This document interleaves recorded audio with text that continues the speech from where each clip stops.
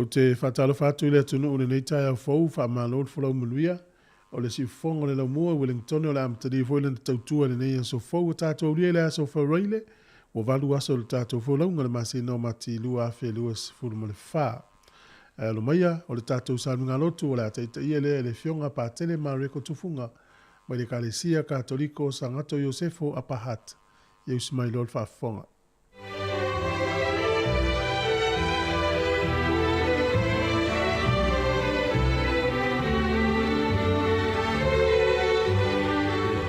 Mātou te mua i whawhelo i ma whatalo whatu sa moa i ne fo i tū lao tai au ma le asfo.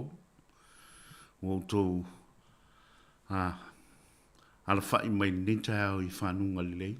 Ma lor soi fo moa ma le langi matafi.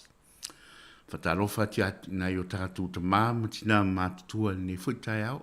Ma lor le soi fo moa ma le langi mama i ate o tau. Ia mātou te o te fia whatalofa fo i sunga i whawhenga inga mautou whatua. Mā lo lava.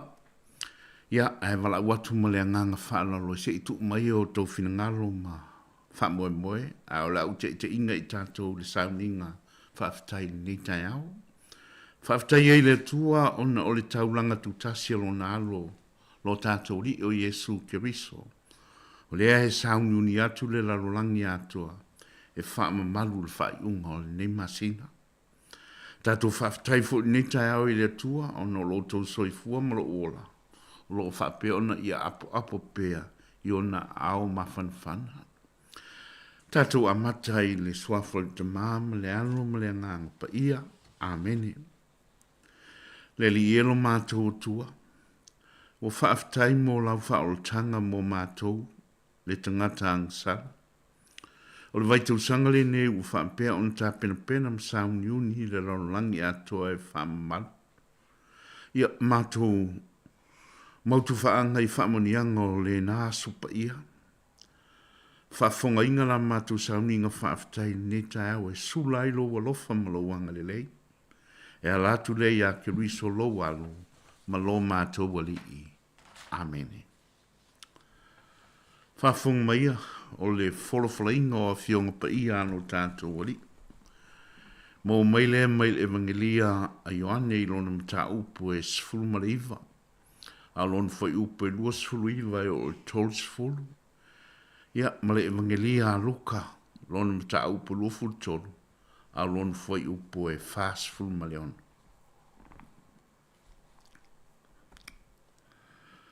Sai e fo I le fangu ua tumu I le vineka. Wa lātou fufui le o momi I le vineka. Wa tuu I lunga I le isopo. Ma tu atu ai I lona fonga. Wa talia le vineka I Yesu on fetala yane le o ia. Ua taunu. Wa whaanga ngau lo nao. Ona tu inatu leo rona nganga. Ona wala auai leo Yesu wa leo tele wa whape atu. Lo te mai, au te tu inatu lo ne nganga I o au. Wa ia fetala ia tu ia upu, ona toa I lea o lana manaba. O le tala le lei aleli. Ke risoe ia vi ia oi.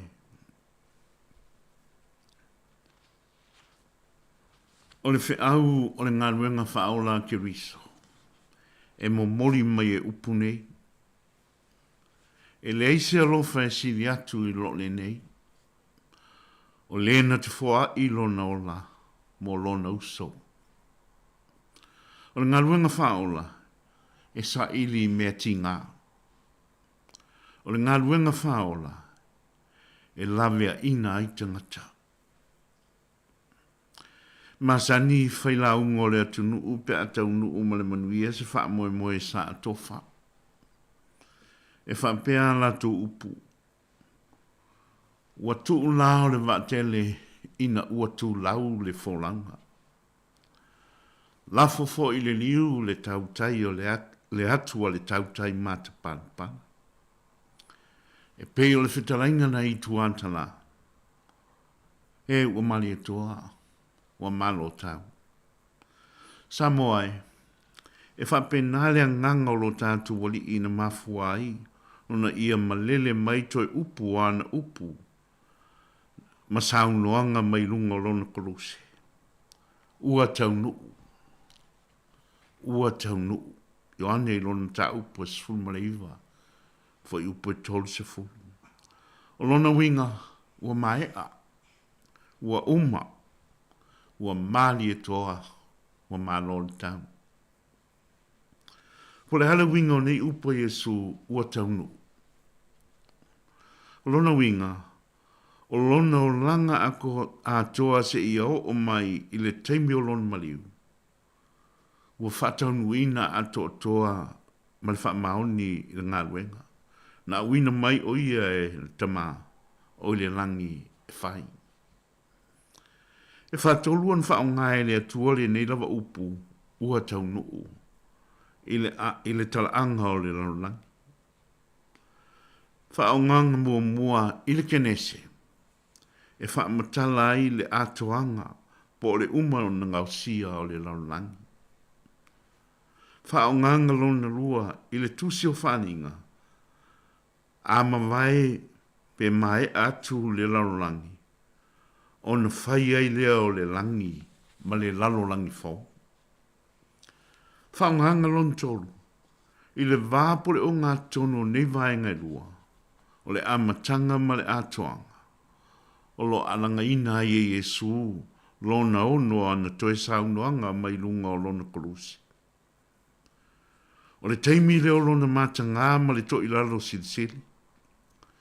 Wa ia wa i atu a whaataunu ina uma perfetanga ma whaloanga. Wa uma ono whaia ma tā penga le ana o le whaoltanga o le tangata. Na ia tangi ai loa i le alanga o le fia fia mai lunga o lona kolosi. Ua taunu. Ua taunu.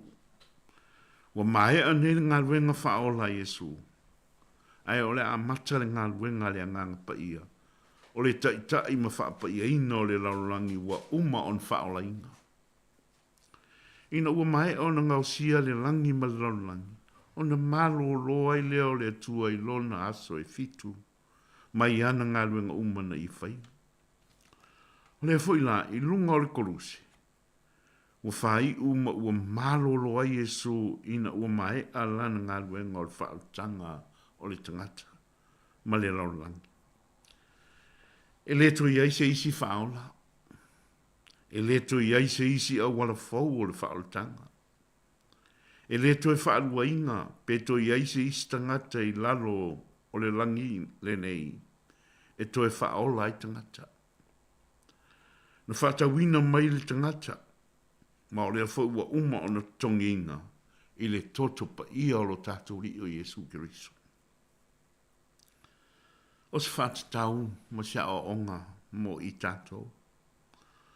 O se fesili nei e tu atu e tātou te mana tunatu i ai. Tātou mana tunatu o tātou fwoi to finga ma tātou ngā luenga. Mua.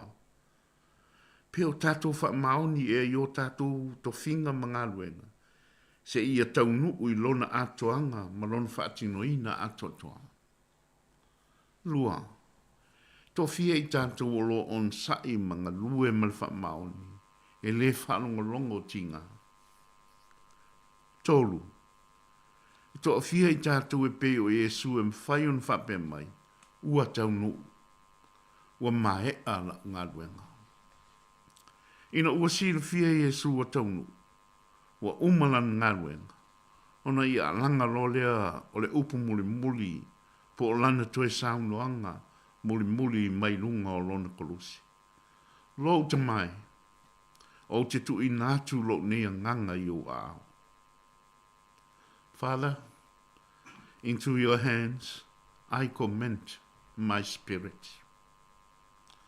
O kai, se mei nā mātango fie. Sa o whanani le Yesu, wa mali e toa, wa malol tau.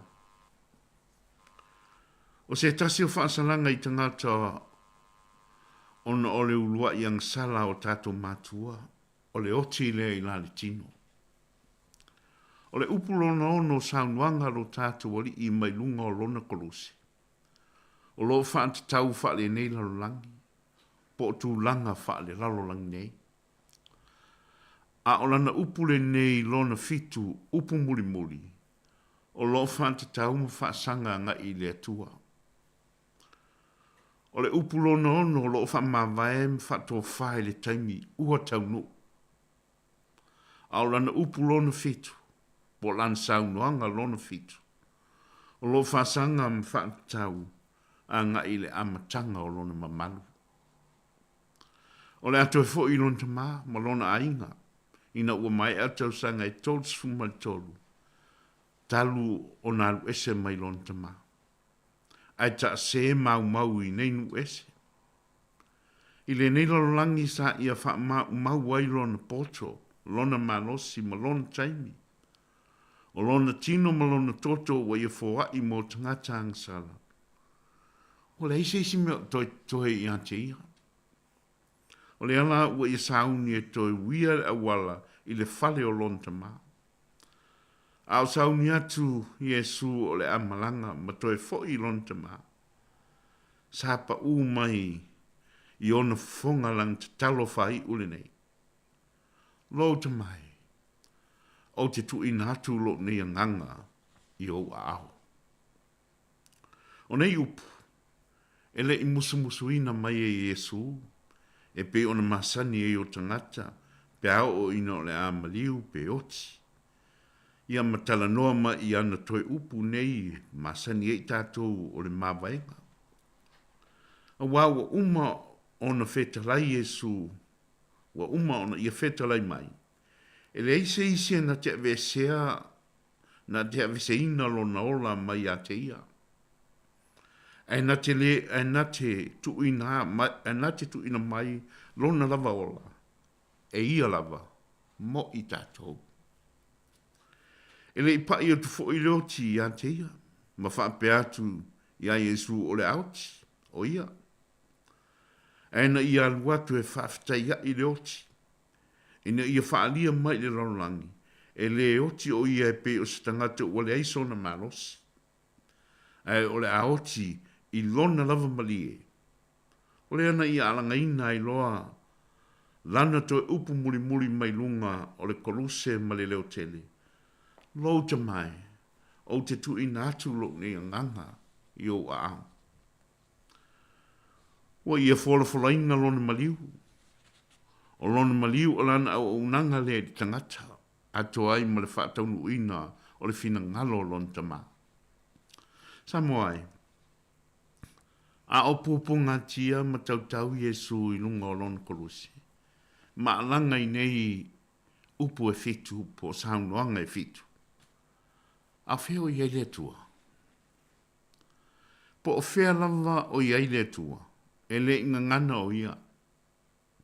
A ua ia malie ma le ato o toa i le taulanga ola o sia i le usta ma le ola o na hatari i pele. Le au whafongai. E manatu le tangata o lo nauti e mauai i le whai unga o moia. Ai peta. E le o le tūlanga lea. A wā lo tātou o langa le nei soifuanga e i loa i lo tātou taunu unga. O whai unga tātou te whaia, o awa noi o tātou lima, o kalasia e tātou te whaama umau. O mei e whaia i lo tātou lava whai unga. A tonu e tātou te whia alalanga umalawa i le alanga lea na alanga Yesu. Pea uma on tātou whaia sa ngā luenga, ma se tautua lelei. E tātou te whaia tu fo'i i lo tātou atua, lo te mai. O te tui nātu lo ni nganga i o ao. Sa moe, malau whaafonganga. O le nā se whaasoa ma se sauni uninga mo a tātou tārsanga ni mai aso atoa.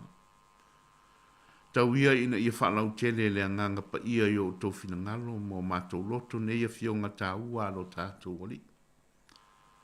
A whai fo iwa sala se ngana i le taimia o tau mwhaila o tō au aunga e taita inga a tātou sauninga. E ala mai ia whionga pa ia lo tātou wali. Wha mole mwha malulu atu. Ia mangalo se vai wainga o la o tō au aunga. E whaia lava nei mea uma mo le vi inga o lo tātou wali. Ma ia vi ia e peo ia i mea uma e tātou te whaia. Ia manuia tere lava le sauni ni atu i le whaamaluinga o le aso maliu. Ia e meise le toi tū manu malo o lo tātou wali. O le pale leo mea uma. Toi tū mai o lo tātou wali i whaola mai i le oti. Ia manuia tere le eseta Samoa mo lo tātou atunu o ato whape foi ni usila nei. Ia e meisi foi whaafonga mai o tātou uso mo tua whawhine toke la. Tātou vi atu i le tua ilona vi inga.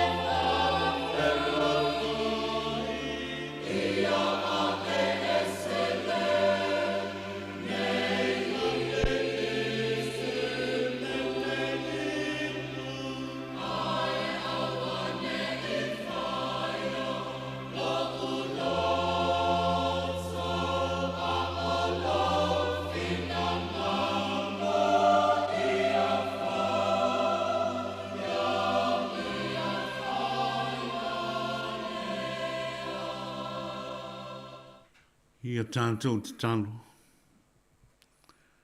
Le tolo mātou te mā. Jesu Kiriso lo mātou oli I mo lo mātou whaola.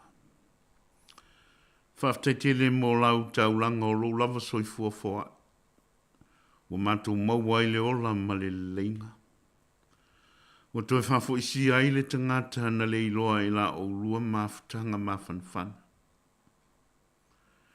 Ia vea le whaamaluinga e le laulangi atoa I le nei vai tau sanga, ma le nei vai tau o long maliu. E whai ma wha le leinga a le tele o atu nuu ma tangata o lo masise. Ai mai se fo I to tonu o loto I whale o menei o ainga. Manu. Ma tua mwhanau. Ia vea fo I le nei aso. O se musunga ma se whaapulamata mo I lantou. E le talitonu I anti oi e su ma lau whaoltanga. Awane I o mātou vai vai. Awane I o mātou whiungo fie. Ai o mātou whaamaoni ma te pataula I pe I le ala. Wa e whaata oto mo I mātou e au o na mātou sabvali ai. Ia vea upupo ngā e mātou te mawhai e on whaafsota I atu ia I o mātou fo I pupo ngā mo mātou mawhitianga. Ina ia mātou tōfo I ngai le matango fie o lo lava alofa saa mo I mātou. O lau lava ngā luenga e au mea uma I le whaamangaro. Neri e lo mātou atua. Jesu Kiriso lo mātou whao. Whaaftai mo lau whaamanga longa mo I mātou. Mātou taro. E mātou maua fo I nganga whaamangaro le tasi mo le isi. Mea o lo whaapena tupu I to tonu o mātou ainga. Tonu o tunu. Tonu o nuu. Ma so se whaalapo o patonga. Ia e tutoa hai le whaamangaro. Lea li ie, ia e whaamalosi mai le whaatutua o lau o whai ngāluenga ngālulue mo lau tala lei. Ia veane e se tā o le nei fo I tausanga. O se whaafonga, whaalea nganga mo I mātou umao. O lo vai malima mo le wholwhalainga o lau tala lei.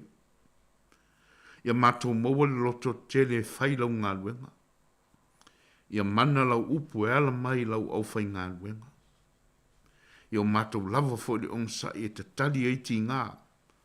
Ma whaafita auli o lau tala lei e le whaingo fie.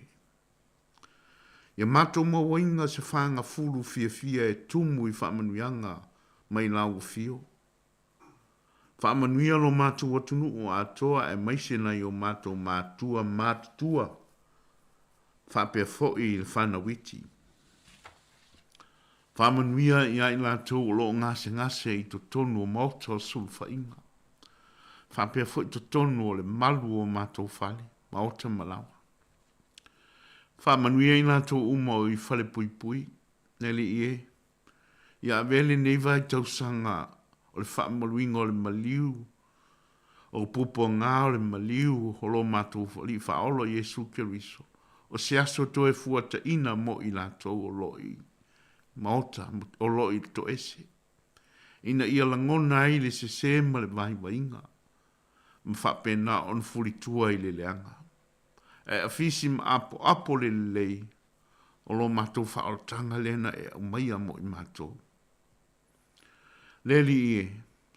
O lo iai nisi o lo uftia I le au pongi sa o le whanoa noa ma le fusialo. O no le oti.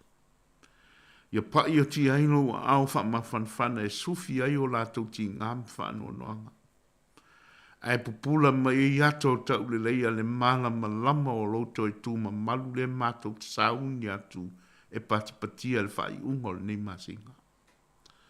Whaamunuia mai le ngā luenga lau ofisa whaasalau nei malan au whai ngā luenga. Ia maua lo lātou tu mai le malosi e whaatino ai tiu te mga luenga. Whaamunuia ia mātou whanau, anga atu I lātou le nefu I aso I a oonga.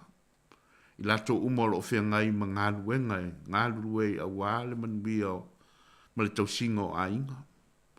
Ia lau whaamonianga ia I lato umai ni aso e meise lungo ala tele. o lo feo wa ia i lātou. O la mātou talo lea, e lātu ia ke riso lo walo mo lo mātou wali i mātou te ole mal au atuai. I le swafo le tamā, me le alo, me le anana pa ia. Amene.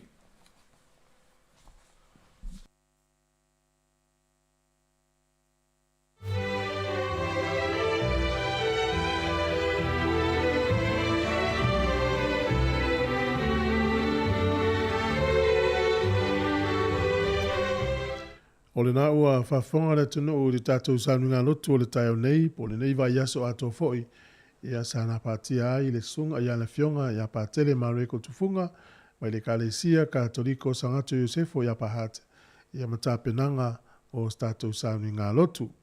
O le nganga lawa whawtai muli atu lau fionga patele, whawtai tele lava mo ta penanga o saunga lotu o le nei vai yaso le upolfola le tua, whamalusi au foi le tunu, e le ngatele ai o tatalo foi o whamunianga, talo foi le tunu yang le lei fa fu lo pelo se fua fa menuia manga le lei atu fu fuanga le fa un le va so fo pele ma tele ta wa fo nga luenga le tua o lo enga luia i manuia tele la singa le fa un le nei va yaso ma le anga e fo le fa me twin no le so maliu mo to tu lo tatu li fa un le nei masina ma le mtanga na masin fo fa tai tele lava o le taimi le ulus fu 20 minute o tele fitu mai alve inga le tua mai le kalesia ia pole anga apia ia ona se leo tātou le pole kalame le ata o le tā alofa lava o si fonga ni lamua.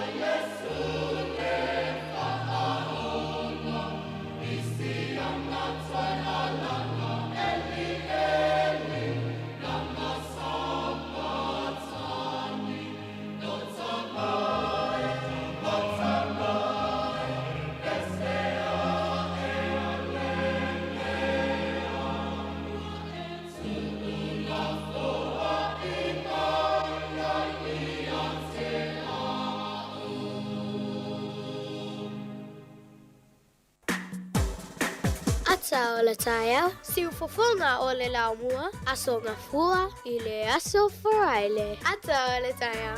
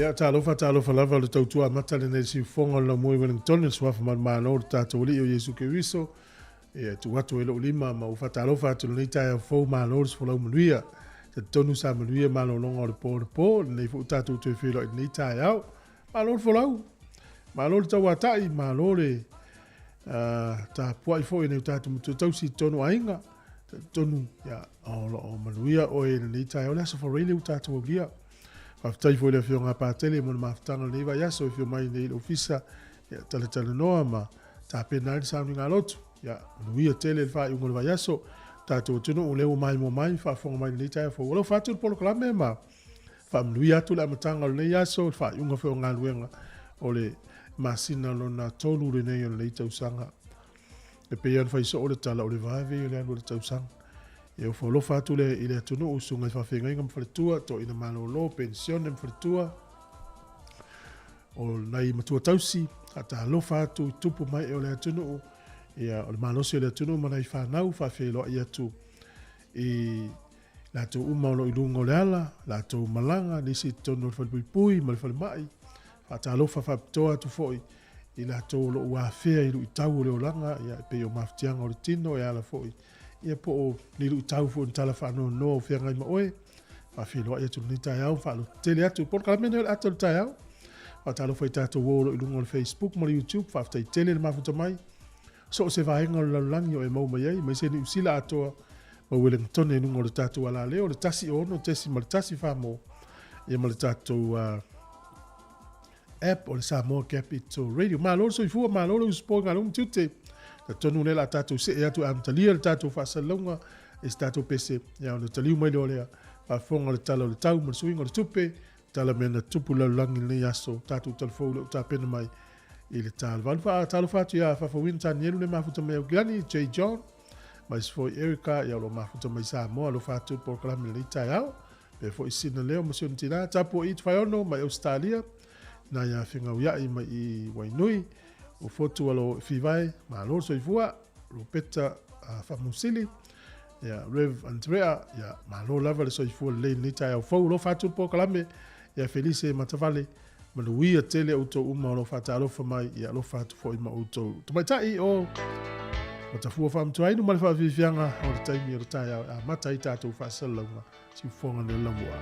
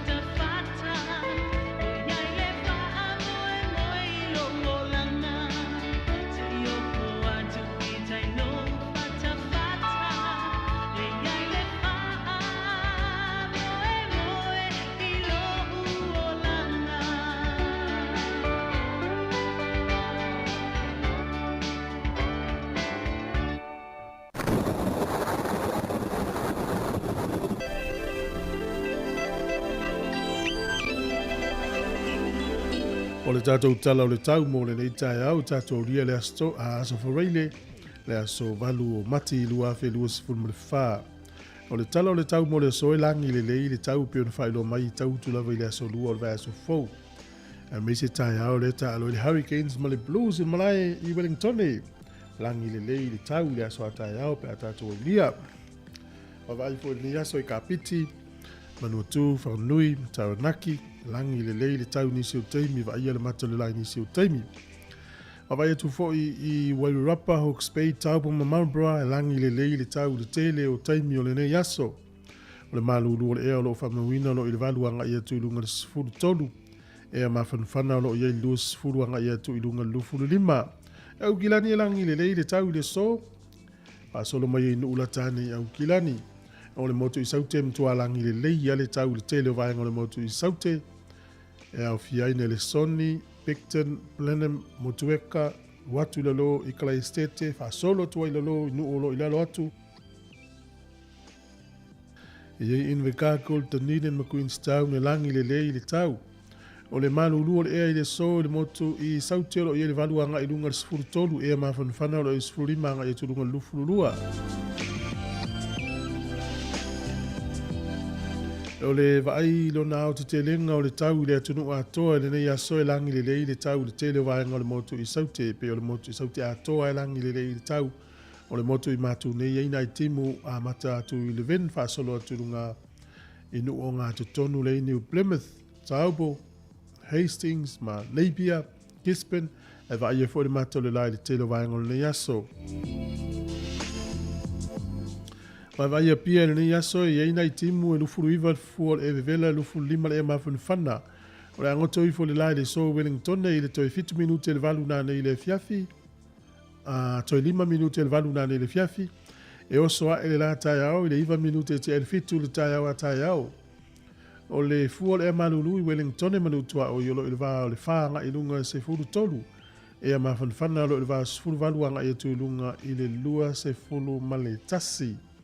Tala o le tai mo le au whangota le whae ungo le vai aso, ia po le sofo i Wellington o le ape le tai nei le lufu 5 minute te eleiva i Wellington.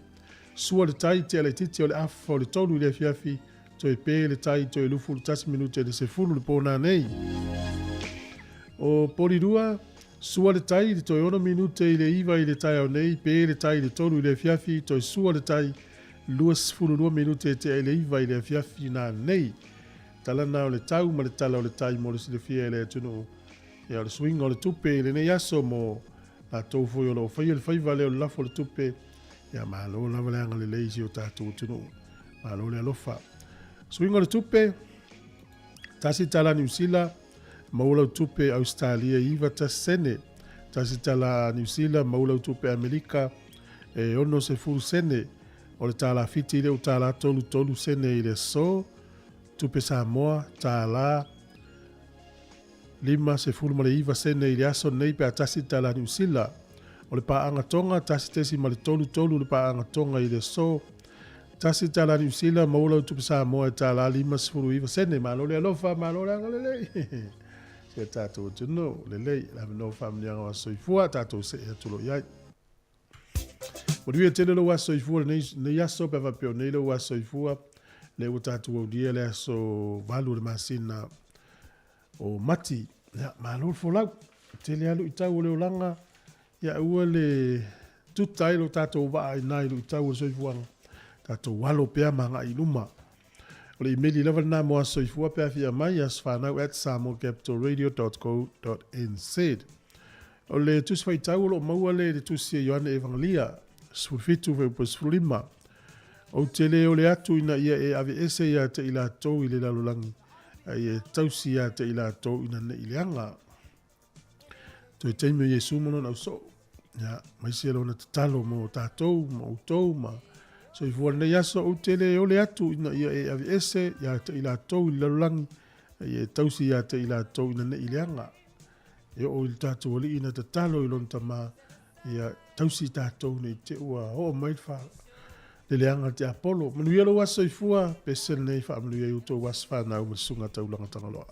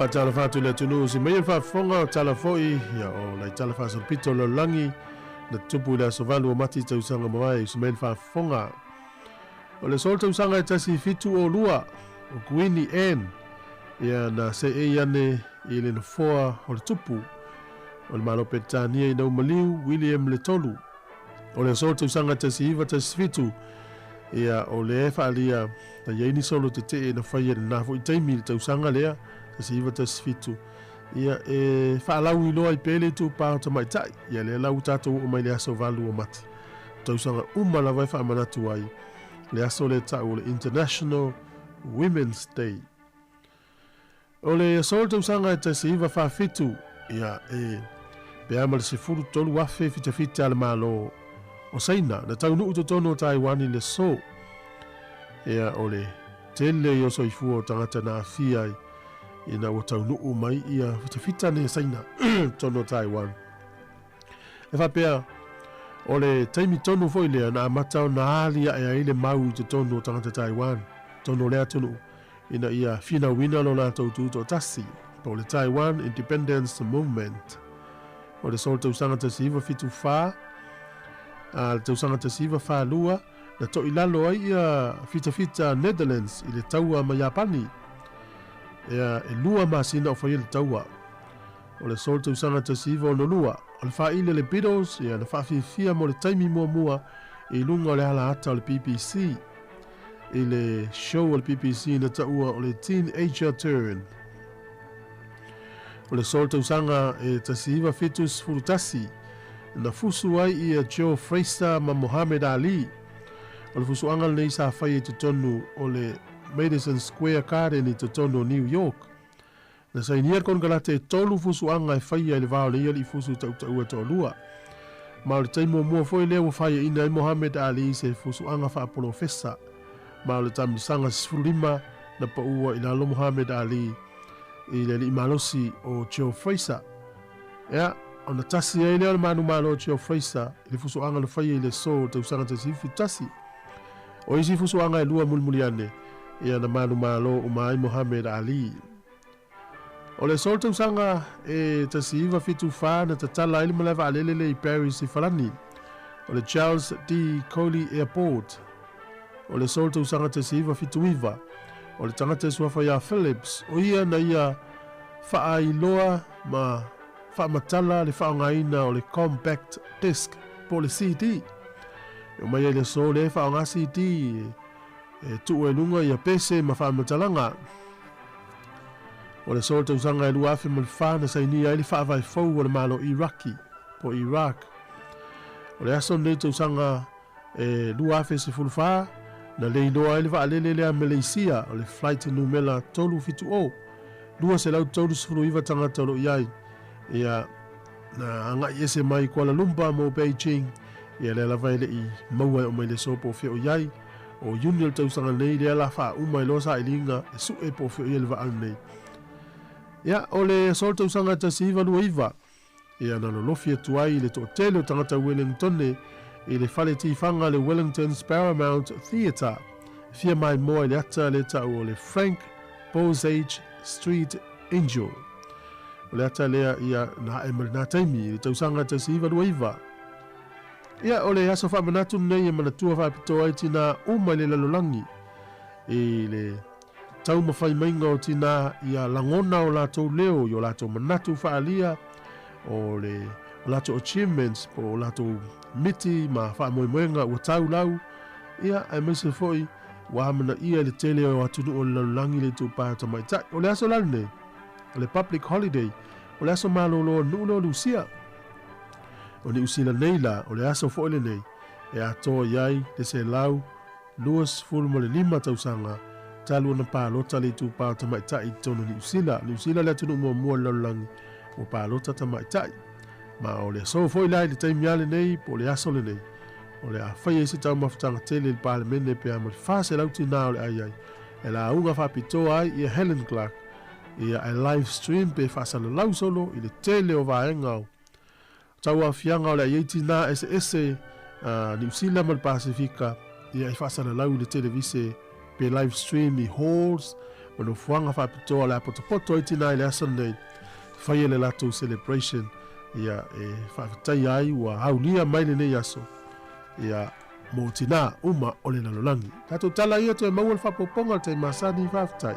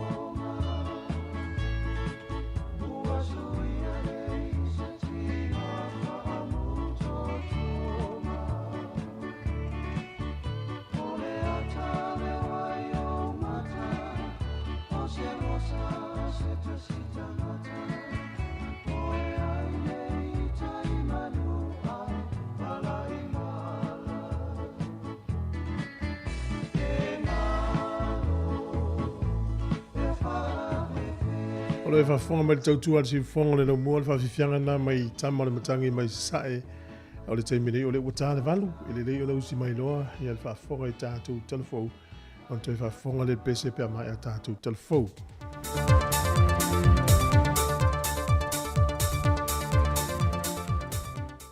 O te toi whaamalo atu i le wholaunga le tātou tino uli nei fwoi wa yaso e na o tātou tini taunu mai le whaai unga ia i le anga lima le tausinga le tua.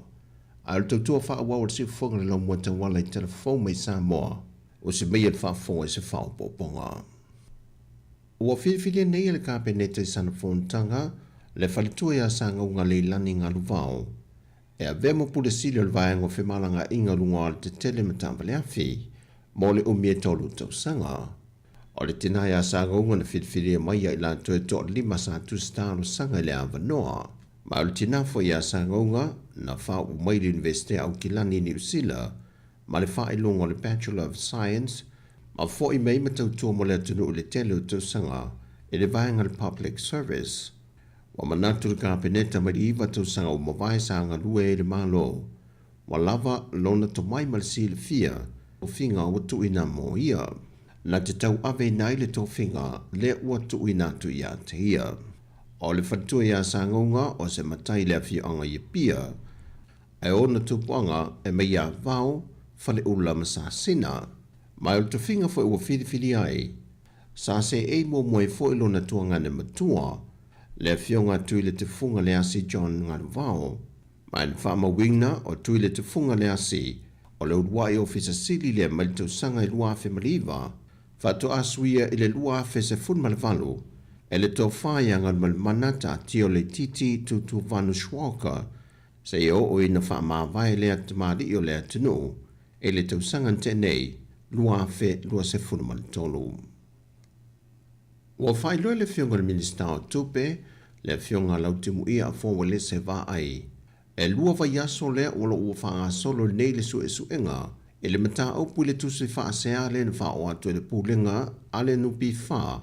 E atu nga lunga e nisi o wha ai unga le teite e whono te komiti wha foia le nupi wha, le fionga papadi i pā noa.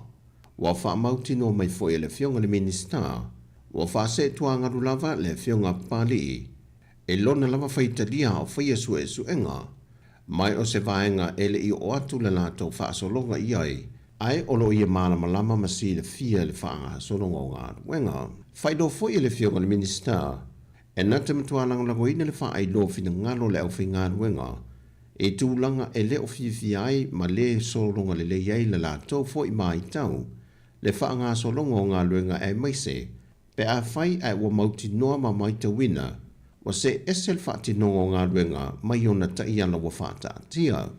Pe o le sira fia, o lo le li whaatunga lunga le pūlengo le nupi wha, e le whaamatu o ni se le ni whaitau miliona e lanta le le fitu se funu, a na o le iwa masina na whaanga ioi e le whaamatu i nātu ia se le ni te tele. O lo au fia i nisi o pisi nisi le antunu, o se eka le sia, ma se whauru lunga o se mtanga ruenga le malo. Wa yeri fo fonga le fionga le minista a fai ai mai ane su e su engolo fanga solo ai fa mao nia le mulmul ta io ta iala o le ai lui loloni fesuia inga o le teminei e le o mawhai lava o natali mai le fionga papali i panoa e le autu stala mo sono finangalo e whaatatau i le mata opo. E au leina i laua tina matama i tai e au ai o nā mana ialo lātu leo i sao whainga e so se mea whaia le atu no.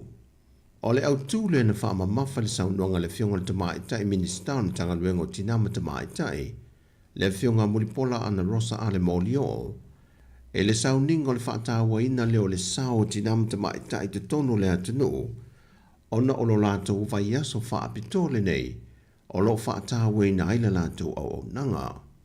Whai loe le fionga le minister, o le tāu o tinama tamai tai o le ngata i te tonu a inga, ai o le wha moe nga fwoi le i te tonu e ka le sia, mai au fwoi o na ngono lo lātou sao ma lo lātou leo, i upo whaia le atu no, ma so se wha la pot putonga ma matanga ruenga, o lo ngā lue puno wa i eiti nā.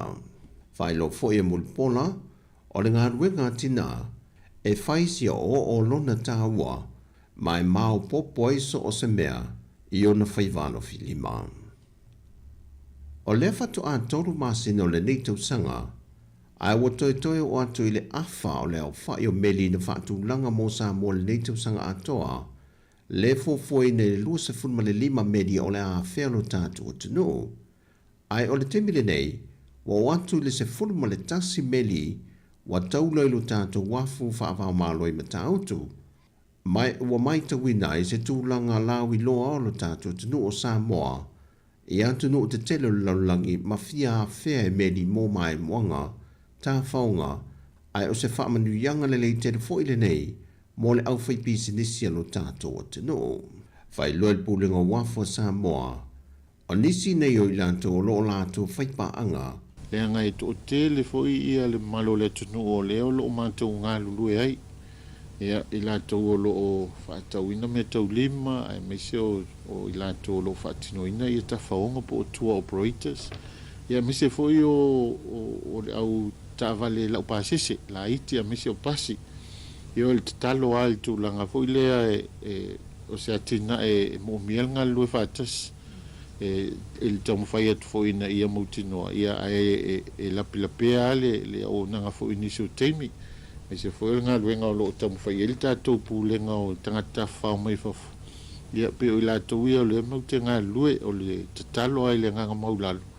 Ia tamu whai fo lea ia o fo inatu leo o nanga fo lea se siona le leimo tātou malo ina ia awaine i wa e tasi ase me tūla i mai i se pāse se o waane. Ia e muti noa ele to e fia awhea le tātou i se o tātou o tunu.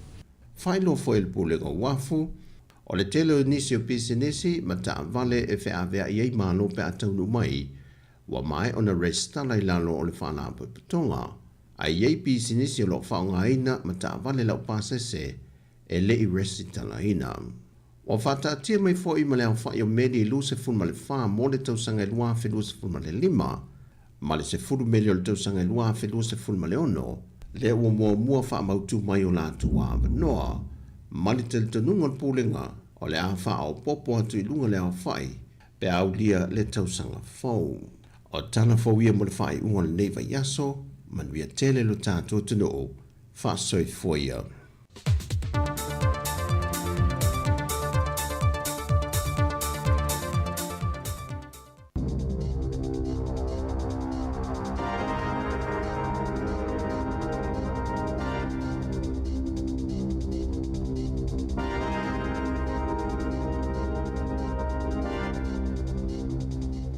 Tala falava o tala fō mai le sifofonga le lau mua mo le ni tae ao le aso valo mati lua afe lua wha. O lo ngā lulu le whainga maa lo e wha anatinati ma ia vave wha ataunu uina ana fuafuanga mo aso e se lau mua pe ona folasia. Wha alia le palemia Christopher Luxon o fuafuanga mga yoinga umai wha se fuluiva o le a wha ailonga ina ma wha ataunu uina pe tai na ta ua le tai o le Labour Chris Hipkins. O le a lima whai ai o nā anga i luma le atunu o, ai o le atoi fo i tua, na saunoa Luxon ina ua whato a pale mai le tofi pale mia, o le a sili atu ma le lei mea e whai e le whai ngā mālo i aso e se lau mua, na ilo le whai ngā mālo a le leipa ua mawai atu.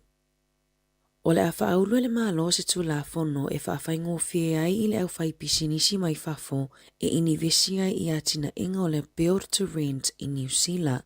O le whaaninga lea pe ona saunoa i aile minista o whale ia Chris Bishop i le awaulia na nafi, le ana ia whaamaonia mai aile i o ina i le kapineta, ina ia whaia suinga i le tula fono o le Overseas Investment Act, ina ia lango le ia tina inga o whale o le Build to Rent, o isia fuafuanga le whainga malos o whaatasi, sa o fia i tutono a lato fuafuanga o le selau aso mua, o atina ai o le Build to Rent, o i tua inga whale nofo maututongi fō i New Zealand, le ai maasania i le tele o atunu i whafo, ai se a lava maua i New Zealand, o atina ai o whale maasania na whaatautai a whaapolo fesa, whaatasi ai mawheutanga inga le lei, mai tele i tua inga whale ese, e mawhaiona filifili i ai awale soifuanga o aso uma, e maasania na whaatupem whaatautai ai le au whai pisinisi o whaalaputuputonga mātina e, matupe le au pensione.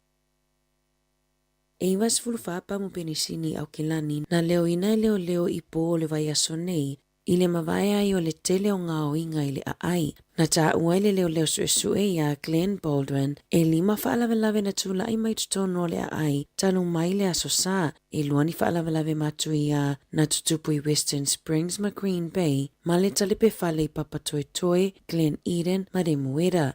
E mai Warkworth i mātū e o atu i tuakau ma Mercer i leitu i sasae ua avele wha mua leo pitoi luma e asiasi mamata i tua i le saonga le mu mō tangata whainga luenga i ia pamupenisini ma pisinisi e to o 5 talawa e le wao le sefulu tolu ma le sefulu iwa tausanga le matutua ua tau fia e tusa i mga oinga i pamupenisini e sefulu i aukilani saute ia te se mama Januari. O le asoe a matawhaanga solo ai whaatala noanga a le Television New Zealand po le TVNZ ma le au whainga luenga o le a whaamutanga luenga i le au nanga whaasala lau. O lo fuafua e o atu i le onos fuluvalunga luenga o le a whaamuta e tusalea ma le iwa pasene o ana tangata whainga luenga. O le a whaia se fono mo le vaenga o talafo a le TVNZ ma le au whainga luenga e nafa mamata o putau i le taimi nei i le itula e tasile au auli o le aso. O na suso o lea mafono ese i le tai au nei mo isi au nanga talafo polo kalami o le Wheakou ma le Sunday pe ona whaalia le liti o New Zealand. Na whaalia li poti e le imanino po le aunga nei fonotanga e tapunia ma whaamutai ia polo kalame pe na o nisi o le au whainga luenga o le a whaamalo lo vaea e se furu tolu te sima le 5% na pa uaitu pe maua a le Television New Zealand ma i le tausanga taluai. O le fuafuanga le whainga malo na fuafua e whaasai o na whaaputopoto keni ino fuanga lau tele o le a leo ngā tasi mai a tatau a tangata taito a tasi New Zealand pe o na whaalie se li potia le lawyer Silly Judith Collins i le aso ananafi o tulafono tau whaofia le malo ina ia te te atuai i keni ai tu ina atu i leo le malo si anga whaopopo e taofi ai whaalawelawe ino fuanga lau tele ma le saunga le mu. O le awa uli ananafi na whai aise fono whaanatinati le palemene mo le whaofina ma le tuina atu i le komiti filifilia o le tulafono tau whaofi ma ua amatai whelafulafo inga i totono o le palemene.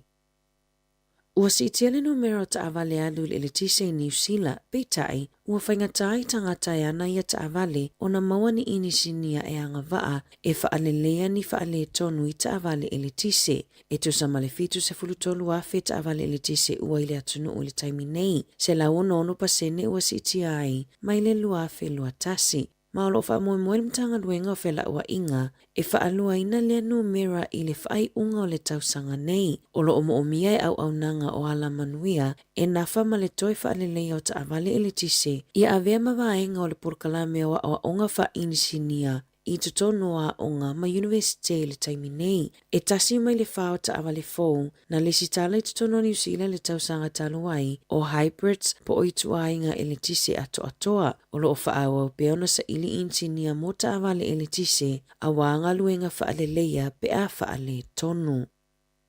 O lo suesueina leo i Wellington e ni ngā oinga matu i a se lua na tula i mai i pākanga ta awale supermarketi a le New World i Wellington o ia ngā oinga na tupuina wa umona whaia e tangata na afia ma se tangata i lungo le upenga ta whailangi a le Discord ni fuafuanga i whailoa i ai ina ia mawhai ai ona whesui a itino i tupe ma cryptocurrency po o tupe e lewa ai ai mata ai te wina i whainga wha te konolosi. O le ngā o inga mua na tula i mai pe tusa o le afo le 5 i le asonga fua aso luas fuluiva o Februari i lalo le no fuanga i pakaita awale a le New World i Newlands.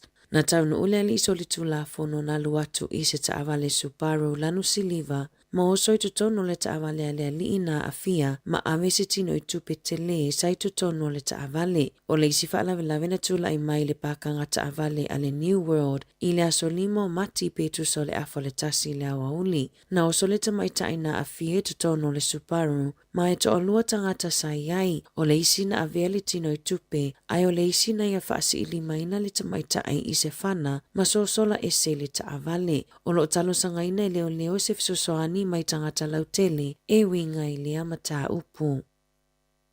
Ele ai se fwai numera whaapitoa o manatu i aile minista langolango fale e te tawana ausia i suinga o polisi mo le ave sengo tangata mai fale tali malo o nonofo ai ave fale le malo e whaanonofo ai mo le taimi nei na whaasilasile le malo o le ave le whaamuamua i ainga e ai whanawiti ua se fululua vai aso pesili atu foi. Talona nonofo i fale sa mapu i ai mo se taimi vave ona ua le aini mea nonofo ai ma o le ave le whaamuamua ia i latou o lo o ilisi whaatalitali mo ni fale na whaalia le minista o fale Chris Bishop o le au te lenga o lea whaamoemoenga ina ia whaamuta le whaafita au lipo o le mala o fale e whaamautu i ai tangata ua matua mo o mia ina vave lava ni fale e nonofo ai ia whaititi ai mai le tolu afe a inga le fwai numero tangata e whaalangolango i lea whainga ma whaititi ai ma le numero tangata e la ititi le taimi e nonofo ai i fale tali malo peita ai ai le langona o tama po taka e le ole toe whau o nisi fale ia ua tā ua o Social House le tali, ai ia avele wha mua i a inga tala vau, ta maiti, a inga e valu se lau olo ono nofo i fale tani malo le taimi nei, o na ua le aini fale e no nofo ai, e lata i le tolu afe ta maiti olo o ia i le taimi nei, e lua se furu lima afe a inga olo o i le lisi wha tali mo Social Housing. Tala vau ia mai le si ufofongo le lau mua mo le nei vaenga o le tae au.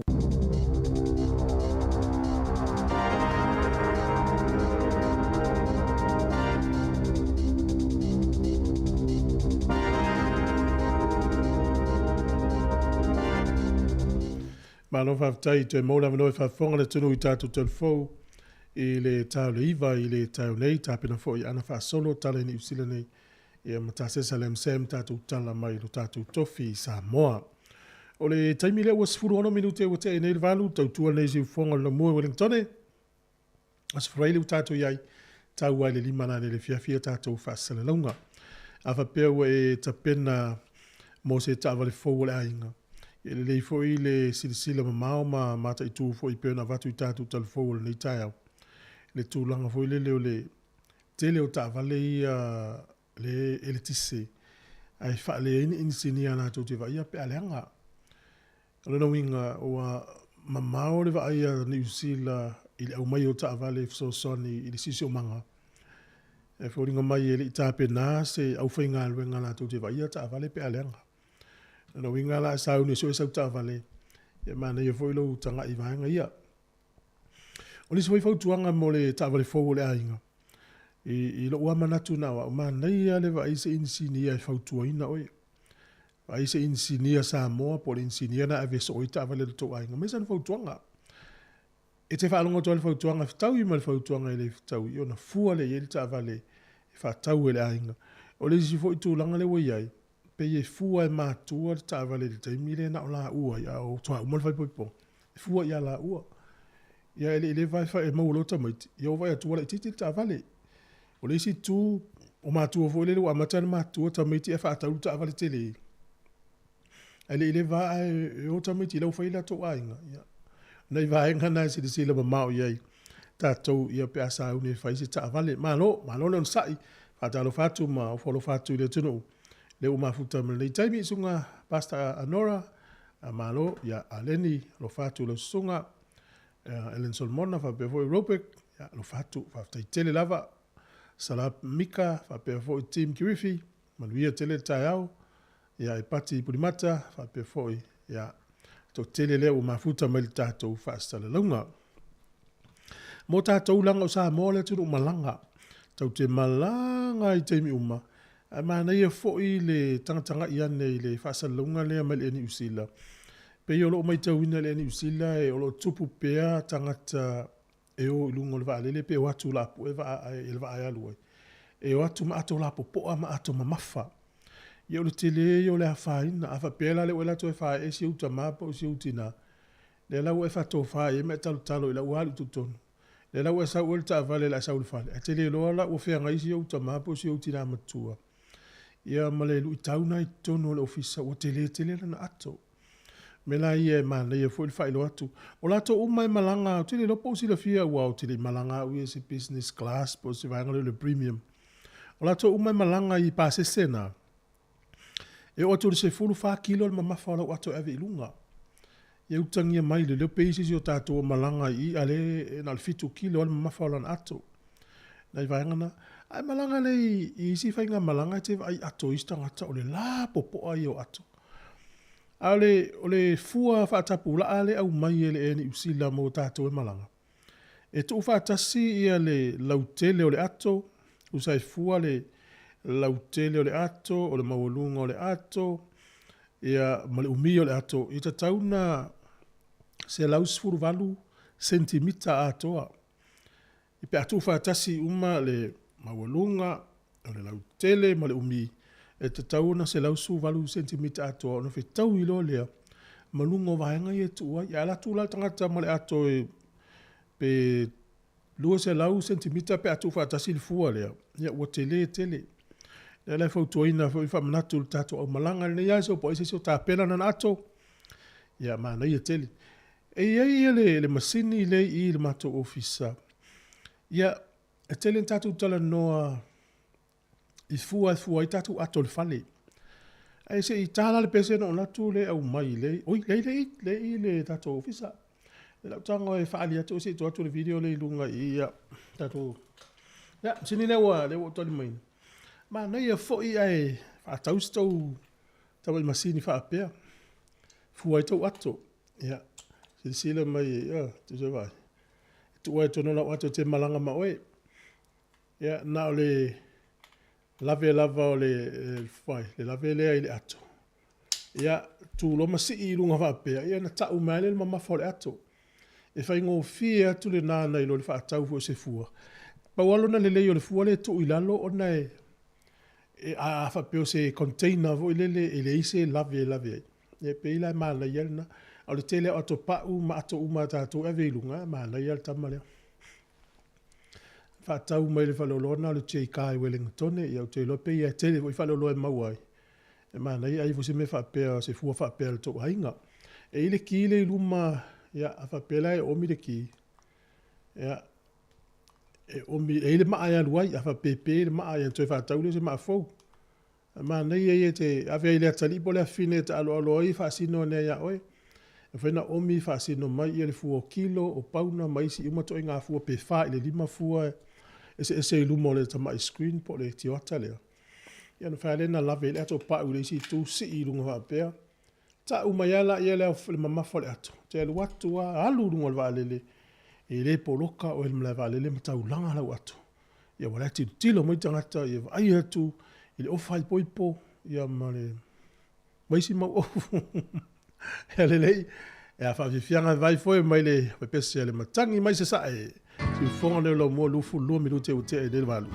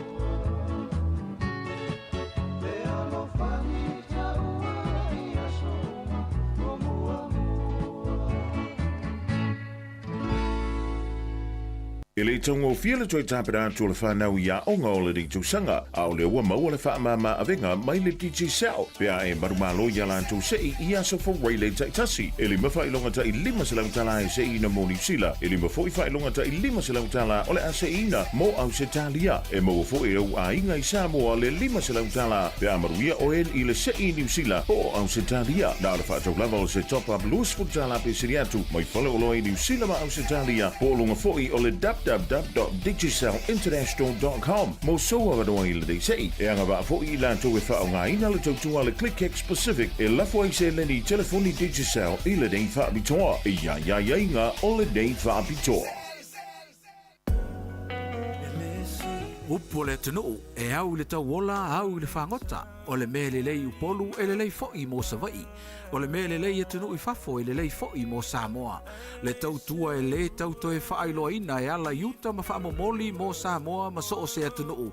O le ngata i waalalo e whaapea fo'i ma waalele.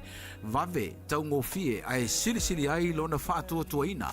Whaaso tai mai loa le tātou company o le Javen Global Freight Limited. Tala noa le tō whaasia le au moana to ala hafi pa esesia. Telefoni o luatasi o tolu wha. Valu o tastasi po le tuatusi i le kona o Tirangi Road ma Kingsford Smith Street, Rongotai, Wellington. O le whaasisilanga tāua.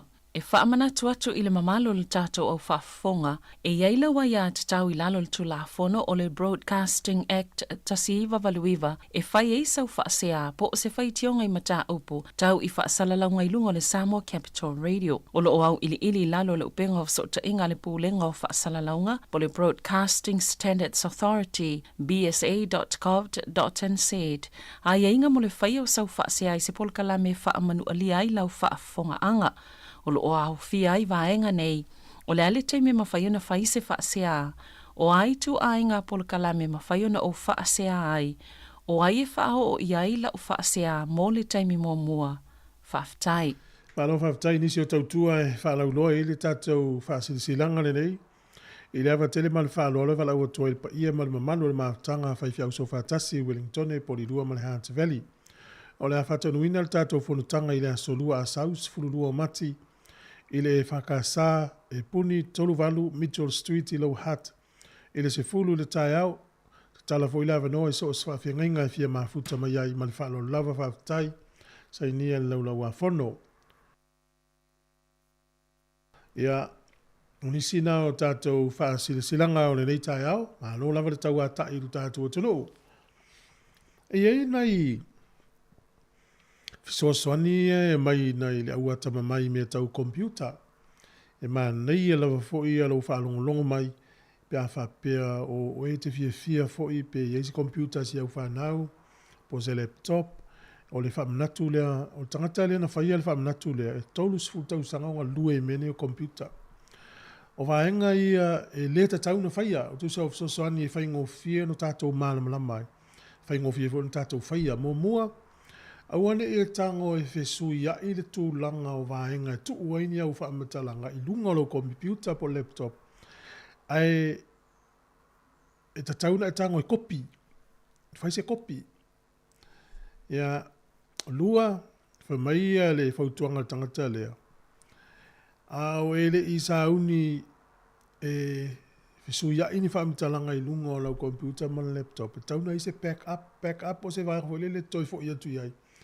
A whapele wale i loa whaamatalanga e toi fo i atu lawa i se me ta ofi mau ai. Teu lele iai. Wa te le loa le o le loa o whaamomonga i ala te latu la i eis whaamomonga. Tolu, wa ai le i a isi awa unanga na i lunga o lau computer e le o whaongaina. Ia maangaia le tape pe ese. E iai i a whapela o leo te tanga vatu me ia wa tātou e le te le stato i lo me ko computer. Ai alu la i tangata le whai le computer na e tango le whaamtala i whai se whaamolmolea. Ini vahenga i lunga lo computer i le o whaongaina. E whape me lo tangata na mai. I le iai mai. Tango la tape e se wana i le whaongaina. E alu i fua le ava noa po le potu le te ua iau whaamtalanga i lunga lo computer po le storage. Ia e mau i fua le taimi e tumu vale i fua i le whaongaina. Ia le si vahenga lo no wha, amlatu mai. Aua lava ne e tango o omi se link po o se ala o so ta inga i lungo se email i te e lafo atu ia oi.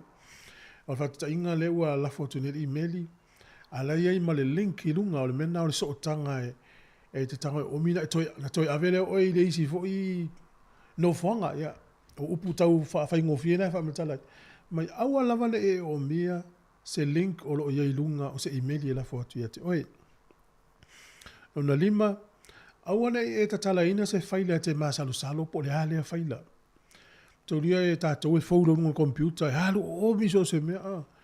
Ea ona ole tamu faila vola wata mai e tau mai vaenga ia papui pui ale le ia le computer po le masini alo a inga msi au whanau. Ia po le masini a whalwhenga runga na tinga lui ai. Ona lo fa pe nei atu os fa inga le au a mio le anga te vaene le whaafonga anga. E o sofa ia i computer ia ona o le tūlanga o le fia maua tama leo se leni. Wa mumua e ao e la tauwha matalanga lua e mata i ngā yoinga tauwha whenga luenga. Tolu ia no le wha tau wha fefe mai tātou pia.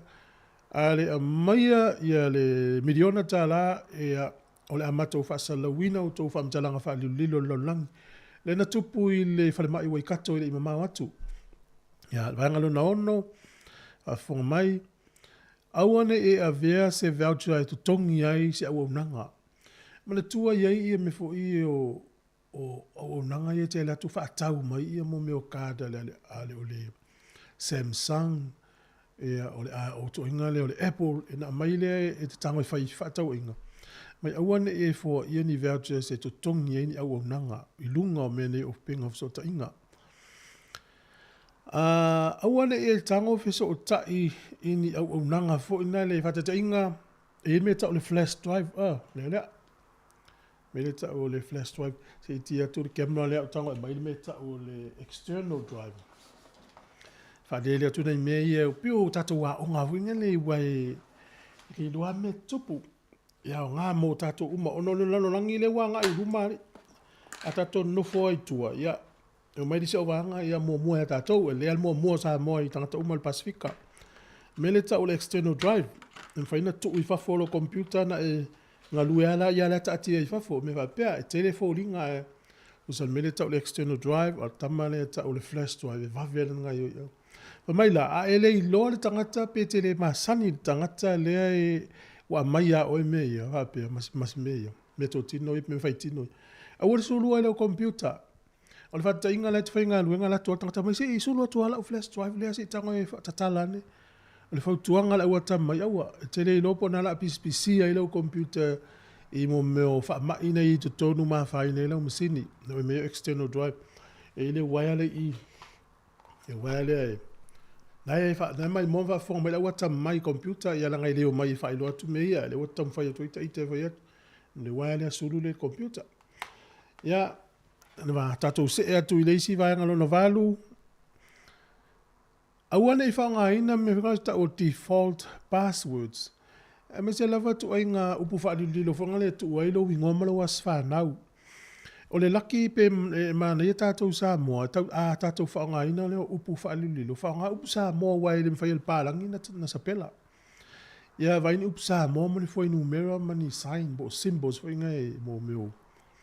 Whaailonga e whaaso i whiwhilo i ei lau password po lau whaalilo lau computer, po lau emaili, o a umawanga whapena, mai awan e whaonga ina ni upu whaawhaingo fie whatainga na lau tango a tai la lolo ngoa maro as whanau. E whaingo fie na mate le au tangata leanga ia lau password. Ai au nanga le mana o mia e tape, ia, e iei isi au nanga fo ina le whaina mata mai le tangata i le isi tua lalangi lau computer whai mene ngā luenga e le porkalame i lunga fo le mātou system e ngā lue mai sta mālo alai o i Hawaii.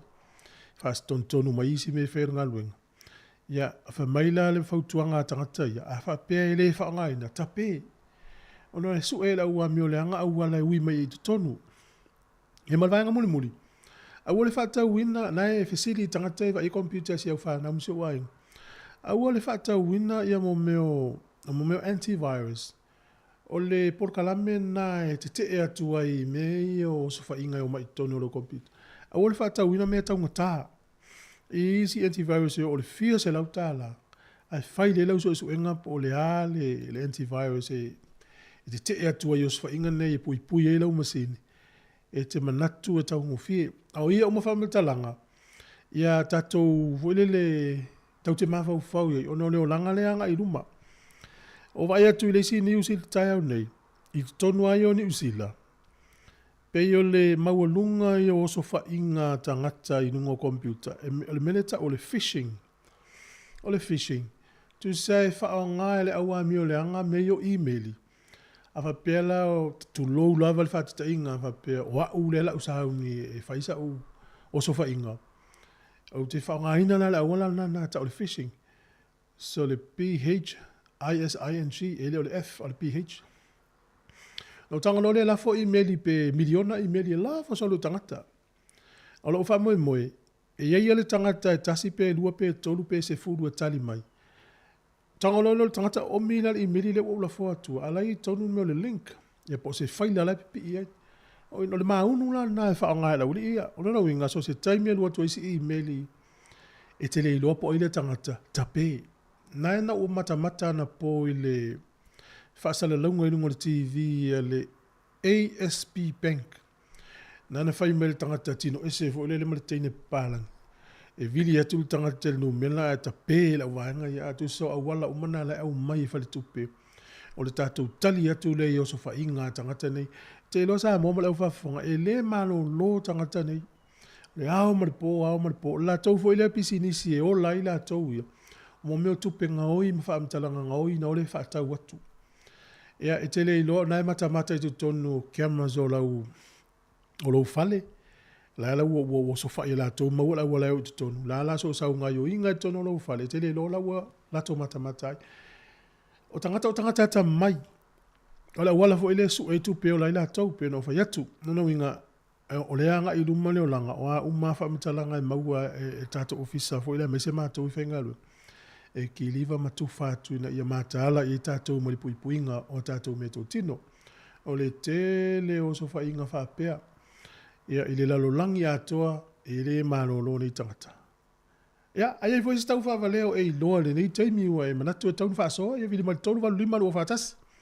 tato talta nom fa so ia mai ni mfida ngalo le tunu e ma na ia foi ia lapata ia ile to tele o tatou tolu valu lima o fatasi pole o fa tolu valu lima o fatasi fa na vala uma yai tatou leina na o tala tu Mika Sisters ia fa mai manatu o tangata tu sia le besele to fia ele tua sa mo ia pule matai o le mana ia o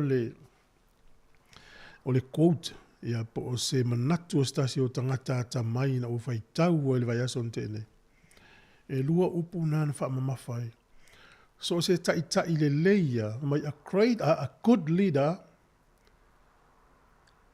promote the system and control the people mai so ta ile leia na te tau mawhai e whaalau I loa le awala le whai ele na pūlenga ai pule ia I tangata pe whatontonu ia tangata ai so se ta I matautia wai le good leader ma le great leader ese tangata ai fa mele mana tu mulu tangata le ai so se ta I matautia lava na te whaalau I loa ina tangata ai pule ia le awala le system promote the people and control the system ese la ta I le lei mal ta I matautia o le ta I le lei ia e pule ia tangata e no fon promote the system le vai o le ta I matautia the great leader mai ele tangola ia control tangata pe pule o langa tangata ai pule ele o le system la wala le fa foi ele na pule ai no fo promote tangata tu le tangata ia nga I lunga o elo la se ma nai fo le finanga lo le tangata ia o ma fo fonga ele o fa pese o to fia le tu sa mo e pule matai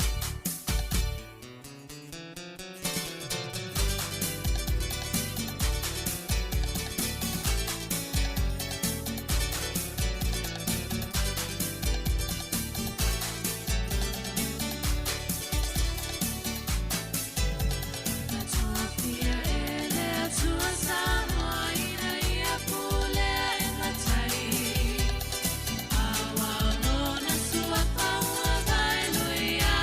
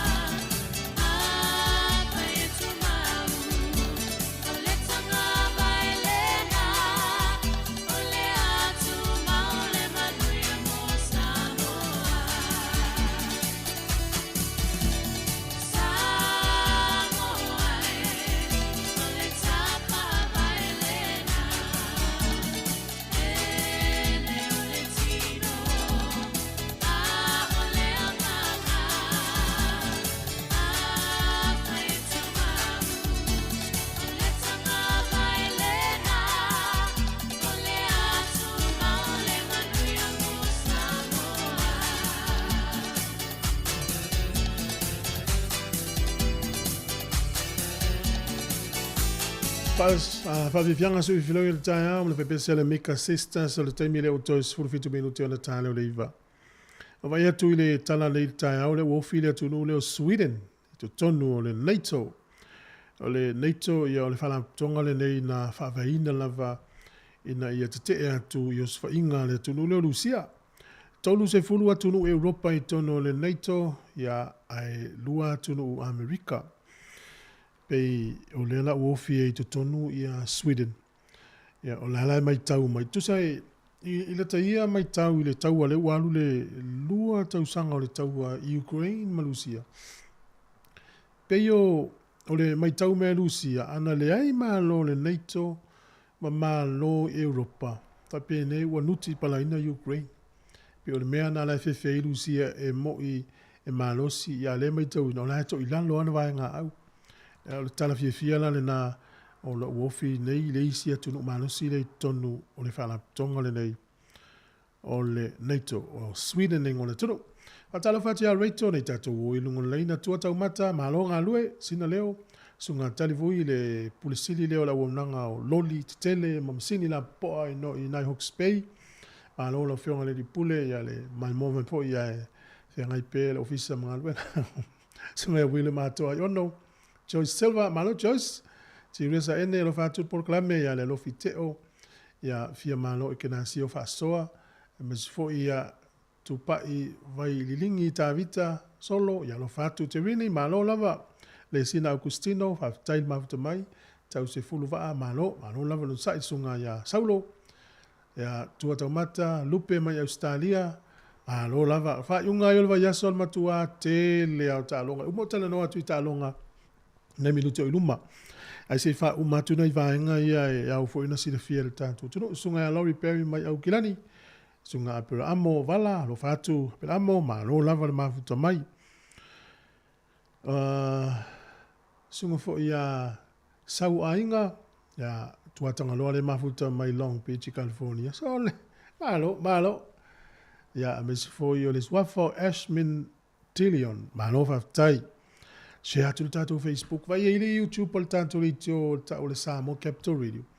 Anu tanga o mil mena ta o le subscribe, a vea lo empa anga le tātou le tio, so stay mia o lai, e watu o mena ta o le notification po le whamanatu ya upe, ding, no fa mai lunga, e whaalongolongo le uola me Samoa Capital Radio. E whapena fo ila le tātou Facebook, whamanmole. Se o whamtala tu la nisi os whainga na whaia e tangata nei o le au e tau ele au tangata ia tau ole au bad guys po tangata leanga ia tatu fa ngai le upuna wa ele fa moe o la tos fa inga ina ia mau le tupe ole atunu ole o North Korea to sai mo fa maunga Korea matu pe ama le ono afe ana tangata tau hackers tangata ia tangata leanga ia e ono afe ole la tonga luenga sa fai mau o fanga solo la tau te tau ma fai su e mai ni tupe fa tupe ai por kalame o le fausia ina o mea tau wha niukilia na tunu leo North Korea. Ile ima mau tele atu nei, ea o atunu ua ia wha atu tu ias wha inga tangata leanga I tonu o Korea I matu. Korea I saute, o Japani, o Vietnam, ma tunu u tonu o Middle East. Ia Middle East atunu u mau o loa, fo ile le tele aimo meo o hafoi.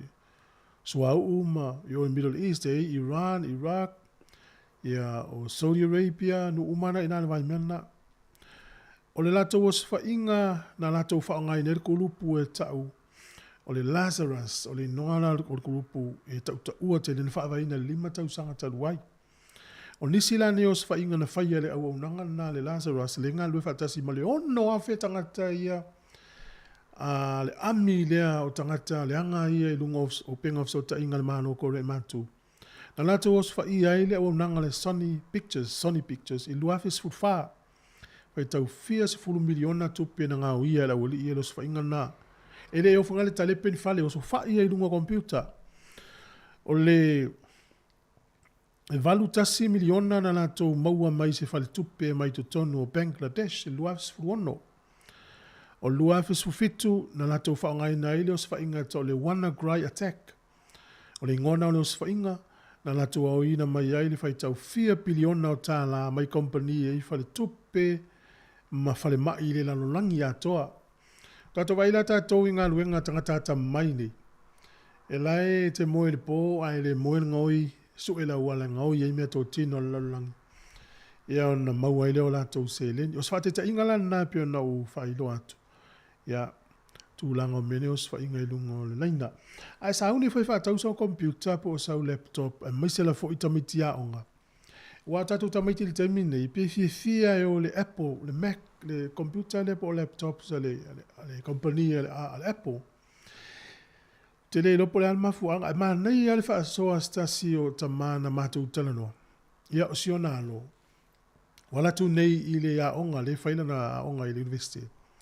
Vea o siona alo, Mac uma tu se whaonga uma te lo tamati o le wasenga, mena le ta o computer po laptop sa le Apple. E mantua ma fo fo mo tu maitit na pe e mai ta talala na computer po na laptop fo le leisi tu ainga el HP ya mai si uma wo nanga se ona va tu e Mac uma ta mai tina Apple e sa fo lon ta ma vai tet se fa tau sa Mac pe fo ista mai tina e fa lon ta ma vai fa ngai o ele laptop a uma la wa nga ai lu watu nga lu nga te fenga lu nga e le tau fa masania o te la to wa e lona nga ya onga te lona al mentu wai ula onga o manui elu tu e sa o le lei al tala ta man fo to ina se ona fine elu atu nga luenga ya ele o fa nga ina mai ni Apple la fa nga mai to nga computer e ma to laptop se ta tele e pe o ma fo phone o ta mai te mana o le iPhone e mana o le Apple o le Mac e mana o mai PC ya no le vai nga tangata e se vol ma fu anga te o se a uai ona i fa manatu na ta to tala no e ta pena vo ta to au fa longo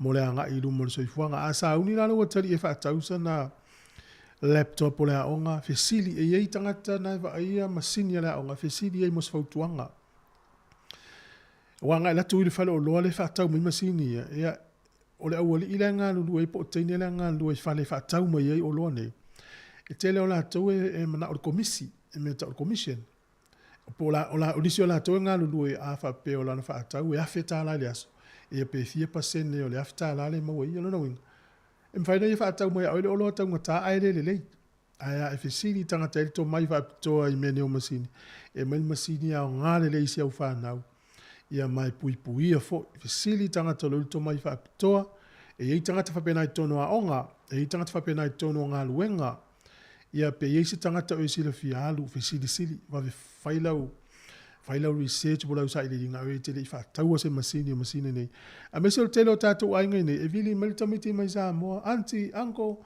se mai sa laptop o le tofu laptop o mata le o mato no e mala volum e na no le fa tau ia na fa tau wa ave fi company fa tau le ai man por kala me e ton mena tau ai e a lo fisili in tanga to mai fa to e so nia tu ya oi vale meno telo to le tale o le Iva, io, te le atu tala ono le mafuanga, lo tana unau, apo nau volo le tatu li tio. Ia lapata ia o tatu tangata, awane i se etia, i winga o tangata ia ngā hoi solo le laulangi. Ia marupui, ia peto e luma e osa moa mai no umo le Pasifika ilo nato sila fio me tupu. E wane i tatu tau whaaloa, tu whapeitua po. La ele mea pisa mai ei no ulai o le Pasifika, manu intia, saina, ia pito i luma sa mo lo fatu sunga ia Davite la faele malola vela sunga pa fa pe fo ye feweti malolo po malolo i mluie tele le taya ia lo tata to pese mai tamo le vai isa isora el moni ina woto fitu minuti ana tano le va si fonga no lo mua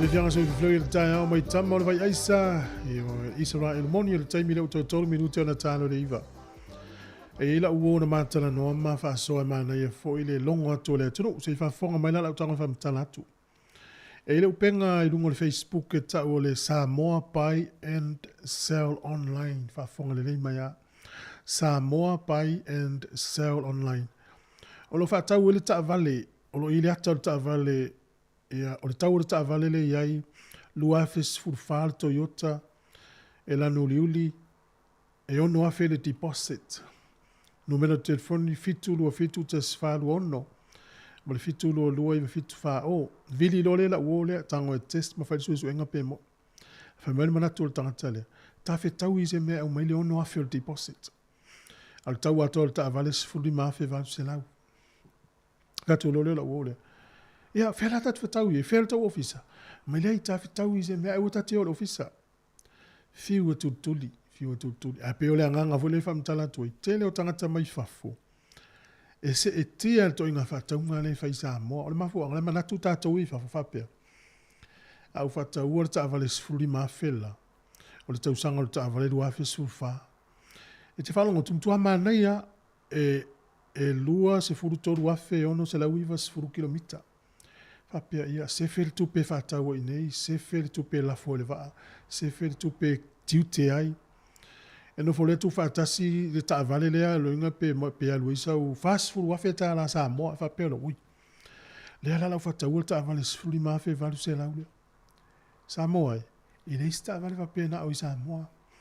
O fi ani mata u pu fa pe o se ai ta tu tangata i fa le foi no fam tele ina foi mta upu e lua pe tolu ile amatanga fai ngol tausanga tene ma lamtanga tausanga nei le mele va ai la wo nanga na ta o Samoa Buy and Sell Online afa pe se ta vale o la ilunga le upenga le Facebook i Samoa le temana o fai se lo ai nga ya lu va ta vale vili no mela 5 sanga inga e wole la fo ile tu pe le deposit va ai la ta fa se le fa mai ono afeta la deposit afa pela wa ule ni uzila o mana o ta vale o vilia lo no mela le fatu ya o le leila a mai la account e va to deposit o vai la se o la o mele o fai ya mai lo account sa mo la folo ile no afe mo lo la tu ile sta vale sa mo ai o le tau longo ma la inga na ta po kala me atta le ta ya o ma tau tu al ta to litio ta to mata la ya wala la tau fa vale ta mi nei ta la mai sa mo o se mai lo fa fonga le o ta leiva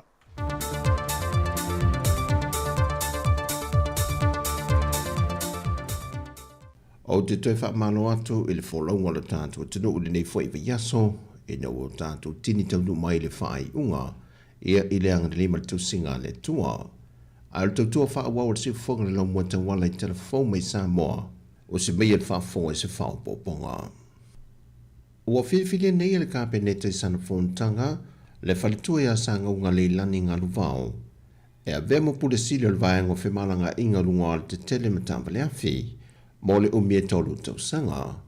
O le tina ia sanga unga na whiwhiria mai i la toe to lima sa tu staro sanga le avanoa.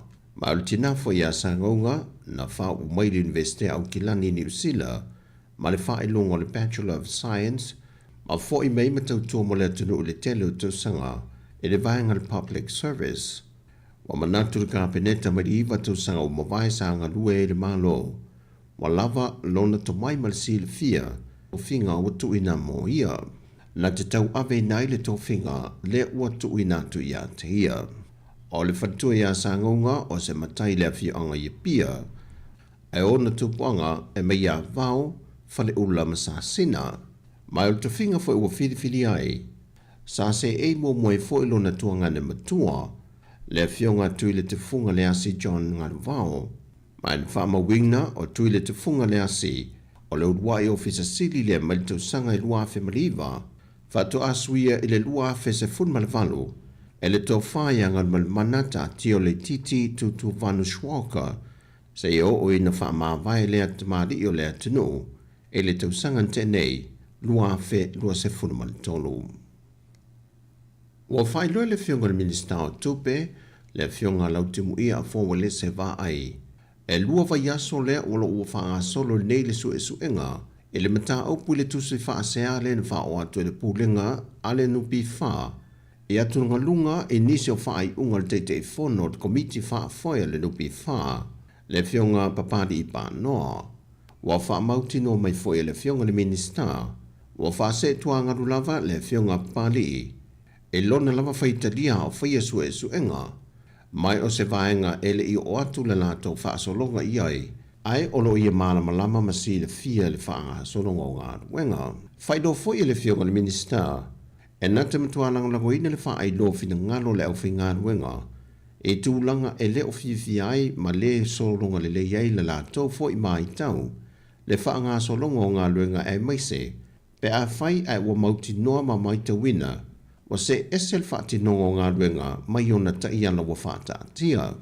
Pe o le sira fia o lo le li whaatunga lunga le pūlengo le nupi wha e le wha matu o ni se le ne whaitau miliona e lanta le le fitu se funu a na o le iwa masina na whaanga ioi e le wha matu i natu ia se le te tele o lo au fia i nisi o pisi nisi le antunu o se eka le sia ma se whaurulunga o se mtanga luenga le malo. Wa ieri fōwhanga le whionga le minister a whai ai mai e ane su e su engolo whanga solo ai whaamao nia le mulmuli ta io ta iala o le ai lui lolone fesuia inga. O le temi nei e le o mawhai lava o na tali mai le whionga papali i pānoa e le autu stala mō sona finangalo e whaatatau i le mata o pō. E au leina i laua tina matama i tai e au ai o nā mana ialo lātu leo i sao whainga i so se mea whaia le atu no. O le au tūle na whaama mawha le saunonga le whionga le tamai tai minister na tanga luengo tinama tamai tai le whionga muripola ana rosa ale molio. E le sauningo le whaatawa ina leo le sao tinama tamai tai te tono le atu no. Ona o lo lato vai aso whaapitole nei o lo whaatawa ina aila lato au nanga. Whai loe le whionga le minister o le tāu o tinama tamai tai wale ngata i te tono a inga ai o le wha moe moenga fwoi lei te tono e ka le sia. Mai au fwoi o na langono lo lātou sao ma lo lātou leo i upo whaia le atu no. Ma so se wha la pot putonga ma matanga ruenga o lo ngā lulue puno wa i eiti nā. Whai lo fwoi e mulpola o le ngā ruenga tina e whaisia o lona tāua mai mau popo iso o se mea i ona whaivano filima. O le fatu a toru masino le neitau sanga, ai wa toe o atu i le awha o le au whai o meli na whatu langa mo sa mo le neitau sanga atoa, le fōfoi ne le lua se funma le 5 medi o le a whelo tātu o tunu. Ai o le temile nei, wa o atu le se funma le tasi meli, wa taula ilo tātu wafu whaavao malo i matautu.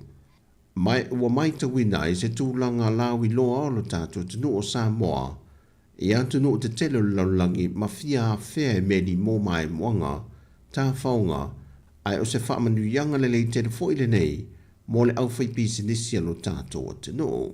Whai loe le pūlenga wafo Samoa, o nisi nei o ilanto o lo lātu whaipa anga. Le anga i to tele fōi ia le malo le tunu o leo lo mātou ngā lulue ai.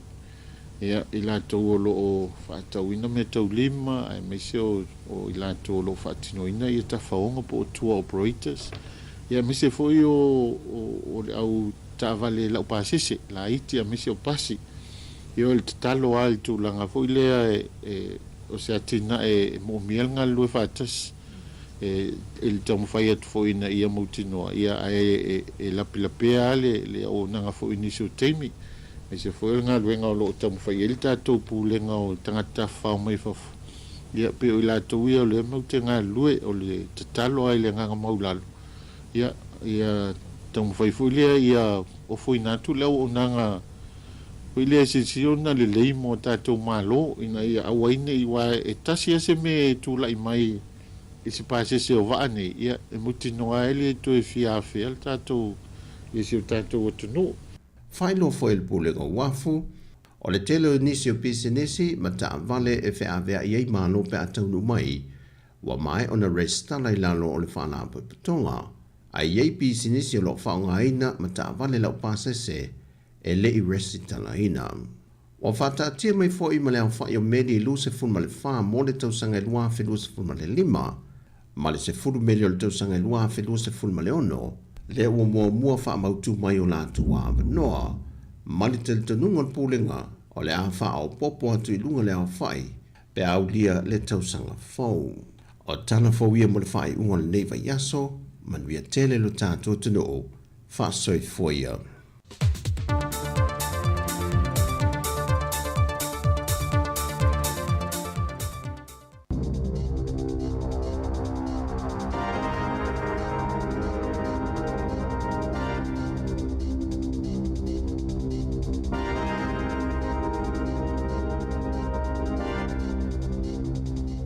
Tala falava o talafo mai le sifofonga le lau mua mo le ni tae ao le aso valu o mati, lua afe lua faa.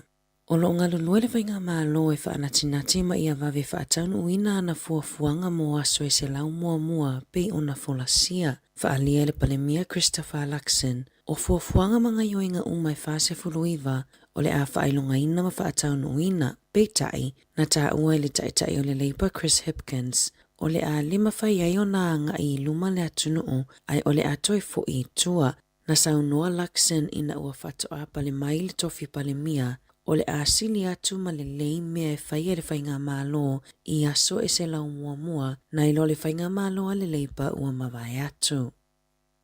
O le a whaaulu le malo se tu la fono e whaawhaingo fie ai i le au whai pisinisi mai whafo e inivesi ai i atina inga o le Build to Rent i New Zealand.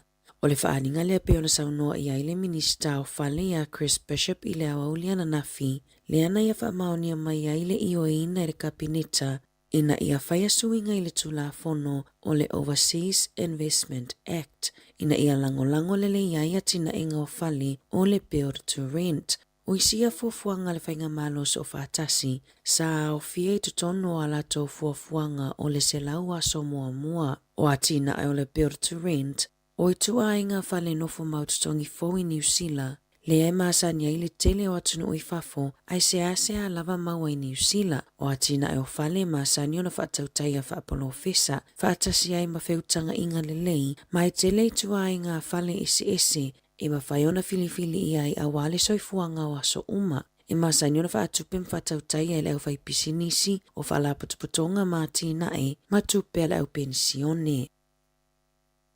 E iwas fulufapa mo penisini au kilani na leo ina leo i po le vai aso nei, i le mawai ai o le tele o ngā o inga i le ai. Na tā ua le leo sue ia Glenn Baldwin, e lima whaalawelawe na tula i mai tutono le ai, tanu mai le aso sā, e luani whaalawelawe matu ia na tutupu i Western Springs ma Green Bay, ma le talipe whale i Papatoetoe, Glen Eden ma Remuera. E mai Warkworth i mātū, e o atu i tua kauma Mersey le tu i sasae, ua avele wha mua leo pito i luma, e asi mamata i tua waile saonga le mō tangata whainga luenga i ia pa mu penisini ma pisinisi, e to o lima talawa wele wao le se fulu tolu ma le se fulu iwa tausanga le matutua, ua tau fie tu sa i mga oinga i pa mu penisini e se fulu, i aukilani saute ia te se mama Januari.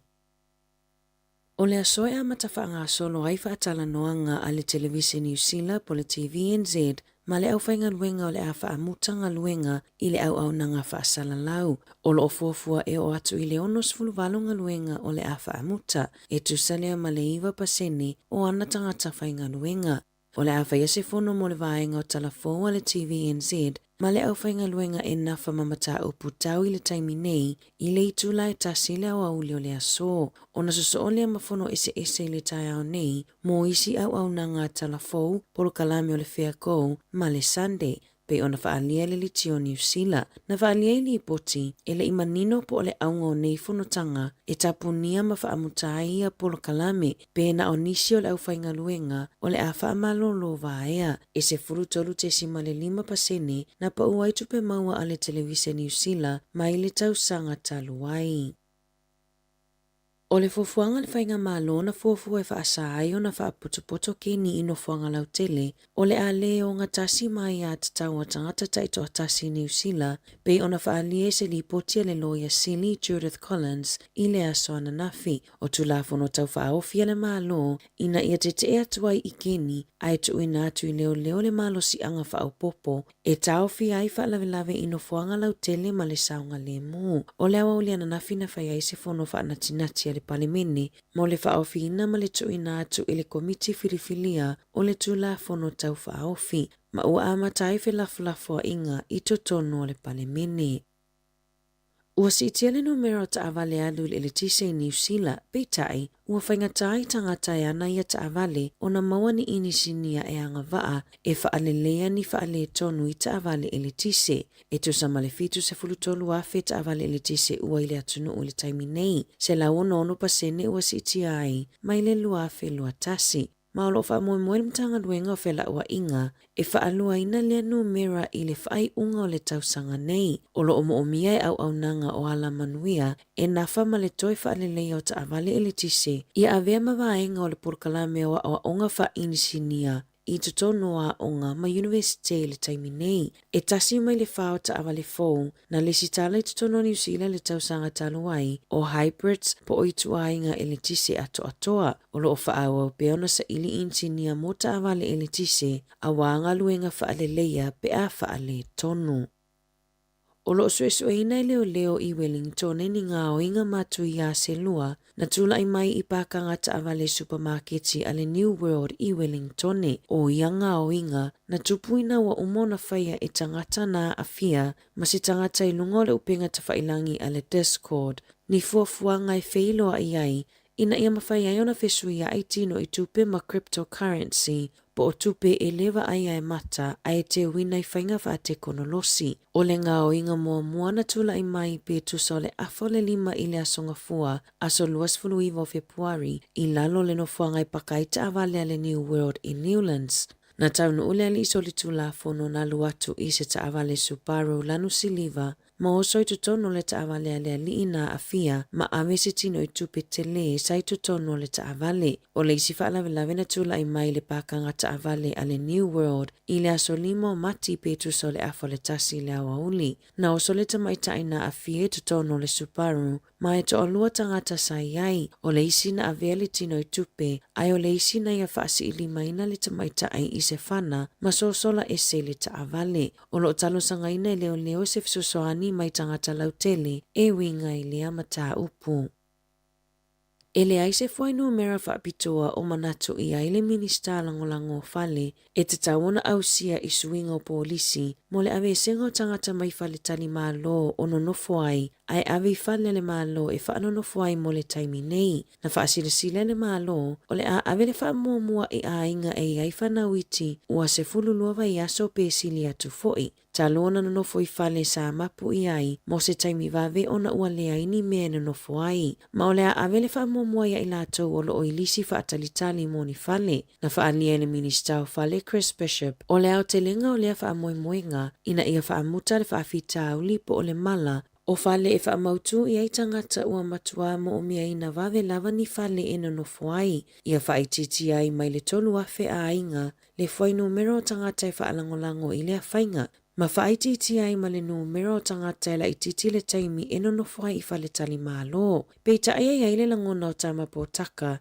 e le ole toi whau o nisi whale ia ua tā ua o Social House le tali, ai ia avele wha mua i a inga tala vau, ta maiti, a inga e valu se lau olo ono nofo i whale tani malo i le taimi nei, o na ua lea ini whale e no nofo ai, e lata i le tolu afe ta maiti olo o ia i le taimi nei, e lua se furuli maafe a inga olo o i le lisi wha tali mo Social Housing. Tala vau ia mai lisi ufofongo le lau mua mo le nei vaenga o le tae au.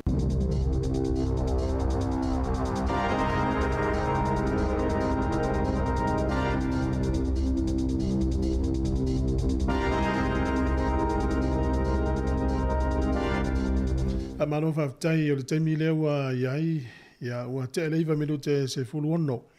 Mana te umano le pese lea o le whafonga mai lo le whasolonga o ta anonga le whaunga le vaiaso nei. Mese le ta anonga whai tau lia le Vale Blues, mana Hurricanes le aso atai au le fitu whai le ta anonga le Wellington. a whapewini au malo malanga mai Wellington. Ma nei fo i leo e mata le tālonga lea a tai au. I fo le tālonga se tātou au tālo whaile Moana Pasifika. Ana whai mai Wellington le tālonga lea e taimi nei wale mana i le tau e Paolo o e mawhanwhana. To e le taimi le fiafi le umi le fiafi se manu o te alu le malaya tai au. E ta alo lai nai Hamilton, tātou Hamilton, se vai ane tālonga se tātou au o le Moana Pasifika. Nei whai nai Hamilton e o e mata ai. Malango nei ta mai ti tano whai. Ia o le latu le disi o tālonga pēr umal tātou pese nei ia mai le Samoa Pearl of the Pacific. Tālo whalawa. Alofa tu folti nai a Naomi le whanongo mai vai tele nei taimi male ai ngā toa. Ia mahalo, maluia tele nei aso male tāpo inga. Lofa tu foi nei mtua tausi malawa iso o se vaenga o mafuta mai tono a inga, whale mai. Leile o le whale pui o le whale mai, matutono whale o lo tausi e o tau oka. Ia le matua le wadi soifua o tau. Na le paipola, ia ma le prea. Pau ana me lua e whatau au tau. O se upu i mei o tupe ma mea ai, sau o tau, whaamamao ese mea ma ia o tau. Pau i o le mea le to te mana o tu atu zava no ia o tau, whai tau tau tu spa ia, whai lau tau talo. Mahalo, mahalo tele. Ia la tātou pese.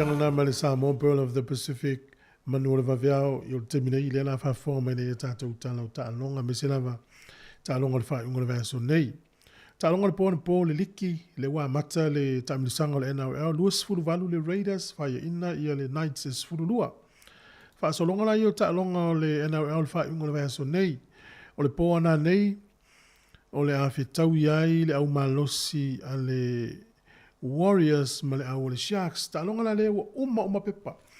Ole swinga le o mai tau i talonga liki. Pela ta longa po tu atumu o malai. Mo onga supalaka pi mai mau pe ana fa pela tu tumu fa pela tu ta longa. Tele ilo e mana i fo de tala le na wa mai ta winna te mina i de tele o le autala vo fi liki. Wali liu ese mai le uni. Tele lo pe ai sia. Ya ayo la ilo la to ta longa mana e fito ai tino tum wa sumo lesi ya ta ilo ya. O le pofa na ne sfulu la fitau ye le storm o le Panthers ta longa le fai Melbourne. O le Eels ma le Bulldogs o taia o le afol fitu i le fiafi, taimini usila taimia la watu. O le Titans ma le Dragons o le po taia o le afol iwa. O le Asosa o le Dolphins ma le Cowboys. Ia o le se fulu i le po le Asosa. Ia na toi amata fo ili le vaisa o le Stofi se o tuinto e laule o le tatou lisi. Supala kapi ta alonga le po na nei le ta amiru sanga tolu le ua iai. O le Moana Pasifika o le ata alo ma le Rebels ta alonga le whaia i nai Hamilton tato. Umai Hamilton se ia lofane o e tapo e ta alonga se tato o le Moana Pasifika te le swinga.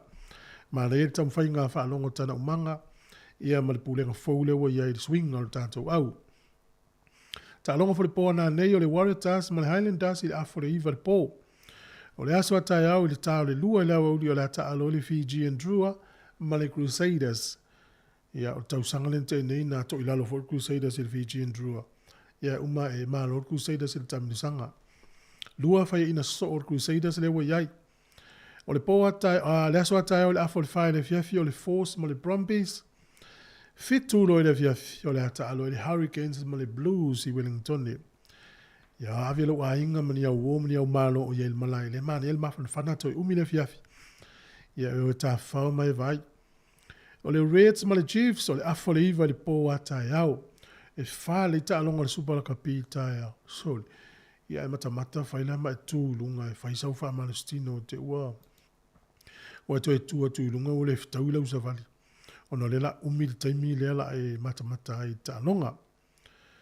Ia o le we yele lisi al tato au le Hurricanes le mo le taimi ala tuai.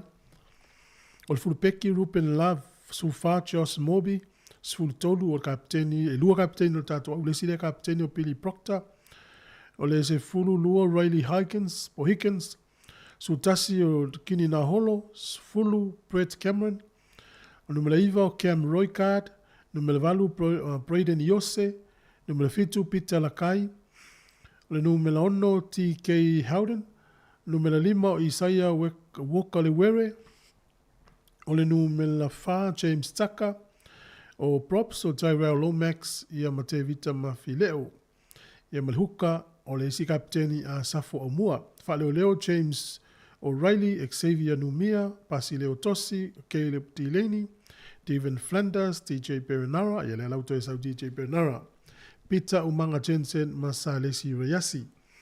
O le au le Blues, il talonga tae au, Fulpeki ia Sulima San Sullivan, Sfulfa Mark Telea, Sfultolu Rico Ioane, Sfululua Harry Plummer, Sfultasi AJ Lamb, Sefulu Stephen Perfetta, Afa Finlay Christie, Numelvalu Akira Ioane, Fitu Dalton Papali, o kapiteni lea, Leono Anton Signer, Lima Cameron Suafoa, Numelfa o Lachlan McWonnell, o props o Marcel Renata, ia ma Joshua Fusitua, ia malhuka o Kurt Eklund.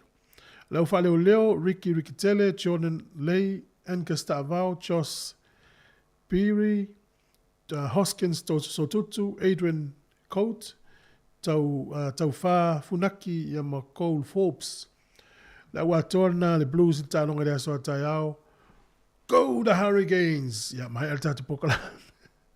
Hai al tatu proklame. Whaftai lava le tunu. Tāle tatu pese, le utapena mai proklame o tala la urunga le vai aso. Whaftai lava.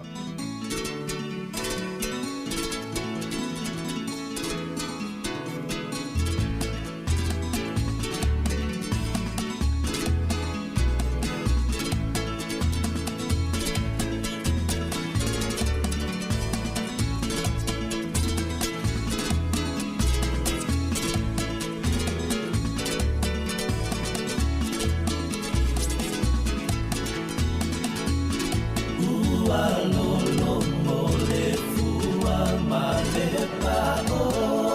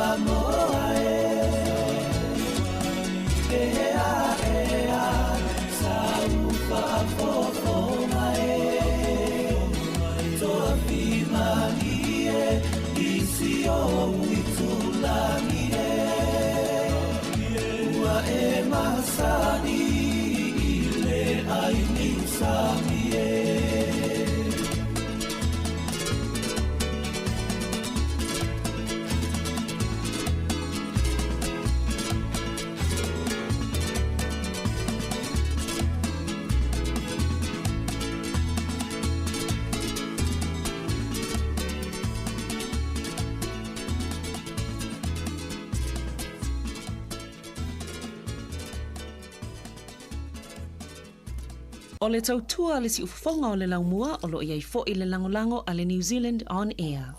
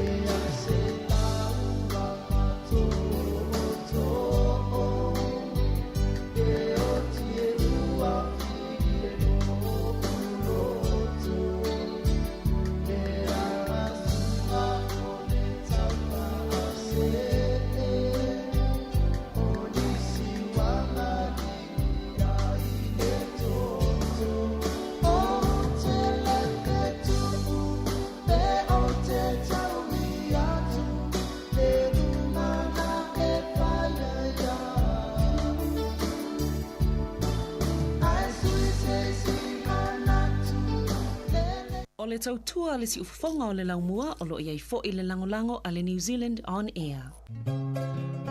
Moso o i sili sili le manongi, ta utino mai lo ta ofi, mausalino fa amaoni, tu mau pea se io o i le oti, ta la la,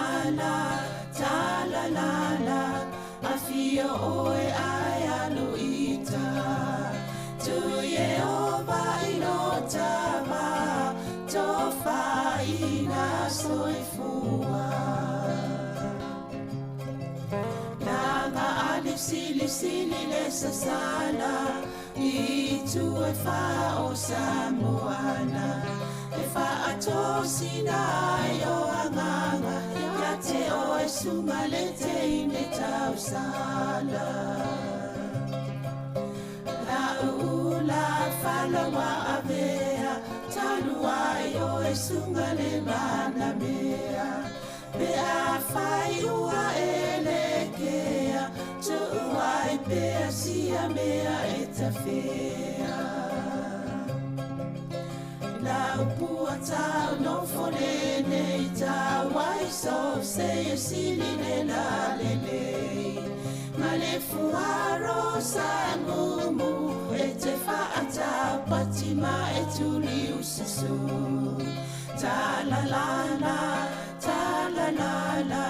a fio oe ai aluita, tu ye ova ilo tava, to faina soifua. Ta la la, a fio oe ai aluita, tu ye ova ilo tava, to faina soifua. Whatalo whātulu nei tae au i le mamalo lau whafonga po fia lavalo e mafuta mai ai po e whafonga mai fo i lunga tasi ono tesi man tasi whamo lunga i upenga ta whailangi o tato le itio i le Facebook, YouTube ma le app i a mātou te whaatalo whātulu nei tae au tala la walunga nei o le vaiaso pe o masani ai o safarai le te tasi tala noa toi ma le afionga le li pule a masanga te alu moresi whalau tele fo inisi o mta upuna la walunga nei vaiaso ia ai po a fo inisi vaenga o le au onanga le siufonga lau mua o lo ofia whaalau lo atu le malo lau whaafonga. Ia talofa malo soifo lau fionga msa. Talofa fo ia Savelina, talofa atu le pa ima ulungo le tatu o whaafonga siufonga lau mua. Malo lava le soifo mauma langi maa. Ia, malo lava. Tele fo le pisi nei vai aso. Ia, o te loi fo isi whaatalanoanga nei so o mai i se taina leita e au. Msa. Si ta mata tu va so ne nem ta kui ta walen fatal ta no to le o le interview manai alo fo yo le tunu o lo nga lu e ile a on le mana college nei Porua ia male Porua College nga luenga tau fai ina ia a tawana u ya te miti o mai le onga simta o ku ta hoteli ia mato nei official tatu si fongo la mua wai fata wol tato trustee ye pole ta yala le o nga luenga si fongo la mua a onga me fo ina to te fa fonga mai te lental no atu university le amatanga mo le tio se ita to pokala me onga mata e amatam fai ina ia a fa malo si au foi ainga ia ave alum fa na le onga ia mal fi au foi na mo le to nei te mi a onga i matua e tau tona fa pede i ave lo walo ia atu no mfana twai ai ia o le onga o te nonga la o Moses Skipworth le e o yesa mo Porua College a onga Porua College ala unga lue ne intam fai o ia lue tartano ia lum fa na ile o tu le onga ia ma ainga fo i matua ina ia watuta miti le onga ia ma tamaita i Ramona Silva o ia o lo ngalua le mana college ia sa onga i fo le mana college ia la o fala ne nga luenga na so ia ina ia tamu fai watu ia tama matene ia le o tu le onga ia fa malo losi e tulanga ia wala tulumana ia malumana ia ainga ole manela tandonga le no fasili le ia Pea la pea o le teime wala awa toi a inga ma tamu whai e whaatu langa si teime o le fono. Ia ai tali stasi e o isi ai fiwa e vidividi e le isi tali mai. Ia a tonu o le vaenga le ngā lue whaatasi e tātou o lo o a tonu a ini me o lo o a whaina e fo si a inga. Ia a longo pe iai a tonu e si awala mwhai anu so swani. A whapea fo e na o miesi fo swani tūlanga ia. Ai vi isi si fita no iai. Ia vidi mai le ofisa tātou si ufongo la mua a tonu mwhai fo inu. Whaasoa me fitu nai. Ina ia mausi fo swani i mwhamalu si awa yalu mwhanau. O le taima le tumaita i o tusa, hana tusa. Ia o ia nā le ma le ofisa o aonga. Sa tau talanoa i o onga o whatu o tūla whono fo ia pa te ua whaiwhai a aile a vealta me te ua na a apa mai le. Nea fo le tūla whono i wai i ele whaasalanga o mātua pa le a vealum whanau le aonga. A tato whalongolongo ni le whainga malo le wai nei. O lo matua i whaama mawha le whaata o a tūla whono umo iai. I whaatau nu. Lona wingala. Tato mata i tūlanga le te ua fia i sesi steimi mua. Ia o le si vaenga no o iele an nafisa mulmuliane le afosfulua mato whonola ia male sui Pulisilio Porua College. Ia male pule o le Glenview College, Primary School. Tala noa wa la ua le o lo ta iulu e le polo keti le whaatupe whainga o le tanga luenga wa onga. Ia whaititi ai le vaenga le o le non-attendance pota meiti le o mai le onga. Ia no fasili la ia le mistasi o pule tōlua. Pea mai lana wa ai le tūlanga lea talu mai na whaia onga. Mai e sulu hono e tausanga whaia onga. Mai le o ia se suinga o lo wha le tonu al vaenga le fiwa e tamu whaie. O la laiva wa ila tō nisi o awala me whaie. Ai stei mo la umato tanua. Na interview atu le i o pule i o a onga i le tato le tio nei. Ia mataltala noa fo i mana ia fo i ai whaasoa mai le atu nuu stei mi mo se Paul Kalame. I awala e wha malu si awi fo i nei ainga ia e wha vai ave alum whanau le aonga. Ia wala baluma na i o tamaiti tāua tele mea nā mole mo na i alum whanau. Mana ia mato whono nā mataltala noa leima vai fo i mea lo o ngāti ai la tō ma le whaingol pulo keti. Ia mawawai nisi awala ese tau mwhai e. Le lau o mana tala noa i so se aso ai me ese whi au fo le tau e tau na moli fo i ainga. Whaatūlanga mai ni whisirina, mai le e tala noa toa le au whainga alwenga le tai au. Taimi nei o lo o watu ai whi au tāua mo le soifua maloloina. Tūlanga o wata tele. Mai si vaenga nei paanga tātou ma vaenga le malo. Ia ai mane e fo le wha malo si au toa i mal tūlanga o aonga. Ina ia una ia alum whanau e ia fo ia awai a onga ia so taitasi. O le tai o nei e il se fultasi e mo elewa noa taltanoa toi male tun mafono kina a kui taltanoa fo i nisi o Paul Kalame le i vaenga le male seri palangi no ia swafa ia Tim Castle. Taltanoa toi le vaenga le ta o le Integrity Transition Program. O se vahinga ina ia fo i sefe ma fea le whainga o tātou alum whanau tūlanga o tau tālonga. Tō teli o tātou lo o iei alum whanau la kapi o netball o haas tālonga ise ise. Ma le fo i lale vahinga le una ia i o le se tamu whainga na whaimai lalo le whainga malo le leipa. A lo wha wau pe le whainga malo le nei. Lo ingele i la vea le lisi fo leo me ie taunto i sui le malo. O lea la e wha wau wha tanonga mta apuina i wha mamlama tu sfutasi. Ia o lo iei fo se fono o lo tamu whai ia i mo le aso atai au. I le aso iwa leo mati. Ai whai le PIC holi nei Porua. Mane o le se fulu e o tu sfulu le fono lea. Ia peia lai o ia tangata lau umana ave ia. Ia fo ia invitation. E awai ai se i wha manino atu e tunu fono le sfutasi.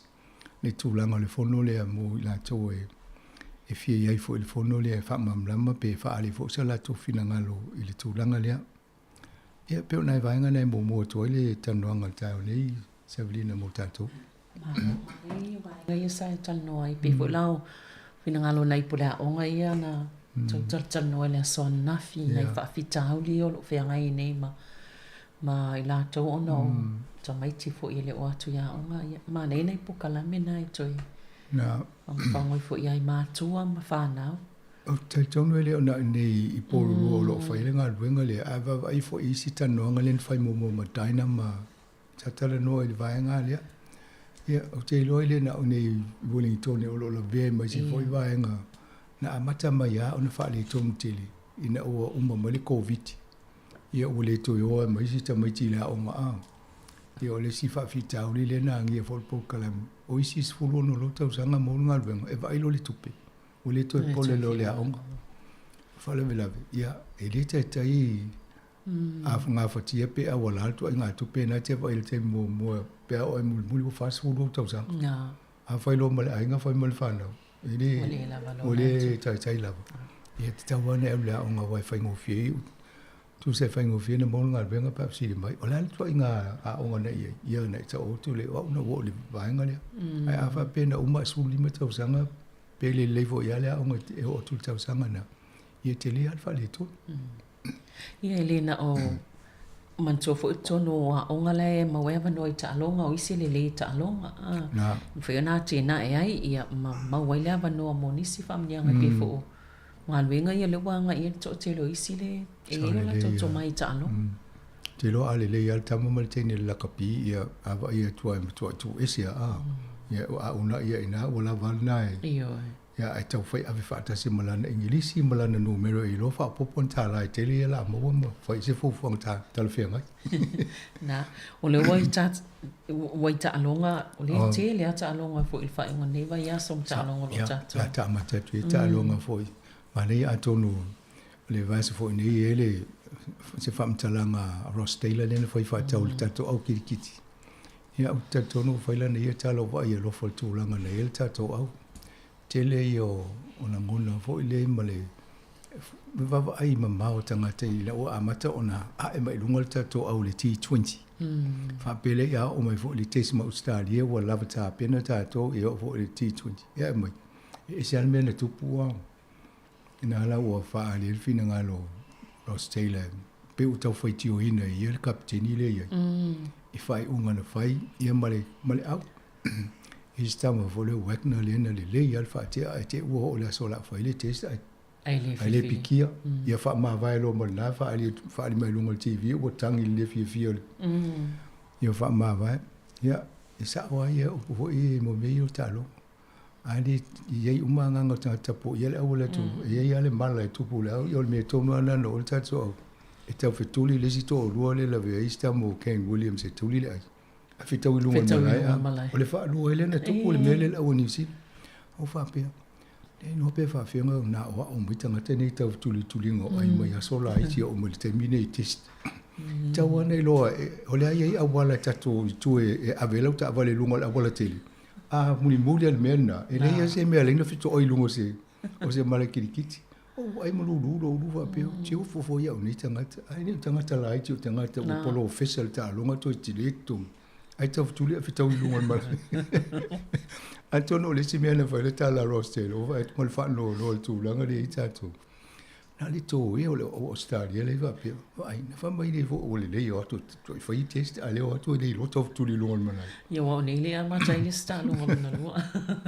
le pe ale tu ja to fa le fi picking o vo le au polos ai le piki ele si te fa to le slow polar New Zealand ia ale na sa le tamale te fa pena Australia pe ono e ana pe o le mena le to vai nei fa tu langa le au ia talusia ia si malo se tau umale vesiole o ai to nga tulanga ia a to fa inolo ia fio to va mentanga te muli atu ala to le fo nis pe fa penale mai mo tanga te New Zealand e to tele apa malo ai fa inolo ia le to ia lo se to tula i mai sa ole le ia o le nga sai le o me o ta longa felete le wala le ia New Zealand a tu no o muli fo nis o malo le tu no lungo TV ia to sport mena ma e New Zealand pe o ai malo mai ta longa ese fai ole o winter sports le fai ai sa mo automatic light i la lo mai le luz full tau sanga le malo i ta longa na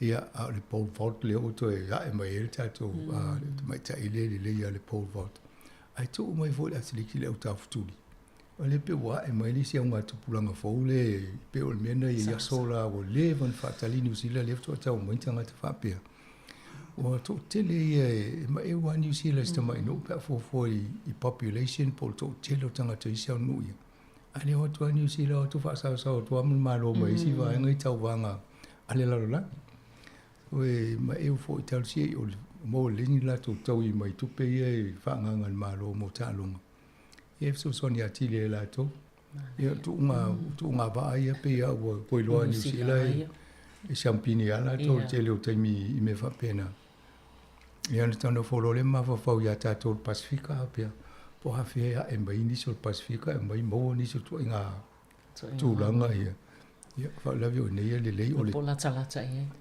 o le leo ne la o fa tu penga e mo ia le o le tele pe fo sia tu o le tu pe fa ia e le ma me o malai ta alo fa le ta alo fo ita pe nei tangata ia tato ia pe de tele tu langa na me fo ina e fa ita ina si ai manerva va e tu le e wa si fa mo fia la fa to mo fa le la mo ne ele fa le au te lo fa fo la le ulu po le ni fa ia ia ma le fuso ma le vo sa unia to va tia Joseph Pakale la sa uni le sen fuso anga la tama io e ma ia o tato to fitu o ai to fitu ta lo va pe ia wa ngata ta to le ono e pe o le studio to longo le ia taimi te o se vo ia ta to semi-final ia pe o sa wa ta to tong fa ia in au se le quarter final ai ele top 10 no ngai le ia ia mai se me o va tu fa ngata au wa le ona o se fulu lua au ia ia wa le fa ngo fi fo i au ia lo ta alo ma tu ta va sa ia ta to ma vai pe a to no la e mi si di la e angi ia le fo a sa mo i ta lo ngai pe o i la ka pi ma so anga ma na mai lua tanga polo ma teisa oi ole astona intene antonu mane follow city ile academy ole va ai ile tulanga wo ia ina fo tam fai alum fana o teisa ole sfulu lima tausanga na ye tono le academy ma le ono on tausanga ale sfulu lima ne tausanga o tele ina ma loi tau wanga fo imo open so stanga te tai po alma tu o tanga ta po al po officer tanga ta po la en faina e alu e pe atalia o ilo fo ile lo e lo stala le tu inat e o tele ala na ma loi tau wanga wala o member po ye ile au Shandon ne foi kulenina e tele ala na ma lo fo i temini e fo i si fa na wa fo ya alo Brenda ma Joe ia e telefone ma lo fo ina te ni tina i stemino tala no le e pe fa ma to sa o vali malai so va ai de tulanga le la talong a lo fo ma tanga ma teisa no fa ya teisa le amtang wala o scratch o le se handicap tu sa la fita wi to no le sila fia teisa o tanga o le tulanga le la ta ma le fa yo tai o mal malai o malai la shende e fix the food e ringa tau na umal fit se fulo ta umari o pu umai e pa 3 o le pa 4 pa 5 tulanga na ia ma tau fa tu le ia te se lam tang tau fa i sau minus e o tu le minus 5 mai vai ni la professional e te le umai o minus something ai umai minus tasile 1 year tantis ai mai e plus 40 ia loinga e fit se fulu fa popo mala su fa le o valu fa la ta o ia la o no ifa o fa do etes a mai la ta sina fa popo mala su fa le mo le su lima loinga la fa ina ta sanga le o pito ya o le mela atonu fo wanga wa le e de lomba le fa singa fo ia le academy lus ful mon tu te mai tila e ni ton o le va ai le e ton fa ye o le ane me fai pe a le leil mai titi a le o su fit tau sanga. I o tamu fai e va ai po lase a wale me fai o no o fa tino le miti o tama ma le teine le ye. Sa ma tu tal nola ma tu o taisa ma taisa. Po fie tonu ala ye le la tau ma fau mo le anga i lu mo ta longa taisa. Ai fi o taisa fi ta alo professional. E o la lau fa sa fai ma to por kale me umun ma to fonu ma le a onga taisa a nafi i ne fiafi le faa. Talta noi po le avo se lango la to fa tau ya teisa. Wa o tu le onga teisa. Ile o la ve ile golf ile to sports. Ai tauna ave tono lato plisile ave le Wellington Sports o ta longa ia le aonga nei. Tu se male sports. Ia man tuala o te selena malo i le kolisi, ta longa kolisi i le whailonga. Tu se le ngole aonga lea. Au tanga te mato fono na fe le lo o te ile watu le CV a te se le aonga. Mai le lua fe sfulu ono yo mai le lua fe lu sulfa. E fa se fulu fitu ona malo i tau wanga nei. Ai le lo le aonga. Oisa. O fatu. Ule no po l'alto mele fa io le si le scratch le di che po le tene le anai le lo to wa te lo an se pala ngi po ai vo le vana ia na lo te la va nga nan ma to la fa la to nga lu e tau fa la to ina ia fa u ma me so ni wai te me fa mo me o ta mi sanga o po yo e fa te me o nga la fa ni na tutorials pa o ma le nga ina ia so ni tu ma fa le pela on atonu fo ya ngai fa fonga mai le tunu ia o tam fa ia to no fa na i motalonga tala no fo ya onga pula onga ina ia fa pe mala tonga luenga so ni ia me onga tam le ting yo va ngala na ta ia mata no nga na fi i lo la to te mio la va ai la to sports coordinator la tala no ia tu si la le ngo te se ta longa uma fa le kof e ma fai e por kalame ina ia fai mo meu o tutorial foi fa pito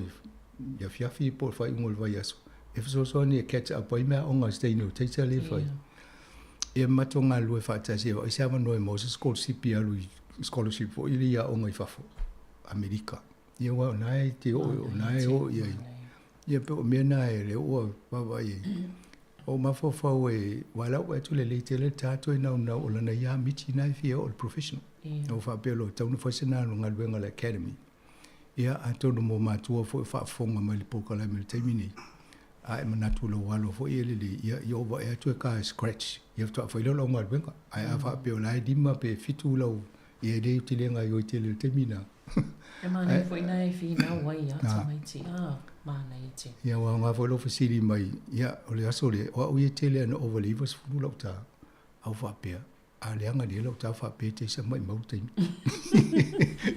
no tau fa ia to ale mala ki to ia mo lo ta le aso le ma nei fo ia Alo alo mo stanga te le ta le fio lo vo lo ta lo mo ngate le anga ta ia na ti di la ia lo ta Wai vai ngai ma sen to fa ta si te tsano wi ia na ta no pisini si pe o mo stanga te na le se polite le me la fa malo ia tsal si ia malo la vai tsam fa ngai ana ia lo fa na wa a si ta to to no lo ia fo italeni ia e pe o le sole a to il se lau wa so a o le fa nga malo ma ne ia tsam fa le malo pe ia le wa mo na tik o ma o mo na va se mo ia va ngai o fa tino ina o mo le pale male malo le tata le no fa su lu la to ma va ngai ina fa tu langa mai e fa isinga venga o le tele ala o simia o le toe ave ese o tu la fone o pasi pe o le fair pay agreement le simia na ye nai e ma o tia i ma le tele o si fuanga le malo le o mbai atu o mai lo la to ese e ma le fo le Maori Authority Health Authority le na fai o mo fo ina ese o le visi ya e ma na isi la me le fa ese tele yo swinga le bo ia mane fo i va ia tu i disi me fo le wa me se o stata la ai pe o tu lang o le swing o le fainga o le pasi anga o nga venga te tele le malo pe o le mena ia i tele ina fa la vela vetu la fono a le RMA o mo me fo i o climate change to inga me a fiele tato paneta ma se manga ia le utau fa ia la to si wala ina ia va vei ona kolosi ia fa la vela ia me na pana ia fa tino ngal wenga atono se tulanga le la wa ai tawana fai mo le mauti no ai sa ole fo fanga le fo i te uto pole muli o te le tupe aluma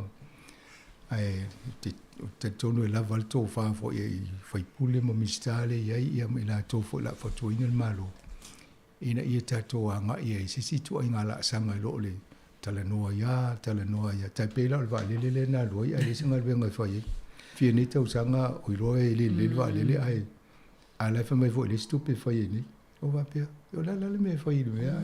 Te lo na ja la fu si tu pe fai lo si ele fa pe ele fio ia tau no fio e lo pe no se ni se avo se fe nga ma si se no mo na se piliona ia mai lo tong il va le. Pe o me fa pe na ia la e la va fu to fa ia la to e fu inga lu nga te tele ta to a te si ia io stu langa le lik awai io vai tu stam ta po pe mo le festa como le titi ta no le tu langa le tv en se ti ma mo tu langa le media pa me o vai nga ia fa na tina ti pe o sikaliti ai tu la fono ai ma le soi fo maloloina pe vai nga na le nam to fina wa tangata ia le mo tu no se la wa so le no pa to penga no a foi o si temia pe na le fatau no o le melen tato mi sai lo le male tu no le wa o mena o le vivesi nei mai si ia o si ia nang lo ina malo o si fo into le italia o si mata o pule e pa le o si kaliti mena o ina si tangata o te lo la na lang longo nga patia to le fi wa e mali di va ve tangata ia la e pe fa le ano il te video live itala e mo mai ai le va il so fo malo lo ino tangata na ya ne se fai sina malo long po na to fa wa le fa tai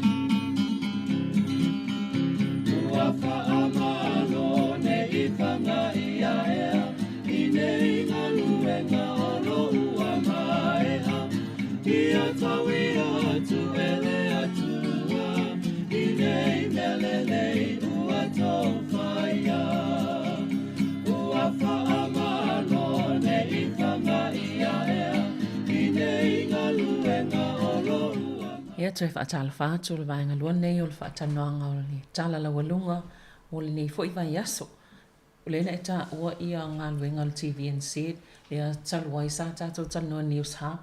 Yes. Tolu se lau ngaluenga o le awhaina ia le ua tatou whaanongo nei vai aso le whainonga o le o fo ia inisi o tanoanga le TVNZ la to la o whaasala lau. Atonu se tūranga polisi vai taule le fo le whafonga anga. Ia misi nai tangata ia le pa tindu tunu e le mata apuni. Ia mon rato ainga. Awai afa peo tangata ne o le la vai mai ngaluenga pele ale toi fo se ngaluenga. Besu i fo ngaluenga. Besu i fo matutongi. Ia pele ai fo sitongi. Te le il fa fitau li la. Na o iai. Ai misi ana ia inga leo lai tele ia me tau tupe lai fa tino po o whaingo mo kesi a jala fu fa pena. I pen fa tau fo se ta avale fo le alu le tisi. Ana tau tongtong. Ia te auto fa fo ta avale ia fa pe man next door. O po la no tupu ta avale si a inga la.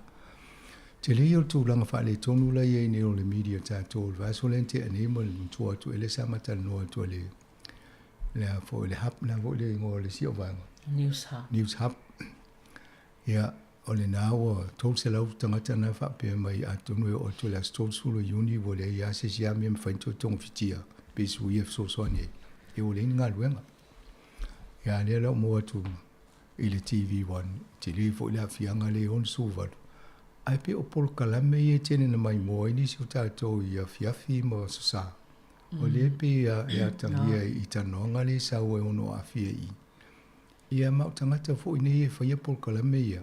O tangata o lau loa le i whaasala lau, po le au tu stala, ia male. Lea la atonu o le tūranga leo lo a fia ia media se lau langi. Ona ua sui le teknolosi le whaatino. A tato ai tato le tio a, momoa na le ala leo a e mo mi e whaasala lau ai, a le ai wale sisi. Ia olo le lua fesfulono. Ia o wa ia tu. O sui le ala leo leo tato whasa lau le tasi ono te si maltasi. Ai le mwhainto e mo mai tanga te whawha ato le li o nei e tato mai apahat o nei mana ma Wellingtoni. Ia na whai lo sisi awala le na whai lo le tato Samoa Capital Radio app tu lau smartphone lau telefoni. Ia na whanangolongo mai le i le tato whasa lau. O le mela na mo le mena te ia o le na o tanga te whawha ato Wellingtoni i te tonu lava a te rone. Ai mo mai tanga te whawha atu o si vai ngol ke lope. Ia leo tato mun mawina i lunga le media, ia o le koko, le vo tato ia i lunga le koko le taimi nei, ia ma le Facebook. Ia o leo ua whao i sito ngā teknolosi ia le tūlanga lea. To e whao i ma news a tangata ia le whai le TV1 ma newspaper. Ai whaasau lunga le koko ma ia o le e lola ni tupe te tongi e tangata wan me tongua le o tupa ne whalawelawe. O le lava le tupe sa masani na maua i whaasala launga i e whaatau tangata ama whawhawho tūlanga nei aso mwai. Te leo mo meo ads o mailunga o TV o ta avale o fale o toa inga mea o lo ese e whaasau lunga o TV. Ia o ni, te reto e alu i mea nana e alua tale ngō o le mele te whiwha whaataua a sau umai o i a vaenga o me ese lai whaataua. O le suinga nā lea la wā whainga e nāna ta umai la tō o le swing o le teknolosi ma le afo i wa palasi o le tupe maua mai whaasala launga advertising sa marsaina maua. Nea la ule se tupe tongi tangata. Me la na le oto e fitu na i nei, po la le tūlanga la i ei. Pe ta au finisio Paul Kalame, ia pe sui pe whaiti tia tongi la whai ngā ruenga, ia pe vae tangata whai ngā ruenga at toi nei tangata. O le meo te atai i whai ngā lauri ia. E maari e te e tala noa la whai ngā ruenga po ame whai a. No whapea, sa tau no ofisiri la tu nua, o tātou le mai moe Paul Kalame, o tātou me whai, o a Paul Kalame tō te mana o tu. Na tau o tu le na whai la tu fofuanga a. A le la no whala tō, fofua la tō tō, luma tipi mai, a la whawhea la tangata ie. Wa Paul Kalame ena vai atu pe whai nai, Paul Kalame le Sunday, o le whea kou. A Paul Kalame mana nei e te te pia matamata i wai, tele mea o ngāle sa. Mena ano e, whase la tō review pe o tātou. A tō ne whaari atu whina ngā role tō mai au le whaia Paul Kalame a ngā mo mātou. Ia le la whaile tōnua pe, ia le langa o tupe aru ia, li nei. A wa pe o, a whase mea pe na ai lo Paul Kalame na tāwhi. Tā o i lo le vai po le alfa tupenga, pe wha na wha i tia pa pe o tamuta te. Sui wha pe na. Ia, ano pe te ua, sau se su e mai senga luenga. Well, a te o tatua mai se si le lei fo le mai whai tato journalist na le no for palimene ma interview ele au whai pule ia ma te di poti mo tato. Ai si tala no New Zealand e hape. Me ma whaina ma se si vai ngā to employee se si o nai tangate e mai whai ngā luenga. E no ale la to wa te leo si wha mtalanga i mo tato wha Britania ai wha liwa tato. Ole. Mane si tatu tata novo ye. Malo. Ia. Ona ole e so mai I pe po fa matalanga I talno ni tai au. Si va ia tu fo I whainga palo ta ale United States of America. E wa ona se whainga palo ta tele e tuli matai fo I tangata o lalangin tu langa iai. Ia le o asa ilingo o sui fo ia mai tu o fa te mokalasi ma le Republicans. Ia le pe wa tangia me ato I lua ia tau futuli a mo taimine. E ta o le to o le Super Tuesday ia Super Tuesday na fai. Ia o le loas o le aso lua mawa e po le. Ai pe o na le fa i filinga party po ai tanga te numero tasi te ia la to ia la wa ia to ai wa tangia mai a o Donald Trump. Le to le Republican ia pe o Biden ala le Democrats. Ia ma die vo ile ia Amerika Samoa la to mo la to filinga Ia pe o le fai ina mai Biden I le vaenga le ale te mokalasi a tau va ia la to to. Ia. Me siri Maria no fa ngol te le news up here. Ia o stangata e televota ngata na va I fo le ata na falo. Al me siri o la to tau va ia Democrats. Ele o tau va a fa pe malo mai o stangata mo Trump o te le ala la fa ino la to ina. Ia ai dilo e o le me vo e Maria e salta to va ia tu Donald Trump. Ai selva ia to tele fo 4 miliona tangata Amerika ia Donald Trump.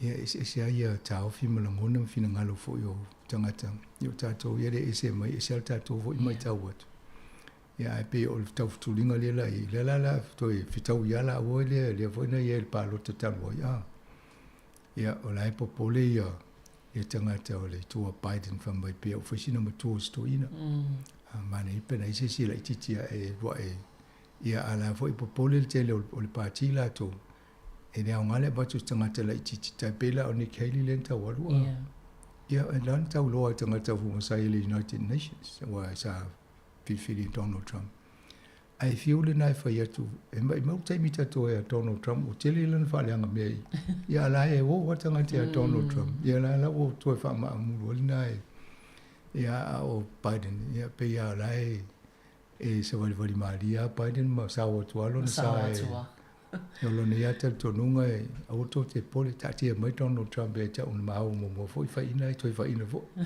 Isi tato vai po veo ye. Na ia sa sina fa nga palo stereo la e fo ni tau sanga. Ai au ta ye pe I vai nga le.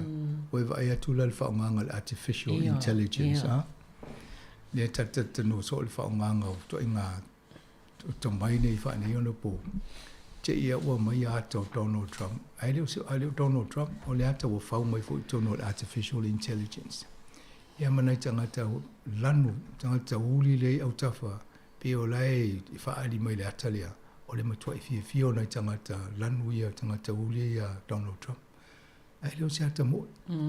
O ata whau mai tono o mei o le artificial intelligence. Ia o la lai tau mwhai. Eva ai pe fa fiena e lo wa amata tangata fo le eva pe o ma ni o tel va tu la ni le ya lango le au ai de lo se me mo o to inga tala tau fa se le o filo mia ni ta si o mbanga lo lang I te wana tato no fouta e mo tala mi se foi ma to ni so se tala sa o ma te so e pe se media po se si va nga e sa fatas ia matu su e la ia pe moni te ua mau se tala e watu. E wha pena ia o ni, ia tele o le social media, a wha pena o ena o le pawal me te mawa i le aso o le Facebook, a sawa le ata mai tali tonu ala o Facebook ki te o isi mea.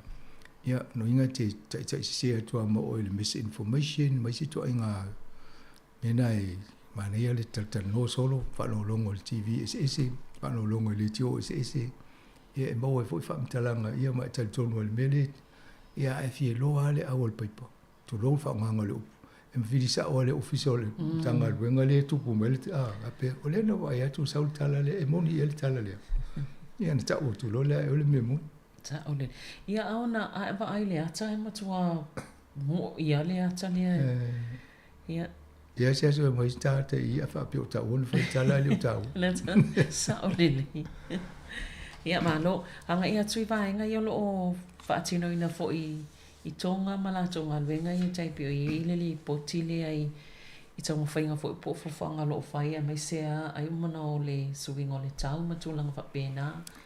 Mana ia whanga fo tonga whai ea fo I awala I tauna wia whalele ia tilia ia pūlenga malo ma whainga ila le vaenga le ta o le Copenhagen consensus. Think tank o le pe o le fala tonga le o la to e o fasusu enga I vaenga se o la langi ma avela to fautuanga I malo o fatasi e po la to foi fatu pea ni au nanga po ni a foi so ni ave malo I le landa la to na foi susu enga I ya tonga ia ma mai la to fautuanga o me tauntanga I fa mo I polo kete fai ina ia fa le le atunu o tonga An me mari o fai tau tu me ia le ai ma se me o tu si ai pe fa fiona na tonga fiti mo mo lai tala fo tonga lai ia saina. Awai wa pe a mai so ni tau no mai fo so ni vai po la ia date te pe o tanga tele unga li le la o fa tau se fa le mo ma fa le bank. Ya mai le talo do tu pe. Ya na va tu lo ki le credit card wa pe fa mo mo se tanga luenga lo credit card na fa fa tata no le se lo tala. Ya a pe o me le pe Tatiel mena ayol menatu na tanga. Tatiel la to tupena itala fia saina fotelia la to ton fiti. Ai va ai me ye fa molanga iluma. Ya mai lo mal manatu le na ia fa aldia. Tele ala me ye na ia digitize. Ya leo amatan tala no e fa nga technology fa ne ono po fa u mai to nga lo pe ta to temine. Tele kom kalati. Uli to la fo mali pepa fo le meli tango fa tau. Saini E sa wale kong kalate tape o tato fo nei kong kalate le fa tu pe tato e malo official malo. E le to la fo ma se pe se media sa wale lungal imidi. Ia ai umana ye mo me o access code fo po le meti tangu saini to am fa ena alo te fa tau. Ia na fa umalo fi tanga te saini fo ia na e te le to saini se pe ni vo le pe ma saini. E saini ia lungal ia le awala fa ia lungo menga I documents. Le upu fanga. Ia ona seni le to fa fo. Ia seni le la to pasi mai, tasial mele mo ole kopilo mo mana foi. Ai te I se pepo la fo mai. Se lo ngala wa mna to e o lo mi sa kopi. Ia no e foi tau lo le pepo. Ai fa ia ne to uma e foi tau lo mobile phone. E foi tau lo ngala laptop o lo computer. To inga wala la na le wo so ni foi la to malo saina o yo to o tonga. Fo to ina ai le va ngana. O le leo le mele o le digitizing o tenda. Amisia meo tau fonga pisinisi a. E la e whainga track ma monitor. E le mwhaina e whapea. Le leo le mea na o watua.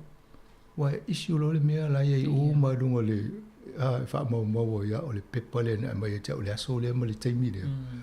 E wa isi taimi la e nei pe whanau fo I fono e tala noa pea. E le e esi almen mato tala noa e esi al pepa nana mai.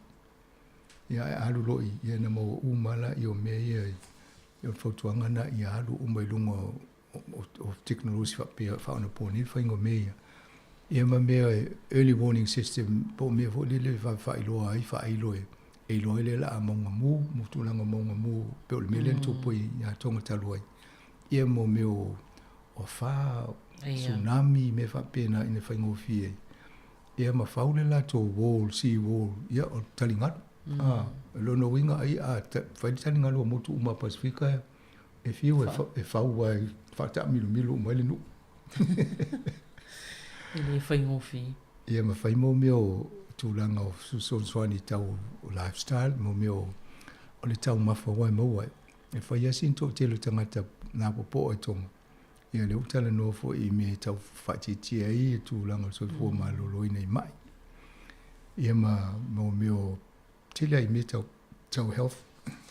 O fitawi ona fo ila la vitala msanga wa pe ona filen sa le sili poti o le tolanga o fa mai pe mai ia o tonga ma America sa mo le tupa tina matama ita ile pito sili ona mamafa tino ma puputanga ele se tulo obese ma le overweight na atonu ne tonu wai tu tolu vai ngole a fo le na to malienga le fai ina ia vai ngai mo le soi ma lo luina ya mai si vai ngai ia fa ngai technology fa ne ona poi fa yel te lo si ngai wenga ina ia va ve ona so ta I mai si atunu o la rangi o le wo ngai umulum atonu mo ta to Pacifica yo fo ta to le tio le amak tamba ta to ngai lunga fa ngai ia technology fa peni wana ta to tuai vai ta punu le tio wa ta pe o mele tu pune ia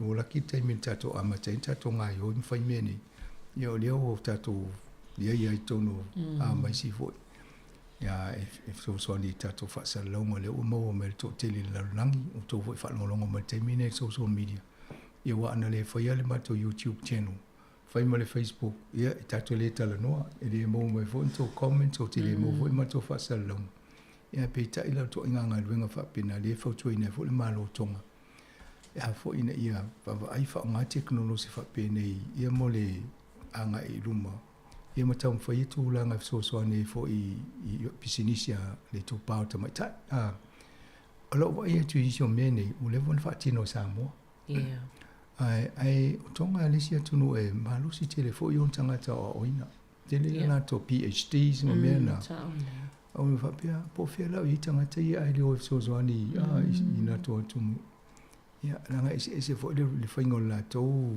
hierarchical yo fainga ele ai ngā tupu ia fa solo mai la loma ai mane eu te loa a faitau e fo inisio ta yo si malo Pacific fa pe oi mane fo me ia muli la to ia no le fo se mai ala I kopio me se ma to va ia fa ta fo la to le to fa ia se pe ona me na ia ma va I de awale so ni fo I pe ia me le tau fo ni ta to a ile literacy ile fo I la to ale la ta no la to ile digital literacy ole fa ta no atu longa por kala me mo a ngale le avo ile literacy ole fa tau tusi ma le tusi ia ma numeracy ia ole fa atu ole fa ta wala la to le lavo le o onga ma le sila fia ole fa nganga technology fa ni ona po sa ta le no stasio tato por kala me este mi fa ile stato fa singa se ho fa sino to le fa nganga technology ia wale fa salo to le tato ofisene ia auto fia malama fo ia tili pe fia silo fia le tulang ia na watule na TV le hol tato mai mo ai ma fa sino fa pi ngale alu lungo telefoni kas pe tu le lungo le TV ia nga fo ina me la china po la sema to vai ngo ia fa so atu ia on tato anga ile luma pela tu nga tu langa le tano la to ina ia tam fa ia wa o tangata lo tele ile fa nga to nga technology lo ia ni ona ia vai tau technology ia ole mele ia ile tam fa ia muli mele nga ti ai o la langi ala e o la langi lunga le si pa ni tele ta wa ma i sta nga tele wa va tu mele tu ia le uche ta to le lunia lo nga ta unta tu o fa ta mu technology mu ta to vai po fele nga i to ti sa ole pe volan ta no nga ma se yuli le son nafi ya tu langa lo ina to nga le ngai pe la to ia ni to sanga le wa ma to ale te to fa ma sa ne tu si technology fo ile va tu ngole fa nga le insulini mo la to ia le type 1 ia ele foi um fiel technology mo la to nei to fa te ma fa sino I tanga tali nei no inga ita o me so se me wa va ver ale technology ai sa ai no fio nga ale tato leo fa si o te mai tu ale si termina au ye ofisa ai te o vidi mai le pule te le mater mai vai ele pulo ke ti le il to ina le sa fai alo vai uma me mana o tanga tele te milana wa mai sma mo me o telefone fe vai o si mo mo vai mai sa mo pal fo mai dia tu ai fa fe mai o te pol o lo mo ina te fa nga mo se mo pal phone Altanga sana va ia State Service Commission, Public Service Commission i papia. Kasi la lete palangi ini fa nga isi teknologi va pia. Na te voi piki va mutal no ia. Ia mena mo tatou le over le limas full tau sanga. Awole fa vai e fa ngofia va yalum fa na to I de late le la to so sonia oe. Ale la si la fia fo lo fa na va ni si to ainga. Ia po nisi. Ia na fo. Mfai ana mato so sonia me sia I tulanga mata upu e tatu tal no nei me. Au isi tonga teknologi ia atone le lo fo mato. A me ai o fa sala la un fa mat so sonia to fa nganga I lunga lo telefoni fe avia. Ia o tulanga na e taunta to onu sa I ma o Na. E lope tato atu lunga sui fo teknologi lo fa nga. Pe vola na sala. O le to fa tau mo si api fo mai o lo password. Mai a ngalo lau password te le sa ho itu tonu. O le password tau no mai to lo tamai le langi. Pe al talo le ali al password. Na tau na sa ho. Ale lo la le vena o nga misi ato o. Wa vola le nga teknologi le na fa no mai fo fa tal no to e tu fuel verso nei ia. Sto in al pokalame la le olfea kole na sa wele si ulungari matua le ile o tul tupe ai o to upgrade le app e fa nga ile I te nga tupe ia to inga painga la yo to nei tangata matua fa nga ta na fa nga ia a le la na ia la to fa na wele ma fa ona fa masani ma fa sino ia si va vai a ton o le sia mele misi o le tan no fo ni si am awale ngalo ya lato o le ngana Piritania e le mamla mais e tau ona tosi ni a foi whamatalanga mo meo instructions po tutorial me foi e whamatala mai pe whawhel whainga o le mea a whapeo lau kāre o mai o a me whai ai tusi ngana o le atunu po asau mai Filipino ia pe whangalengo le ngana Filipino mai e mamla ma Yo Lucia me sei to telo la to pawangan ngana tal noi la to e tau la na fa sei na pe fa Lucia foi pe isia tunu ta to foi tau nei le ngan Samoa o le tau fai ta to office na ye to si ye ta to fam talanga fa pia ona to le lungo le Facebook ma le YouTube ina ye lo pe fa fia na fa nganga teknologi na o yo lima polum telefon fa va a me fa ina fa ele so tai mai to nga me na tau na fa so so ni ye la wal fa mango me e fai ngofi foi mai au ngofi te alu al melo lo le mamla ngan fa Piritania ai to la tu tau fai a tiri alo le fie fa se me na a foi e me ale se fa no noi a tal watul masini tal tupi o le ilinga ngana saina mai singa ngana a tal watul falelon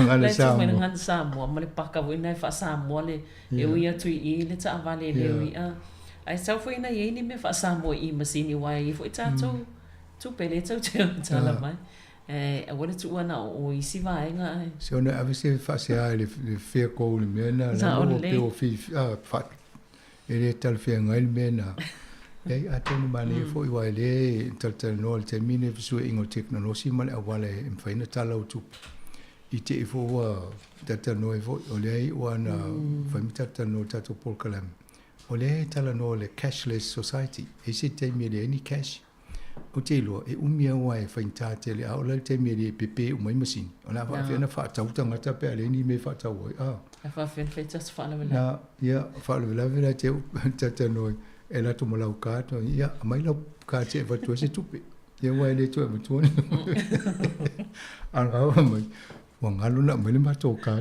ya se fa o mai ste mi stupe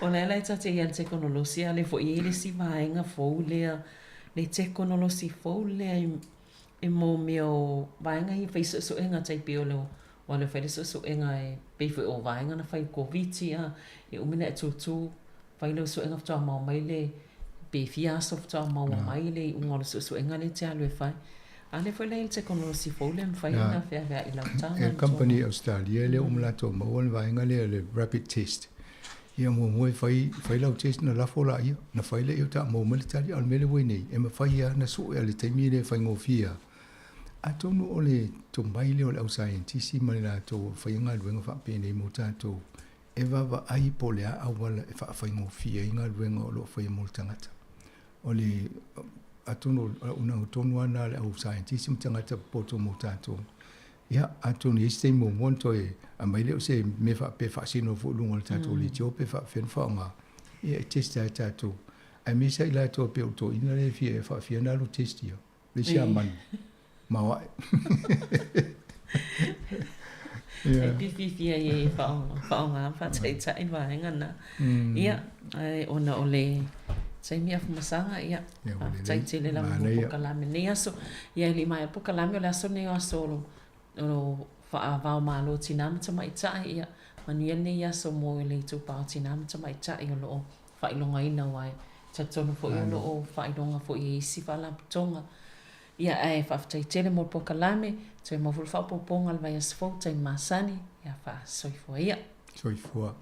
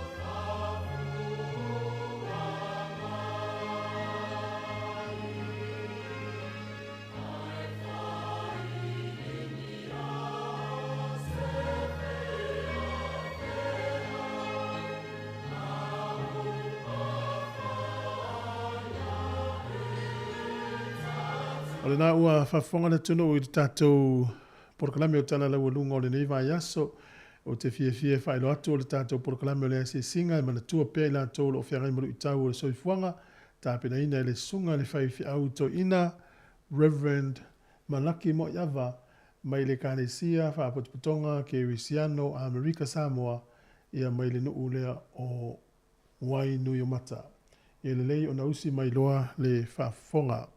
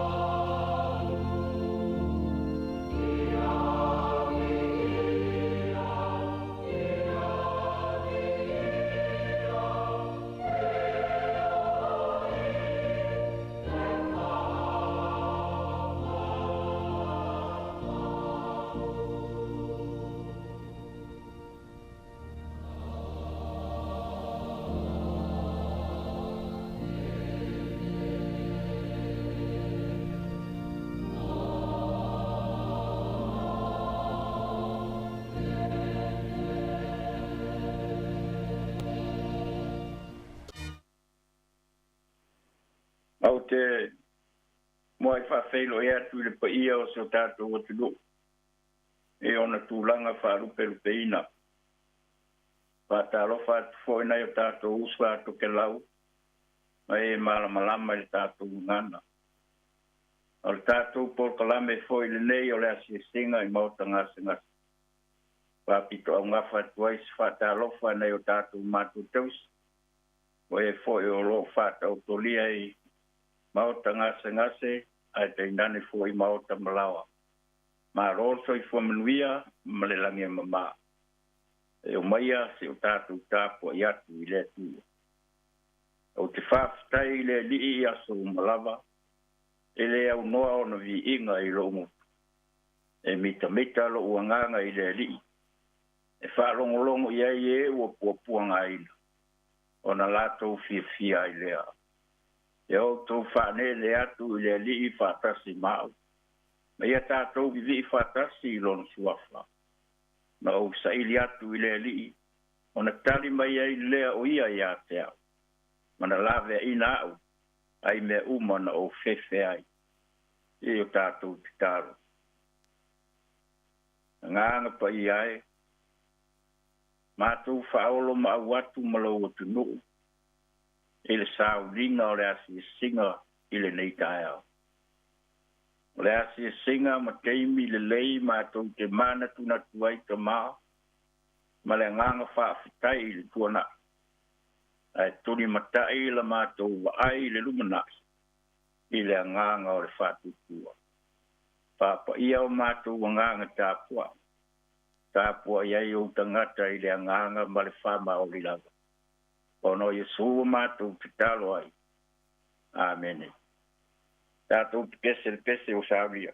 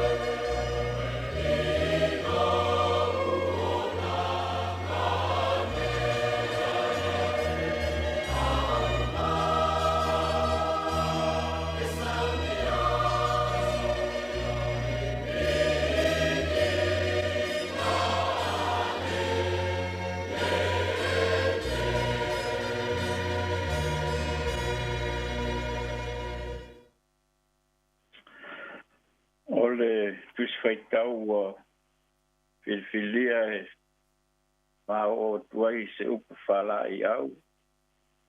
E foi wala iloa ona o ngase o kino. Ma tei o valu. O tusfaitau wina mai foi kumomua whangata mai foi upu wha. A whonga mai e fiong pa I alo tātu tua.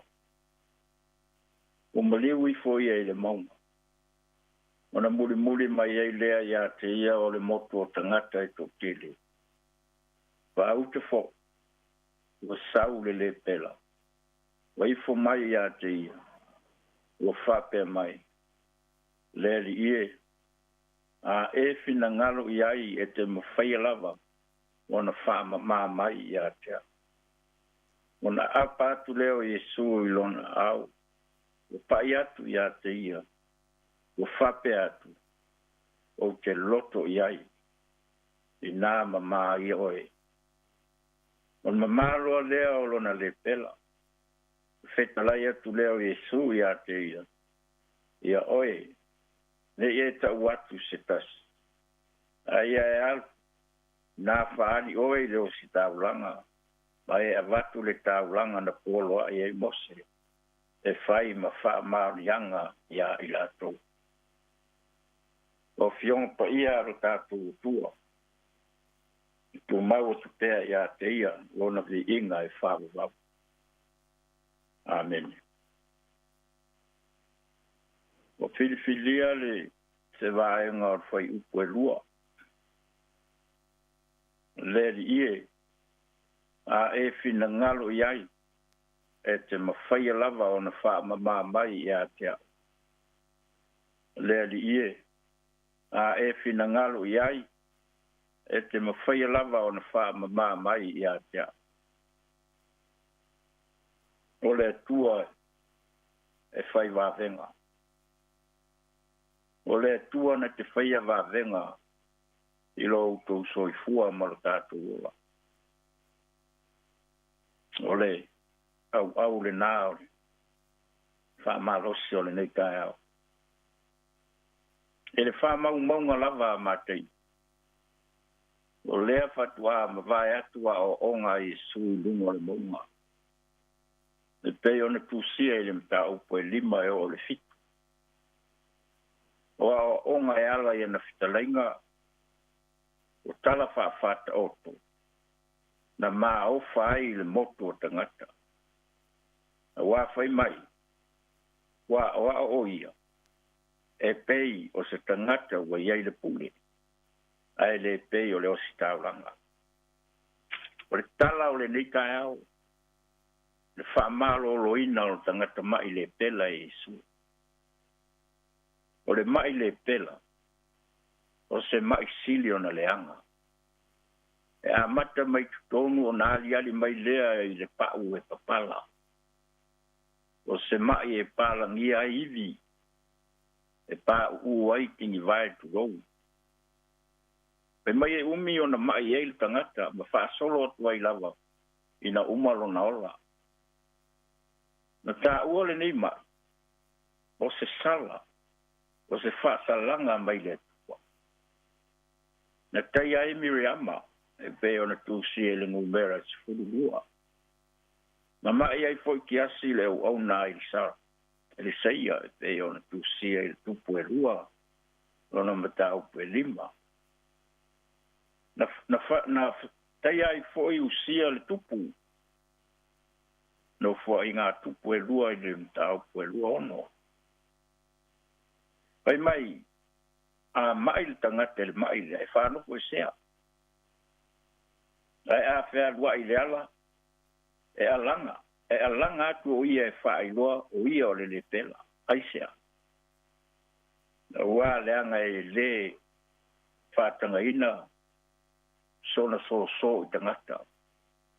O tangata ua wawai I seina mai I le community. Le mawhai o na toe whesotai. O lo tusia e mose le tusia le vitiko whaailonga le mai. Ma whaatonunga ese e fai ai e mai se fo. O le taulanga e osi. e whaafo iai le whaafitai e pei fo i ona fitalai e su i le tangata mai lea. Alu e wha i loa oe i le o si taulanga. Leanga o le o si taulanga e te klea ina. Lona toe e talia i tutonga o le community. Ma le wha la potonga o tangata. O le mata utia o le neinga singa, si whai mai, e le son tong fiti. E le ni vai la au mani tong fitinga whatau la sea, e a fwoi teime fo ia i le nei mala. Wo le nei mai. Ai ale mori maua mātei o le nei taia. Whai mai waluane le le pera. O whapa ufa o mai fuatu i le. Ma ua whapea. Leri ie. A e fina ngalo i ai. E te mawhaia lava. O na wha ma i atea. E le itali tuali maina e le alii. Le whanonga alana o auna puapuanga tia. A wawhai mai wa apa atu le au e so ma pai atu i ate ia. Ma whape atu. O te loto i ai. I nā mama ia oi. Ona mama i lea o rona le pela. O te loto i ai. Ona mama i lea o rona le pela. O le ngase le aisi tongfi. Lea ua ola ia Yesu. E moni lava la le alanga le moto tangata. Wa o ia e pei o se ua iai le pule. Lea ua whaalia le pule. Lea ua whaalia le pule ao le tua i le lalolangi. O le pule lava. E le ai lava se tasi na te whaalave la veina. Na wā o ia o le pule ao, o ia o le malosi, o ia lava o le mana. O le mea ngata ile i loa o le tangata, e a mata ile atua. O le mea fui ngata ile malosi o le tangata, e whaali ai le matautia, ma le silisili ese o le atua, pe le o vāvenga ia. Wa uma le loa o tangata, wa uma lo na malosi. Whai ai e le atua isi me siri atu. Ma le malosi, ma le loa o tangata. O le tangata mai na alu e sa idiola. Lea o whao laina. O sa ili se mapusanga. Lea o marolo. O le luka e sfufit. O lota ua i foi ni le pela e to se fulu. Na o foi ia Yesu. O malanga atu o ia mai Galileia i Jerusalema. Na o ia i le fia marolo. O le mea lava lea na turi matai. Fia marolo. Fia mapu. Fia maua se whaarutanga. A wā ngase pe o na tāua. E le ai ase tonga fiti. Pai mai o tutu mamau atu i la tau maala langatu. Le li ie. Yesu. Ia e alofa mai a te imato. Pai mai o si la fia i la tau e Yesu. No fetala i atu lea uia i nā o ia. Ma whairo atu o kou i lea o si taulanga. Wa la tau wou. Ma wha ma mai nai o i lato. Ese le siri ese o le tua. A tatou ma fau le wha maro longa lea o le tos fulu le pela. Na ona fitalai a oreli. O le o si taulanga. E taunu watu le o si taulanga. Wa wha mai nei lato. O opu e alu ma le mana. O le feta lainga e alu ma le mana wha maro lo. O. Tawai na uto wo. Ioi. O le sa ili ma le whatua tua. E le foi fua. E le fo i fua. Le anga o le tua o le alofa tu noa. Ma le alofa muti vale. E le fai longa tangata. E o ina tusi lima le tangata. O le tua le nā. Lea tātou ki tāpua i ai. Le pai ai o lau whaafunga anga i le nei tae au. Ai mai se ana i o tātou mātou tausi e whaasino i ai le nei a se singa. I le ua whaamalo le onsa. Whaamalo le taliti ngā. E le ai lava se isi au ala tātou te mawai se whaamalo si au. I maftianga tātou ke whenga iai. E tasi ale awala. O a fionga mamana ale atua.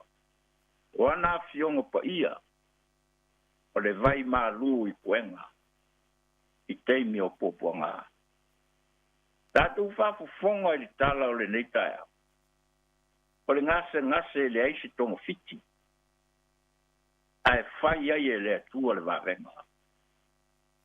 E teimi tātou te mawai wharinga fō mai. E le toe au ngā se tonga fiti. E whai i lau tau ta mā, o lau tau tina. Ave tua, tau te mafuta. Peitai. E tele ngase e le whapeina. Aisea. O le tua e o le ola. O le tua na te whaia wā venga i loutou soifua ma tātou ola. Tātou whātua tua ma wha moe rona mana whai wā venga le nā. Ina ia whāfua loa ina i loutou soifua ma so mātou ola. O mai le whai salamu. O tausanga o tātou olanga e whitu ngā furu lea. Ai a whai e walu se furu tausanga ono le malos. A le malosi o iaiti ngā mapua ngā. Ai sea. A wafo ieti ngā mapua ngā. O ngase. Matingo ti ngā. Ona o tausanga ua tele. Ma ua o le taulau mea o le soifua. O le titalu. Ia alofa mai le tua. Ia lango maluina ti ngā ma maftianga ia. E lona mana whai warenga. Ne ia whaafua lo ina e pēa lo tau soifua. Maua maftanga mawhanawhana.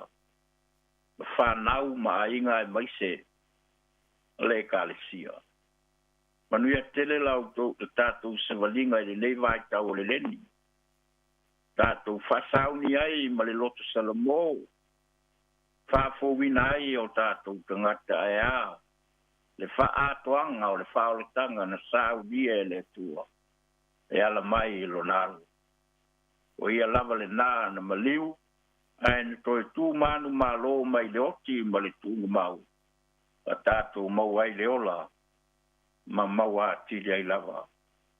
Manuia tele le angatu. I le whai unga o le nei vāia. Se o tātou tatala. Le ali ie lo mātou tua. O le tua sili ese lava lau. O le ou le mana, le kule. Au malava. O le tua e au na vi ia. Awa e te ofo e te la e i vi inga e pe o la le pai salamu. Te mā, pai titi upu i manu, i mala e tele upu i manu te mā.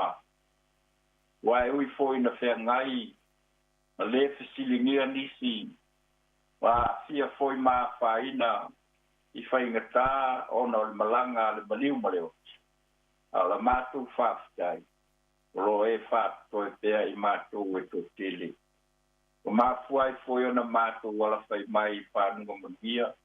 Ma whāpopo mai le nei yaso ro mātou oa. Pa e si la fia le nei sāuringa. saulinga lava mātou te avatu ai se upu whalai au a se whamalosi au po i nei o mātou te mā ma tina mātua. Ai teina ne foi whanau o lo whengai mo mai. Ia lau o fio le awa noa. Ia lau o fio le nei ala whasala lau. O mo whai ai o na mātou whatau nuina. Le nei saulinga tā ua i lewa i aso, ma lewa i aso. Whawhetei tele lawa te mā. I ala o whamunianga. I o tangata. I le tino, i le mawhauwhau, ma le anganga. O mori la mātou whawhetei tele, ia ona o au tō whinga ma le whaonga ina o tangata i so se tāleni. Ma so se wala wina o le tangata lava malana. Ua ngalue ai ma tautu ai. Whawhetai o mātou whasingu manga. O mātou utunuu o ngangana foi, ia ai tai nane foi o mātou tū manga. I ia lava la o fio te mā, mātou whalongo manino foi au o fio ngai le nei tai au. E ia ina vai, au na tau whaai loa ma momori atu whaamata upu sidi le ia e whaamatala ina ai la o fio molo walofa. E le titi ala mātou whaafitai. A wā o whailava o fionga. O le suri o mātou vai o le mālama lama lea i o mātou ala. O le tanganga po ia. O le mātou fiso swali sili e sa pena pae ne ina. Le le whaingo fia o fionga. Le nganga fo i e whaamaise ni whaamapana pana ina. I mātou i teimi whaingta, fi ia oe ta mā. Ar whaafitai sili alau whanau. Mal whaola tangana e tāpena ina e ala ia e sūro mātou oli i. Malo mātou whaola. Lea foi o mātou iai, e le vai tau tā ua o le whātua tuanga whākelsiano. Tāpena pena i pēa i mātou. A whāsauni ai i mātou. Na ea foi le whaolatanga na tino atoa, ma whātino i na e ala i le maliu, ma le toi tū mānu mālo lo mātou oli. A o lo mātou whaafetai sidi lava le nā. Le mā, foi atu i la o fio le vi inga le whamanu ma le whanetanga. Te talo lava i na ia e whamanuia mai. Whamanuia na i o mātou to mā, a tina mātua, Fata o tolia I maota ngase, ai mai se foi o lawa, ma maota te mā.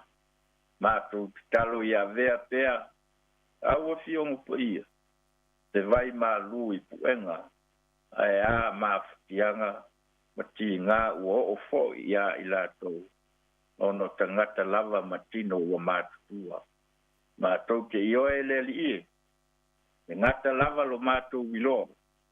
Na o va venga I te whaia I le soi fua.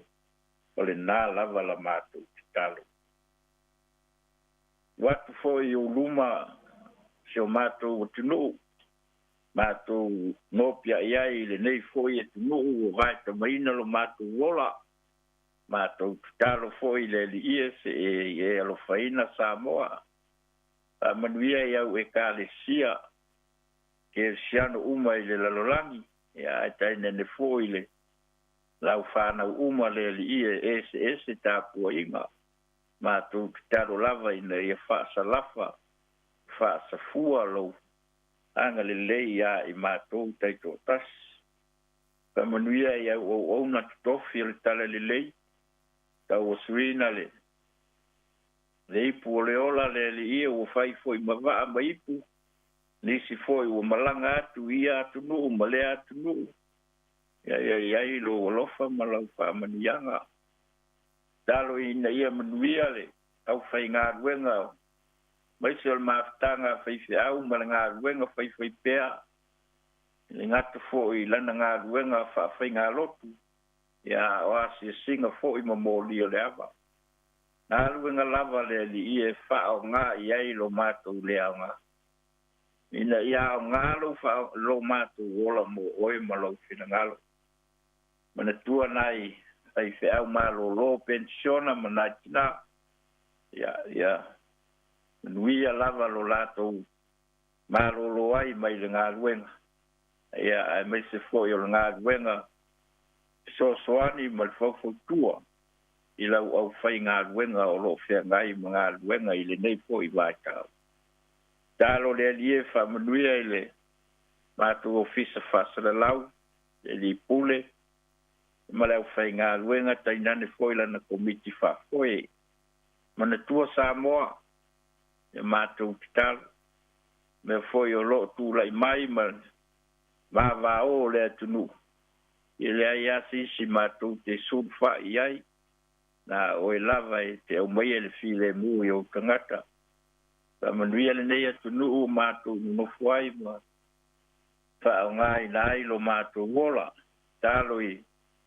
tapenaga fo'i ma anga i atu i lenei vaitau o le leni ia lagona pea e o matou tagata le tāua o lenei vaitau tamā ia manatu e tele nisi mea ua lē mafai ona taea fo'i e le talosaga i lenei taeao matou fa'aolo ma'au atu ia fo'i mai usa o lau masani tamā o le alofa fua ma le alofa e tunoa ia la matou tatalo lea ia latu ia Iesu lo matou oli'i ma lo matou fa'aola ua matou ole ma tatalo atu ai amene afetai mo lenei avanoa manuia lava le tatou atunuu ia i leaga atu lenei fo'i vaisapat afetai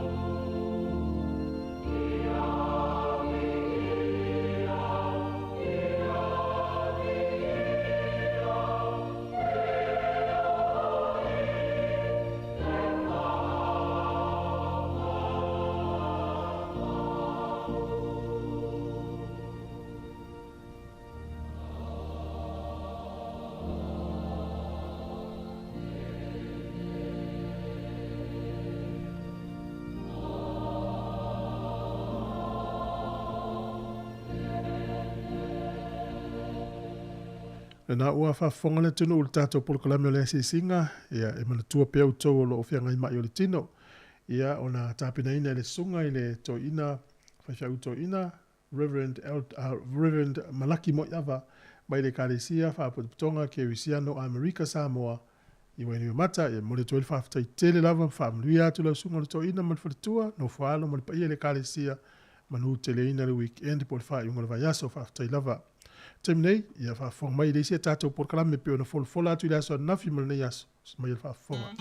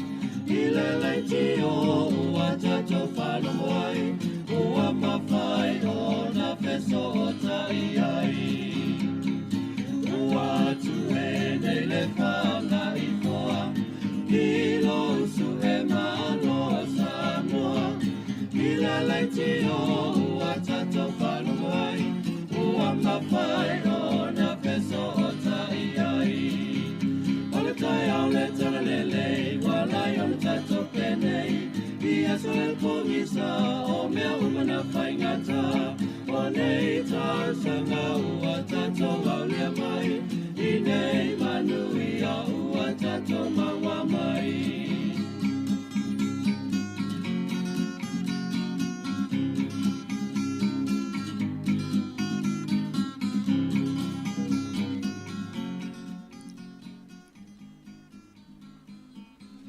Toi whatalo whatu mo lo whaalalo ne tai au, o le si inga tatu proklame leo ma whaatasi ma fionga ya tun o le tofaya tun fono au matangi ken a kui. Ia o lo lungo le tatu whasota inga ele Zoom o le whaatasi mai ia Tim Castle ia o lo tai i whainga le ta o Integrity Transit Program. Whaamam lamba te fo i mo sila fia le malo le tino. Ta lofa tun fono le tai o? Ia, whaatalo whatu fionga awhi masanga. Ia, mese fo i le malo le tatu leiti o. Mese fo i le whafonga anga Samoa. Nei tūla o le tai au. Whaatalo whatu. Ia, sa mwhainga o la le osi whamatalanga malo le tapua i le to file mu le nei aso. Ia malo fo i le whafonga mai tiuti mawhai o le tatu leiti o. Ta lofa lava. Ia, manei fo whawhelo. Ta malo whalungi ele o tulai lungo le. Tim Castle, good morning. Welcome to Samoa Capital Radio in Wellington. Talofa lava, aumatangi ken akwe. Talofa, Samoa Capital City radio listeners. Talofa lava. Malo lava. Talofa Tim, malo lava. Thank you very much for joining us. Yeah. It's my privilege. Thank you. Tuna fono ia tonu mo polkalame o polkalame I whainga ne lua pento mo mai o le sunga le ia Tim Castle i o le tala no mo le sunga le wha Peritania ala tamu whai wha mamlama le tato mta upu ai lo tuna fono ma nei fo le amatan wha mam tata no ma temu le tato mta upu tai o leina Whaftai awha msanga, whaftai fo I mo le awa noa tā ua o tuina mai le tato nei fo I polkalame li tai au nei o le memo mua ele I saunoa ia ne sunga ia Tim Castle e se ia ufa matalantu le vaenga le ia ona saunoa le o Tim o le programa nei o le tau whai whaamamlamatu le tūla fono ia mai inga o le tūla fono wa iai nei I le pasi aina le tau sangotua nai ia ona o le I le tātou fono tangata e au o le whaia le PIC Church I Porurua I Cannons Creek I le fonatanga lea ua umana whaasara lau atu ma wala aulia ai ia mamalo si o tātou atu nuu.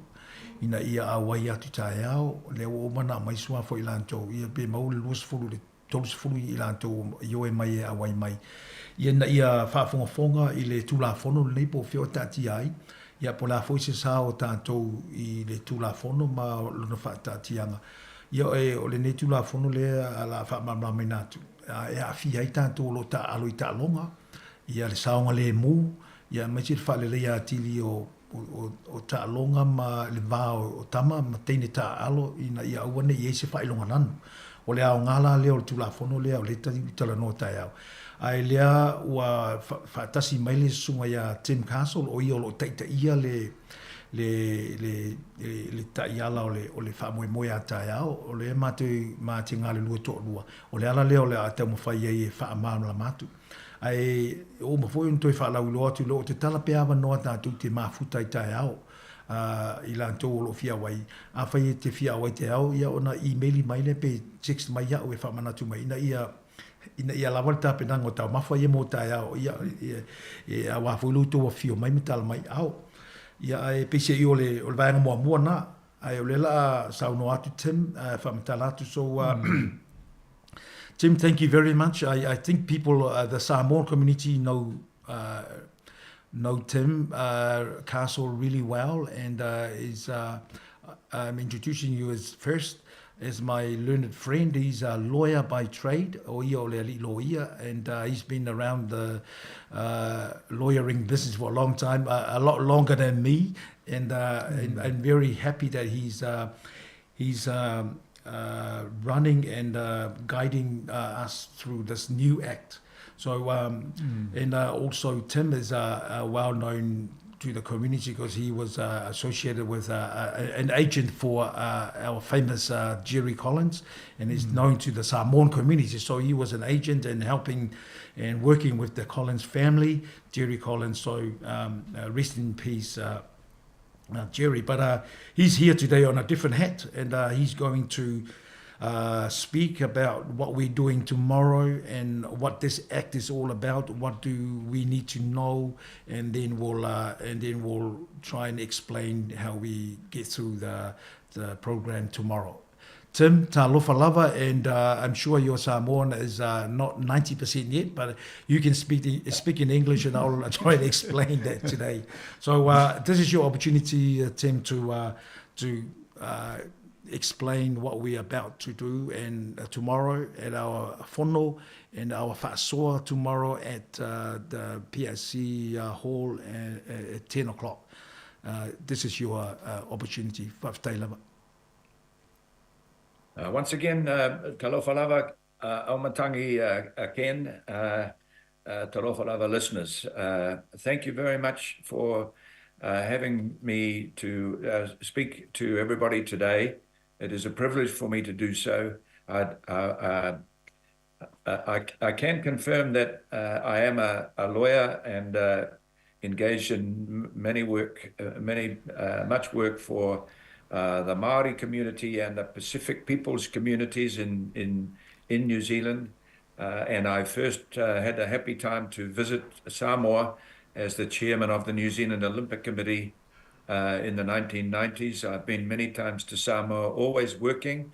I haven't been to Samoa for a holiday, but I was also very pleased to come to Samoa to have a look at your system for the courts, because I was asked to advise Fiji on its new court system, and I felt that we should not necessarily just take the New Zealand system and take it to the Pacific, but we should have a look at what else is happening in the Pacific and make sure we try and design a court system which works for Pacific peoples. Yes. In that case, it was Fiji, but we had very valuable discussions, Talanoa and Whono in Samoa. And so I'm very pleased to be here. The hat I wear is as an advisor to our Minister of Sport over what's called a new Sport Integrity Commission and a new Sport Integrity Code of Behavior or Code of Conduct. And that's my role this time. We have a circumstance in New Zealand where if we look at our top athlete community, the elite community in our sports, some 36% are Maori, but 21% or more at least are Pacific peoples, and that's in the top levels of sport. So in New Zealand, we are very lucky to have the Indigenous people and Pacific peoples to take us to big heights in world sport. But we also have big communities in the Pacific peoples communities, and when it comes to integrity, we're not just talking about the very top level. We're talking about the 7 and 8 year olds and the 12 and 13 year olds and the teenagers playing their sport, involved in their community recreation. We want to make sure that everybody is treated fairly and respectfully, culturally fairly and respectfully. So we just can't pretend that as Palangi we know everything. Some Palangi might do that, but I'm not one, and I don't want to let this opportunity go to get some understanding of what integrity and good quality behavior, standards of behavior and conduct in Pacific people's community, what that looks like from a Pacifica perspective. And we get some, this is an opportunity for Pacific peoples to be involved in developing good standards of conduct for everybody involved in sport. Malo lava. Thank you, Tim. So I'll briefly interpret that. I won't be able to. I'll say interpret because I'm not translating that. So me mua o le fionga I le loia ia o le vana lui te tonu o New Zealand e fa loia. Ia o ia foi le sa te langa lui foi mer Pacifica ma Samoa le wa sa malawi Samoa le taimi o le o se advisor foi lunga le Olympics Committee le tasi vai vas fulu. Ia foi le sa so ani fa loia le fautuaina o le whaingo whamasingonga i Samoa, wai o le whamasinonga fo i Samoa, e le ta ia la whainga whapalangi au ia fo i le sa whai i le sona sao i vaenga i teimu utuanai. So e tele alo na sao i Pasifika e me fo i tau talonga ia o le whapena fo i peo na ta ua le teimu vai. Ia lea wa ia sau noe le nei tūlango o tātou wo ia o pise i o nau whaafonga mai o ia o le whautua a wale ta i lima ina ma le ta i ala i le whainga o le tūla fono nei ia ma le se tusi wha vai ina ia ta i ala a wale puipuia o le saunga le mu o tama matene ta alo o le mele wha mafa mai tem ia o le tūla fono nei elena o tangata foi professional sports people elena o tangata mātutua tangata tutongi alanto tupe mau tupe e o ai lalo i ta alonga i whanau laiti fitu ma le walu tausanga a afia ini whailonga lanu mani tūlanga e a afia e lato soifua ta alo ono le lato tangata mo le tino e sa mo pe Pasifika o le tūla fono le o le tau whau nei ina ia whau se ta iala ina ia pui ai ma awane ma ia sango le mu a whapela o iesi mea wa afia ai o le te mwhaile tātou komiti lea e tu sia le tu la fono le tau mai o le code. Ia pesi ta iala lea ina ia pui ai le saonga le mo tangata ta alo. Ina ia awane ia afia i tua inga tangata e whailunga lanu ma ia le leia mi o matulanga whapena. Ia te pese i o le anganga tonu lea. Ia lela i wha moi moa tai au i la antu fu la fio atu. Ina ia tātou wha soa ai. Ia mamau ai se malama anga. Ia mawhautua mai fo inisi au wala e tu tonu le tatu code e pole ta iala lea ina ia pui ai ia vaenga. Pese o le whaapupu atu leo le sauruanga e le fionga e atem. I sau fisili... O le mo watu fo i o le sa telen malanga i sa moe wawai whaingo tato whaamasinonga, whaatulanga whaamasinonga. Whapena mawhiti a mai manea lana sauruanga le whapea. E tala noa fo i wai awole watua le whainga i nei New Zealand whai e motu o Pasifika e fo ala tau tū maanga tauna amana ia whau whata se a tono le la muli fo i le whau onga o le mele tau whai nei e sa ili mai fina ngano tangata Pasifika e whau wai le mele wha moe e mole se ta i ala le fuifua e pui e ia tangata Pasifika so tangata ta alo i nei mai le ono tau sanga le nei te wai o mele au whai professor Malo. Well, Tim, can you just tell the Pacific, Samoan listeners, or a lot of Tokelauans listen to this. What is actually happening tomorrow at a meeting? What do you want the participants to achieve tomorrow? Do we have answers to all the questions that are going to be asked? What are the key things that you want to achieve tomorrow at the meeting at the PIC Church Hall, Cannons Creek? Malo. One of the key things we want to achieve tomorrow at Whaasoa in Porirua, the Pacific Islands Church, is to explain what our purpose is for the Sport Integrity Commission and the Sport Integrity Code of Conduct. We're wanting to explain why that has come about and what our purpose is. So there's a very big wish for us tomorrow to be able to explain to Samoa and the Pacific peoples what it is that we're doing and why we're doing it. And the reason that we're doing it is because there's been too many occasions in the last 5 or more years where there's been very bad behavior in sport, and athletes and in particular participants in sport have been badly treated by some of their coaches or their supporters or even their managers, and this has involved harassment behavior and racism behavior and discrimination behavior, and we want to, the purpose is to explain tomorrow and generally to Samoa, Tokelau, Pacific peoples, is generally explain why we want to provide somewhere for people to go when these things happen, rather than for them to not know and to have to feel that they can't complain or they can't take their worries to people who have the authority to do something about it. We don't substitute for family. But we recognize that it's important for people to be able to take their worries and their complaints to somewhere where help can be provided. So that's the first thing for tomorrow. We want to explain what it is that we have, why we exist.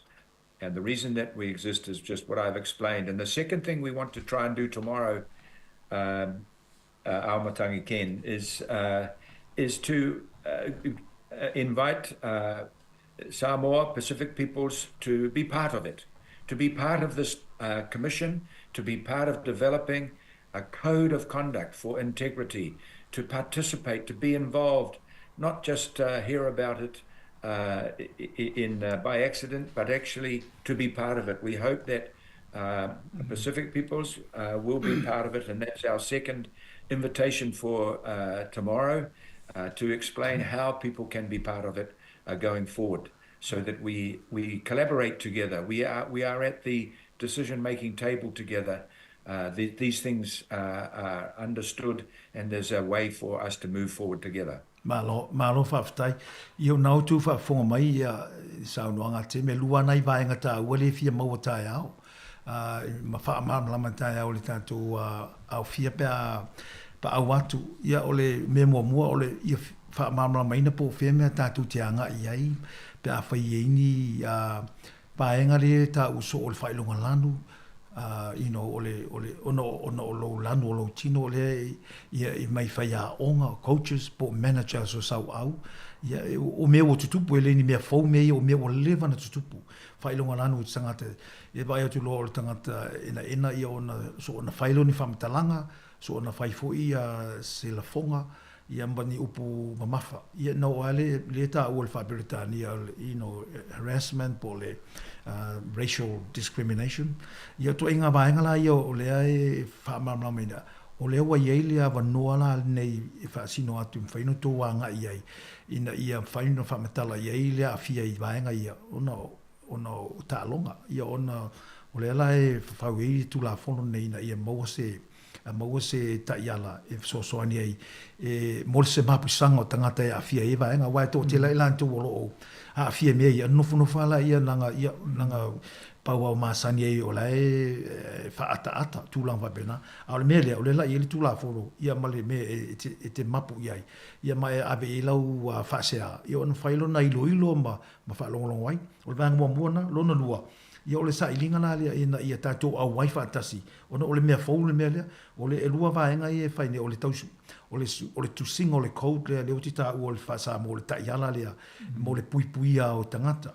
Ia ma le komisi la le whai o le commissioner le la e whai ne tatala nei se uma whamatala atu o iu lai tausanga nei e tau nei le komisi. O le commissioner le por komisi lea e taunu tātou au ai te tonu wa ele mwhai no tātou whai ne tātou i tonu i tua a tātou le sa whai tono lau le whai ele whono.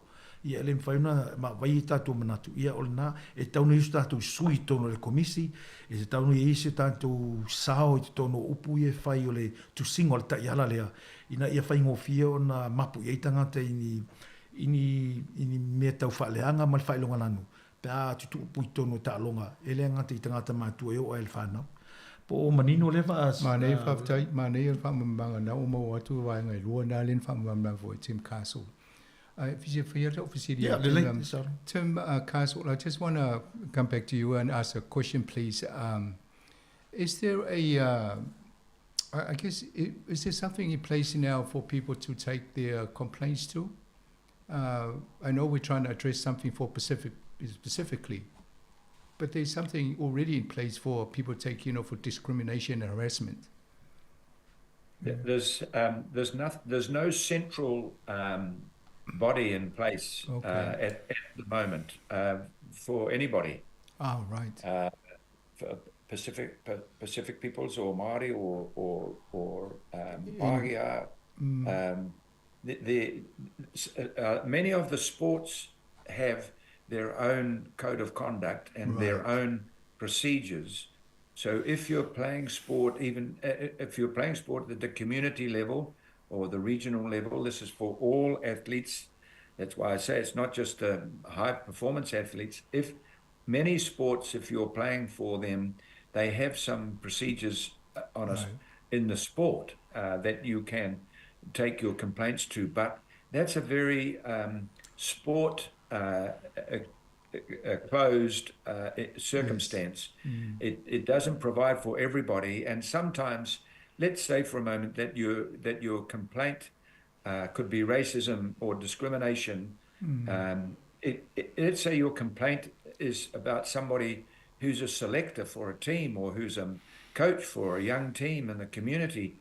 It's very hard for very hard for people to complain about people who are, first of all, they're older, and secondly, they have control over people's lives, whether they be selected for a team or not selected, or they be excluded or treated badly in any way. It's so although there are things that you can do within the sport which you play and within the recreational community, there's no one body that everybody can come to. So that's why we're establishing the opportunity to make complaints and to have disputes dealt with in a culturally correct and sensitive, responsive way.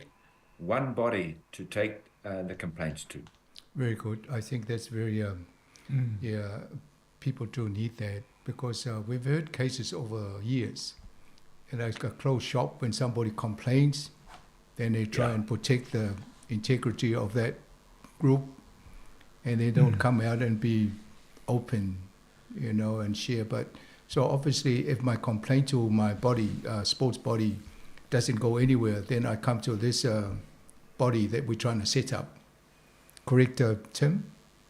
Yep. Yeah.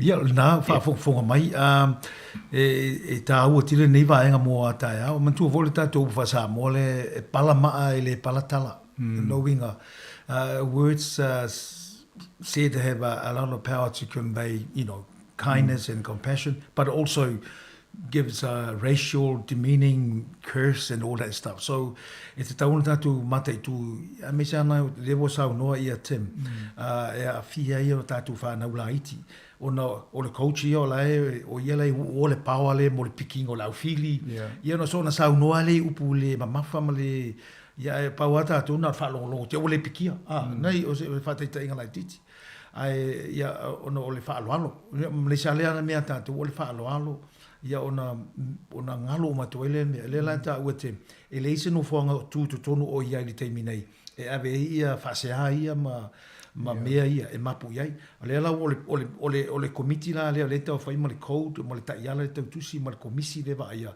o le no whanga le tu tonu o le ala ave ia whasea ia pe a whai longa lanu sesi a te oe o le ala o teimi nei elo i eise mea a o le anganga la le o tae au ma le tau whaingo le ngaluenga nei ia malama ia e mana ia tele le whaasua mai a le sunga ia Tim. Tim, what is the time frame and the commission? When is that going to be established? And when is the code available? Are we going to have a look at the code or draft code tomorrow? And when is the commission? And lastly, are there any specific people allowed to sit on the commission table? Malo, so tomorrow, and that's the big time frame is this: the Parliament passed the Act for establishing the Commission last year, and the Commission comes into effect on the 1st of July this year.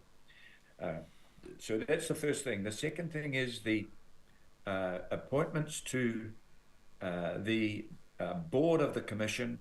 That is for the Minister of Sport and Cabinet and ultimately the Governor-General, because the Commission will be an independent Crown entity, and there's a process that the Minister through the Ministry of Culture and Heritage is running for the appointment of board members up to 9, and we don't know who that will be.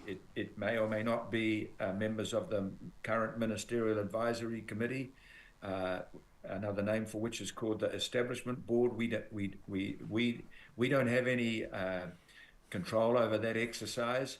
I believe that the requirements of the Act should recognise that there be a good representation across the whole of the New Zealand society. I'm hopeful that the Cabinet and the Minister will see the importance of the voice of Pacific peoples at the table. I'll come to the integrity code in a minute or two, but just thinking about how we want to have people to be part of it from Pacifica. Whoever is on the board, as long as I have anything to do with it, and I don't know whether I'll be on the board, but what we have established, because we don't need Parliament to tell us to do this. We know we want to do the right thing, but what we have established is, first of all, a Māori Rōpū, a reference group for Māori, the Māori world, so that we get people from the Māori world at the table, and they will be at the table even if they're not appointed members of the commission. So we're not going to be dependent upon what the politicians say and who should be there, whoever is there. We will get Māori at the table, and we will get Pacifica at the table. Right. This is very important for me, and I'm not alone. It's very important because, again, we have people committed to this, and the Act is clear about it. So I'm hoping that there'll be an opportunity for people, Pacific peoples, to be part of it, not just around the edges or the fringes. And the second thing is we will present tomorrow to the whanau tomorrow for consideration a summary of the draft code as it is now. It's in its early draft form, and but there will be a development of. So what will be presented tomorrow is the essence, the heart of the code for people, and hard copies for people available, and we can discuss that. And then what is being developed, which is why I want Pacifica to be part of it, is developed drafts from this point forward, and to be involved in the development of the draft. And soon, in the next few weeks, with Pacifica involvement, we'll have a draft that will be available for, if you like, public consumption. So we'll be summarizing it tomorrow at Whaasoa, and we'll be then developing the draft. And the thing is that this is not just something that has to be completed and signed off by the 30th of June for effect from the 1st of July. This is ongoing work. This is, we will have a code that will be able to be endorsed by the board once it's appointed, and then it will be a voluntary opportunity for all the sports to adopt it. Right. We're not going to be a big machinery of government requiring people to adopt it and then enforcing them through the law if they don't adopt it. But once sports adopt it, it applies to everyone in that sport. And then we will help them. The Commission will help them implement it and make sure it has application. So this is just the start of the journey. It's not the end. And this is why we wanted Pacific peoples to be engaged from the very beginning. Malo, aro whawhtai. Ia, o le nau sau no mai, o le tatu, o le taimi ma ngā ruenga o la whaatino o le komiti, o le e fuafua o le tula fono o le aso mo iulai e tauna filifili ai le komisi. I o le komisi le filifili mai le minsta o talonga. O le mauolunga o le numero o tangate o e o leiva. E tau fuelana i se sui o maori tonu o le pe piki leiva pe le ai i ini tangata i tonu o le vaenga lea. I o le fue whamalosia ma langolango ina e le sunga ia temle tauna i se Stacey e sa whai o le Pasifika i tonu o le komisi le nei. Ma engolo na lua o le tanto la mo tai au se kopi o le ia po o le taiala le o tula fono taiala le o le code i mwhaina mata ma sila i le tanto au fono tai au o i tangata o le awai tai au. Ia ma le wha manatu mai.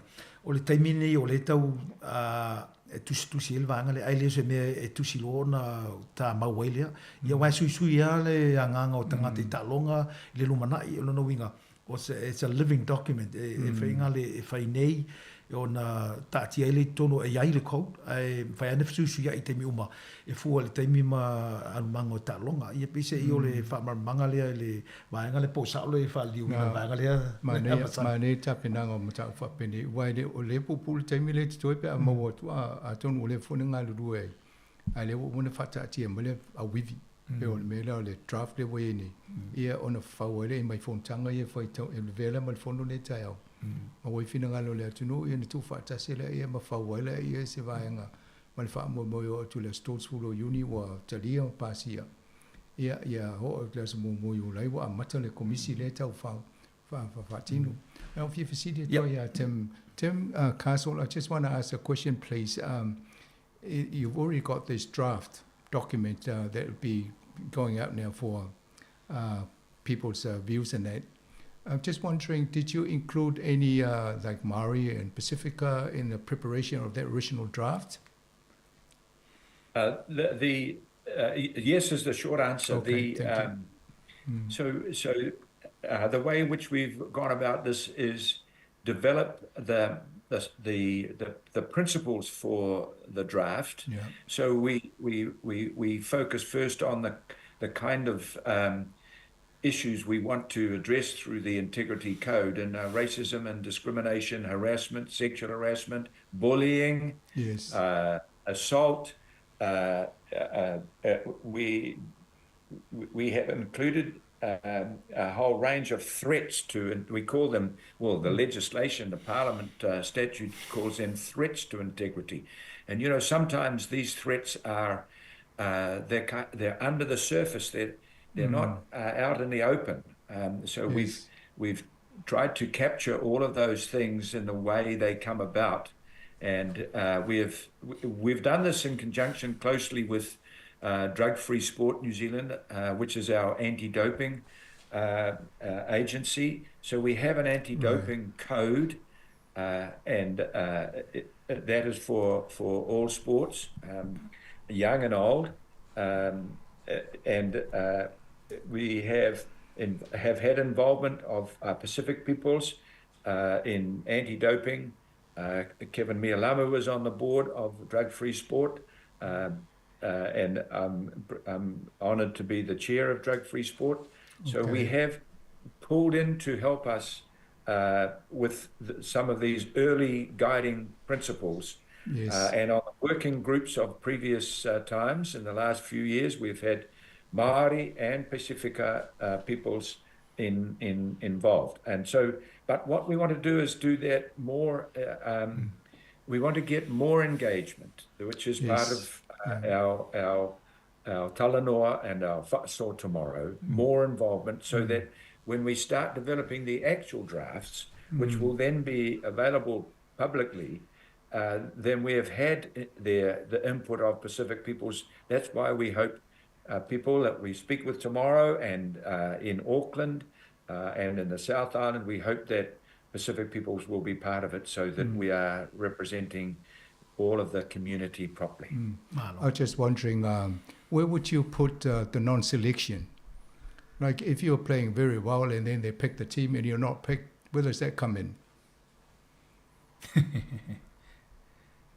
I was just thinking of Wagner, you know, wasn't picked for the recent test, the cricket. Yes, well, there will be an opportunity for everybody at the highest level as well as at the very community level to complain about treatment. And what we're trying to do, this is different from on-field behaviour. So if you don't behave properly when you're on the field, in team sport or individually, the Commission will not be dealing with that. Sure. So if you get a yellow card, if you're playing for the Chiefs, for instance, if you're playing for the Chiefs when you really deserve a red card, you might only get a yellow card. None of that will come to the Integrity Commission. No. But it's the off-the-field behaviour. We have been looking at sideline behaviour. Thank you. Malo, ia nau fa fonga mai masalo leo la tau fa ua pa o le ai fa mama fa lava ia nai. Ia o le fa ma fa mai tim.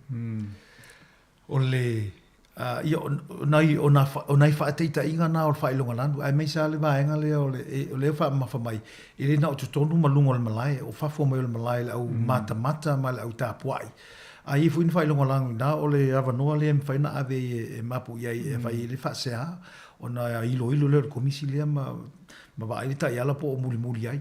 I fuil malu si anga o le komisi le ina i wala au inisi o mau e wha... Ia, ai mesa mea i o whailonga lanu masani o, ai mesa mea le o le whailonga o lo suafa, whailonga o le ingoa.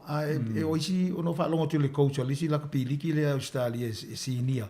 O fiu e tau whaileo le ingoa Māori, e po le ingoa Tonga.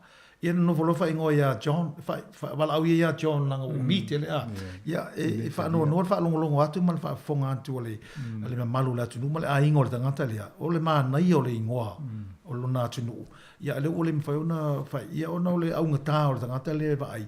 Ia malele alo ia malele amana ia telo le tātu vaenga lea. Ia pese i o le vaenga na o le wha tāua ai e langona le fia pa tātou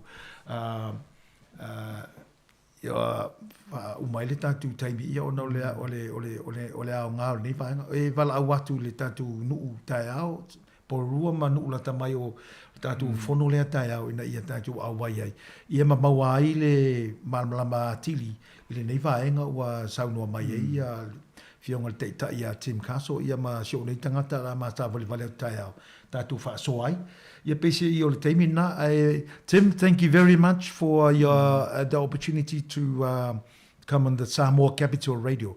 This is the first Samoan Capital Radio in New Zealand and the first Pacific radio in New Zealand. We just celebrated our 30th year last year, and I'm just happen to be the chairman of this special and famous radio. So you are very lucky that you're on this special radio, and we're on Facebook and YouTube. So feel free to access that and read some more. And because this program will be live on there too and be available. So thank you very much, Tim, for your time and your wisdom and sharing. And looking forward to seeing you tomorrow. Yes, we're looking forward to see you tomorrow, Tim. Thank you. Whaafetai tele lava, thank you both very much. And malo lava to all of the wonderful Samoa Capital Radio listeners, especially with a very good interview style. Thank you, and of course, Mr. Chair, Talofa, thank you, Omatangi, Ken. Thank you both very much, and maloa lava to all of your listeners. I look forward to seeing you both tomorrow. I'm really excited about how we can develop this project together. Thank you very much. We'll see you tomorrow. Thanh you very much. Yeah, whaftai atu le whafo mai nei tūrau la so mana ia whaasol nei tai au masanga la mai o se vaenga mo se matati ale le ua tanto au sia fo i o le tatu au waili nei tūla fono fauna pasi le ia au kuso te santi nei ia le ua wha au bea le ala e filfili le komisi le ia o se milestone o se matati ua tatu au lia ia au sia le ua tatu au waili na wha vaina mai o la uma tau atu pe langa mea ia e fo i le sunga ia Tim Castle le whaia mene mo nai tangata maoli ma tātou Pasifika.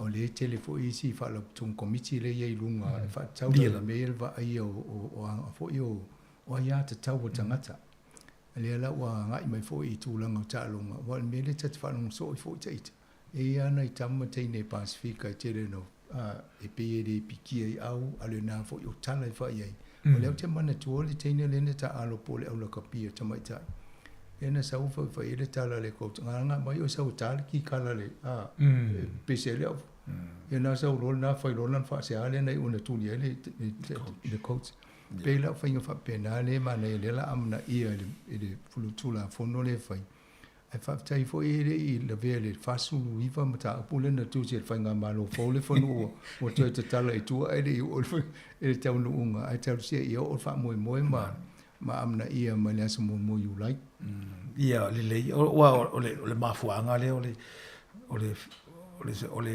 saunga le mua ne o tātou i tangata tā alo. I o nei whaateta inga na, i le ngata fo lai tono malai, ia o whafofoi, tau sia ia tō tele le awai tai au ia mamla matiri ma mai so lantu sao ele na o le numero ia i tangata tai au ia pe lusfulu le va lusfulu tolsfulu lantu alo te tala pele au no sa mo po to ke lau fa fo mai a mi se tatu matua o mai alo fa na mo fa sia mai o le fa ia o le au ele le tau tala atu tau tala tau tala masoa atu opo palau vale ia upu whapena e whae se whae a onga i se tamaititi a lepe walu tau sanga. Ele se mea talwhenga. Oi tua inga mela i e tauna o ngā ina ia tātu whaasoa i tae au. Ma ia malama lama ai. E ielo tātu wawanoa i le tūla whono lea le na tau le wha ua pāsia. Ina ia maula wanoa e matua i se whaase a ma mo i se mapusanga ia vanga wai. I pea on tau ele le ngati te tonu o ta longa o fafol malai. Mea i o whaia onga ma lau mata ia po se jifu e palau vale tu langa whapena. Ia mali emotional abuse le tala noa fo le atu ai tang maiti ia e fe o liste maiti de fi me la tu. Ia e tau si ia e to tele tātou o le sefulu tae au le BIC Church i Cannons Creek ia tātou whelo e tae au e amata fo ia le tātou te talo sau ni ngā lotu sau ni le sunga le whaiwhi au ia so se mea whatui o le kalesia PIC porua o ia o lantou hole whaia ia o na a whai te le stala viri mai tau mai lau suafa lau telefoni na o le olua fitu tolu o fitu i wavalu le mavalu olua fitu tolu o fitu i wavalu le mavalu tau mai ei ina ia whai loa mai lau suafa on tātou whilo i tai au e au ngā fo ina ia te ole lava tātou sapasui e whai tai au matula. Eo nau tai au nei fo se fulu mena e malu tai au e leo. Ia, e langa o se fulu ai umar se fulu lua. Lua i tū la tai au i le umi. Nau na whai loa al vaanga le ma maiso tū whina ngano po le lei po wha le tonu nei tū la whono po a fo inisi mea ono te uche oele tātou tai ala tū la whono tai ala leo le kou. Ia e mai te fo isi tātou no fo e tūtono le komisi lea.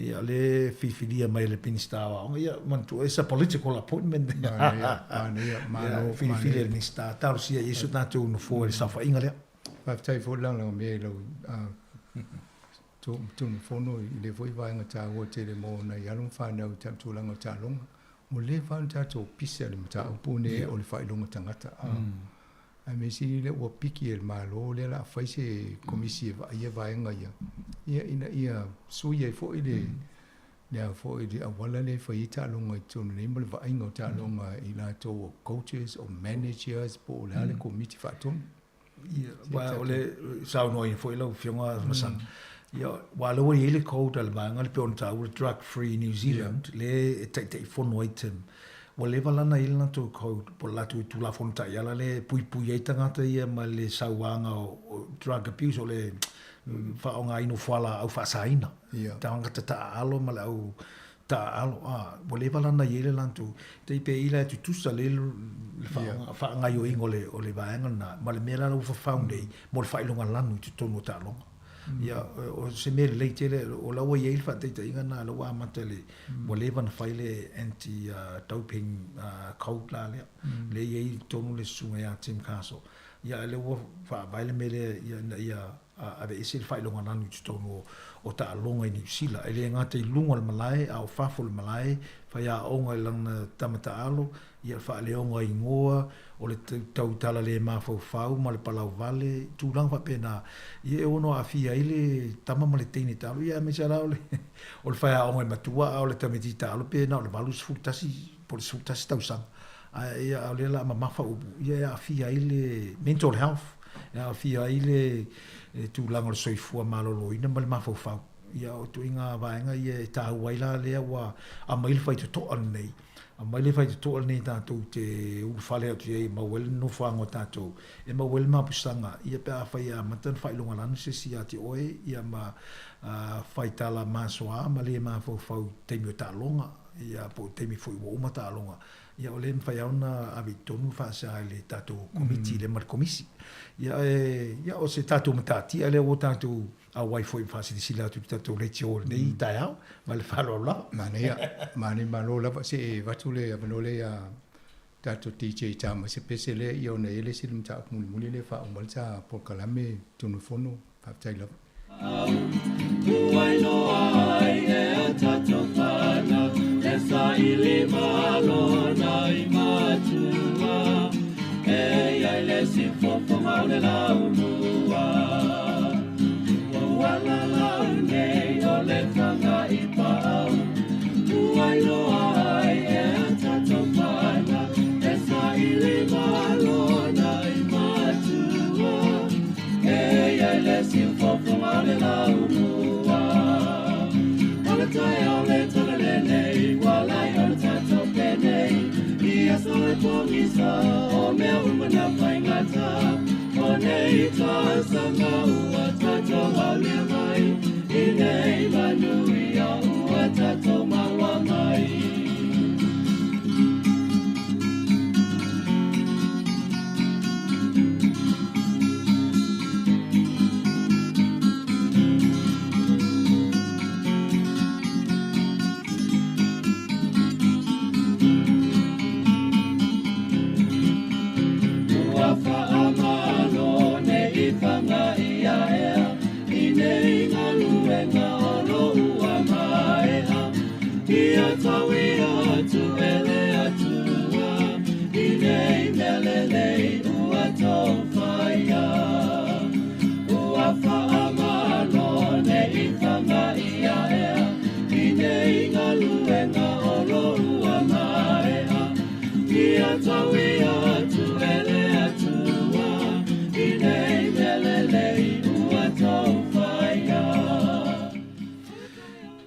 Ia, malo whaafitai sa mua ua whaafongafonga mai fo nei tai au tātou mafuta ia ai e langona fo il nei tūlā le o irama ona o le tūlanga fo i ma le au pōngi sa ua whaapuro ina i fo ini si o lantou fo i sa tautua ina le tātou le tio i le na komiti whaafoe ma le komiti whaafoe whaavae i le teimi utua nai ia ele nā tia fo'i i le wala upa ia le atua i le ainga ia o le sa ngalui tu tongo o le tātou le tio nei ia o le fionga ia tupola le sa ngalue le vaenga le i tono le tātou le tio whaasala lau ia ma tu tonu fo le tātou komiti whaafoe ia o le fionga tupola sa lau i loa ailon swafa i plokalame ia po le fitalainga ia la mea ia papea fo'i le fionga ia le malu ia ona swafa ia o lo o sila fia i fo'i le atunu ia o le so lea o lo o taratano fo'i matulanga ia e fai e o masui o le komiti whaafoe o le taite i fono e mamone tuai ia whaamaisenga i le whalitua po le tausi ia alua valu taina ne fo'i le nofo a alo ona o le walau pa ia le atua ma le to se o le tamao la inga tu lo sa ma fa inga tu pola ma lo tu ainga ia ai o le manto mamori atu le fa mai senga le komiti fa foe o le tatu si fongo la mua i Wellington nei ia ai me si fo ila u fa inga duenga ia ona o le walau pa ia le atua le tama ia fa mai se ma ia mo pele ma fa na o le nganga o le atua ia te o le fa le tua po le tausi ia ma se fo i alo ma whanau. Ia i fo lo tangi mai ala, i wha ma whana le tu, i sa mo nei mātunu i whafo. Ia wha pēnā, ia watu lea o le mātou whamatalanga, mai se fo i ainga na lua. Ia alofa le tua maua se tawhi mala le whainga malanga, maua se no fuanga mau o le fionga i a tupola, ia po le talainga fo i ala mea. Ia e tātou mōri mauina, ia ana ngā ruenga mawhi au sa tautua i si o tātua tinu ue ala i le tautua le si fonga lau mua i la nanga nuu ma le whansa moa sa lau loa ai ia ai mai se fo i tiute masani o le tātua komiti whafoe. O le mātou whamatalanga lea, wha mai se nganga o le tua mau se no whanga mau ai tātou mōli mau ana ngā ruenga. Soifua.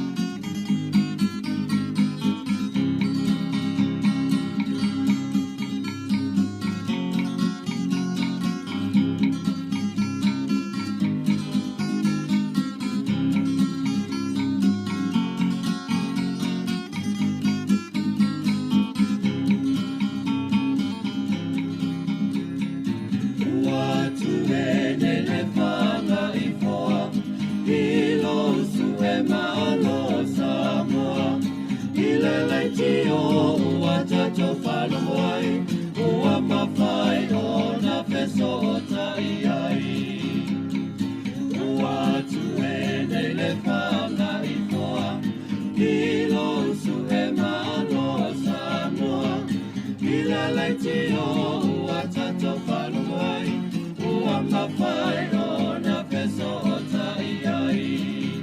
O le tai au le tara lele, walai o le tato penei, ia so e pongisa o mea umana whaingata, o nei tā sanga ua tato au lea mai, i nei manui a ua tato maua mai.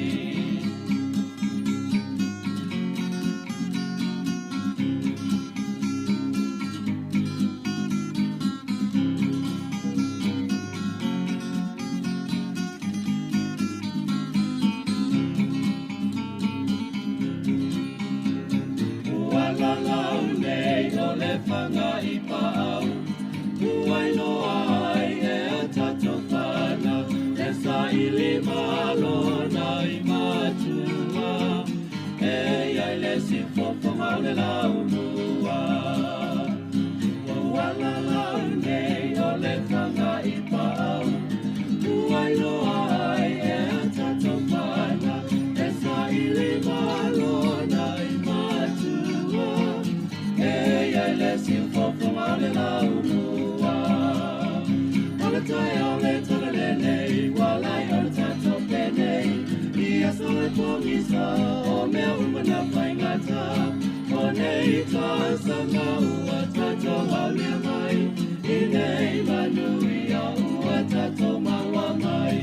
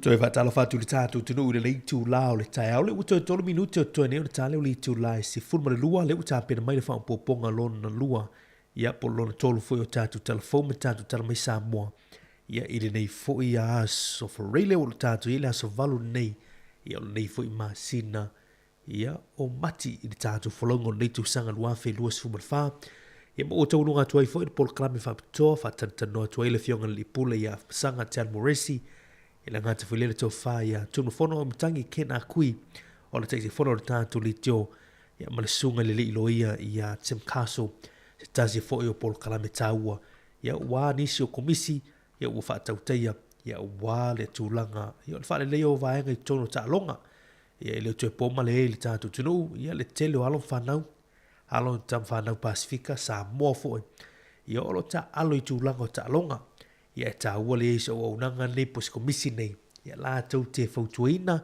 ia mamata I tu vaenga ia wale no fo file mu ia ai me se fo il saunga le mu o tatu whanau I nei fo I ta longa lau tau au na neo marima tu tau finga fai valu le o tatu filo I nei fo ia uoli ia pole nei fo ia taimi o le a vaenga le aso ina o ta tonu li tu la sifulma lo usi mai le whaafonga o tatu talafoma tatu tala mai Samoa I le nei a uoli whaafitai.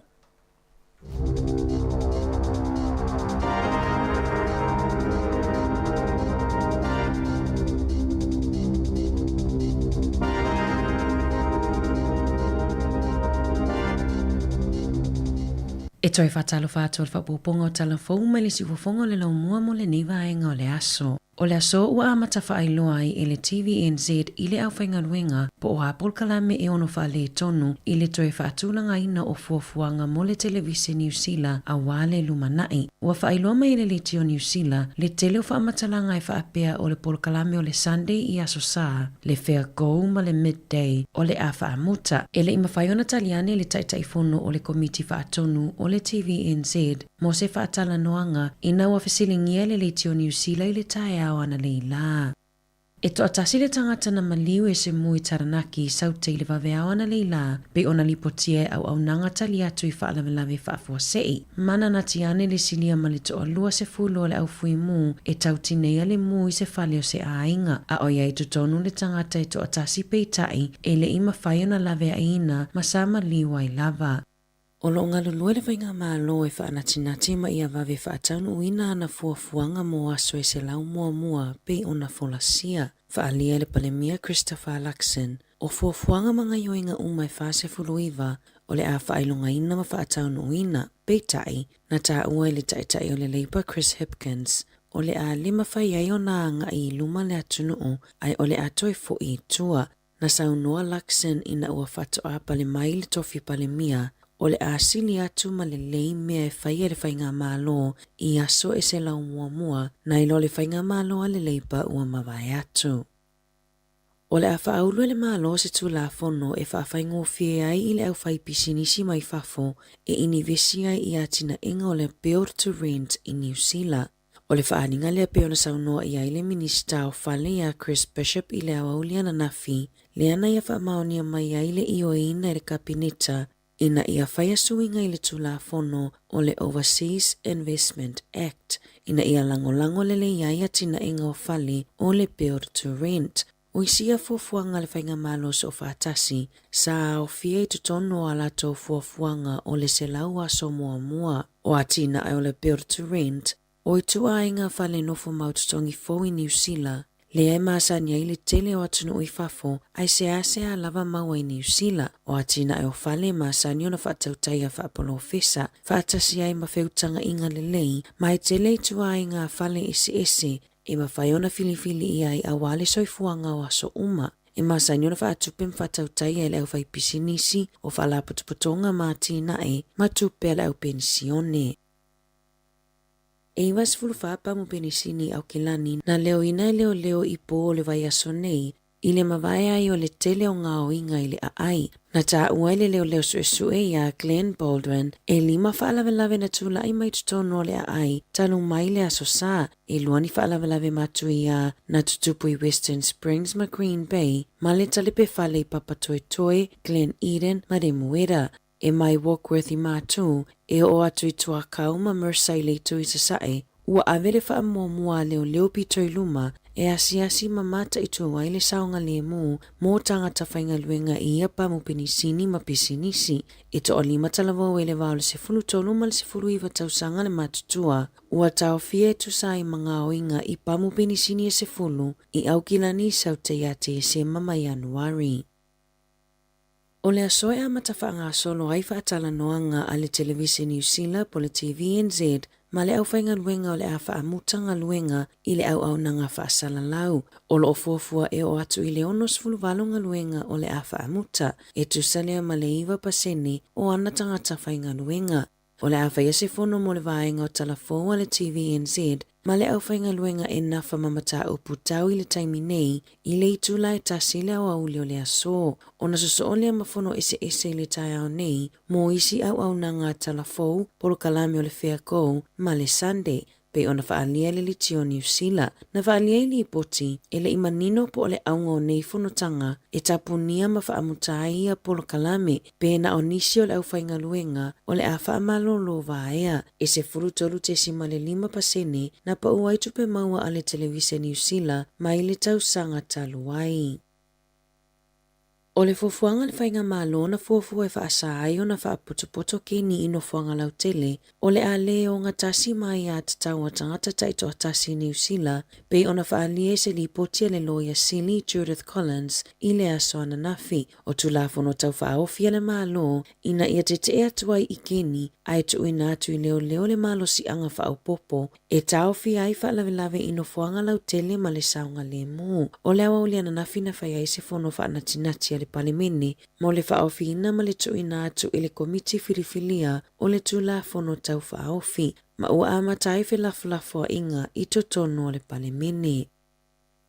Ua si itia le numero ta avale alu le tise i New Zealand, peitai, ua whaingatai tangatai ana ia ta avale o na maua ni inisinia e anga waa e whaalelea ni whaale tonu i ta avale le tise. E tu sa malefitu se fulutolu afe ta avale le tise ua ile atunu o le taimi nei. Se la ono ono pasene ua si itia ai, mai le lua afe lua tasi. Ma olo wha moe moe mtanga luenga o whela ua inga, e wha alua ina lea numera i le whai unga o le tausanga nei. Olo omo o mia e au nanga o ala manuia, e nafa ma le toi wha alelei o ta avale le tise, ia avea mawaenga o le purkalame o onga wha inisinia, i tutonoa onga ma universite le taimi nei. E tasi mai le whao ta avale fōu, na le sitala i tutono New Zealand le tausanga taluai, o hybrids po o itu ainga le tise atoa. Olo o whaawa o peona sa ili insinia mo ta avale le tise, a wanga luenga whaaleleia pe a whaale tonu.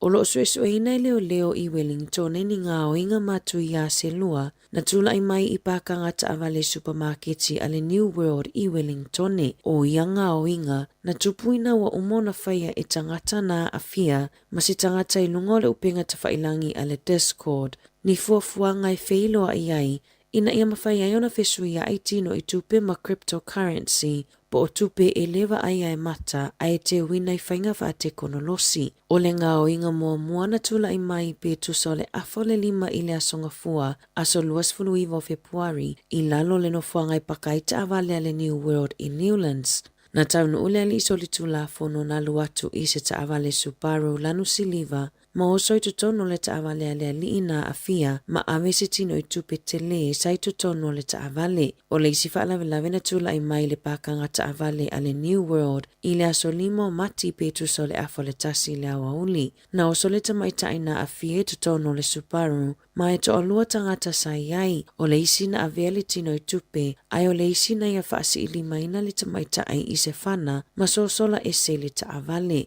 O lo talo sanga ina i leo se fisosoani mai tangata lautele, e winga i le amata upu. Tala fōwia mai lisi fofongo le lau muamu le nei vaenga o le aso.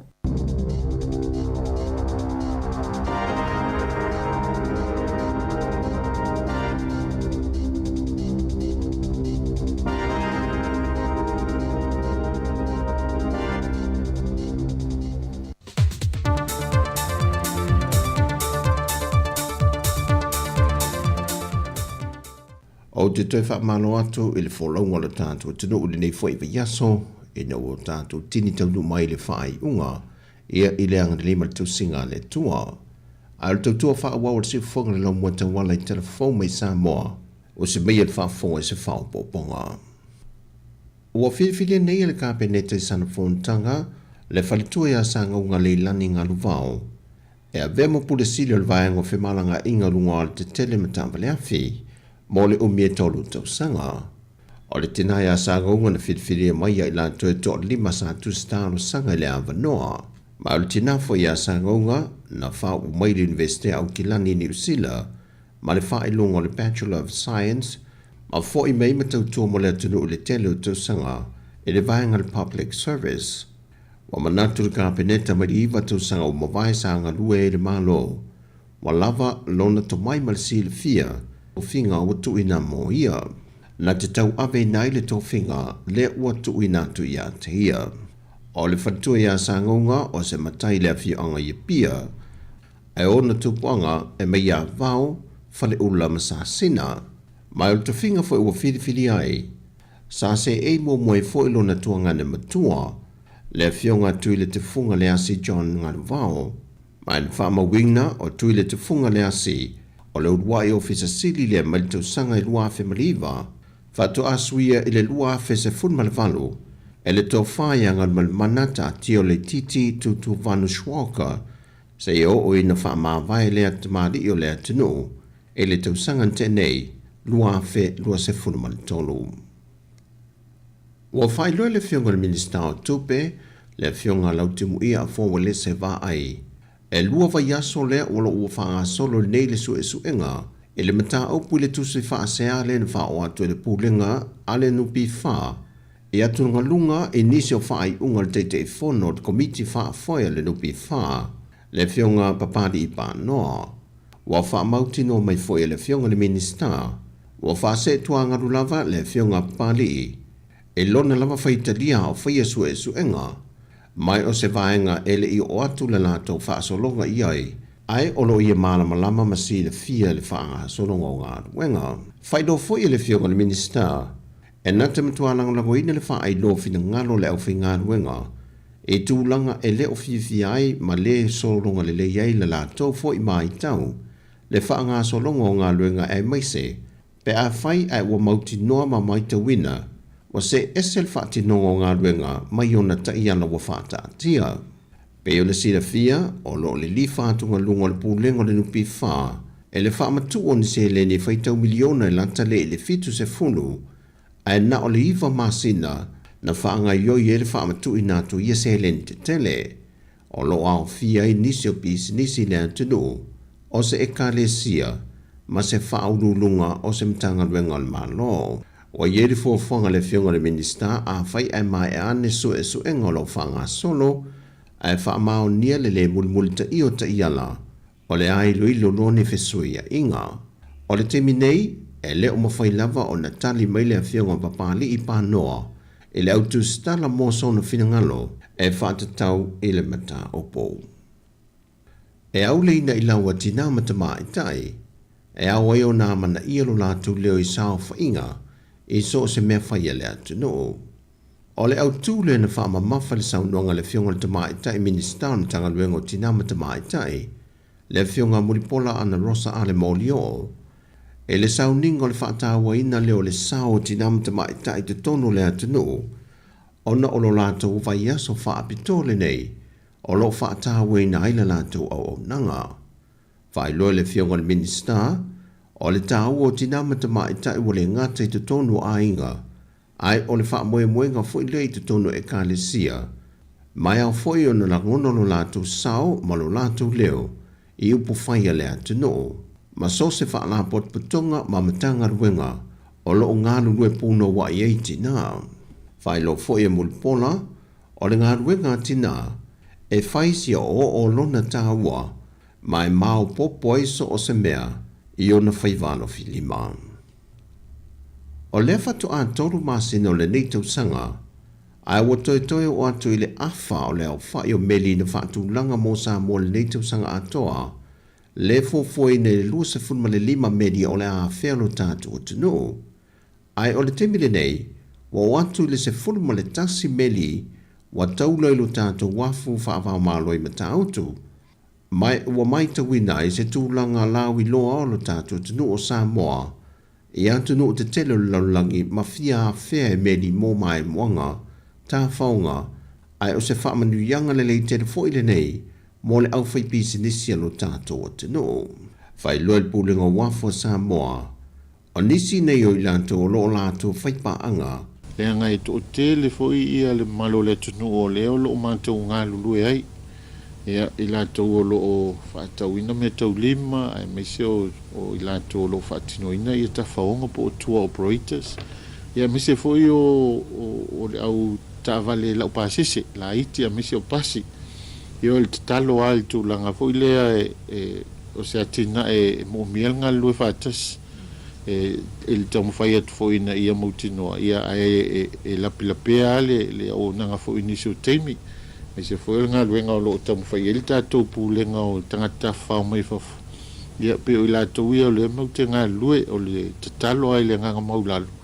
Ia tamu whai fui lea ia o fui nātu leo o nanga fui lea se siona le leimo tātou malo ina ia awaine i wa e tasi ase me tūla i mai i se pāse se o waane ia e muti noa ele to e fia le tātou i si o tātou o tunu. Whailo fo il pulenga wafu, o le telo nisi o pisinisi, ma ta vale e whea vea iei malo pe a taunu mai, wa mai ona restala i lalo o le whana po putonga, a iei pisinisi o lo whaonga ina, ma ta vale lau pasese, e le i resti tala ina. O whata tia mai fo i malea whai o meri lu se fun male wha, mo le tausanga i lua whilu se fun male lima, ma le se furu meri o le tausanga i lua whilu se fun male ono, le ua mua wha mautu mai o la tua noa, ma le teltanunga pulenga, o le a wha o popo atu i lunga le a whai, pe au lia le tausanga fau. O tala fau ia mo le whai unga le neiva yaso, manuia tele lo tātou tano, wha soi foia.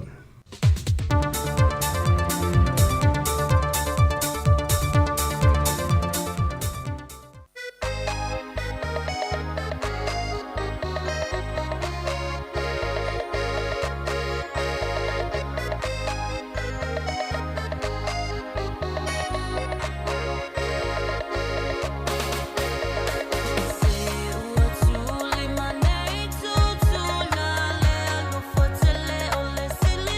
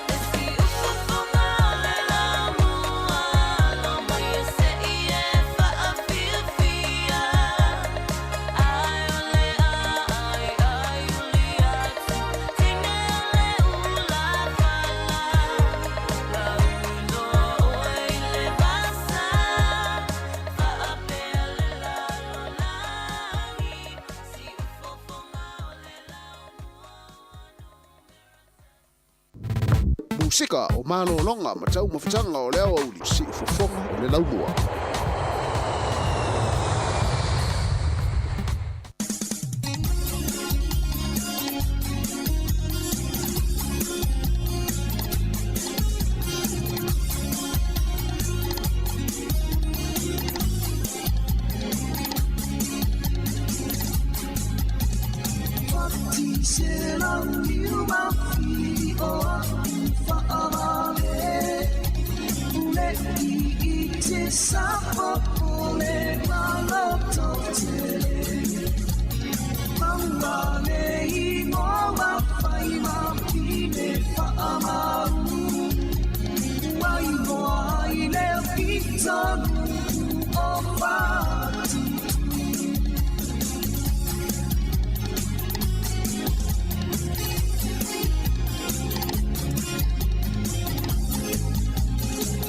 Solo peale malanga a ofai peale leitama Waila na fa atonga atam ia fa atalianga Awale fa afao ina ne ile ino mai o na folina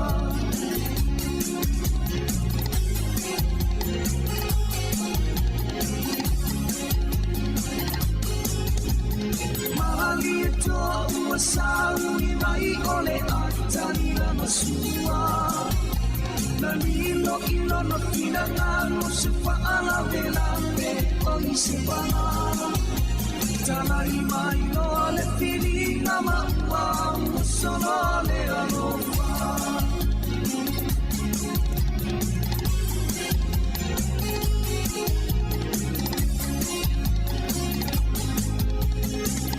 Solo peale malana Wasavalia lea lea Nemealena einoa o matenga na matea I oleia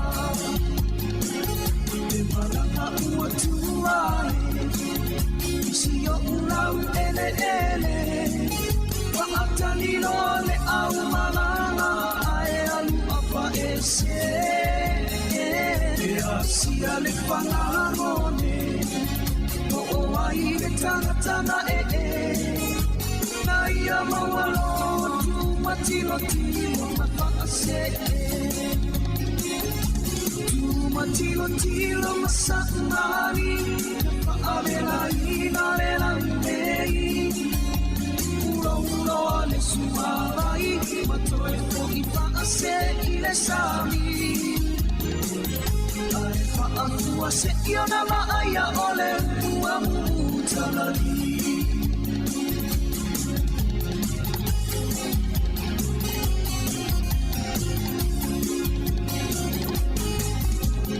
Ei ai fo ile tasi upu e fai isi o uru Ei ai oni mea o tatoe o unitoe o samone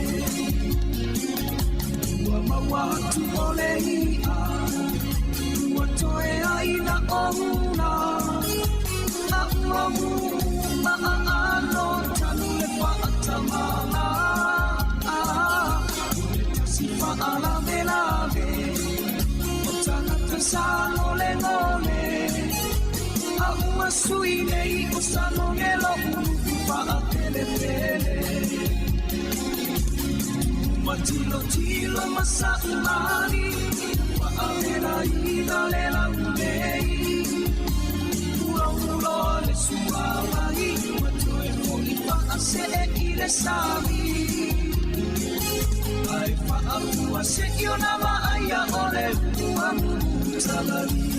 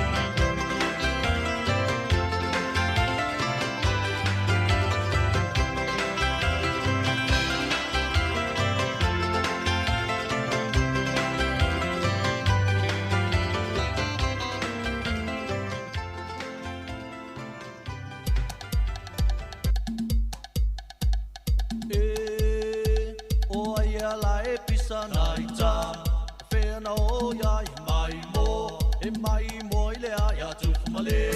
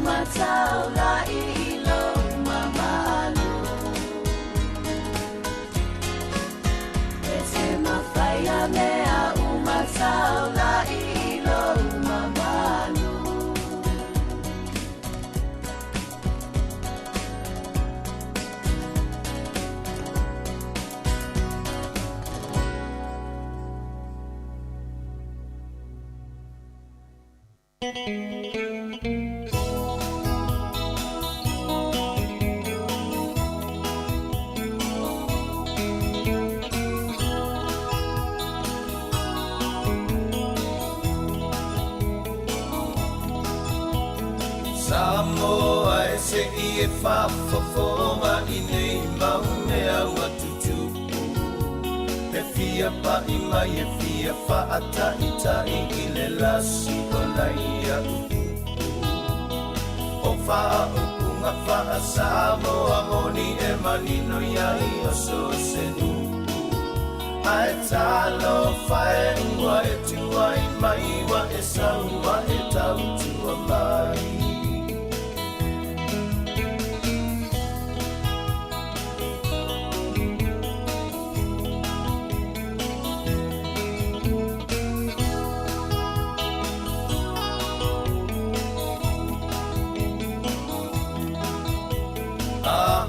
Manatu iau uku fai fai a olea ua e a apa mai Wa e whaangai na olo umalus malo utau tinga safai E manatu ai o ne pukane sailo na whaama walunga na iai Na iui na whao ina lo ile ele ele o ina na toe atamai ai Malie ia la whaafofonga Samoa o na pangalo o whaano anoa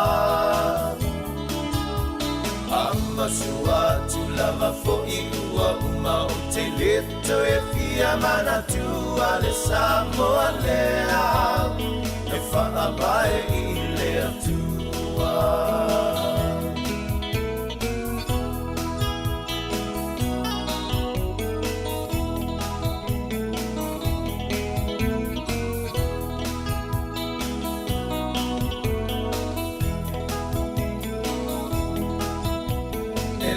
Lafua atama se ungomo ai mana o lava ia I loto Ua e kopi e tele I whaano I pe fia ia I loto Ai ui I le ua masale I kuwa iele mawhai o na toe mawa mai Turu pea ia losi vale aua o malua mai fale Malie ia la whaafafonga Samoa o na pangalo whaano anoa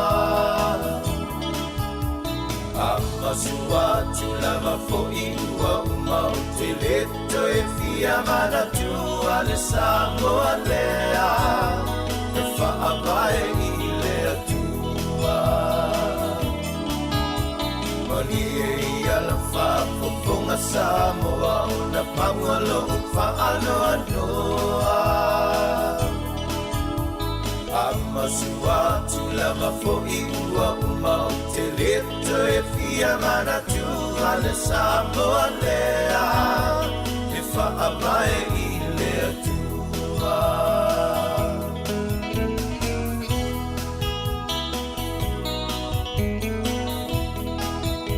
Tasi minuti e wate nei le se furu mo le dua ile au ni le so faroile le so vandu le masina a pewila a le masina mati le o va vea so masina o sanga fa bol mati le utatu ye ilo na so valu terminei o por kalam tu la fono ya le o ma filo fo male malo le malo so ngasu petel so ngato ya wa fo tatu por kalam me pay fo fa hatu ya usmailo fa fonga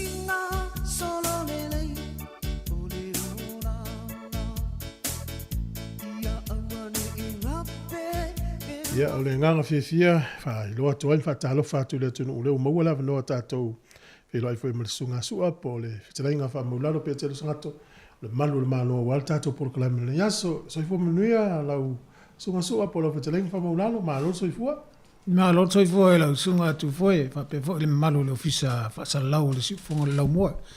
Foi le fionga ya masanga ma la fonga loenga ile fa sa lau foi mai le lau mo Aotearoa Wellington nei.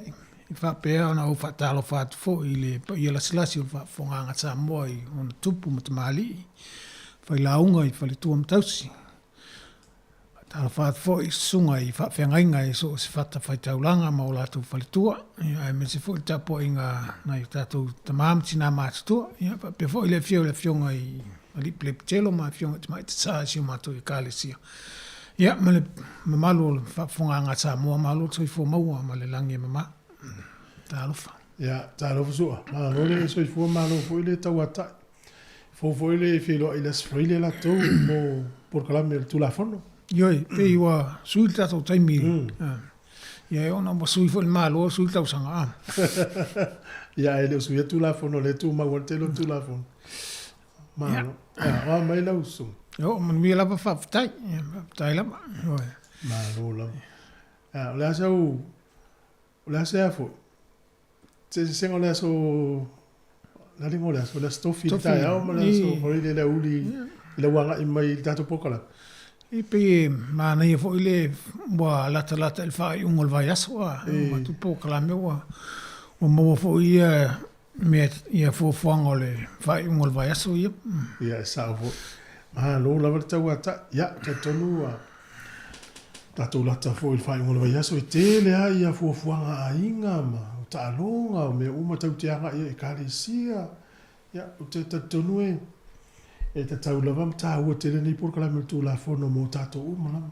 E whaftai lava su ai lo lava mai fo i tato porkala me whamanino le tunu te lo tu la fono.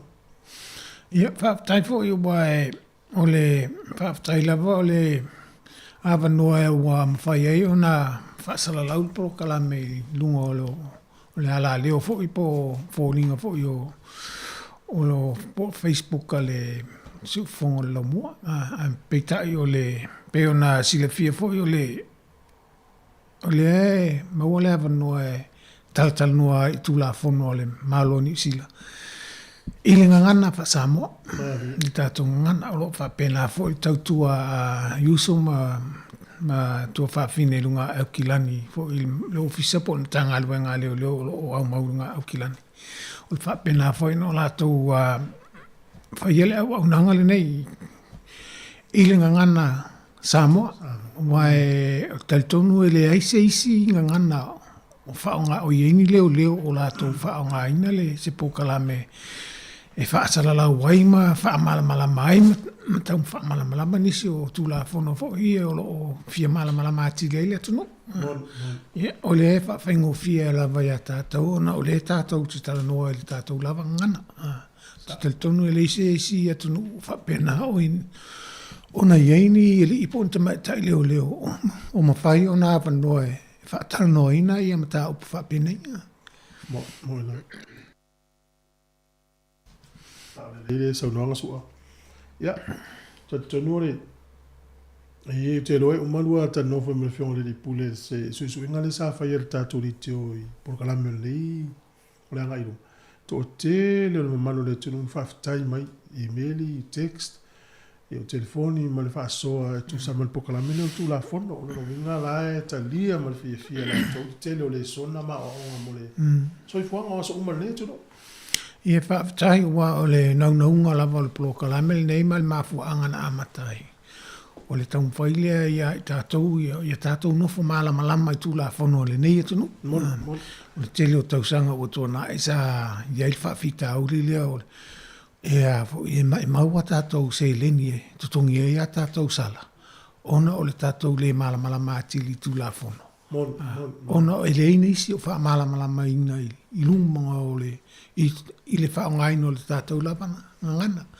Iai fo inisi e wa afia le tū la whono. Ona tutongi leo sala, ai leo malamalama po le ale mafuanga. Ona alu ai leo tangata lea, ai ti ngā lava le loto mafau le sala leo po tutongi. Molona talitonunga, sa le taunga ona o salai. Ai peitai, wa avea nisi o fisiri mai e ta whaatala noa la tu mata opu. E a mata le tala noanga fo ilele te whaalongo ina lava le lefia fia fo ilele le matanga luenga ma le mafuanga o ala iona sala. E peitai. O ma whai on tātou tala noa le tātou ngana. Wha malama ia mafuanga. Ia ona to e solomuri lava le ama le wa malia le fina ngalo fo le whaalongolongo mai fo le pai whaafunga mai. O lo whaamatala atu mafuanga. Ma la yo sa ma le winga tono le tu la fono ia ele ngata fo ina o lo ia fo au wala tu mala mai ala to sila fia ele tala fia ngai le au nanga o la ia au wala e ma fai ona fa ia ile la tu fa sia o le la tu wa ia tsaule o tal tono le sila bana ba nga o lo ta o tele o le ia o lo sila fia o lo wa ia tau e fai e se fai unga fo ilele pe te whaasea i le matanga luenga leo po le ofisa leo i le au nanga i le tala whiangai i lau sila. Peo le si vaenga te te meitau ina le porkala mele i te leo tausanga mo vae o tātou whaia ma se lau sua. Le foi tau foi le te whaonga ina e leo le malo le tunu e leo le malo le tunu leo. Wa i loa e tātou tangatana na ia te tau. Pio aso ie maasani e o tātou tunu whaatali mai o le sanga. Tu sai o le ranga wa umana le o tātou la wasala. E le se taimi fo lele na o ina i tātou tu la fono le mafua anga e wala ina sala.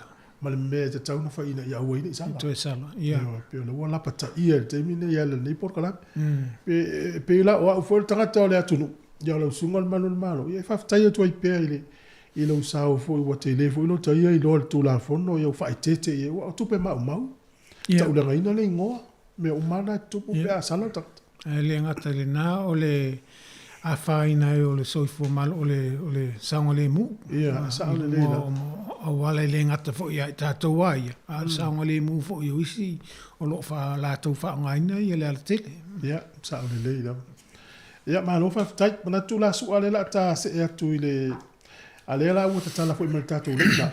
O ala mani fisili tau te fina ngalo e fisili ngersunga su al manu le mano. Vili mal ta telefoni o fa tolu va lima o fa tasi. Fa ina tali atu ali sunga su afiso soni atu il tatu tunu. E pe ma na ia lo tomu atu ile mata upule nei ole malu si anga lai leo ta office ta vale no le wala. Pe yo le tala le na sau no le Radio New Zealand ile aso a fu le vaso nei. O leo na la tu nga lue na i waikato. Nā tau tau fia se ta avale se tangata. Ai leo lau whato e se melmtanga luenga i sa ol whati nonga i leo nei o le nā tau ngā luenga. E na ina fsiri ngia pe e se ana nā tau tau fia e sa uli tani fi mene mafua mai ona vai atu e tape ai fōringa o le li le a vere ta avale. U te leo ai masani tata no al vanga ni te whaminatu le tunu e le malusi anga leo tau fia i so o se ta avale. Yeah. Fai sa no le vanga tu la fono ia le piola mele utupu mai. O le mafu e tele mafu anga la yo no ta ofilta vale. Ele o fia ele ila le lisio mafu anga le to nga fam talanga le pa pewa. Ona o la tape al fuling. E sel fam talanga na a fa pe fo silingia po le al mafu anga o ta ofilta vale. E tele mafu anga mafu anga momoa o le ta vale e isi la sene o le ta vale e o le leio ia pepa o le ta vale o le ta o ia ona le ta vale le se ta vale fato anga o ia mai po se vai e tele mafu anga le o ta vale al fam talanga le o le na o mtu se la vala al mafu o ta o mai la vala le na al mtu se o mafu anga na la yo no ia ta filta vale o ta falling o ta ale o ia le lisi fa pe ta falling o tangata po o le lanu o tangata po le mile ai ile o ile se le o le o lo no winga na fisiringia la o ta fia ia e pe ana lu ile wale tele se news pa ul vanga le acknowledge po lo fa ilo e vanga le se le wala no fa ile le nei ai e sa ul mafu anga le ala ta wele ile lisi o mafu anga e te tau na ta filta ba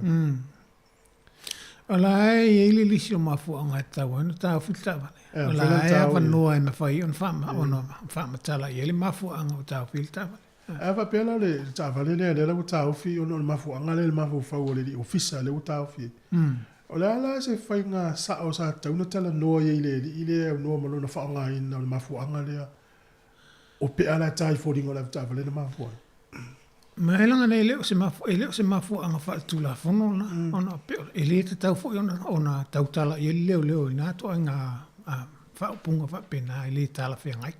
O le ala le ni mafuanga o ilalo le tula fono na le tula fono leo ta fia ta vale si aki po o iso la isene iso la isene ta vale ia fa ali mai lo isene malo suafa o ai ona ta vale se ta vale o e wa le o ilo i la si aki po ai ona ta vale o si aki pe po ta vale po le ato to po ile warrant of fitness me umana si aki ta vale o le mafu angal na lai ona o ta fia ta vale mo le saunga le mu la tele o le ala o no winga po le fia malie po le fia porto leo fai atu o ta fia la o tele fia i pe anga ta mai o foni o le matua se la val fa punga le na ave ye sa ola le ngole o le mau le di office ta fia so stanga ta pe fo ringo tanga le anga yo le no winga o ta mai la e fa ilunga lanu fa ilunga tangata ele te tau ona i nga lua i tonu nga lua nga po a leo no winga nga ta vale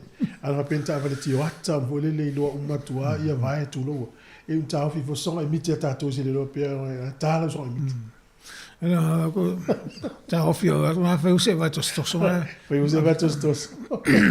ya to no felo se va to sto so le si fa tu anga na a velta vale ia ma se io ta vale suiki a vol fa anga a se va to sto so va il te mi la via ai le io na lim fa le ona pe tu atu vai pensini tu ia tu vai ta ofi e la via mai vai pensini ta lo il vai se va to sto o le sia fa tu anga fo na le avino ta vale fa nga se va solo atu po le avesio se va to sto fa nga toti ai vol fa nga ina ia se va to sto le nga e ona la via pe a te mi ta su ia io ao ile ngata le swing or kia le time fo le sa o vai pinsingi po le vaswa o ile taofi io al televisi tu atu la via no le mfaile ona fata no ma fo anga na mana ya ole la mane fo la ta o mal si anga le taofi ta vale ole la uta o le ma fo anga ile tu la fono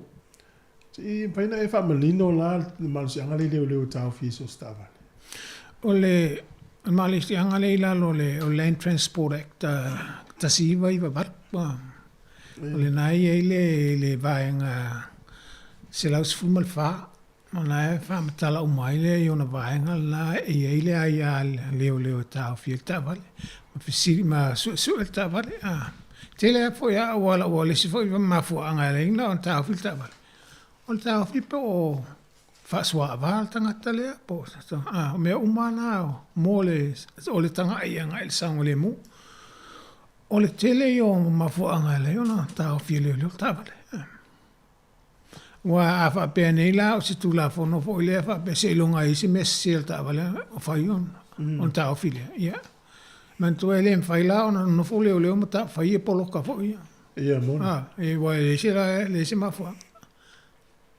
asa na ma wai fai polo ka ma wai la to o inla sene ai mai se la to o afta vale au fa swa va o le mal si angala le fa tu so sta vale pe na tao fela fo ingala mta no nga ia le mo le ta vale lo inga e to no le ta no nga pe afsidingia e se lo fo ta le ta vale ta si na va tu la fo no so le ta vale ia mo le e fo e fisiri wa te mantua o le fisiri mo la va e tele no fisiri meltan ka isa wa e ta fi la ta e se sa me se bo fai mo e tani le si aki pe o iso lo sene po stanga te tauna ta vale po e sa e ta mo faina la ma no si mo le saunga le mu le ngata saunga le mu o e saunga le mu la tele la to lo fa ngai la wala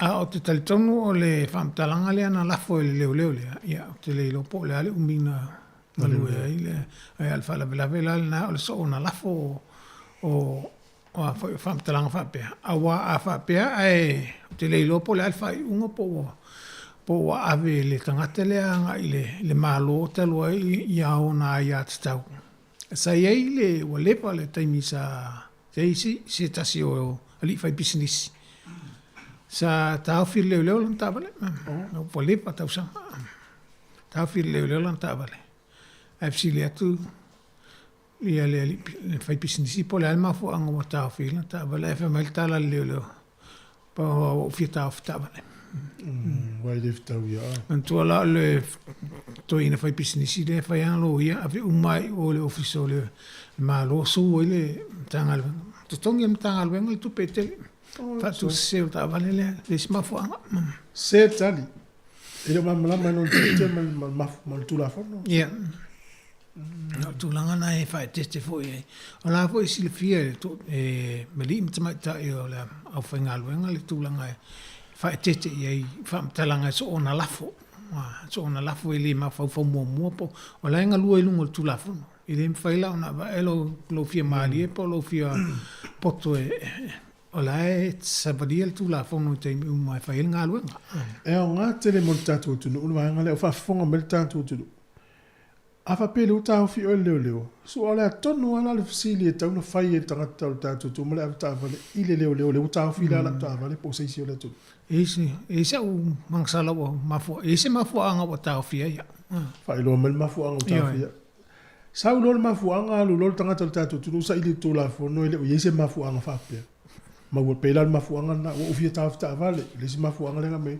o va tu tape e yo fo ile o ye uma mafo anga ye lungo tu la le si mafo anga le se ile o ye fo bo fa se na ni se le Wala o ta fia e vai tu ena lo tino tu a felici o ta vale na tau tu sai fa ali mai tu sai maula lo tu sai fa ali mai ngai pe o ta to ele me na fa ti ia ta vale fo mu ta vale ta si na va ngai ele ta una ta tala ia ile sa ta fi mang merta to no va ngai le ta no to fa mani no o lo fesili fa ile leo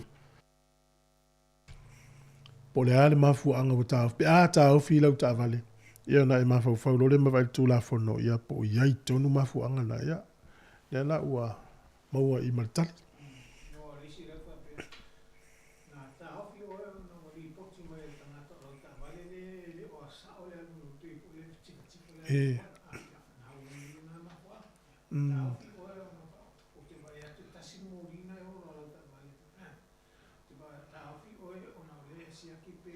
mafuanga sa olana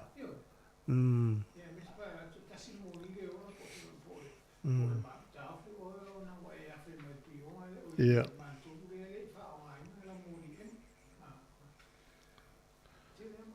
mafuanga sa olana a mafuanga sipa lenda fa mala matule tunu te ua pe el menal fa ilonga lanu ye se lama yo na o se la nga manu malo fa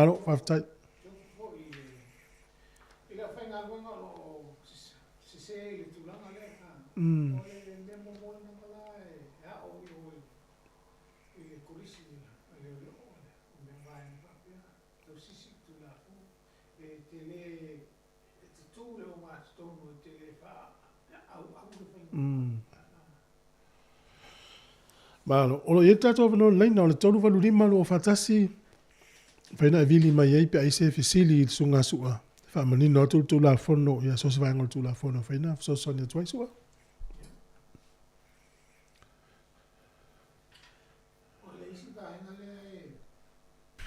tato tanga ia yo le tulanga le e ita vale o ta fi leo ona siaki atu le tala fea ngai fo le tau ona ilungo le wala po le ta vale mo tua male pe le tau ona ilungo le wala ona faile fa pipi ile le pepa lanu mea mata o le pepa lanu piniki e fa sai ona to yelta vale le ilungo le wala sei vanga na o mono to siaki ma fai male pepa ato ta vale le warrant of fitness o le pepa la le o le ta vale uma toale se fia ilungo le wala o lo no winga o to na ta vale o le male pe o le ta ona on tu le il pepalan piniki o le pepalana e fa sa e pipi e luma fo e lungo fia fa sa ona e ave se va na o le falta vale la ave falta vale per fa pe to na mai lungo la wala na falta vale la ave to fa le ta vale la to te ave se le pepalan piniki da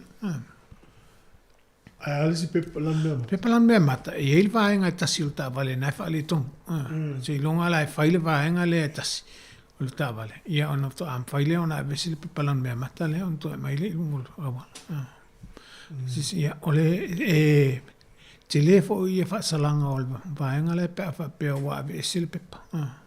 Pe te mo wat. Wa mana to le taime to ia pepa ia lungo le ole tavale ole na fo ia pipi fa mo ngale ole le numero le tavale le ia i mal pepa le ole mo ia le pepa le lan piniki pelan me mata. Ia fa pela le te lungo la wala va le sa tavale la pipi mai se pepa ia na ilo le tavale le wo mo ta fie le le ta le lungo la. Ai ia el tanga tana te vesi el pepa. Ya sa la le. Mai lungo se la uno se la tala lungo. Uno se la tala. Ko te le mai dunga le ala fo fa pi le pepa ona wai lo ele sango le mu aga pela la silsila tu le le warrant of fitness la fo le lang le stala ala va tu le sango le mu el mal si anga tu il pepa lan pini ki le pe fa pela na ol se me at ol ta vale ato wole ai fa pela na sta si se va en ol ta vale la ai wole sta ona ilungo la wal ona ole va ole paenga le tasire taun falle ona tu le ol pepalan me mata no ingala pola al malo se le warranty le warrant of fitness of tavale malona le stala vata inga pe sfurua masina au ia es me fale tonu le ala le pawa ta fi le tavale le sanda ia pe ava pe se me matu ia mana tu fo le warrant of fitness le ala ona o le lei e ta mai o le le taimile na sia ke il fale insinia ava pela fainela warrant of fitness e to la ia la tu pa pe wa la vela pe wa pe o moli o ta vale o lemfa ia o le ngala le warrant of fitness ta ia ta o lo la wa o le ta la fia ngai le warrant of fitness ia ona sala lo le se la lim sutala sa o le ia manino le ia tatu sta il tu la fono mai lo pepa le ia fai fufa o le sita o le fisili wa fa pelo il pepa lo ta vale o lo fisili mai tina le wingo le pepa fa tilo al ta ona fisili le plan le wingo pepa le ta yo pe tanga i po sesio fa la wa il ta vale va tu il pepa le ona si le fia le il fa le tunu le ta vale le sta ona i lungo la wala pepa lan piniki wale to ya ngai lungo la le ta ona i lungo la wala o pepa lan me mata i le va en ol ta vale na ta la ve fai ai ile me fai ona i lungo la wala no ai te le fa le to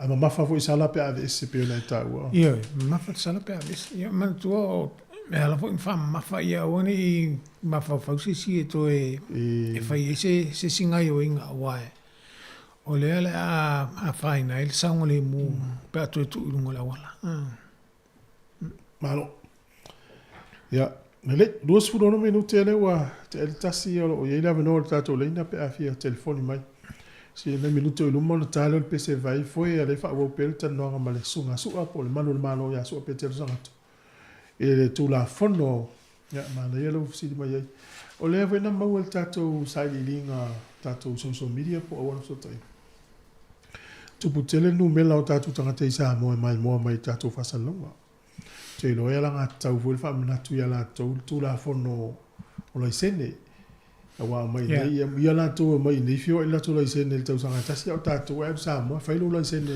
le tu ma e fiera so fsile foi lo sono tu foi il termina e malanga sa mo fiera le tau lo sene le sa e lu sfulu mo tu tala ai fele le ale umisa mo tu sai se e tu lo sa mo le oh ya la le umile il senele mo e samo masina pe to masina ya le ya tongina le zele ni ya le tu sai le tau le sen le zile le la Ia o le tūlanga a malanga mai o tātou tangata mai Samoa.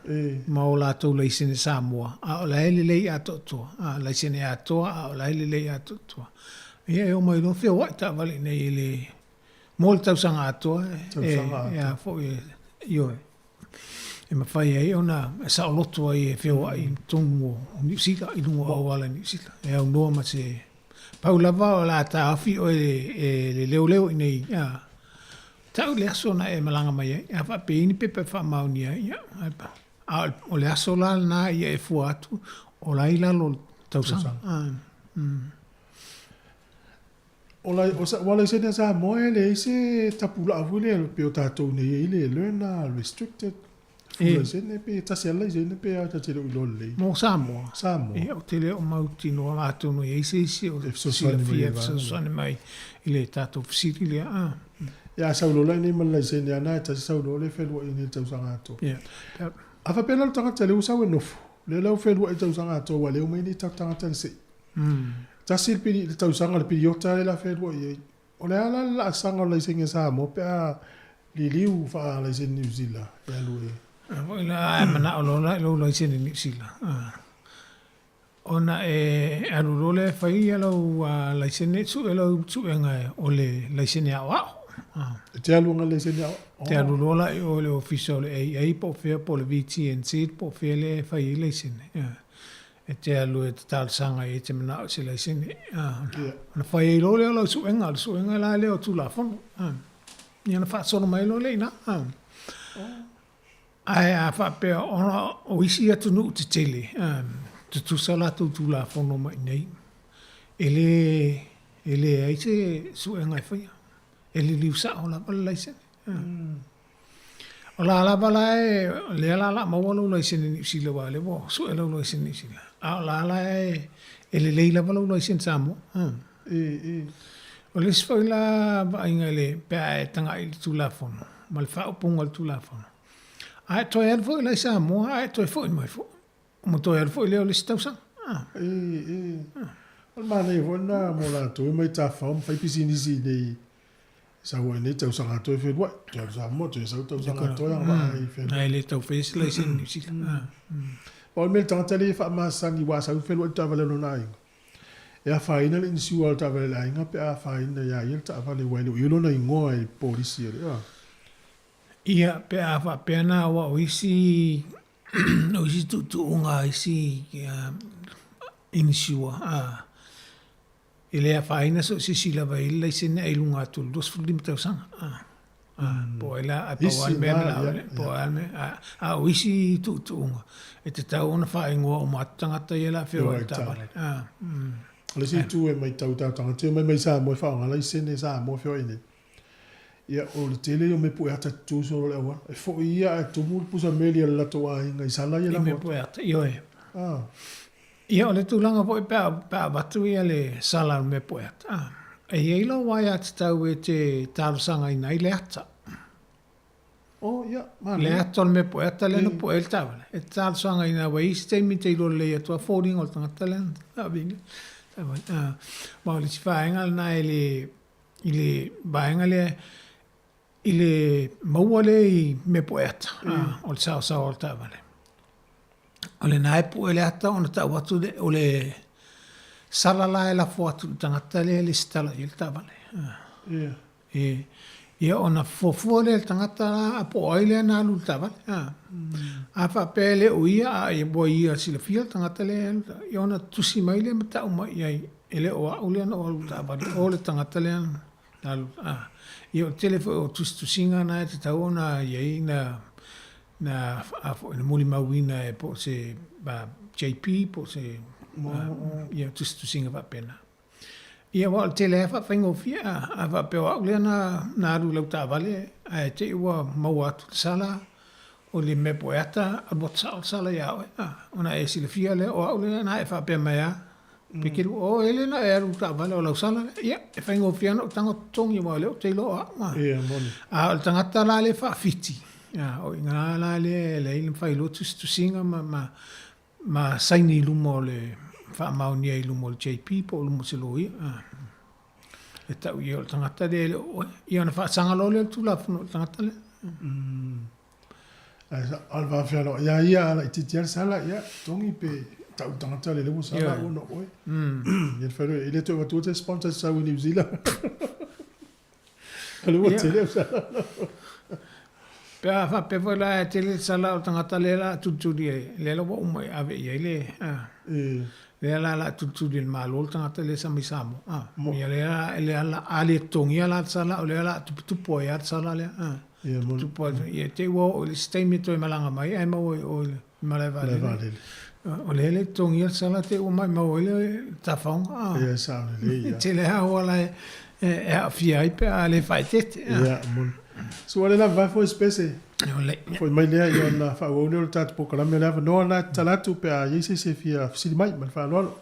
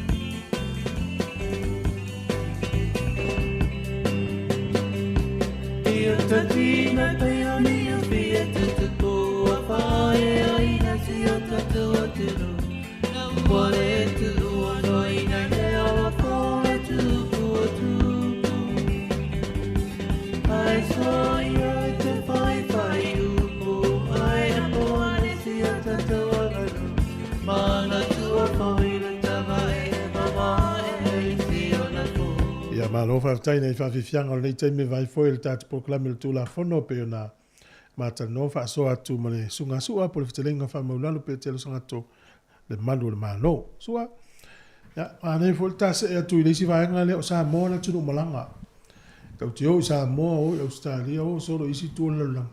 E ma nei e lewa le tatu ngana ki liva i a fi au tau longo i o le saunga le mui fio inga. Le ia whaina se malanga se isi lungo le vaalele. A fe le ainga na tausanga to fu malanga ale la poroka o no se si o le ainga o ko ma le fe mai nei va ngatu la fono la ta ye ta to ka malanga fa lo tai ole me mo mo la vata ona mana tua o mai tato o i tato o mai e malanga e la we tato la usua ma le fe ta sia to i tato leina ya Toi fu manuia nei tai nei yaso malo sei fu. Malo sei. Ya. Fa mo le mega. O le dungo ya. Ya, le sai. Che fi si da quelle. Le sono le malo. Ya, le. O lori voi ki rivolo. E ma fai nga lo con le bola ora fi ko che ave passi nga i diu ciao. A po lo ka me kamala wa fi ko fa fi office passi. Ai fa ku e kui vere di ando le o nga kule mo au wala o loli fo ye loli o lo e la fsi nei tama ya pas pem foi an lo pe e se la to ta tu le mo au wala le ai o tu la fono la vele mfai e fa sa ona paka i rungo nga tongo le wa no nga ni tama ku so ya a le wa e paka ka le spiko paka le loli nga ko e ka fa fi fastiso ku ka o le tūlanga i elu li poti la ole, te le lopo i ni me po e ata ale pasi, li poti la le vahanga. E li poti la le numela o le wuri ila na e fai le amio na ona avele il to ofisa avele ofisa leo leo. Ona fai avele i o le sala. A tonu e ala na fai so o ma fa alo mai fa pena ona ele i la vea se sala. Io vale la fa fe. E lo fesili le fai atu tu lo lava. E lo sunga. E into forno fuanga ave pasi mas na fai. Se longa fai fongo le yungi ko afa. Ai fongo ngia pas. E into wale si to te wale si el to ofisa out. Ai. Ya mane ta utanga na le la wale si tu le dress le tu lo ni le ai fai nga luenga le vanga na vili le le. Ah male le fai o to na vidi wala ave pas. Io vole le. Tasi na wana male na li poti ya ofisa out tu. Io vole le la fa fikanya. Na il manat. Ya, va tai. Ya, manguia ko kalam. So ai sa le mane tu si le si tamale. Wala te vai fo ia leina fa to unload pe e se yuta mo to fo yuta se sa no so fa. Ja, sa tu langa na loading zones la fa pito la va mo la to. E fo ita vale tangata ia tu le o atonu la wala fo le ai pakai ai o fai fa ta e sa ele ni paka ia va na ele se loading zone vo va pe e fa tanga ia ona la lo ta lo ni ia afa pe fo i wa fai ia e ala fo i la va ona fa ina ona le va ai po tala fe ngai le va nga la tu wa le tele la va nai so tu la fo no light fa pe a fa pe la va la va no la wala o le ele o fa ina sis e tele la va le amana i el to tele a fa pe la o polo kai la wala ele se la to aya fa tu la fo no en fa ina la to polo kai na la wala so stai sa mai se pe polo kai la wala o le sa o le mo fo ingo ta va le tu pos fa la sa wa tai tu sala o ma sa no fa no so o fa il tato proclamer ne tu la fo no sa no fa pe a tau fi leo ia le tavale e ave le leo se vai nga sa le mo ni polo kai la wala ia ia ia si mano te vai pa polo ka to la wala la ngalu ngala fa e se ia tau le tangata le tele tau sanga leo fa mo le tu watu ilu ma le ava no la le te wata no ai male e ia la tele la no io a le leo tau na ma fu leo na fa pe atu tu watu la ta va ilu ma le nga o le la polo kai la wala o le leo fo i te tau ona i loa mo pe na te silafia va engo le awala te tau ona tau fil ta vale a veto le va a tau fil ta vale a tu ta vale e usita i tau finga ai polo kai le awala e fa on alma fo le va i le tala finga il va nga tu lum se i va na la va se tau finga fa fo se i on se fa la vela a fa pe o le tau fi o le fieta no pe si akil ta vale ola e fatal tali se paanga la ola ola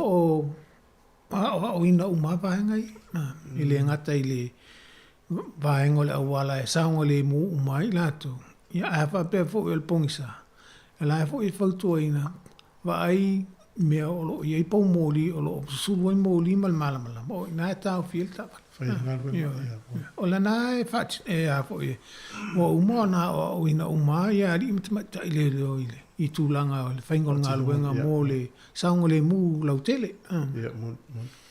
Malo, le lau manino le vanga le whawhonga mai fwoi le tunu o, ia, le ngā luenga whai pe a piwena e pasi sa oe po mo ala i ni utau ne. Ia. Tāne, pasi la to ngā luenga. Ia, hata la o tele hoi a wila pili vaile. Io, pesa. La toi fwoi atu lai le, la tala pe tato lai no le alif sini whena wala mai o wha tolu walu lima lo o wha tasi. Ta fo ya tu lai ta pe nanga le tunu i whenga malanga i wale le ni vaenga i wawai. A mesi o le malu si anga lai le au whenga luenga le wale le. Ioi. E ta au fi mwhatanga i tangata iau e oso lunga le wale le. Ioi le vaenga le nai tau ma o na tātou mana tua. O le whai unga i ma whai o na whai mai o le au whenga luenga le ofiso wale le. Pe whaau au malanga pe le whaau au. O le mafuanga fo ile nā e lai o na whautua atu i tātou whae tete ma whaalo i tangata whainga luenga. O mai, o lo o uma fo ina whaatonu i lātou a whape i si tangata pe whaatupu misa i a le whape whiamalanga. O la o umona whaatonu ina e le te tau o na aveina tangata le ilungo le vale. O la e whai le lātou tiute. Mai tanga e whai lātou le saunga le mu o le tō fia se lau le lātou malanga whātasi. Ia male saunga le mu o le wālele lātou umalo o iei tōngu. Awa ia turo le tangata e whai le tōngu e onu whaatupo e swalawela. E ma whai e lātou tāwhi. Tūlanga la e tātou te mawhawhau iei. E ma whai e le wāenga le onu tāwhi a upe a o watua o fia misa mo o wha misa iu. E ele la toa ia tau fia ia o te le alua ilo. Sa o le le ngata fo ila ele lo le alua nei. Le ilo o matua la mala o tupela ele na tongi lo pases. Ai ma fai fo ele ato ona fa sa ona o to e alu lo ile la to vadele. Ia na. Ta o mai pe fia ni masina fa sa. E me se la le New Zealand wana le New Zealand le Samoa e sa e lo tangata. E lo ingala e lo papa o Samoa pa. Le tasi la le se wala te o le te oso tu va afiti. Ya sa mo le a sa o le leila walaki.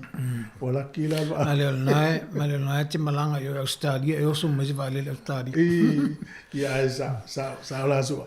Ai ava pe vo la e vai tu le ni si la e me fai ona la to longo ina la to mala i se ofisa vale le mata uro yo tangata le tau no ya. Poloka mai le ara. Ia po ila le. Awana i tupu me fa pea leo watu lapta inga mal fautuanga le tātou tino. E wao tu la fono le mamalu i o tu la fono. O le fa misa o tangata e lungo le vale le i teine matama le vale le. O tu e mai ila lo tangata. Ia. Ai fa pea la wa alu fo le vale le ele uista ia fa tunu. Ia. E tangu o tu vale le o fa tane mai le ofisa leo. Ia male sala la. Ono se lauta la ro le usta i ole. O le fo yo fa tonunga a le au va. Sa. O fia ni tangata whapea wai e i fo ila tau e watu lo mlai wa lele ia inu le na ipuatasi lua tau. O lo te mi wala watu le malanga al pasese au tu o le fitau sa vali. A le fitau alo sa vali e o fa pisala o na a le iloa ala va e ala fo ona na iloa e le au whaingalanga. O fa piso la ona. Le avelo. E wa lai to tele la to silfia fa ma fa tele le ta ma fa ya ona le pisa lo le alo le file mo to le fa misa le ya al tangata la le fa swa va lo amata lo na le wa yo na la o ta mai o le o na tele o mai la le alulo. Esa. Ole fa le o le mai maua i o lau tupe o wa fa pe o ena ma fua ina ele adu malanga le. O lo no winga wa le ilo ato lo pase se te le to no mai le tupe le na tongi lo pase se. A se fa mo o levo no lo mai fia malanga ai. Po se ta faonga mari o kalame ia o matua le uma o le tau no le ona o tau fi le alu lo vale te le fale tu te tantongu e te a tupu vaenga le o se si to no tupu ai ona o le fatamala te le fo tingain io ta ona le por kala me lapta ia le tunu sa mo le tunu malanga pa nei e lava le alu fi malanga ia tau no fi to fo me fi io o va ainga o mai o le fa na e ulfa le le wa e fa suava ta sina va o le si va o fa na e ta ma faina le tapa po le va le le vai stongo va le sa mo tua sala si va le o lo usita o lo le usita io fa tonunga le au va ta sina va si va o le fa nga ina le o telefoni fo le ala o fa mo fa sa Maanga o nai mea ala iti umalawa ia e ala na fatu la fono ono o le saunga le mu o le tele. Malo, o le whaiunga le vaiaso la tata wanga tu iai. O le mai tau ina i Wellington e pewe o talan whai tau le vaiaso i le. Tupu peo i lunga e peo inga tau whaavesi o istanga te le lau mua. La tata wanga i ta longa le anga tu iai, malisi fuanga o ta whaonga. Ta hua lava le mata i tū lei o le saunga le mu ma tama lei tene lei no hawai tele. Iwe, e mai se lava i tātou ia e fia o i ta alonga nei. O le fia e mata i ta alonga. Ona o le tele o mea tumutumu whapene. O lo filo ai fo e malvaenga lea fo le e fia tau pe fia iloa. Tainane lava ele se mea e ona pisa oi. A lea la whatupu se pisa fo le whapeit. Lau pisa nei langa e le o iloa mai au tangata. O le vaenga na le fautua toi. Tātou alo e se malvaenga le. Ai a whapea fo i te tau il vaenga le. I fautuanga i le mai le whapea tātou uma. Po le alto tele e to atasi lava e whaaleanga ina i le tāwhau. Tātou le o whaatasi. Ia fautua i le. O la fo o tau sila fiel tangata e ma ale i teimi whapene. E wha e te anga i. Pea o fo toi a vea. O toi a vea. O le vai o le i ta faunga fo le me ta faunga tu planga i tu pa mai ta a o fatasi ia mauti no la e o fatasi te mi umala po le ale a one i vai e se isi fo le wa le tele na o fala pala o tu puai ona o se ese to tasi ai te tau lava ia o tau umalo tau te o whatas. Ia tau mauti no o lai whatas ia o tau te mi umala. Po a fianga tau te e awane i ngā whaale leiro atu sesi. Sa o le leia. O mana e whaminatu mo le whae ungola vai aso. O le isi whaminatu tā usua o tātou mai tau ina i le nei taimi ia whaftai le utau mou atu a e tue whaminatu pia. Ta alonga whanau ia mauinga o le au mata mata. A tau te whaatupua ni vevesi i tālonga te maiti i whae ngolo vai aso. Ma nei fwere vatu se wangolo tū la whono pui pui ai ma whautua ina ina tunu. Sa ta whapea fo i ua lua se fulu tau sanga taluaina a mata le tātou poro kala mem tātou whautuanga i vaenga nei i ta mam i mātua ia e o e lango ia along pa whanau ia i tālonga. Mole. Sa tala no ina fo ile fale tongu le sai ai o upu e lafo ma fa talanga e so ona lafo. E anga i fo i alon fa na wisi la e tinga fo ile ia le finanga lo isi fa longo atu fo ile fa fonga atu fa talanga e lafo fo ile tala fenga. Ole tamu fainga lava ia awane i tutupuni fa fitau di fa pe i lungo malata alo. Ia ole a fa pe fo o se matua alofa i alom whana. E leo se whaataita inga le leilea e te whaia i lau whana. Pea whaalongo mai o e se whaamatalanga ia e te la fuatua. E leini whaamatalanga tāla whiangai. O le whaamatalanga e tauna whi whaalongo mai o le taun whale o le lango atu whaamalo si au. Whaamalo si au atu le tālonga. Auane i eia se tūlanga whapea o le whaafia misa. O tasina o le tūlanga nā lea e mawhai i le tūla whono o na mōlia o e mese o le vai taimine i leo o iei me po eata. E mawhai lava o na po e le tangata i alo wata au whaamatalaanga na e whai o na awele o le ofisa o leo. Mana tua o le o no whoanga whai tele le whai ei whaamatalaanga le tala whianga. O le sol tūla whono na. O le si vaenga e le leipel whaamanatu le tātou au matamata mātua o le malai. O le tangata le anu malai le whasua awa. Ratu le pisa yo le lau o whenua ima le apapia po le i le whanga lau te le sua le tu la whono le vanga le. Ei vaenga e whaasa ai le apa marosi tu tongu le ona tau mawhale apa marosi tu tongu ono whanga i ei vaenga e whaasa ai. Ei fo i vai a vaenga o lo mwhai ona whaatanga ai. O lo ei fo i se kula ti e la tau te wawa i el tangata o whaasua a vātele whaatupu vevesi. Ona abele i la tau whafu. Ia awa pera lena tutongi lau tupe te matamata i se tālonga i tono no whanga nei. A lea la wa pisa o i wale talawhianga ai ia lau ngai o inga. Ia me whai e sikiula ti o na a mai o e whafu. Ia mai mauleo lau tupe mai mauleo taimi. Mai mau ia lau suafa lewa. Sila fia el tangata. Ai o mai e maleo sta mi pe fa tu e fa longa tai tonu. Tu langa na e vala aule pe fa pe te leo sta e sekulati. Wa na e sila fia e fa muta fo e malo si sekulati e me fa e ona fa tino ina la to ngalba. E tu ula via vala aulo le ufisa le. Le o tu bana tu le va ngul muri le o tato por kala. Sua mai tauina nei vai aso i tātou telefou mai te le vaianga o Kilani, na o leo ana malo. Na o leo te leo pampensini o na sfainga. La sa fo tuanga mo tātou tunu o pea wha peini o sfainga wha pea ai e whatatainga o lai to tono pampensini a tupuni o sfainga wha pea.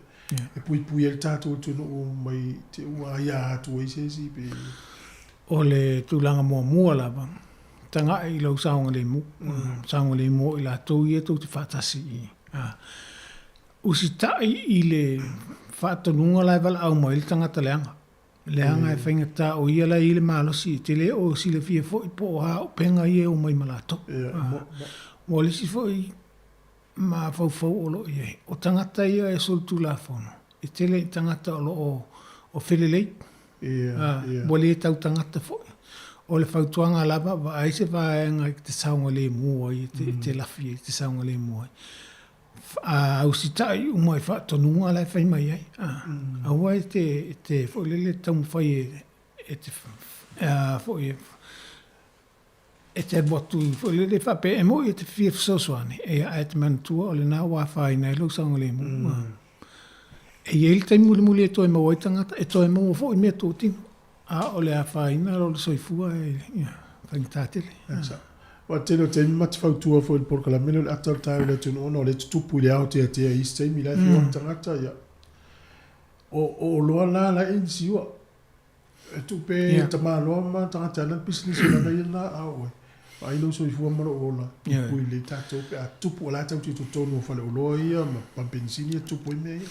Ioe. Masalo o le tātou wa tupu e le tātou tino. Fo le whaingata te le lo tutu e le sao mea whaia lo fia mana o atu e il tang a. Ia e sao le fia fsasoani. Ia e se fo ia tātou. Ia. Me se fo o atu nuu nei o lalo ale tū la fono. Tainane fo ia o lena whaia tu. Wawa ia fai taimi wala tu tangata le fsasoani. Ona le fia fsasoani. Au mai e wa fia ia tū la fono. Sao le le ia. Ia le ngata lana o le si tangata o tō te lea ila tō ia na fia fsasoani. Ia e uma e wa whaina e male soifua. Ia o sao le le ia. Ia mai maulale. Ia. O le whautuanga lava ia tanga i lau saunga le mua i la tō o saunga le mua i la tō o lo tō whatasi. O le telefono fuanga tupu i mea i me po ata. E tō iso e mua ia maua uma lai. Ia ma le whautuanga sua sao le le lava o le whamanatu alea. E sili le vatu o le lapta inga a o le tupu ne tupu. Ia e whasi ane se si o tātou si tangata whaina ai. Ia ma te le ia whale tonu. Ia man tu foi vel teimi te ufasi si e maua o le wanga ia. Ia la fo isi le fa pe mate. Ia ia sa le. Ia e lo fa tu la fono. Ia e sa le ia. Ia le e mana tu le ta o me isi si vanga muli o ni. Ne o le tulanga la masani e fa tuanga la o le sa ta sango le mu o lunga la pa ala tele ma no foanga fa tele le tele na fa ai. I tātou saunga le mu, usita ia tu la fono la wala. Ia tātou tangai fo i nufoanga tumutumu. Ba ai e te mwhaila wana e sila atu po whelwhaenga le saunga le mu, ona tātou alo e se aila ia lea. O vaenga alo i tumutumunga alo e te sila fia lava le au whaimisa. Tātou soso e se i o tātou o tātou tā whao ma tātou fia. Ai te o tātou a whaina tua i fua lauri i e o tā whao. Ai mana o fia i loa o lātou tangata. Aftai tere lava sua mo nei taimi loa wanoa. Talo pele lia mono malosi, whamenuia fo i ngā lunga whenga iai. Luia fo i whai unga le vai aso. Tai lau sunga tu fo e tai fo i le whionga a masanga male malo le ofisa whasala lau o le whango lau mua i Wellington nei. Mo le awa no fo e mwhai un tātou tātou noe vai aso tai tasi. Ia ma whasoa fo i tu sai ma tūla whono fo i o le nei atunu. Ia o le nei taimi o whamoe tātou to e whailoa i fo i le vai aso asao. Ai e whamanuia tele le tua le alo atu o le atunu, le sapati ma le whaingo le nei vai aso. Whato soifua. Aftai tele lava sua, to wha soifua mo nei taimi. Po kalamena tūla whono.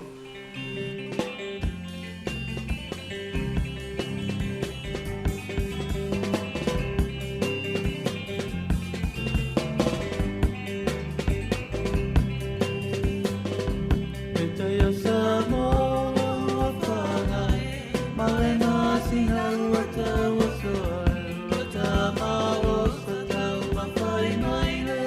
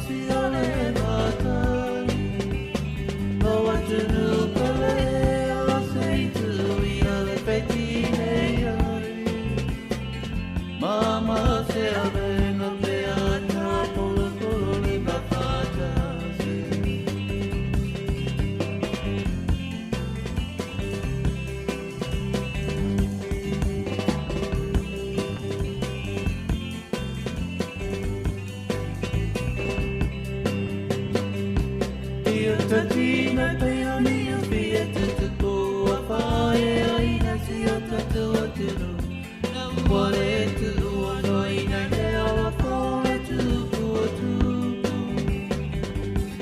Ai soi ai te pai pai upo ai na poane si o tatu o garu Mana tu a pai na tava e mama e si o na po Ele so so fu ole so mi Sei lo mai anima no si ole matani O te nau te lea sei tu I ole petine ai Mama se avenga pe ata polo polo li matata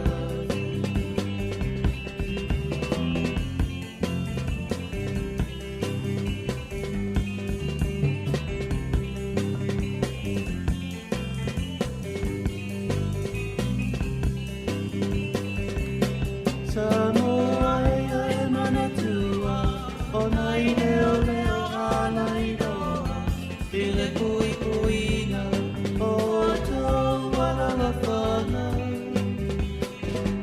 Ai aoa tu susuena aua e o soilo mita Kai ngalo ia o elei o whipe a polo wena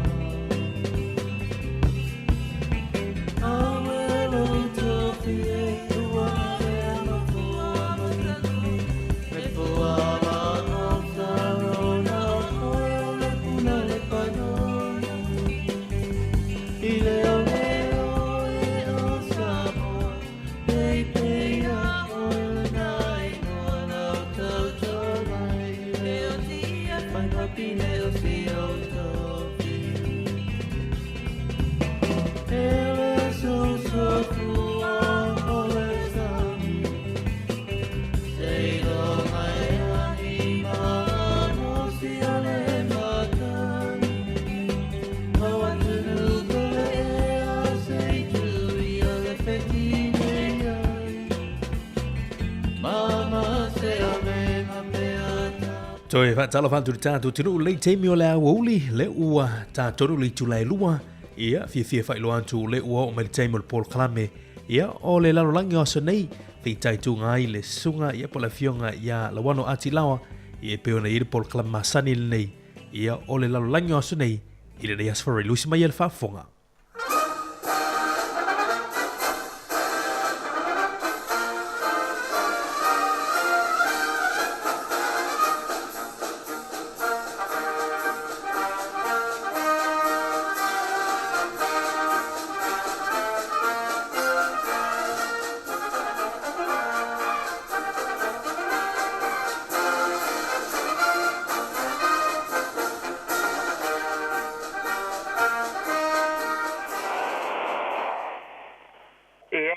te le atu lau sungamari mo lo mātou wāpanoa. O te whiwhila hoi e toi whatalofa ma whaafeilo e atu I le mamaru o le tātou tino u ma le au whaafonga I le nei tu la e a maise o le au mātua ma paanga masani o le tātou Paul Kalame o le lalolangi o aso nei I asforeile te tasi. O se Paul Kalame o lo tau mwhai o to I nātuai Ia nisi o meri tupu, ia tunu umawaenga SS o le larulangi. Ia awala fo ile nofu si le fia. Ia aiti nane o le mauai fo i si na fia. Ia po se au ngā fo I mo le manu o le au mari tua. E wha apitoa ia ile nei waenga o le tau tua ale si ufonga o le lau mua. O le vaias o taruai le tātou ulua I Paul Kalame o le neitu sanga. Sa tātou tala noi nā I le mawae o le awha inga o tunu umatangata o le larolangi.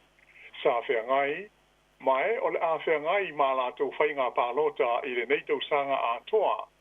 I le amata mai lawa ia Januari, e o atu I le masina whaiu o te se ma lua hawhe lua sfuruma le whaa.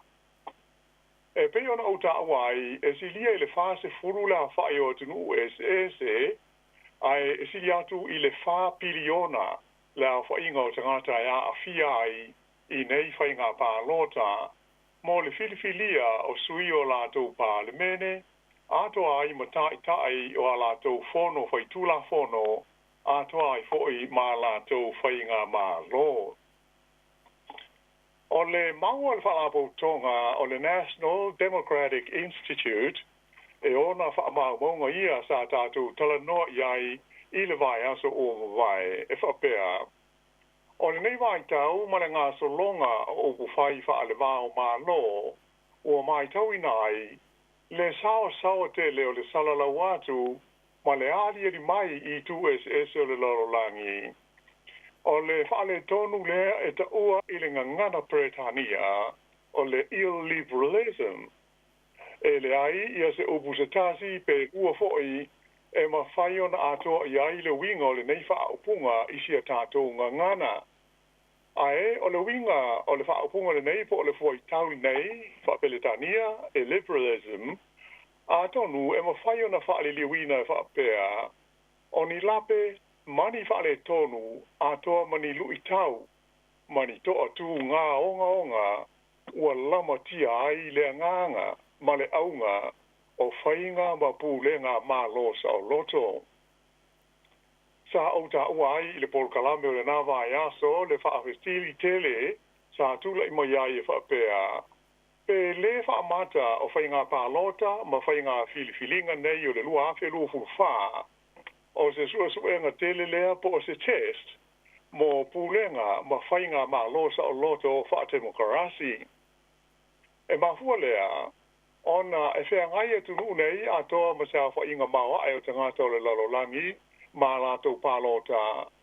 Ai wailonga ona sawa le sala watu I tu e fio le kilope o whaale tonu nei e pei ona tā ua.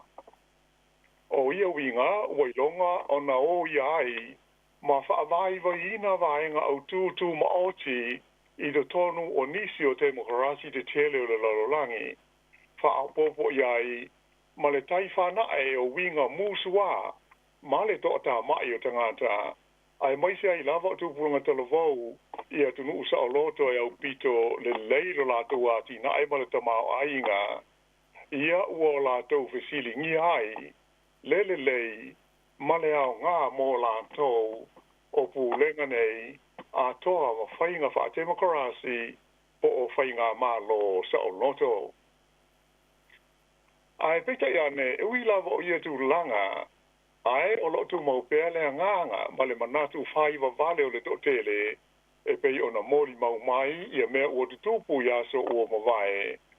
I le whaawau pele au nanga I atu le lalolangi I le avea makelope e mafuli atu I le whaatahua I na ai o pulenga ma whainga sa o loto whaatemokarasi mo ona tangasa. O le upumoni o pulenga ma whainga malo whaatemokarasi o se whainga lea e tau sinio pe I ai le tele o malo ma tunu tau atia e o le lalolangi ina ia o lātou maua. O se lipoti salo mia taruai nei e le whaalapo tonga whaale vāo malo e ta ua o le Freedom House na tauai e ono se furuiva lea whai o whainga malo whaatemokarasi sa iai I le lalolangi atoa I le tausanga e awhi iwa se lau iwa se furu tasi iwa o. Ai e o mai I le tausanga e lua awhi se furu wha, lua o tasi wha e pe o le se furu tausanga te ruai nei. Ua si itia lea whainga I le se lau lua se furu ma le lua. Ia pe o lona winga, ua se lau lua se furu lua lea whai o tinu o ma whainga malo sa o loto sa wha mawina I le lalolangi atoa I le tausanga lea e lua afe se furu ma le wha. Na whai no mai fōi, o le tūlanga winga ese sa maita wina, ona e o lava I tai o tunu uia I ai whainga malo pule tutu o meo dictatorships. Ia le whainga ma le whaafoina o lātou whainga malo. Na manatu I lātou ia, e le lei ma tā ua ia fōlinga o lātou o ni tai o ni whainga malo sa o loto. Ia po sisi whaapunga a tonu o fia, a vea I lātou ma tai o ni malo e demokrasi ma sa o loto.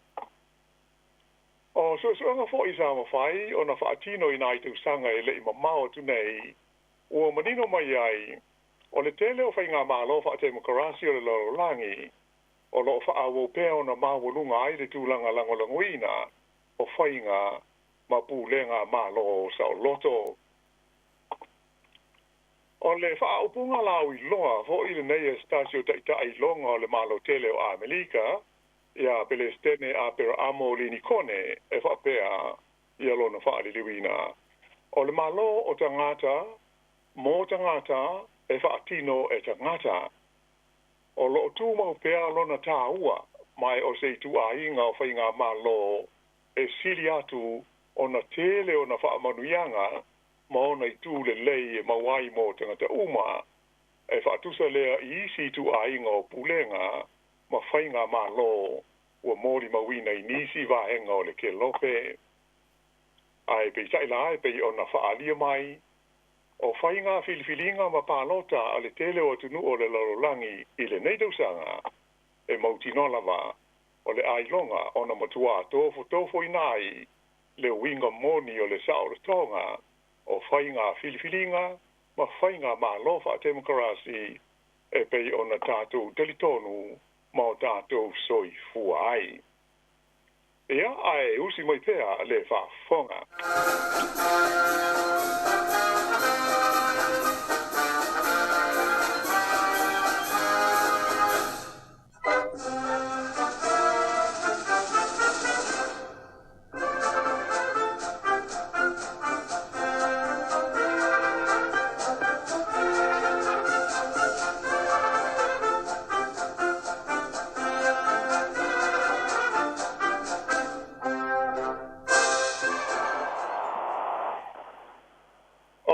Parlemene lona lima se fulfa le ua iai nei o New Zealand na te tala aloa ia na tau au fianga le masina o te sema o le tau sanga na mawai atu nei ina ua tona ai se teimi umi sa tau wha amautuai ia le waa se tolu o pāti ia ua so o whaatasi nei I le pulenga ma le whaafoina o le whainga malo New Zealand I lano o le taita inga a le pāti a le National lea e au pito tele I aona no foa I to tonu o le maota. O pāti po vaenga wha au whaila iti e lua, ua ngā rurue wha atasi nei ma le National, le pei o na seal fia, o le vaenga le wha ingoa ina o le Act New Zealand, ma le isi pāti o le New Zealand First. Ai pei o na seal fia, o anga mā sani o le fausia o ni whainga mā lo sa so wha atasi, o mea ta ua coalition governments I le ngana Britania, o le pāti ai au pito I to tele o na whaipule, o le pāti le nai au tu I ai se whainga mā lo. La lea lai mā fuai o na umia Christopher Luxon, o ia o le taitai o le National, I le tofi pāle mia, o le taitai leo o le mā lo. E le ngata I lea, ai au pito I to tele fo I minsta o le kabineta, ua tō fia mai sui a whaipule o rana pāti o le National. O paanga e tō lua le National, ua la tō ngā rue whaatasi, I le whainga malo, ua iei nei le tunuu. E tofu ma le malienga alo ia, o le malienga tustusia, o lisi na aia la tō mana onga, I mea e ta tau o na whaatino, e le malo se so whaatasi, I le taimi o le la tō no fua inga, e pei ona whaanga solo nei. O le vaenga tele o ia mana onga o ni ngā ruenga, mani ati na e sa fola e pāti nei I le au pālota, I le taimi o le whaatosina a o loma le pālota tele ia o ki tōpa o le tausanga te luai, lua afe lua sifuru ma le tolu.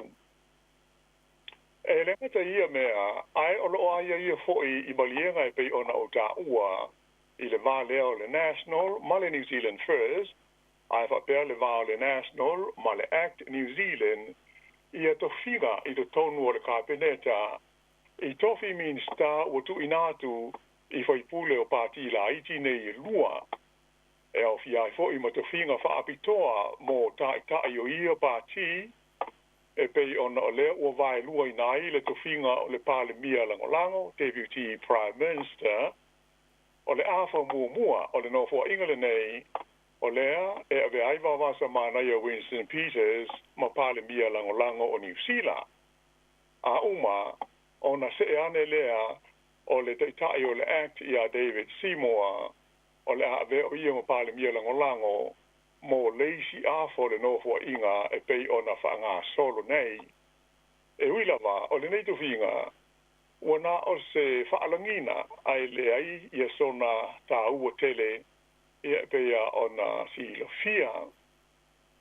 E pei ua o ta ua ia vaenga, ona o se tasi ale nei o whainga masani, o whainga malonsa o loto, male whaate mo karasi ua tātou masani ai.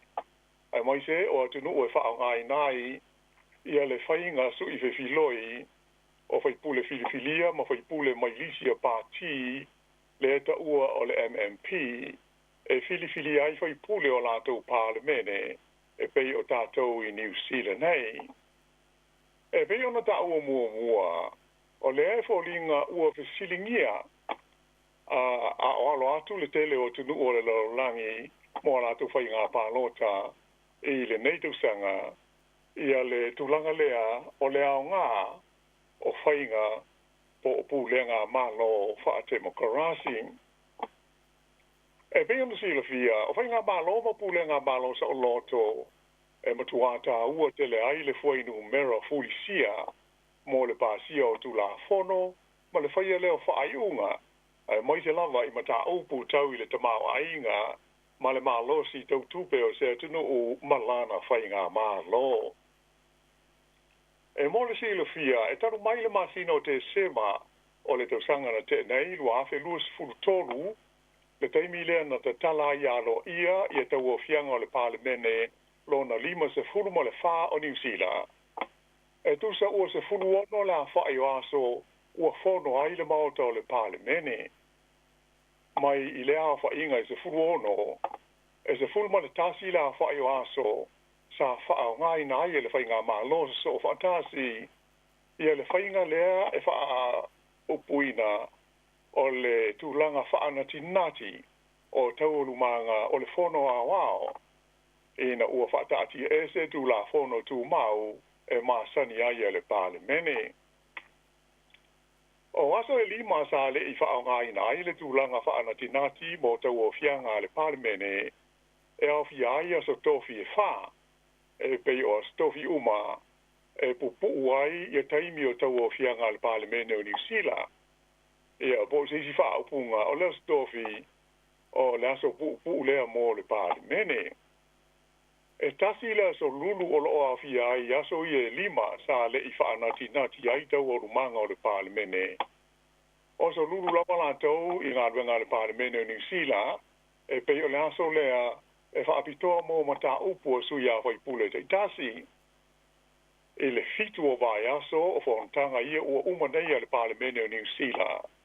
E nā o le tasi a le aso a toa na maua e whono ai moni mata upu o sui a whai pule. O aso whaatu langa ina mo mata upu o sui a whai pule. E peo le avanoa lea e talano i nai ni lafo po ni pili e le o ni pili a le whainga maa lo. Ma e va il vai aso tasi ma maua lea avanoa. A whai e masani o na e zila ma e whaafonga i tau orumanga o le palemene i Wellington i le TV i lo nā la ata whaapitoa. E mauti nolava, o tau na e zila fia le lei le whaasea, ma le matua le fia o le totele o whaipule o le tua ngai. I le whainga o lo o whaao ngā ai e le whainga malo o lo tūnei le foe. O le whainga le ta ua, o le tūlanga whaana tinati o tau o fianga ale maota. E to tele hoi pule o la tau fisilingia le whao ngā ina o lea whainga, a to hoi mamata upu o lo o whao ngā iai. Mai aso na te nei sa whaari ai le tonu o le maota, e stasi o taitai o le patia le Greens o le li hoi pule a James Shaw e whapea. O lona ia lava manatu ua matua aso o na whai e le whainga mā lo, ia le whainga le nei o le whaana tinati o tau o fianga ale pāle mene.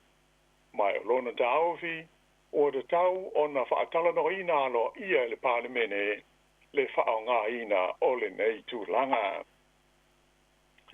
Sa fai no mai le I so fa ia Phil Smith o ia le o le fa tonu o fa mau maunga lo ia le Parliament New Zealand e fa pea e le tonu le fitu o vai aso ia sa fa ngai nai le fainga le nei e fa ana tina ti ai to o fianga le Parliament New Zealand e se furu ma le fa le a fa io pili po tu la fono ese na pa si ai o le tele o ia pili ma tu la fono to te teu sa pa si a to toa vaenga uma I lalo le fainga le nei fa ana tinati a onisio pili sa fa ana tinati le talanoina vaenga uma se ivanga na le fai taunga fa tolu o pili uma po tu la fono uma nei e au noa ma se pili e tasi na ave e su e pe ilo e le komiti o tu la fono e pei ona ma sani ai o le mea mauti noa o le so ona fa ana nati o le fainga na pasi ai nei tu la fono e le Parliament New Zealand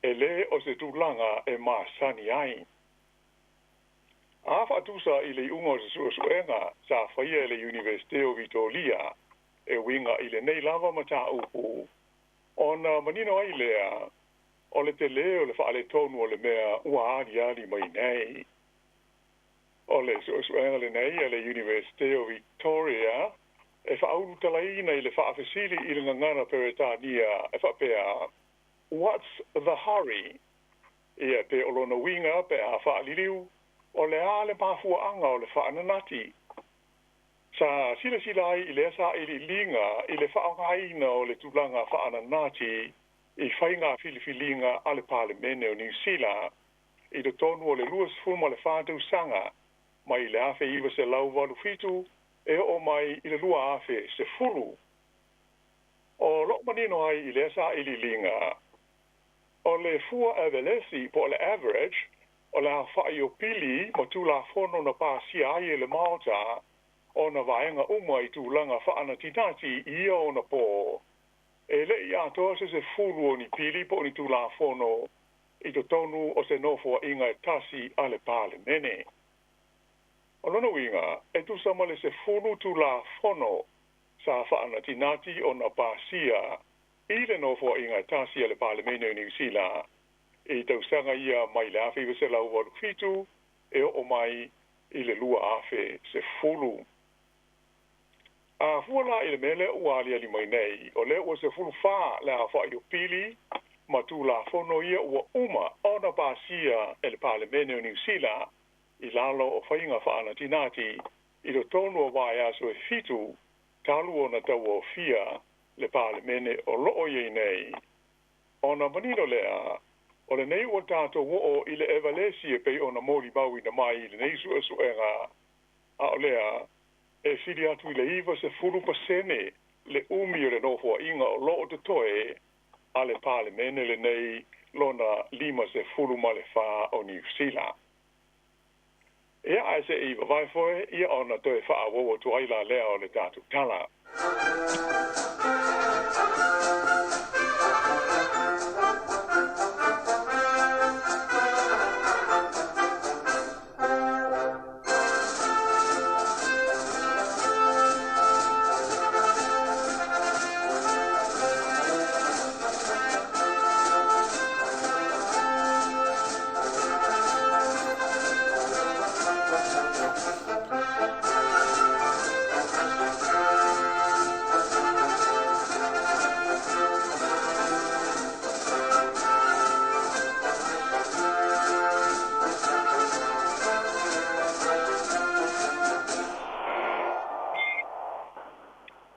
Tonu o le fesili o no tula I mai I le nei mata upu, ai pe o le a tonu a le mea ta ua o le whainga po o le tūlanga whaana tinati o tau o fianga a le Parliament.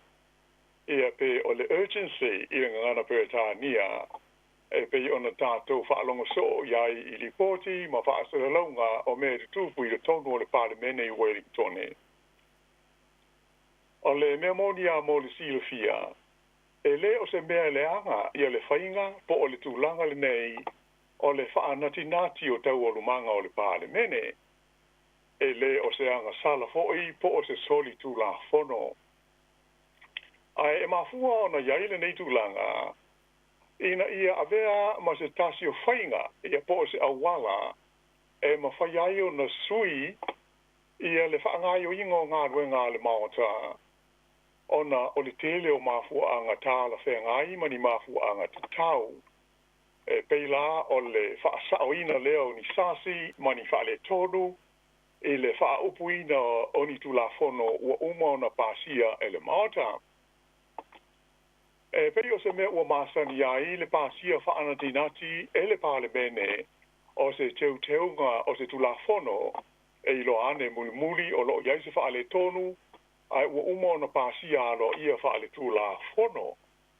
Ai o le mea matautia o le tele o ia sasi ma ia whaale tonu e ono mafua mai ona o le taimi na pasia ai whaanatinati mua ia la lea tu la fono e le maota.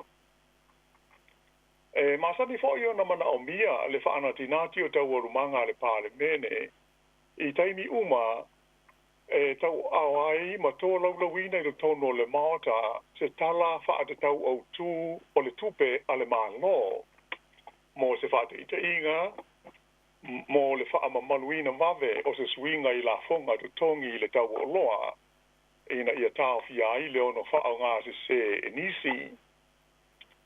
Sa whao ngā ina tele e le whainga malo taruai e New Zealand, ia le whainga le nei o le whaananati o tau orumanga o le pale mene.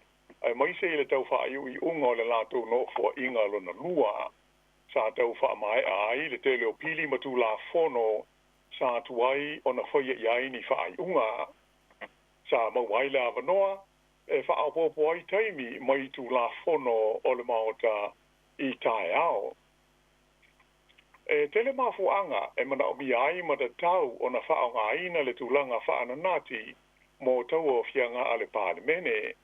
Ai mai se pe a whai o tūlai mai se whai ngā mālo fau mō le tau aveina o le whai ngā mālo le tunuu. Atonu pe whawhainga o fie pe a whapea o le tūlanga whaanatinati e ma whai ai e se whai ngā mālo o na pāsia i se taimi vave ni pili mani tūlā fono e awala i le whaataatia e se leo tūlā fono tū mau i e whaatonu tonu ai ngā ruenga whai e le pāle mene. E wha lani awala au tū e ma whai o na whaatino inai i le nei tūlanga.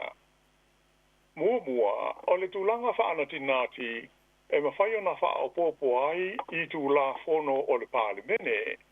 E mawhai hoi o na whaopopo ai maa sa fono ai e le mawhai o na awhia ai le asa. O lona lua o le tūlanga whaananati e mawhai ai e le whainga mālo o na whaofi ni tūlā fono fau i te tonu o le maota matala noi na loi lea lava taimi e au noa ma lea wanoa masani e tolu aso e whaatali ai se ia maua e whaipule uma lea wanoa e whaitau le lei ai i lea pili. E aonga tele lea vaenga o le whainga whaanatinati mo whainga malo fau. Ai maise o le umi o le taimi e tari tali ai i ata whaata itai o ni pili mai le ofisa o le lo ia ale pale mene.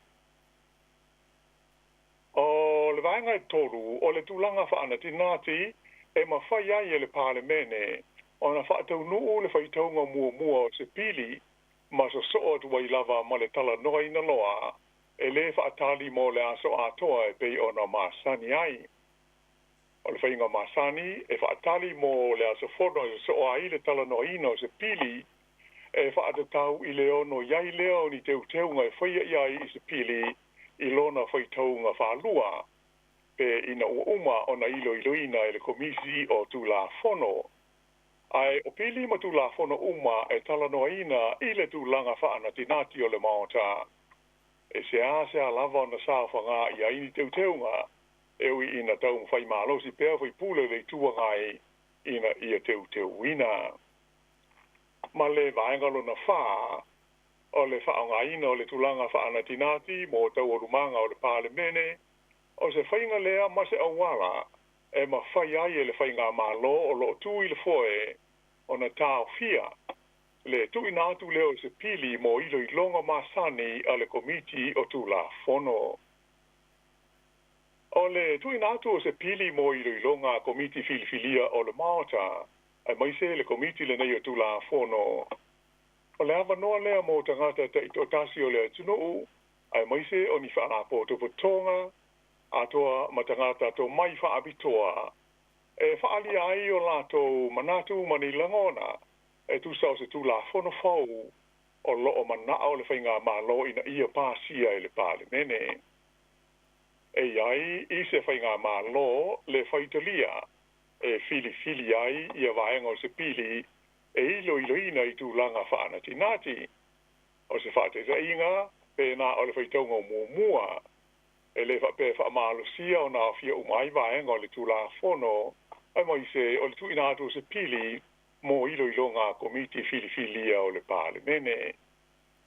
Ai, o le mea moni lua ia, o le avea o se pili, e ilo ma whaia iai suenga a komiti filifilia o le maota, e whaasao ina ai le umi e ono maasina I tūlanga e maasani ai, o na whato apasi ai leo se tūla fono e le pāle mene.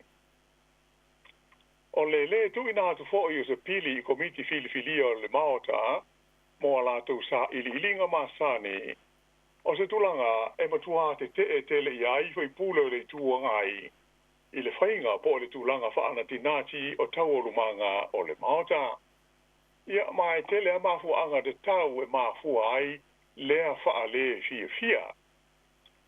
E iai le tau fio nisi o le whaia le nei whainga e se whainga ma lo o le lea vele I le komiti whaapale mene o pili matula fono mo ilo I longa masani ona ua whaangaina le tūlanga whaana tinati e tala noa I nai ma pāsia e le palemene. O se tūlanga lea ua tā fia ai le a ia te tau o tangata e fia whaalia ni o lātou langona ma ni o lātou manatu I sea tūla fono. E mai o le nei amata upu o le vaenga o pito I ma ale lea o le whainga le nei o le whaananati o tau o fianga a le palemene mo le pāsia vawe ai o ni tūla fono e manao ai le whainga mā lo. E mafua lea ona o le system ia po le tūlanga lea e ai e na o le tasi le maota o le palemene pe o le tātou system le ai New Zealand e pe fu le tele o tunu e unicameral system ia po no inga e le si maota I lunga atu o le palemene e mawhai o na sanga ilo inai ma suesueina ia ni fuafuanga se whainga malo e pei o le tele o isi democracy ia tunu I whafo. Ai o tātou lova ia ma le tūlanga lea ia nei e sea o na whesilingia pei ai ni mea e siaki ai le anganga o le malo I se tūla fono I pāsia I tūlanga ia whaana tinati awa e le ai se isi maota I lunga atu e ave iai o le itu inatu e se inia le pere stene po le o le malo e ave ai matu la fono. Ai pe ona ota o mua e fo ia me uma ile itu ai nga whainga malo le tatu te iai ile fua numera fulisia awa e pe ona silofia o le tu lava o tele la whai ona fai pule ia o le tūle na e mau malo I te inga o le whainga malo tūla I mai I le taimi ma le taimi o le mea lava e manao iai le malo e whai e mauti noa lava e le ai se whainga tā awa e whaalangolango mea uma I le lātou fuinu mela I le tonu o le pāle mene o le ala fui le e whaingo fia ai o na talia le fuafuanga e whaatati e se tu la fono masani ai whaonga le whainga whaana tinati e pāsia wawe ai pili ma tula fono e pei ona tātou talanoi nei le nei poro kalame. E au te tālusia o iai se au ngā hoi o le nei talanoanga e tusa o le nei ma tā upu o le whaonga ina lea o le tūlanga whaana tinati I tau o manga a le palemene o New Zealand. Ai usi mai pēr le whaafonga.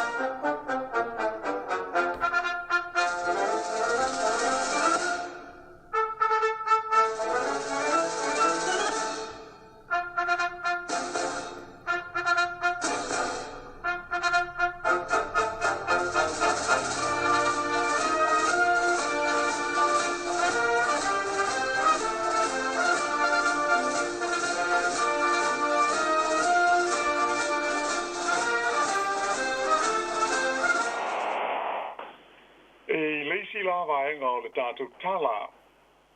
Ua tongi solo le tamaitai o Nikki Haley i le lātou wanga ma Donald Trump mo le fia avea ma sui alo ia o le patia le Republican i le palota mo le tofi Palestine o le malo tele o Amerika ia Novema.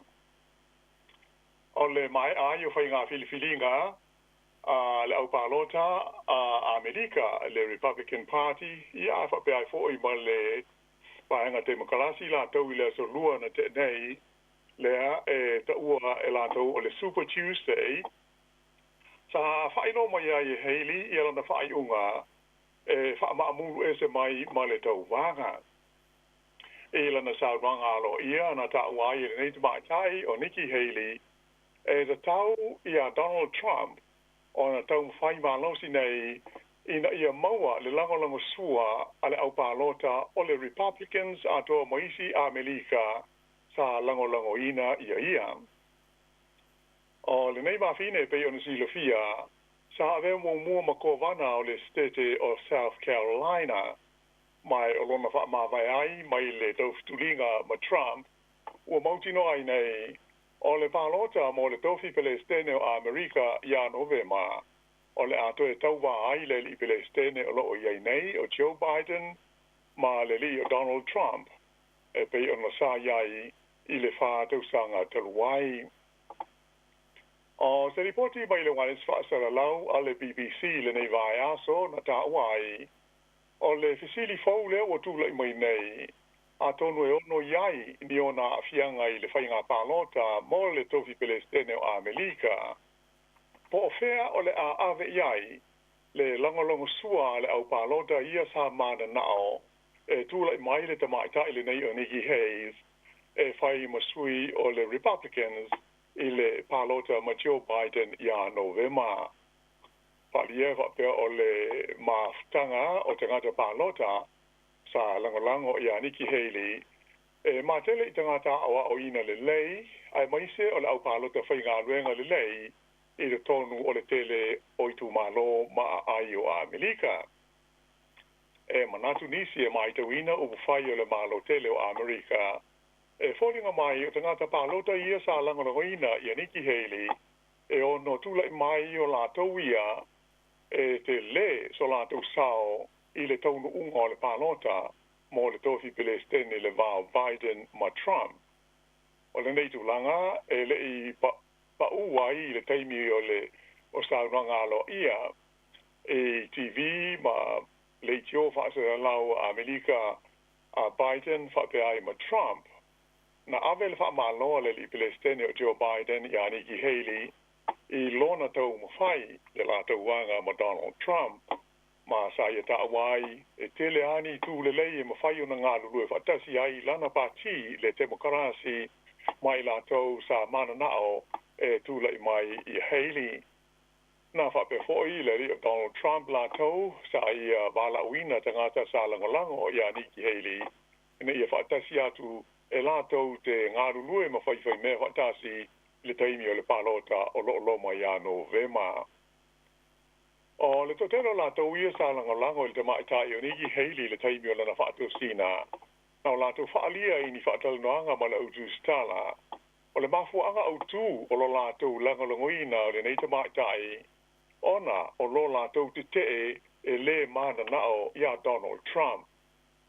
Sa whaatusa e nisi o lātou ia le li o Donald Trump, o se kānesa i te tonu o le patia le Republican. O le tōtele o ia tangata na whaamawai, ma o ese mai ma le Republican, ona o le fia ia Donald Trump, ma o na winga te i pulenga, ma whainga ma lo sa o loto whaatemakarasi. O le maita watu la ia i le ngā solonga whaatosina Trump i le nei teimi, e le aima se tau ma whainga la tau o lo langolangoina o ia, e whaatosina atu le au palota ia sa langolango ia Nikki Haley. Ai nā o le whaia o la tau whaasaralaunga e whaaleanga ai le nei te maitai. Pei tai la e ui o ia tūlanga, aina whaalia nisi o la o whaito whai ma ta aupu tau upu whai o malo i Amerika. O le itangia ta ngata o le li o Trump, e le whapea o le a mautino a ile malo o Joe Biden, i le palota mo se Palestine o Amerika ia Novema. Ona e whainga tā tele ona mo motu e tangata o lātou sotanga wha up whai o malo i te tonu o le United States o Amerika.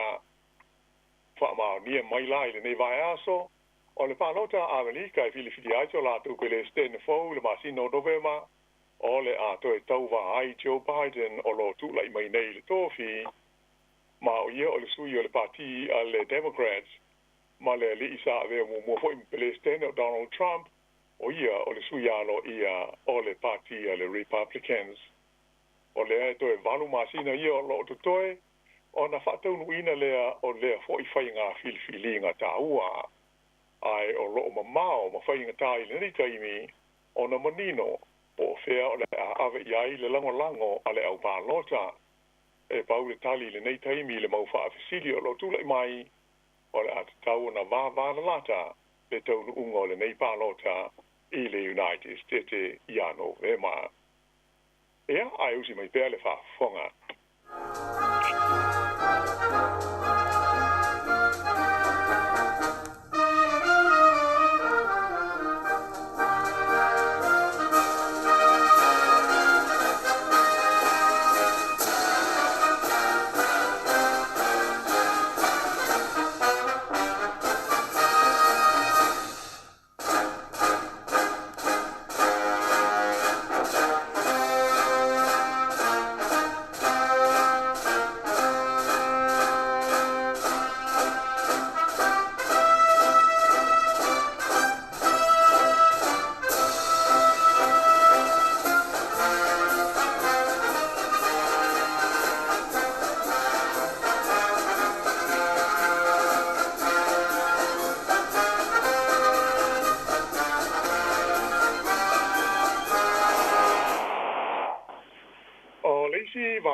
Tātou tala mō le nei vai aso, o le whaafonga mai ai sina o totonga le nei, o mea tupu i le tātou i tūlangi i le vasa o Pasifika. Mai i le atu kuki.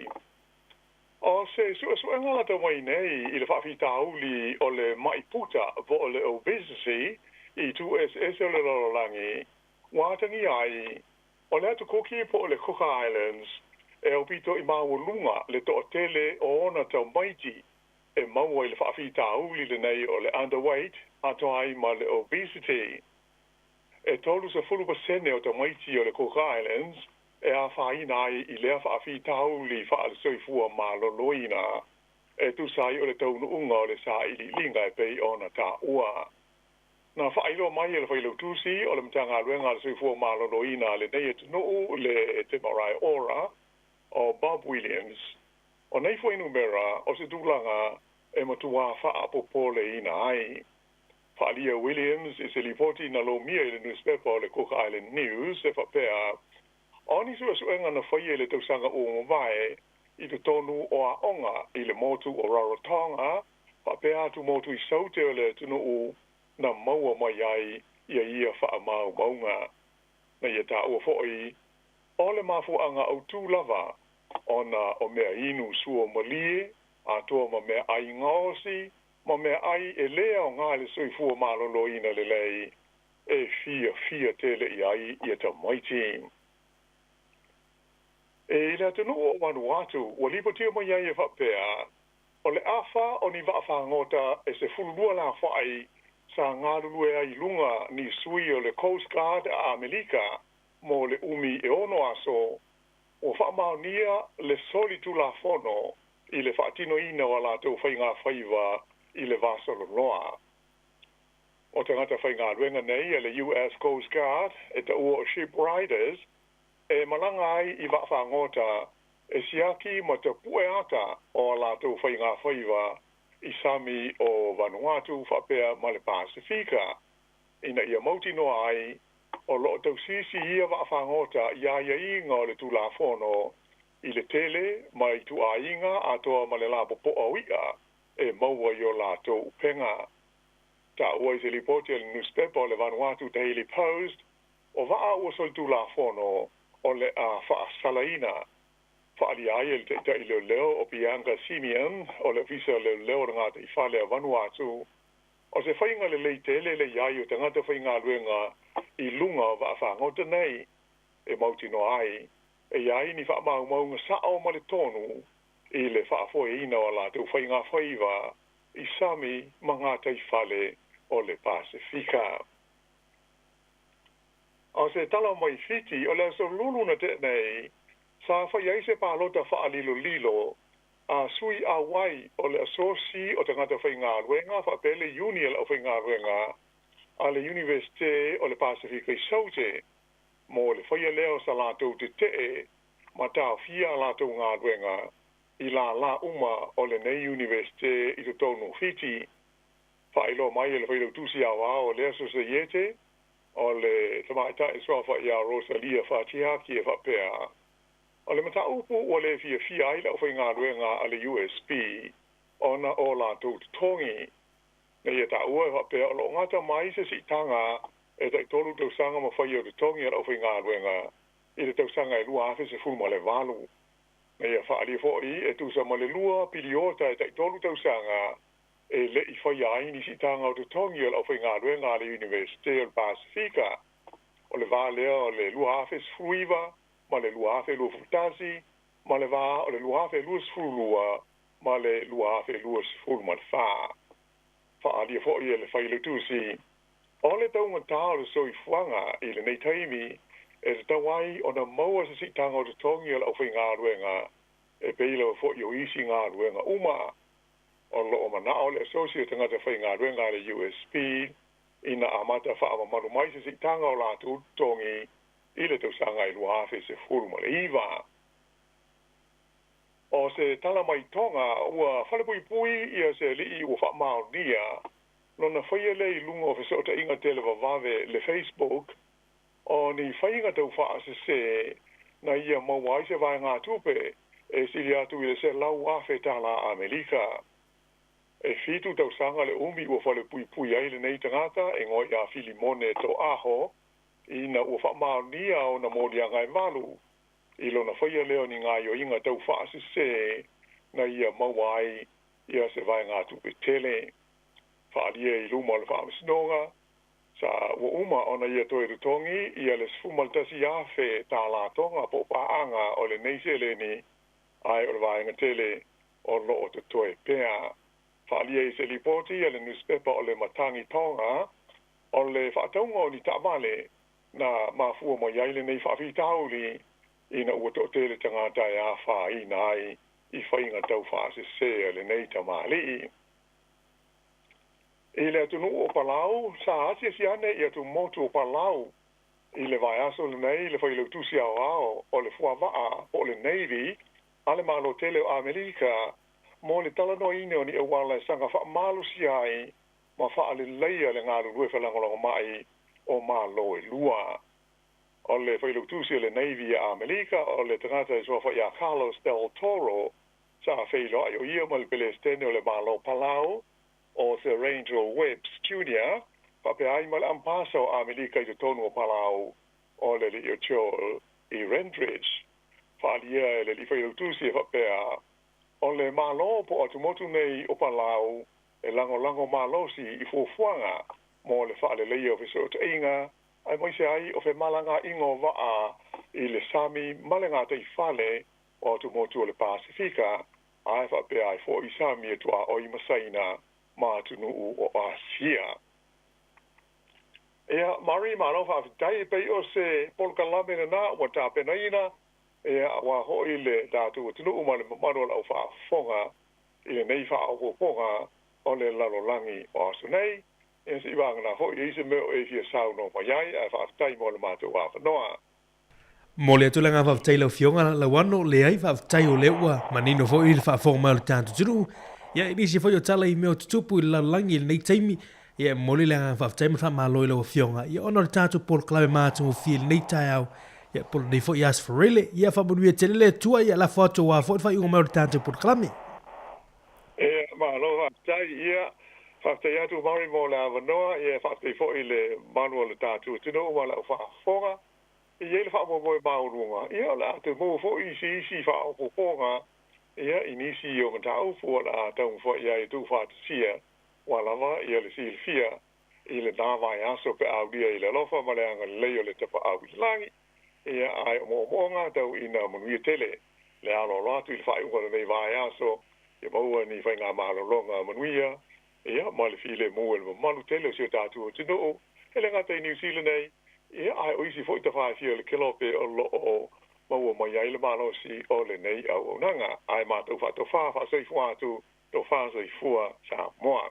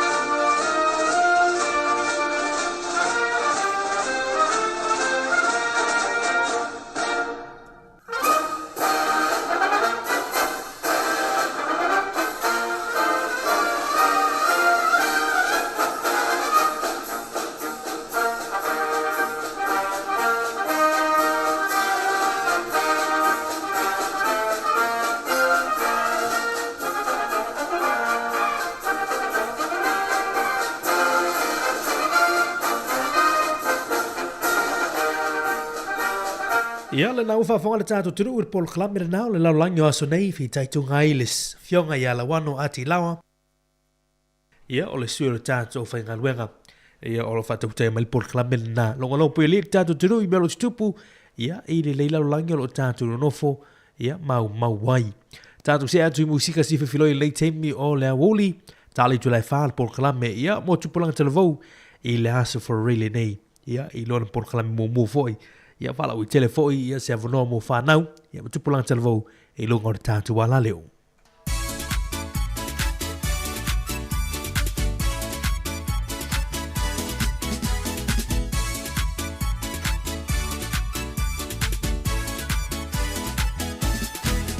Sole, sumai, se o me tātou o, tātou te ewa le Pacific Love, e wha mai o le pō, le apatuna e le lolono, e te le mai fo iai. Eva mai, eva iai whaate ai no vai vai. Ia ti, tais, tia, seka, risa, musika te fia fia ai. Sauma mai lau panga, whaamanga iai lau e manga. E uma ole polua koe foi aku fisi oe whaama whangawhanga. Yeah, ale ai foi ole ngā, kongi sau kasi mā whangawhanga. Whaaseki ai au fika ole ua kui mai ole musika. Put your hands in the air, yeah, yeah. Hey, move your body side to side.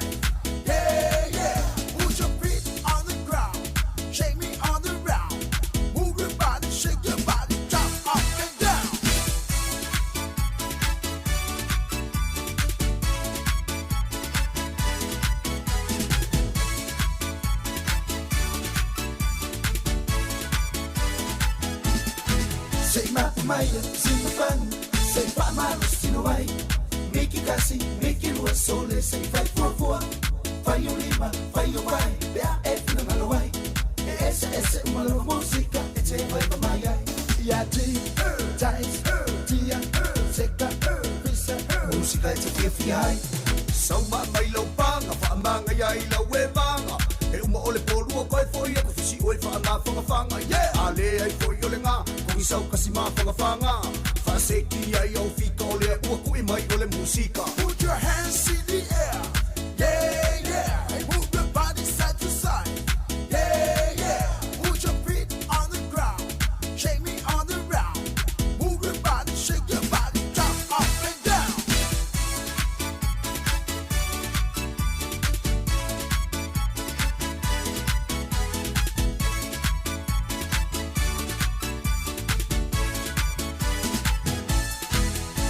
Sauma mai lau panga, whaamanga iai lau e vanga.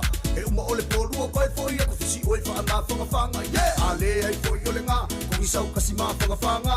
Whaaseki ai au whika ole ua kui mai ole musika. Put your hands in the air, yeah, yeah. Hey, move your body side to side, yeah, yeah. Put your feet on the ground, shake me on the round. Move your body, shake your body, jump up.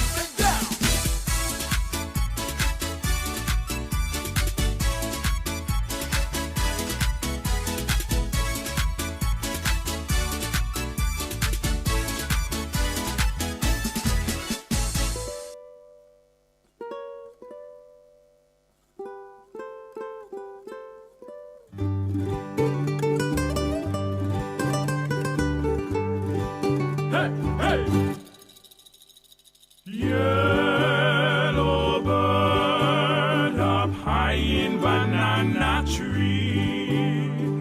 Yellow bird, you sit all alone like me.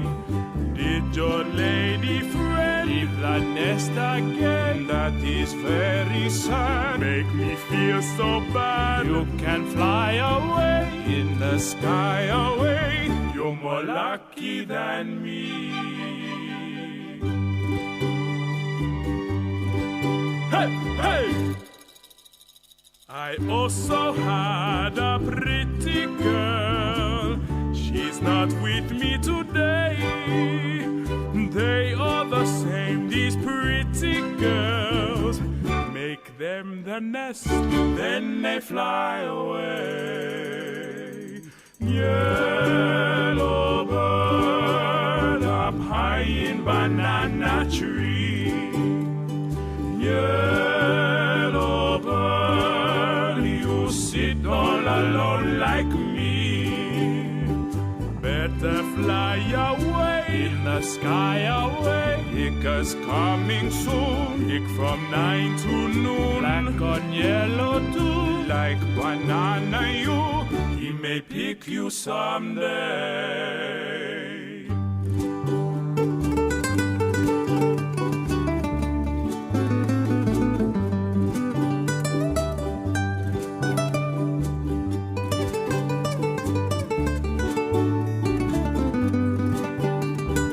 Better fly away in the sky away. Hiccups coming soon. Hick from 9 to noon. Black on yellow too. Like banana you. He may pick you someday.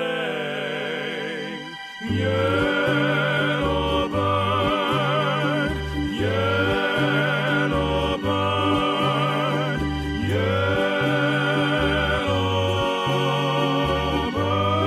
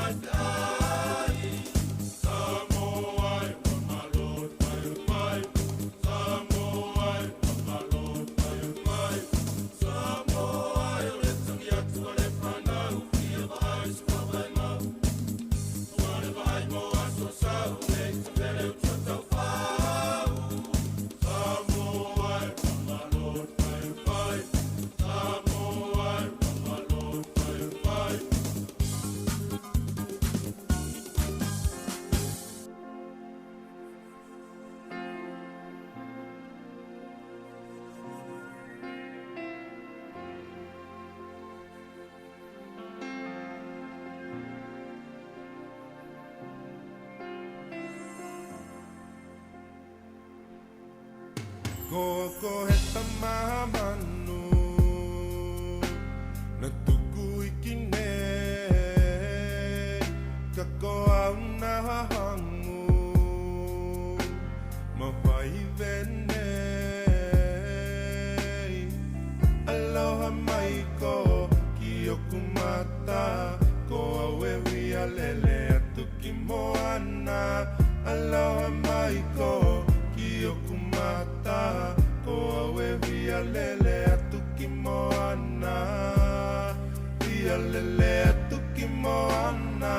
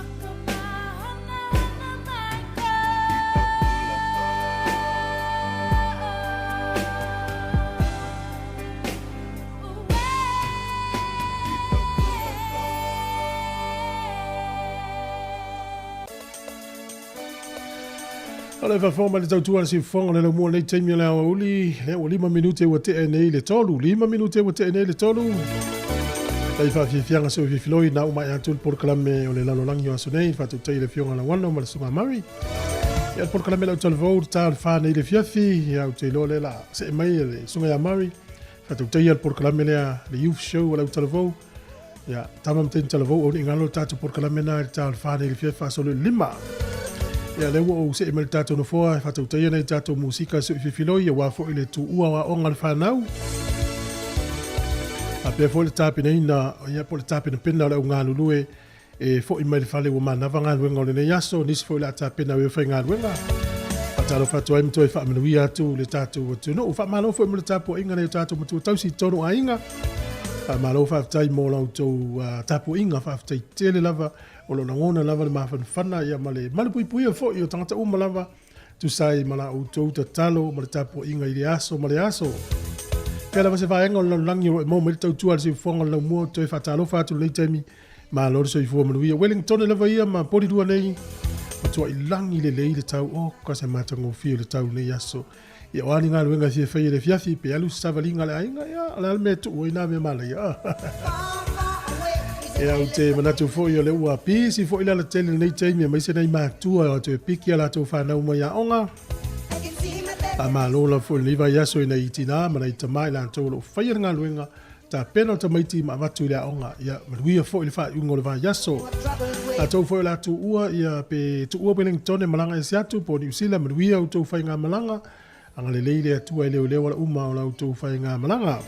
Nisi foi le utau no manuia mai fai nga malanga malo le malanga manuia le ia le tala fia o lo manuia la mo pe afai te sau nei Wellington le i le nei aso po le aso ata ya o te manatu foi o le apisi le tau langa i Wellington le o tele la tau mai ta fa mai vai fa ngol vai aso ia ma ta longa le ta tu ti o dio tu i le aso ata ya o 5 minuti o te nei tolu si fonga la mo fa tala fatu manuia tele nei taimi e fa fonga anga le ta tu no musika so i fefiloi Pata alo fatu foi na ia veta avale mala vai dungo le ala ia manuia tele o tō feo inga o le afeo o lo whengai e li taimina nei so o se ta avale lo e aveina ma le tua le saonga le mu si ufonga leo lau mua fa fifianga me le sunga ia tai pa unga longo i pule ngā se 5 minuti au te el tolu si ufonga leo lau mua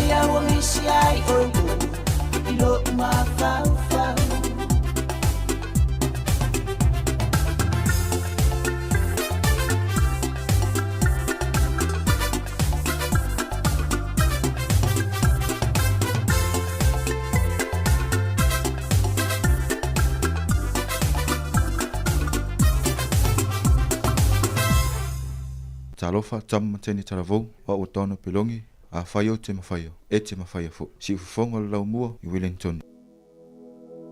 La ulupe ulele le vao mamanu tafao le se upu foi mai moa u sa unofo mava ai te fo i mai o la ulupe o fe hoi ai la wolo mali nang naulo ulo to ele me fai un ngalo lo lo fane mo oe oh oh oh fai mai sei mai oh eh ya le fai ai sei mai oh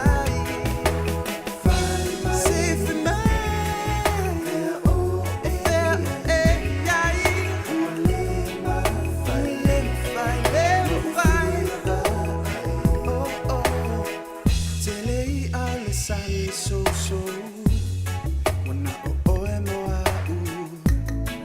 to see love oh love fatu wa mi si alo la lele oh you find say la ulube wana la wolo mali na lo to ele me fai un ngalo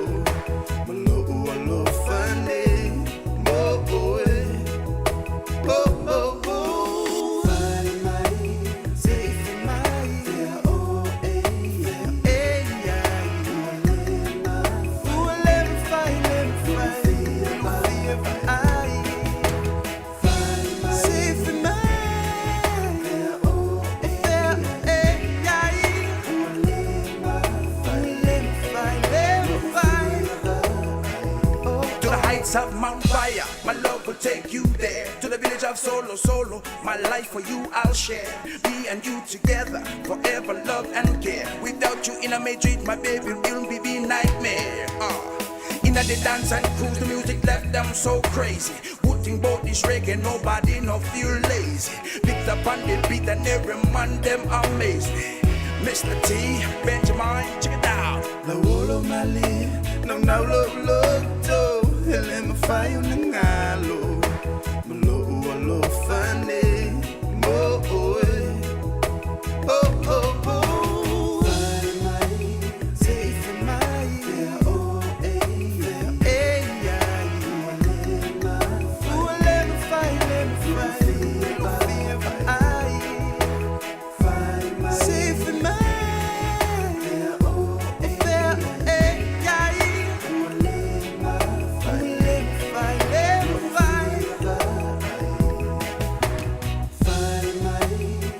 Vivianga le Jamie la mauli ma sunga ya Mr. T o le pesele na la ulupe ya tapena foi le lupe le atu fa ngo le va yaso I fu o mal tangata le va ya alva mana tu tatu tu na ma o le sa ngale mui me uma tatu te anga ye le fa ngo le va yaso ma wi tele ya la tu la alo tu foi sakala meta le fa beponga wi au tu wasi fieta yao nisi foi tatu tu ya e tuua ni usila mo Samoa manuia lau whainga malanga te lona te alu malau fusi tupe mafia ya walau whainga malanga tātou tūru. Ai mo tātou ia la nofo pia ya o ta anonga ia wha ingo le vai aso supara kapi awane I ngalo na nei le fiafi le ta alonga le whaia ina I Hamilton mo tātou I Waikato ya a moso ava noalu e matamata le ta alonga si tātou awale moana Pasifika ta alona nei le fitu le fiafi le malaina o le FMG Stadium I Waikato ma le aule mai me le pone. O le sita alonga I le pōna nei o le Waratahs ma le au o le Highlanders. Pōna nei na I le Afriva. Ta alonga tai au o le Fijian Drew o le ta le lua I le au uli ta aloa I ma le au. Le Crusaders whaile ta alonga I le toka tumu ne whaile ta alonga lea. O le ta alonga whaile tai au le fitu le fiafi le la ta aloa le Hurricanes ma le au malosi le Blues ma iau kilani. A whale iwa le pōtai au, ta alonga le va o le Chiefs, ma le Reds whaile tālonga i Suncorp Stadium i tonu o le nuu lea o Brisbane. O au ana ni usila ma au le Pasifika le lisi atu oro i fwoi tālonga au la vai Australia. Ia e wha tālonga le Superlakapi i le aswa tā e lua le fia na nei. Ia le pofa na nei le la tālo i le Warriors e lan tālonga mua o le NRL le sausa o le tālonga mai au kilani na fo ua. Uman whata uma pepa o le tālonga nai manatu fo ila apo lokale au wala nai tu au kilani o no ila tau e o le malai. Ia le tu ua lava le tele o tālonga le wha ingo le vai aso o tālonga na i tamiti a onga. Ia o tālonga kalapu, ia manisi a tālonga ia o saonga le mua e wha mua. O le ana i fo le por kalame le wha tautei nei le awauli le fionga ia po le sunga fwoi au matangi ke na kui ma nisi sui o la tau tau whai taltan noa. Ia ua lava ni tū la fono mo le anga i pui o mene o sa wanga i tonu tālonga sa waina o lau whali o tāfua. Ia o tala i whela fua i me whapena.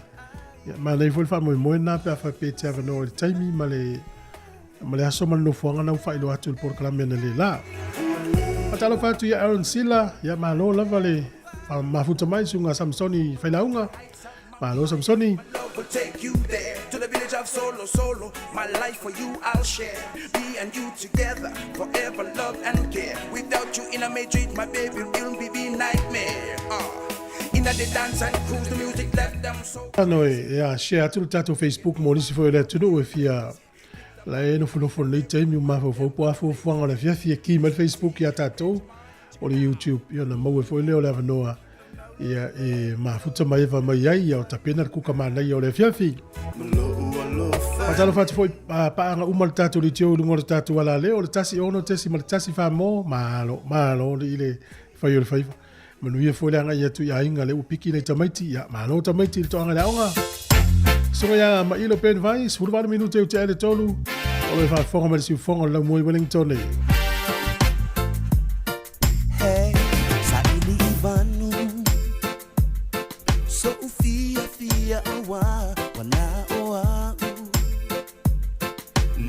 To omoana itele ayo te alu esu eya o ele pele beyo le oso a ele la susulu mai le pongisa wana o etele umai o umafatianga wana o baby suya yo ulangona na o ilofa tulefa amemo etumau lo lotoy ele ai sitasi sili to my bear oh no honey lola lele oh the tiu wa ile pasane I oh no say when now oh baby say fine my name ta mai mo ita usitala lele.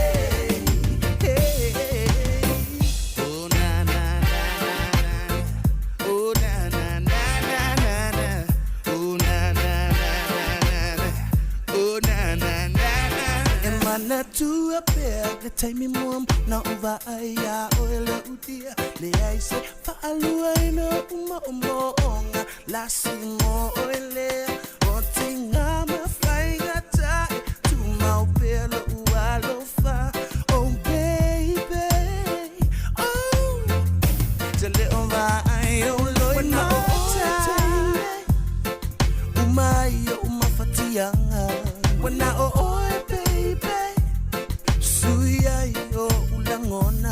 na o ilofa tulofa amemo etumau lo uniloto ele ai sitasi sili tumau bea o elo honey lola lele o te tiu wa ile pasane I o mo say when now oh baby say fine my name ta mai mo ita usitala lide.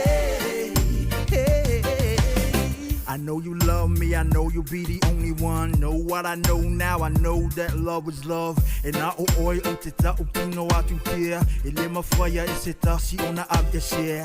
Na upele o oi o lo walo whalea. Ta umaya fushi maya te apia. Lola lele.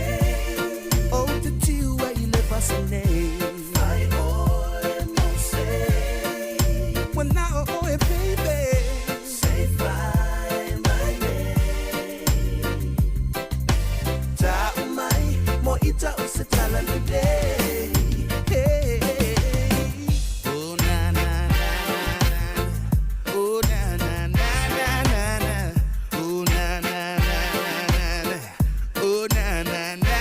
Famalo faftai luas furunua minute wa te ai nei le tolu malo ia te le ila to fi fa tuel fa malo le ya so ai to for tanga te ia mala ngal wenga sa fai fa talo fa tu fo ya rita malo rita ngal le ya so ya maduia fo il fa i mo le ya so lo fa tu fo por kala me ile sunga tali voi o ia le o lo fe ngai nei male tele o masini la popoa mama mafa ina Hawke's Bay o lo ia va ia o male fa ngal wenga lo la vertal lo Facebook o fenga lo fenga luenga e mga luenga le yaso jalo va tfol sunga se ngali kapeli malo se lo fa tu manuia la fiafi pe voi sunga ya silulu Paulton manuia tele le fiafi silulu o so ia fa to sa we ni usil o le man nei yo la tfa longo mai ta va le poto no le fale la ile fiafi vo le pe fa kuka ala yo la pe samo o le man nei yo wala te fia lo samo falongo mai lola I musica Samoa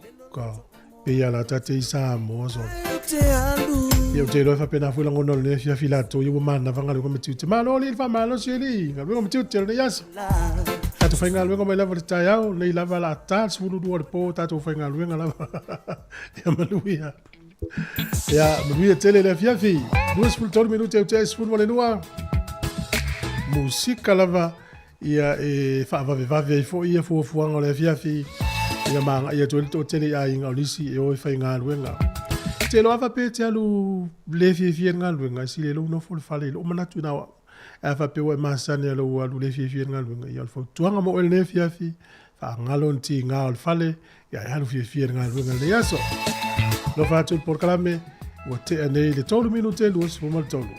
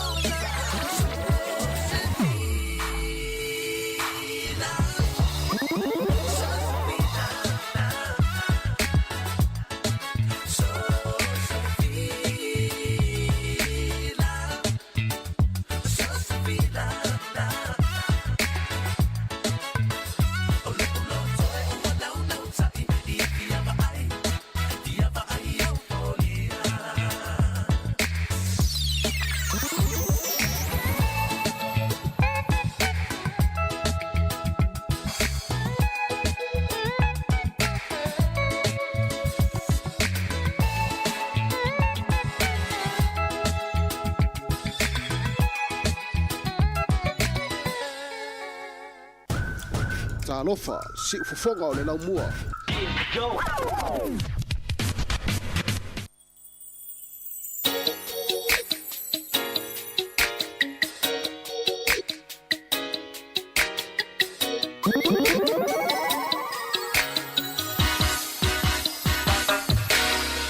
Spaioa, solo uno wa, o sofo ilela, a o ita, maile maunga, to o manga.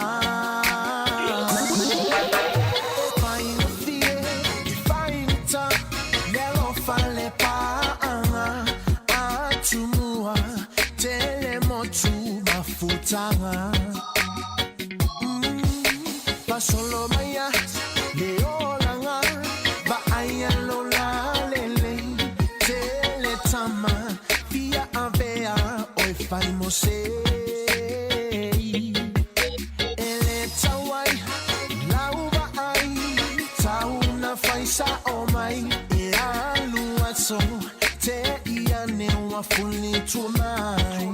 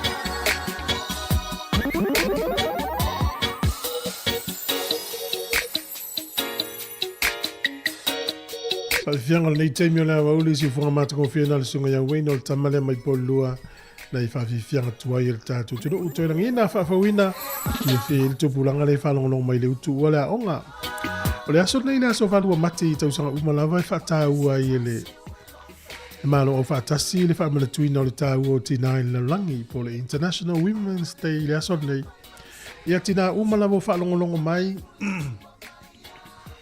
ia manuia tele utou tina alo fatu por clamen fa manuia tia utou malo mo to faiva le nei walu le vai son te nei o feita wina le tusia lua tim a mo multimo te lua lo ye lai to tonu o le tusina le mali e o lo feita na fai ia Paulo ia Timoteo e longo atu i tama, ia to anga talo, si i runga lima ma, aua le ita ma ono sa, i me umwa penana i tonu.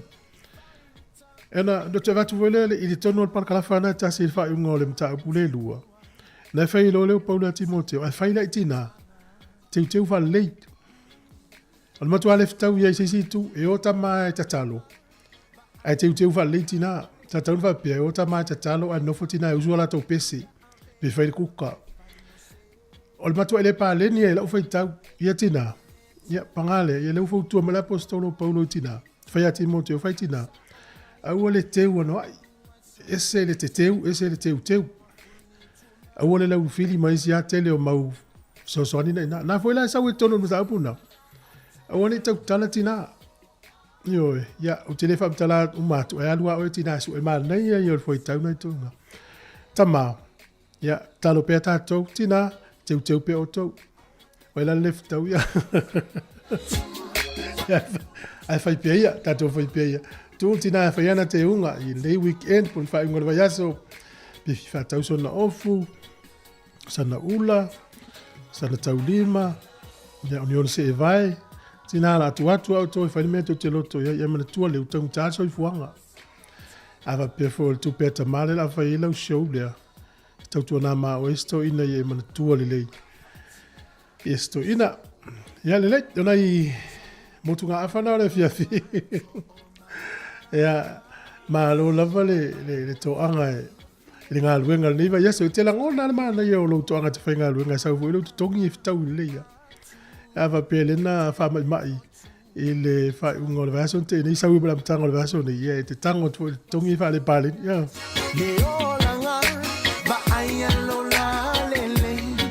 Ya ma le vol mana to le sunga ya yese fa vonga. Ese le teu, ese le teu, ese le teu, ese le teu. Ese le fa teu, a to anga pe teu, fai vai ya nice. Mo so te mina le fai tau mo Timoteo fa mta puelua. E il parka la fa muli na ina o ma li la fai tau so. Ma rori Paulo. A te mo le fa tu la tu pe la tina fai la to te un le ya so fa to mo la to. O la so na to la to no sia so to fa tau e tu pa tama. O tele aso fa mana to la langi ai fo ringa mai o tele o fa longo isi aso fa ta o ita maso na o le aso sa ta ma ese fo ita wa tu no la langi ya o kuso fa mana to la sa ta ma sa mo ma amerika se te ma fa mana to la sa ta ma o le aso sa ta ma o tele pe isi aso fa to wa le tau te loa o nei le aso fa va ma lo tina a o le aso sa lu o me lo la to wa sa le si foi tau nei tonu na nga foi so ni motina to waso nei. Wana I pule se tina I se tama. Na mani no tona. Ya foi si lo tu malan sa lima ya so umolo langa e tau sasa sto ina ya u tu lan sa lima. Tu pe sto ina e ba yele ainga. Ma fa ale mulu le o msau telefo inisi o tai na I fa na tu mana I fa utuanga mo le tu partina. Di fianga le temi ole o ulito lu su fa minuto na tale o fa por kala mele o volta fa su mesunga ya mari fa valu e ai fa tu tai al tato por kala mele na tamam ten talvo o ringa lo tato por kala mele na il temi pe no fa no atu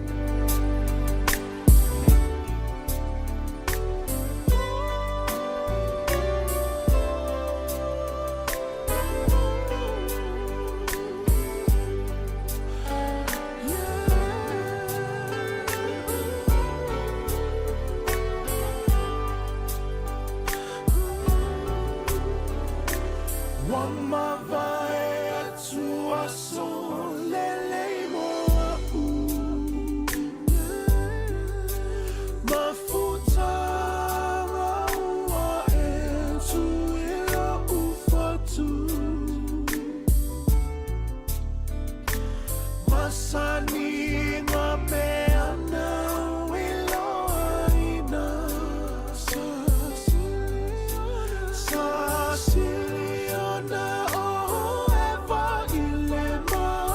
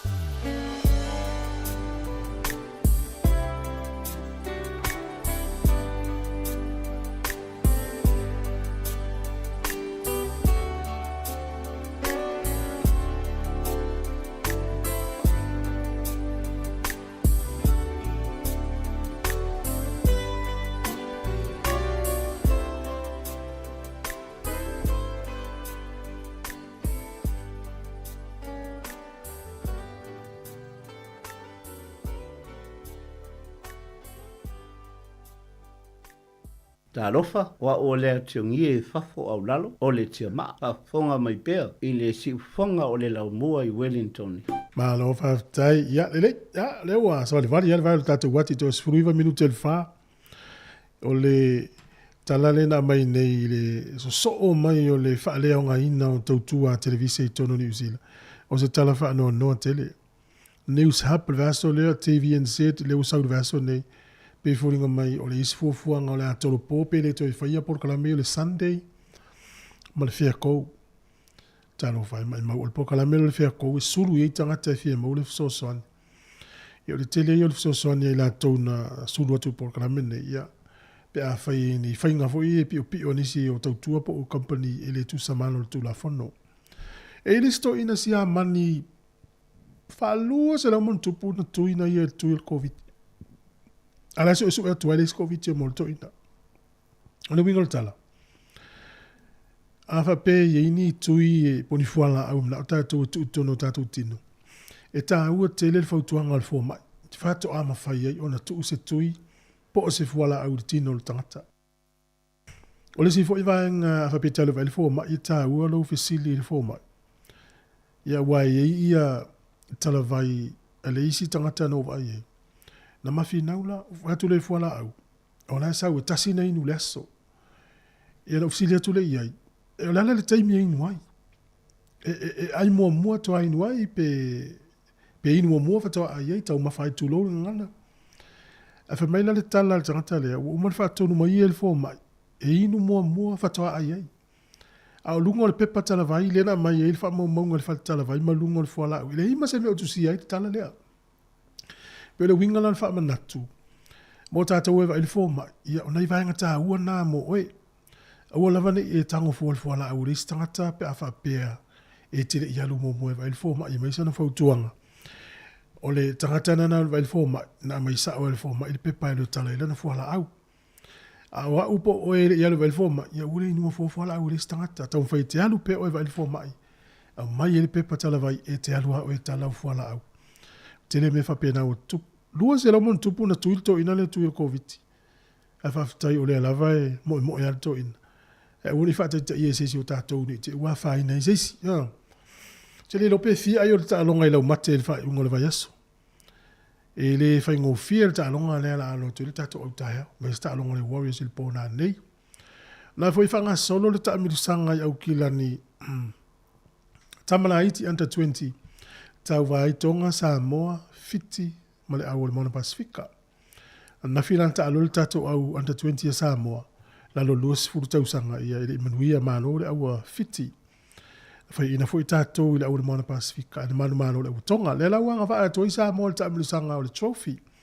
ma le tuo le under 20 e tau va au ye lunga le cup le ipu le au tu le ye New Zealand Australia Falani a Felika e la mafiti au sa mo tau va le trophy au ye pito ilalo au le malo lo si fo yo au na ya ele fai ngo fie fa tai ni tina yalo mo fa na wo le tato tu va ya tu il talo so o fa o tamiti e mai sa mo ma tu wale le o ta alo tamiti to po poto ila kapi yo no swing o ta longa o fa professor wa ve o senga luenga mo le tu pe o la le ainga le foi la tato vai tamiti mai sa mo ai e ma tu ai me le ya ta alo nei tamiti a ve fianga o le nei taimi le fia file o to sfurima minute ana tale o le fa na lo no sai o to tu nei mo o si fonga le mo fa tala fa tu ya fianga o ya i mas fo ya tala peli ia le sunga fo ia Iese Whaavaonga, le sunga Ellen Solomon na tali voi no whātua porkalame.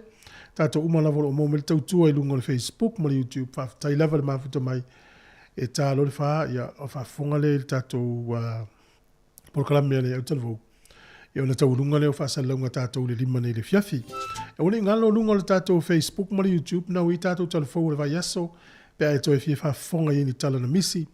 Porkalame foi tala la urunga le vai aso te mau al porkalame le aso nei lunga le Facebook ma le YouTube. Ia, fa pena foi la ma le tele o tatou porkalame nei lunga fia siasi el fa unga le vai aso pe le ine o me faia ia alu lunga le Facebook al si Samo Capital Radio o lana YouTube channel te mau le tele o na porkalame le vai aso fa fonga le tele o tala ma telefou ma vaenga fautua ina ilu tātou. Tino, whau musika nei taimi, me sunga ia so o whale moe, o e sfuru whaminu te o na tālo wha.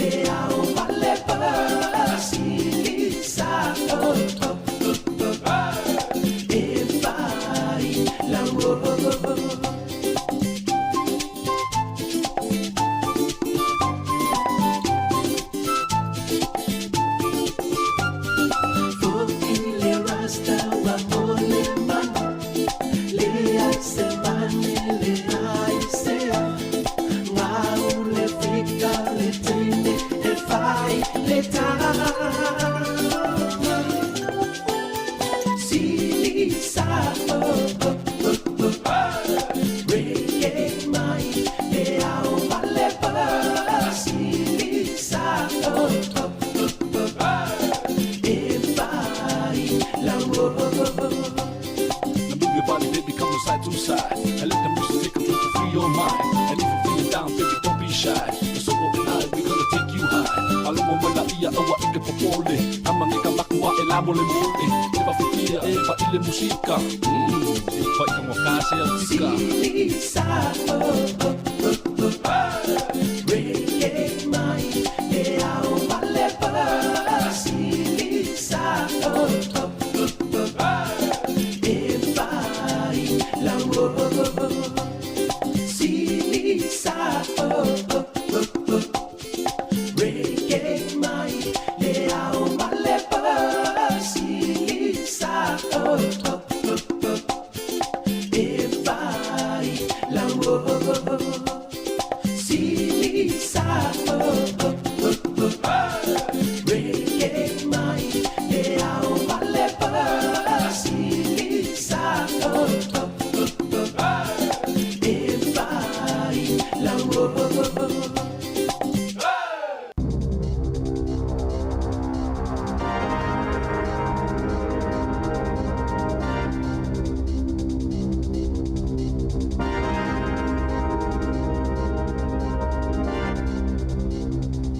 E toi whatalo whātua le whapuponga o talafou mai le siwafonga le lau mua mo le niwa ainga o le aso. O le aso ua amata whaailoa ai e le TVNZ i le au whaingaruenga po o hapol kalame e ono wha le tonu i le toi whaatulanga ina o fuafuanga mo le televise New Zealand a wale lumanai. Ua whaailoa mai le le o New Zealand le tele o whaamatalanga e whaapea o le pol kalame o le Sunday i aso saa, le fair go ma le midday o le a whaamuta. E le ima whaiona taliane le taitaifono o le komiti whaatonu o le TVNZ mo se whaatala noanga ina ua whasilingia le o New Zealand i le tae ana leila.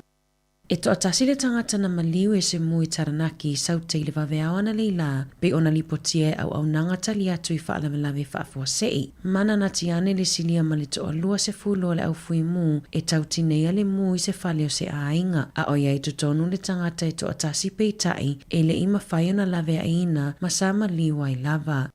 O lo ngā lulue le whainga mālo e whaanatinati ma ia wawe whaataunu uina ana fuafuanga mo aso e se lau mua pe ona folasia. Whaalia le palemia Christopher Luxon o fuafuanga mga yoinga umai whaase fuluiva o le a whaailonga ina ma whaataunu uina pe tai na tā ua le taitai o le Labour Chris Hipkins o le a lima whaiai o nāanga i luma le atunuu ai o le atoi fo i tua na saunoa Luxon ina ua whatoa pale mai le tofi palemia o le asili atu ma le lei mea e whaia le whainga mālo i aso e se lau mua na ilo le whainga mālo a le leipa ua mawai atu. O le a whaaulu le mālo se tu la fono e whaawhaingo fie ai i le au whai pisinisi mai whafo e inivesi ai i atina inga o le Build to Rent i New Zealand.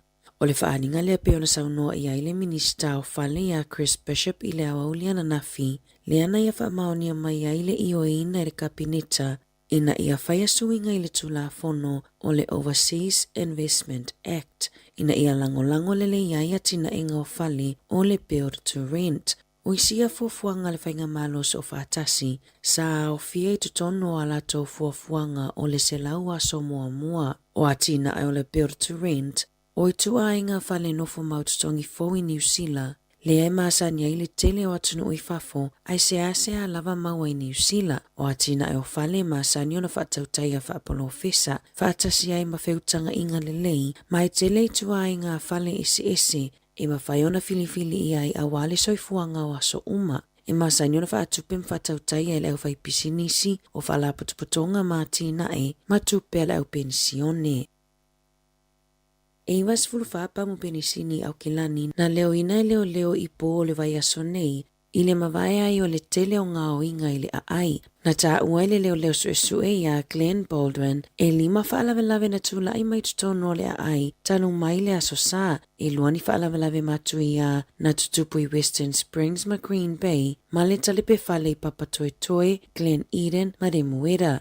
E mai Warkworth i mātū, e o atu i tuakau ma Mersey le tu i sasae, ua avele wha mua leo pito i luma, e asiasi mamata i tua waile saonga le mo tangata whaingaluenga i a pamu penisini ma pisinisi. E to o 5 talawa wele wao le 13 ma le 14 tausanga le matutua. Ua tau fie tu sai mga oinga i pamu penisini e 10 i aukilani saute ya te se mama Januari.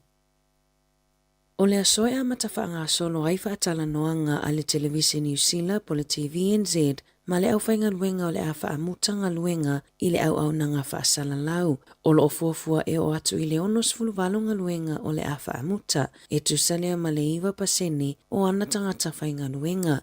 O le a whaiase fono mo le vaenga o talafo le TVNZ ma le au whainga luenga e nafa mamata o putau i le taimi nei i le itula e tasi le au auli o le aso. O na soso o le amafono ese i le tai au nei mo isi au nanga talafo polo kalami o le wheako ma le Sunday. Pe ona whaalia le litio New Zealand. Na whaalia li poti e le imanino po le aunga nei whunotanga e tapunia ma whaamutai a polo kalame pe na onisio le au whainga luenga o le a whaamalolo vaea e se furutolu te sima le 5% na pa uaitu pe maua a le televise New Zealand mai le tausanga taluai. O le fuafuanga le whainga malo na fuafua e whaasai o na whaaputopoto ke ni ino fuanga lau tele o le a leo ngā tasi mai a tatau a tangata taito a tasi New Zealand pe o na whaalie se li potia le loia Silly Judith Collins i le aso ananafi o tulafono tau whaofia le malo ina ia te te atuai i keni ai tu ina atu i leo le malo si anga whaopopo e taofi ai whaalavelave ino fuanga lau tele ma le saunga le mo. O le awa uli ananafi na whaiai se fono whaanatinati a le palemene mo le whaofina ma le tuina atu i le komiti filifilia o le tulafono tau whaofi ma ua amatai whelafulafo inga i totono o le palemene.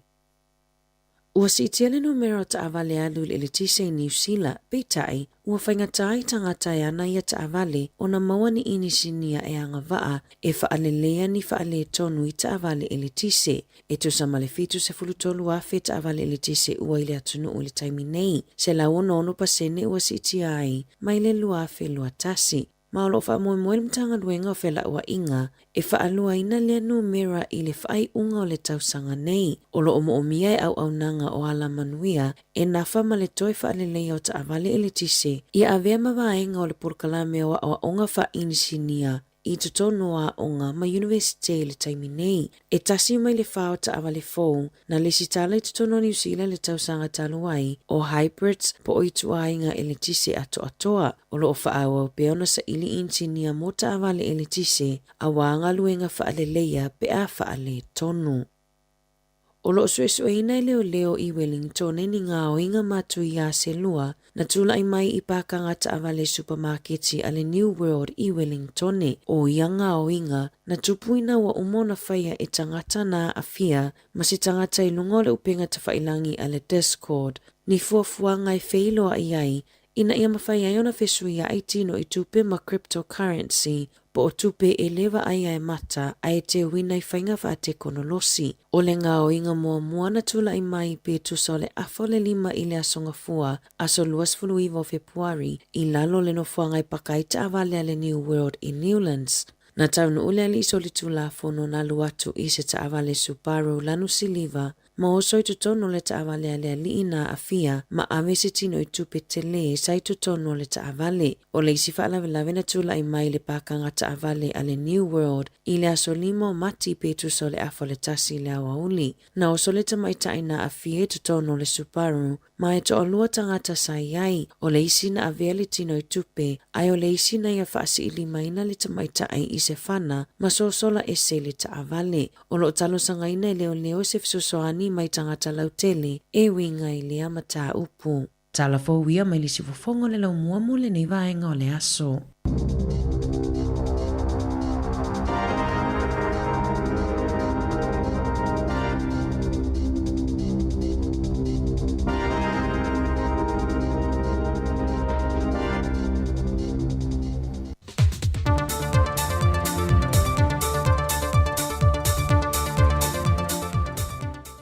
O te toi whaamalo atu i le wholaunga le tātou tino uli nei fwoi wa yaso e na o tātou tini taunu mai le whaai unga ia i le anga le lima tau singa le tua. A le tautua wha awa o le siu whonga le lau mua tawala i telefon mai Samoa o se mai le whaafonga se whaopoponga. Ua whiwhile nei le kāpeneta I sana whontanga, le whalitua ia sanga unga leilani ngā luvao. E a vemo pule sili o le vaenga whemalanga inga runga o te tele matambale awhi, mo le umie tolu tau sanga. O le tina ia sanga unga na whiwhile mai ia ila toe to 5 sa tu staro sanga le avanoa. Ma o le tina fo ia sanga unga na whao umai le Universite au Kilani New Zealand, ma le wha ilunga o le Bachelor of Science, ma fo I mei matautua mo le atunu o le tele o tau sanga, e le vaenga le Public Service. Wa manatu le kāpeneta mai iwa tau sanga o mawai sanga lue e le malo. Wa lava lona to mai malisi le fia, o finga o tu ina mo ia. Na te tau ave nai le to finga, le ua tu ina tu ia te ia. O le whatua ia sanga unga o se matai le fia anga ia pia. E ona tupuanga e mei ia vau, fale ula masa sina. Mai o te finga fo ua whiri ai. Sa se e mo moe fo ilo na tuanga ne matua, le fionga tuile te funga le asi John Ngaruvao. Mai le whaama wingna o tuile te funga le asi, o le uruai ofisa sili le malitau sanga I lua afe maliva, whatu asuia I le lua afe se fun malvalu, e le tau whaia ngal malmanata tio le titi tutu vanu shwaka, se o ina whaama vai lea tamari o lea tunu, e le tau sanga tenei, lua afe lua se fun malitolu. Wa fai loe le fionga le minista o tupe, le fionga lautimu ia a fōwa le se vā ai. E lua vai aso le ula ua wha solo nei le su e su enga, e le mata au pui le tusi wha sea le na wha o atu e le pūlenga a le nupi wha. E atu nga lunga e nisi o wha ai unga le teite e whono te komiti wha foia le nupi wha, le fionga papadi I pa noa. Wa wha mauti no mai foia le fionga le minista, wa wha se tua ngaru lava le fionga papadi e lona lava whaitalia o whaia su e su enga, mai o se vaenga ele I o atu le lato whaasolonga I ai olo ia malama lama masi le fia le whaasolonga o ngā ruenga. Whaido fwoi le fionga le minista, e nata matualang lango ina le wha ai lo fina ngalo le au whi ngā ruenga, e tūlanga e le o fifi ai ma le solonga le iai le lato fwoi mai tau, le wha ngā solonga o ngā ruenga e maise, pe a whai ai ua mauti noa ma maita wina, wa se esel whaati nongo ngā ruenga mai ona ta iana wa whaata atia. Pe o le sira fia, o lo le li whaatunga lunga le pūlengo le nupi wha, e le whaamatu o ni se le ni whaitau miliona e lanta le le fitu se funu, a na o le iwa masina na whaanga ioi e le whaamatu I nātu ia se le te tele, o lo ao fia I nisi o pisi nisi le antunu, o se e ka le sia, ma se whaurulunga o se mtanga ruenga le malo. Wa yeri fo fonga le fionga le minista a fai ai mai ane su e su engolo fanga solo ai fa mao nia le mulmul ta io ta iala o le ai lui lolone fesuia inga o le teminei e le o mawhai lava o natali mai le fionga papali I pa noa e le autu stala mo sona finangalo e whaatatau I le mata opo. E au le ina ilawa tina matama I tai e au ai o nā mana ialo lātu leo I sao whainga e so se mea whaia le atu no.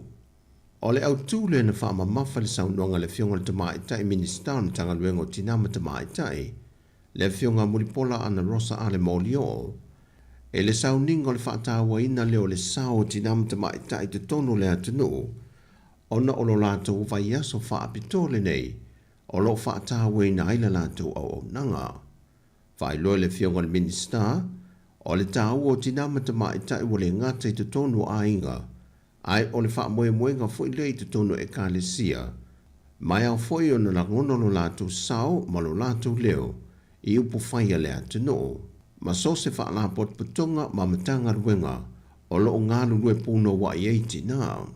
Whai lo fwoi e mulpola, o le ngā ruenga tina, e whaisia o lona tāua, mai mau popo iso o se mea, I ona whaivano filima. O le whatu a toru masina o le neitau sanga, ai wa toi o atu I le awha o le au whai o meli na whatu langa mo sa mo le neitau sanga atoa, le fofoi ne le lua se funma le 5 medi o le a whelo tātu o tunu. Ai o le temile nei, wa o atu le se funma le tasi meli, wa taulailu tātu wafu whaavau maloi mata autu, mai ua mai tawina I se tūlanga lawi loa o lo tātou tunu o Samoa, Ia tunu te tele laulangi mafia fea me li mō mai moanga, tā whaunga, ai o se whaamanuianga le lei tere fo ile nei, mō le au whai pisinisi alo tātou tunu. Whai loe pūlenga wafo Samoa, o nisi nei o ilanto o lo lato whai paanga. Le anga e to tele fo ia le malo le tunu o leo lo mātou ngā lulue ai. Ia ilato o lo o whaatauina me tau lima, ai mese o ilato o lo whaatinoina ia ta whaonga po o tour operators.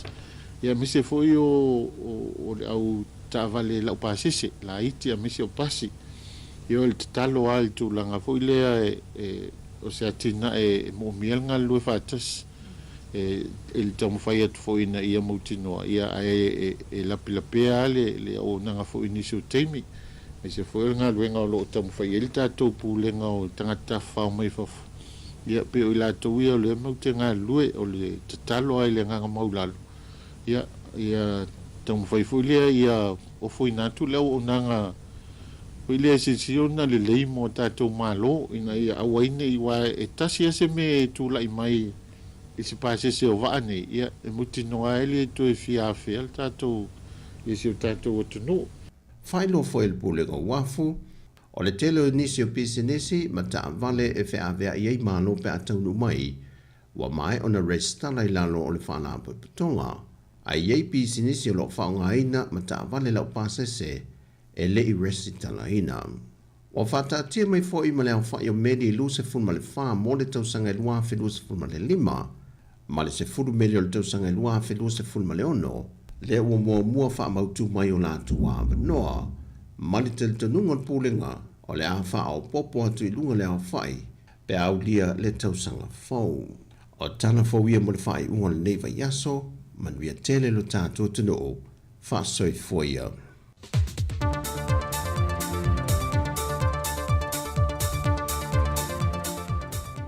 Talofa tam teni talavou, wa o tono pelongi, a whaio te mawhaio, e te mawhaia fo. Si ufonga le lau mua i Wellington.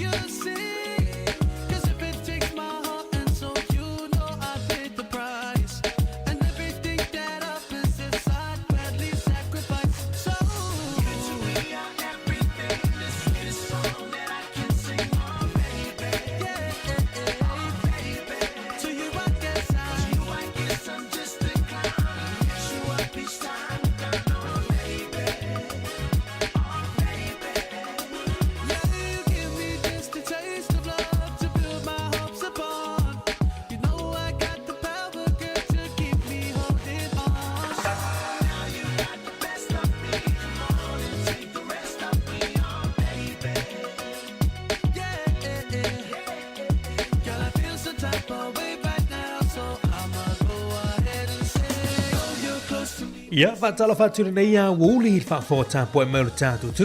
very good afternoon to all our young people, especially to our parents who are listening in on our program, Tupulanga Youth Show. Ile nei fo ia wuli, ia ole aso forele aso valu nei masina, ia o mati ele tatu folonga, ia ma tatu savalingo nei fo tu sanga wafe lua se fulu male fa. Ia fia le mo fo le noa ia te felo ia 12 pol klame mo Tupulanga Talvo. ia i le nei fo i aso Fereile manatu ia ua lo aso tua mai tatu proklame ia ona o tua no foi ia paftai le tua mau nei lao mau von le no tatu te fita pa ia foi lungo pau ngalu le ia wale ta ua foi proklame nei ia mo tupulanga talvo Elias Fereile, Maleas Fereile. Very good afternoon to all our young people, our children, our whānau who are listening this afternoon. Welcome to the Tupulanga Youth Show. Ola utou ona leo marima tui tō whinga whai walu ia le utatu whaatasi nei teimi wha maloa tu le sunga ia tu fue fiso le sunga le ria wao ia mana tātu mawhutanga ia i teimi li mai atu nei ia whawhatai le tua maua lea manoa tātu te whiloa ia tuai Atalo fatu i tamama tina mātutua ia me se foi mātua ia o nei Paul Kalame ia mo tupulanga talavou Elias Fereile ia e whataua foi le tau sao taua foi fi au mo wha malosi ia ngate foi le mata apo e whatatanoa tununga o tātu Paul Kalame ia ua foi le nis nofu si le fio nei o tātu mātua ia me se alo whanau o tātu ainga i ni fi au taua ia ua whanau mo tupulanga talavou i le nei vai tau o soifuanga la patai ia wha malosia foi ia nei tātu whanau tupulanga talavou ia manatu ia manuia nei aso ia o ngana whianga iei o tau hope you had a good week of school ia le utau lunga mai talo sia ia na maua se mea o ngai lewa yaso le aonga e mole whaftai mātua whaftai a mama dad o no le tamu whainga fo i lewa yaso molina utau i le aonga so e piki mai ia o tapenina fo i o tau mawhtanga ia mole whaftai fo i a grandpa ma grandma nana and papa whaftai ai la ua ia o no le talo tapo ia utau whaima mo tau tiute ia o tau whianga ia o ngai lewa yaso ma lewa yaso le ngata while tupulanga talavou i tono tātou universite, ma tātou polytechnic, talavou fo ilo whiangai mga aluenga, ia whaatalo whaaturu tātou proklame le nei a fiafi. Ia maafuta mai, get a snack, ia waisi tamawhitanga, ia waisi na waanga fo ilele, ia maa nei e tuule. Manawa tu lor whafoma le tātou tunu, ia nei maafuta mai le tātou proklame le Elias Fereile, tātou whaasoa, tātou tatanoa, tātou ewewa i musika su whewhiloi, ia wapul kalame mo tupulanga talavou i le Elias Fereile se pa ile tula lima tali tula lima tau lunga le tau tua mala unanga le siu fonga laumua i le Elias Fereile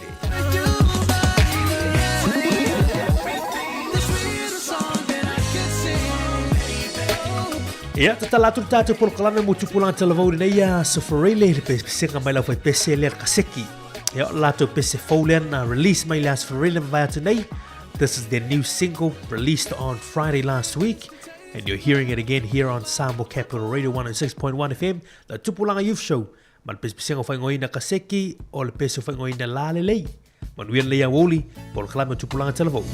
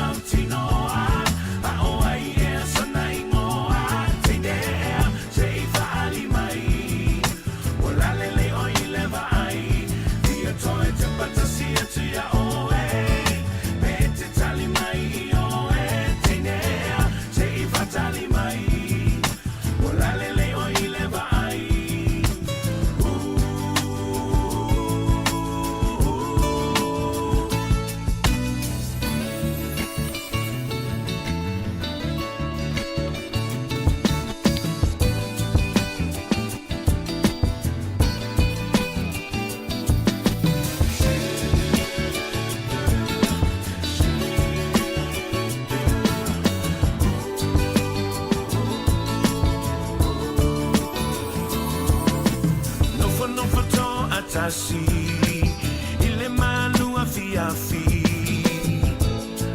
hangi mali mele matangi fa asololo uma fofau a o se fungala au fa amali na lo utuina nau mo onga wale mautinoa a oai e sana ingoa tenea se ifa ali mai wala lele o ileva ai via toi te patasi atu ya oe be ete tali mai i oe tenea se ifa tali mai wala lele o ileva ai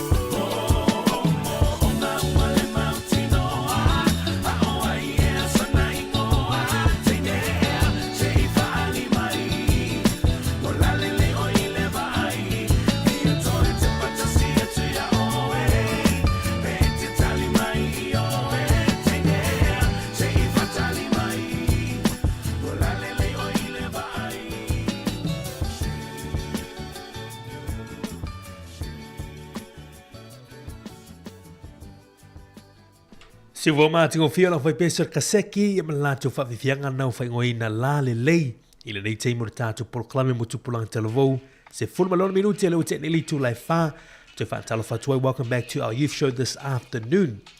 Ele malatu ya la tatu tatanoa fa so to fo inisio vai ngai to fa manatu ye au nga fo e longo pui li ile tatu tunu me se tu pulang televo na yo tatu ma tu ma ainga I vai nga fo il NCEA. Ya, mo si fior tanto to do NCA le tau fai loina o vai ngai o tusi pasi ya awa fo ifa na wi le vasenga se fultasi se fululua ya mal vasenga fai us vai senga suma tolu kolisi ya eta ua lava to fa manatu vai ngani nei ya pe ona ir fa tantano ngala matanga o le fo tu sanga ya ma le polisili por sui polisit pacifica ya o le matanga luenga le po o le pulenga leo failonga tauloa New Zealand NCA le fasafa tantano tua inisio swinga forward ni tu sanga luafe lua se fulman fa ya nga ya tu lumanai ya te fa mana tu vai nga ya taua o NCA credits mo level 1 2 and 3 por vasenga tasi lua martolu le 11 nga le 13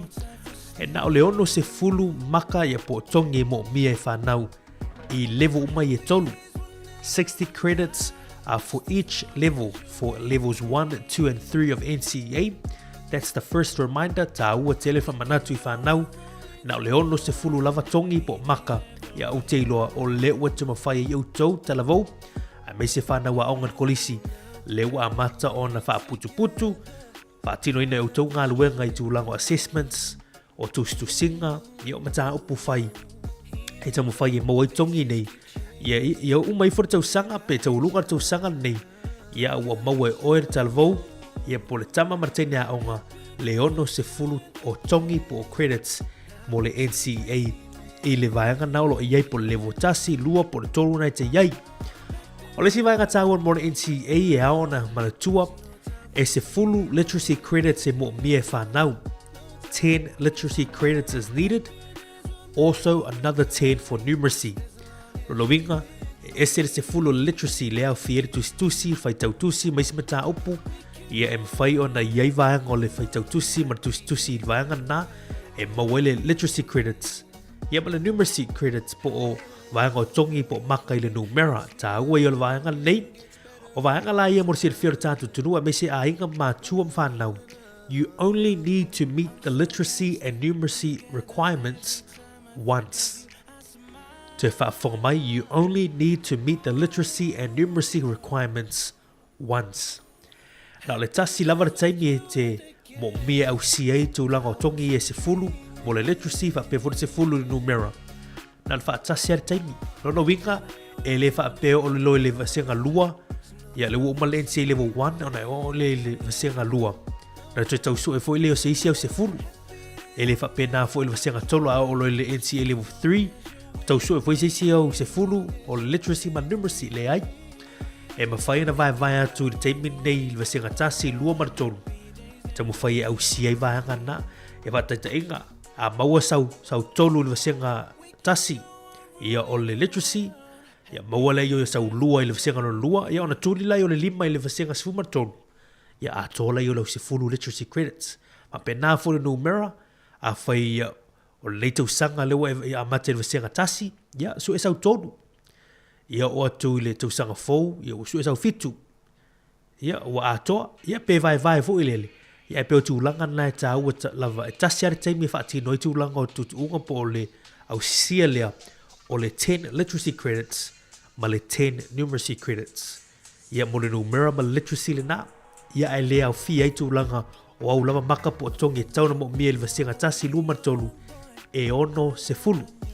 Ia, malama tātou, Matau lo whai ngō fia fōi whafo mai le tātou tunu, mātua, ia, toi tau longo i whanau, vesili whanau, ia, ua maua ere tātou ono se fulu credits.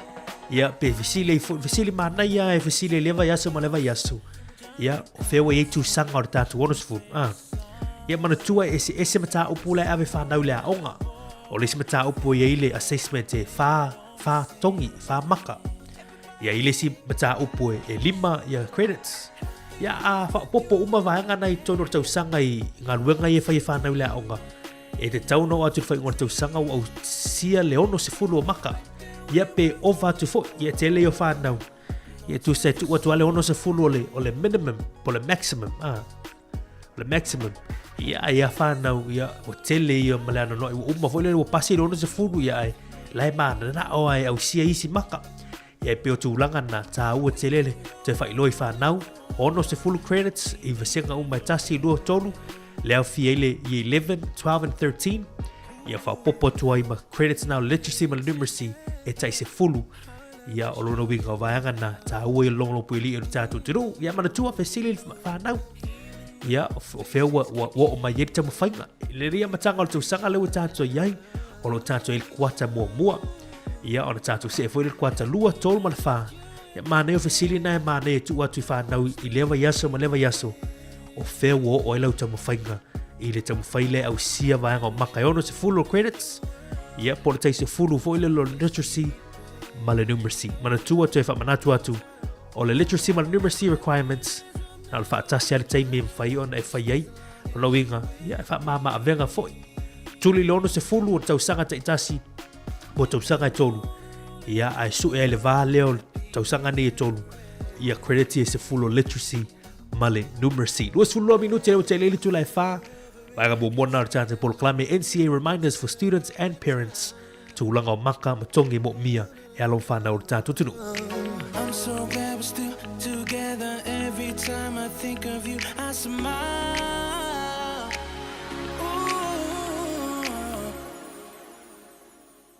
Happy days with you in the game.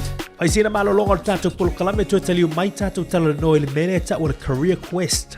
Ia Career Quest. Ta o Career Quest ono winga o se tamo whainga. Ia wale lumana i sa iliani ngā luenga. Ia poani vaenga e mwhai ona whetinoina e tupulanga talvau pe a maea tūlanga taua o onga. Mana e mawhauwhau i tātou whanau. It's important. A mata ona e mawhauwhau. Ia i tūlanga o whete a ngā iei pe a mai ala a onga. A o lea se ngā ruenga i te whianga lue ei pe a mai ala unga a onga. Pe mai ala universite, ia pe te le fialo fo universite o vesili umana le la tātou tatano ai. Ia pe atu te diuma tātou polo kalame. We're looking at careers. E ia ila la vaanga leo le quiz, po o se suenga sa ili linga. Ia mawhai ona tawe ia te oe. ia tūlanga o mata upu tauna e aveina, tonu le aunga e whektaui ma le vaenga leo le o lumana i le te whianga lue ai, po le ale tūlanga o ngā luenga te whianga lue ai, po fellow Korea le te whianga i ai, vaenga nā la tātou tatano ai, pe atu te riu mari tātou poloklame i lea wūri. Nei, le la tātou al pespisenga nei mari sunga ia whaipa ua ia Kopo and DJ Max, ia, so ia tau tala i titi.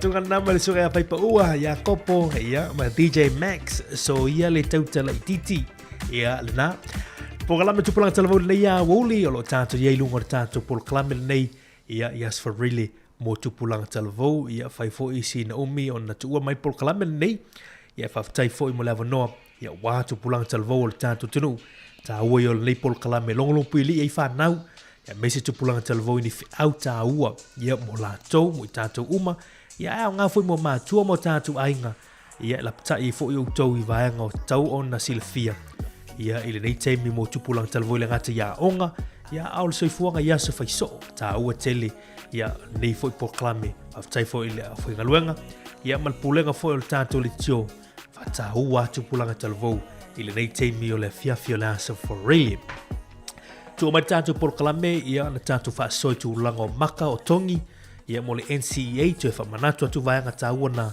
ia warfa fong mau tato tunu no winga ia ele to tau fisilingia pe fia maka taun au siet mai titi la aunga il vasenga le su tasi su lu su ton no winga wa tauna e mala mala ono se fulu ono se fulu fa popo to ma literacy credit se fulu male tulanga maka ile numera e se fulu ia manatua o vaenga i o literacy ma numeracy na le tasi lava taimi whaiai lo winga ia e le whapea e whapopo i le tausanga le tausanga le i whanau ia i le NCA ai le utatua mai vaenga leo Careers Quest ia po Career Quest pe no telo no atu e tele e whanau le taimi o lo a onga ia ai tau i o lo mawhau whanau.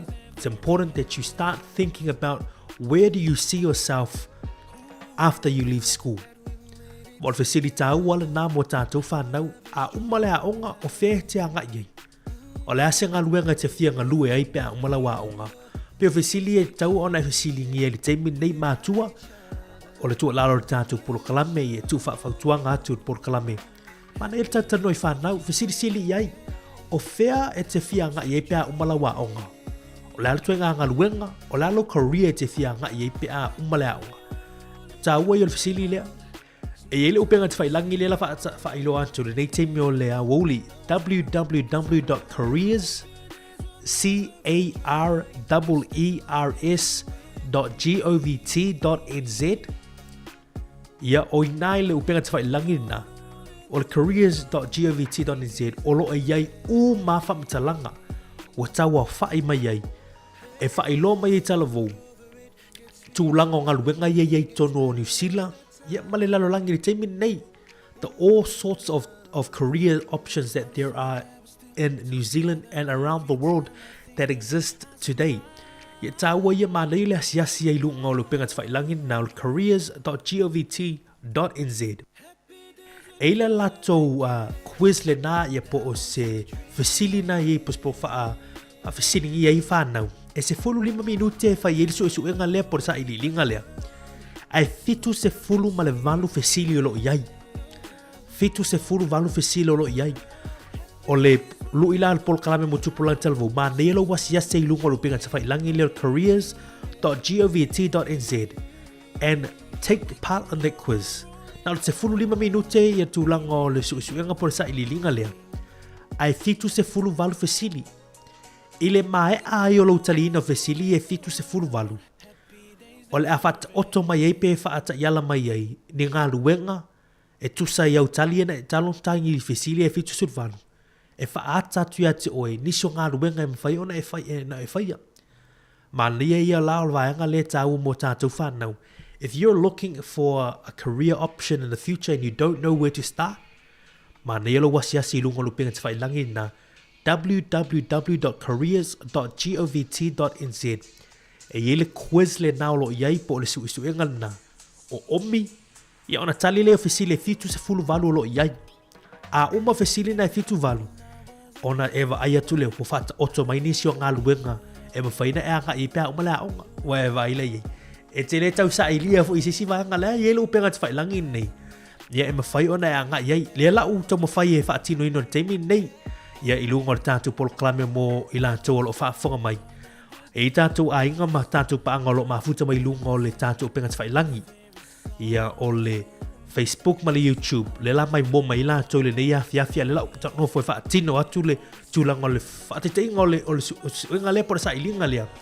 O te whia i lopo o hawa enga e ei tono le sa ilinga lea. Ia po o hafo ini tali ma whaiuna tali mai moa au.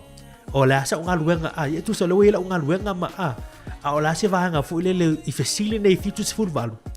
E fetsa soani ai pa ftai fo le whainga malo New Zealand o le ploketi le po le polkalame le whaingo ina on careers.govt.nz career quest quiz o se polkalame le malo e ma whaina e tali i fesili nei ta o mai e computer ta o mai e masini le tuenga ngaluenga o vahanga e tauna e whaia e tusa matali o fesili manutua e fua ngaluenga e o mai matulanga o ngaluenga lae e lo e computer e mawhaino e whaia e tusa mautali e watu ia le la tātou anga i stemi le la tā pena me le vahanga namo i lanto i lunga Facebook ma le YouTube e mawhaino e mai moa ia le la wha matala tua i lunga tātou li tio mo lanto i e mafuta mai mota malawa a mai se tono o sa mota pa talavou. If you have your phone with you, if you have your laptop, Chromebook, wha o ngā temi nei ma nei lo wasi ase i lunga le penga te whailangi na www.careers.govt.nz e vaila i nei le vaanga na mo quiz ia tātou fair quiz le na o ina i loa na te tau sue po la se vaanga te fia ai po la se ngā ruenga te mana o lo manai a leila ua unanga le mawhaina tau au tia o inisio ngā luenga options ia mawhaiona e ngai e lumana i le la tātua ngai e tuai tā pena mai nei vai ngola fiafi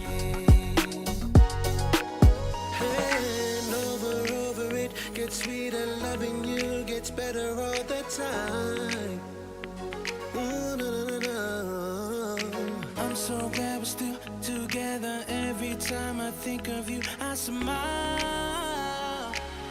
Ooh. Happy days with you in the game. Now I'm still dreaming. Back then we were ruling the world. There's no time for sleeping.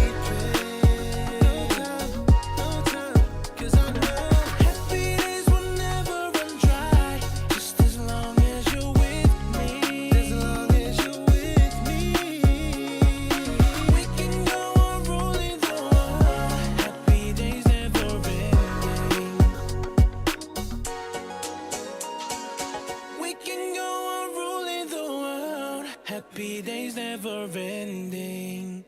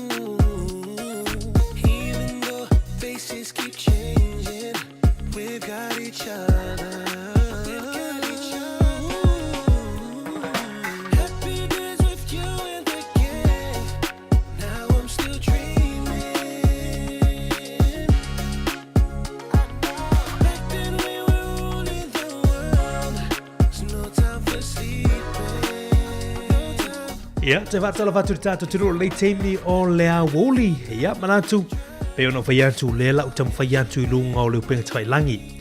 Ia, e asiasi atu niso vesili pe ona ia ili sui ngale por sa ililinga. Ia, mana I fwoi a whai ona ua te tala I fol vaanga na tala vau. I am now o leo o ilunga o le Careers Quest po le sa ililinga lea. O le vesili mua le vesili mai ei.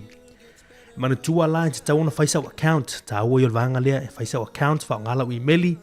Ia log in na I vaanga leo Careers Quest. Ai o le vesili mua le I lunga o le sui lea. How interested are you? Ewe vaila I. O le vesili mai ei. How interested are you in work that involves plants, trees, or landscapes? Ia pe o le vesili lea mai mo au le nei teimi pe o te fia I ngā luenga fo I e whaifafo lea o fia I tūlanga o la au landscapes por sio manga o la utali ai mo au ia e le ai. O la utali I no winga le la fai la utali not interested, no interest. E o e vaila ia le o mi le vesili na. Vesili no lua how interested are you in work that involves animal care? Bo te fia ngā luenga fo ie. Wai toi ngā fasili mai ele mta ampulea. How interested are you in work that involves animal care? Lono winga ole wa ia le por te sio manu tu low level. A fonga maru tātou tunu e au fia i tu langa o la tu ia ngā lului I lunga o whatu anga. La fu manu mai pe na o la utali I fasili lea talavou. No interest. Wai fa fasili au mai. No interest, neutral, fairly interested or very interested. Ya le fatu a lu fasili ya la utali ele ai e le se mana to Mario te fialu le to nga luenga. Tolu, how interested are you in work that involves young children and babies? Fasili la lia. Mata te fia ngā luenga fo ie fia ngai matala vou. Ia po pepe, vai ngai o whāna witi. Ia ore tali, o te fia tamaiti, ai e a tātou, ia ora o tali le ai, no interest. Ora sini no whā, how interested are you in work that involves trucks, cars, or other vehicles? Pau te fia ngā luenga fo ie, e fia ngai matulanga o taabale, o loli maisi va bena por valele, wala ia ta valele, ia ora tali. Ya ele ai foi ya e vai tu sai e pulea oi ya e tau tinoa oi I tali te fina ngalo yai. How interested are you in work that involves hair, beauty and personal appearance? Lo winga wan winga ye mo la tau ia au o tiulu tu low la vanga ye fai me make up o beauty o hair la vanga ye e se suruina ulu tu low le fa straighten ai hair ta mai tai o tau ia fia lipstick ma pena ia to nga luenga na a fai te fia o me very interested e vai lai e la o fia very interested o te fia lu vanga le o le si va luenga le ia facility no how interested are you in work that involves preventing or investigating crime nga luenga fa leo nga luenga fu yesu e ma pena o le talia mari yoi I am very interested. Fitu, how interested are you in work that involves drawing technical information like plans, maps, and charts? Yeah. O ngā luenga ia wha o ngā iwa hanga pol kalame, vanga o le wha whanua ma pena. Yeah. Nela o mien vanga le neutral. Mana tua, o le te whata ita ia tur whaingo la o nanga lea po le quest po le sa ili ringa lea. Mo ila tau le mafuta mai lunga o le apio fōringa ma le YouTube. Le ma whaina mai mua mai ai. Whesido na valu, how interested are you in work that involves sport and recreation? Ia o ngā luenga fo ie au fiai tulang o ta alonga ia o le gym mea si ma pena mana ia o very interested we vai lei me sino la ima, how interested are you in work that involves building and architecture ia po le structures mana ia o ngā luenga ia tau tā muta fau fale ma pena ia ne ngata fau fale au fau sieno ngau singa o loa ma pena o le tali ia amari ili ai. How interested are you in work that involves food and drink? Ia o le tuenga ngaluenga la le mo tangata vo I lau faikuka, lau sifi, lau chef. Ia o mari ia fia na aia ia e tu pulea o lau fesili. No interest. Se fulmantasi, tu sa le wo utalia fesili ia. Mo le fa forma tatu tunu. E fitu se fulu valu fesili lo iai. Ia ama e ala le fitu se fulu valu lea. Le lau fatu pitope atu ai vaanga nei. Ia wal fa fo maru tatu tunu. Le ua pasi sul valu, suluiva. Le utamu fai anga ia tu le fitu valu. E fa iloa atu le tatu tunu. Ule winga o fa mtalanga o le pea. Le tamu fai atu le por kalame mo tu pulanga telefo. E asi lunga o le por kalame le fai ngoi no careers.govt.nz. O lo ye le quiz lea. Ia maa nei e vai mele tatu tunu leo o mia so se talia so se fisini ye tamu fai atu se yo atu fitu valu. Ai mana ia sasi le pokala me mana ia fai tono ainga I te tono o fale mana ia tantano ai me whanau o mi tali fisini nei ia a fai to lima lau whanau ia to lima foi la to fai tu inga nei ia e talia la to fisini ia e vai la le o fitu ia fitu valu ia le wa iai ile mai ai o le ia le ala ile mai ai o talingo fisini nei e ofa male se launga luenga le ufa iloa mai ai mari tu sa mau tali lunga o fisili ia na watu o ngā luenga ia mawhaiona e whaia o e vaila iai Paul finance manager wherever ai lai ye oh o le singa luenga le mai fai na o leo le fa mai police officer wherever ai lai ye Samoa o tele pepelo lai mo li mau mai lunga o apio folinga ma le YouTube la to ye mai mo mai ye le wo no fo fai le quiz I lunga o tato a la ata o le fe mai e ma fai na o le fai la finance manager o te ale fenga luenga ana pe o te alu fu I fa leo wherever ai lai amana tua o nga luenga ia le au mai e tusa ma utali fesili e fitu se fulu ma le valu ia sa na tu ina tu wal po kala me le ia fiafi ia le fa fo ma tato tunu le mai mo mai fu la to ta o yo la o nanga le career quest quiz yo tu la lo na tato po kala me tala vo a fe le a mata le ma fo le manai mai wo te tau na ma fo po la to nga luenga le te mana o ye Mana yolo wasia silu ngolo upenga tfai langin na career quest www.careers.govt.nz Na se fulu 5 minuti ale ufa topea tu au tele lo pai singa luenga ia no fo au te mo fai yo el fitu valu se va ai tu se fa ai lo tu el tu langa luenga em fai ona na fa lo mai le au nanga le e tu sa mautali I mana tuola le na ufa ta alo tu fu fengo fesili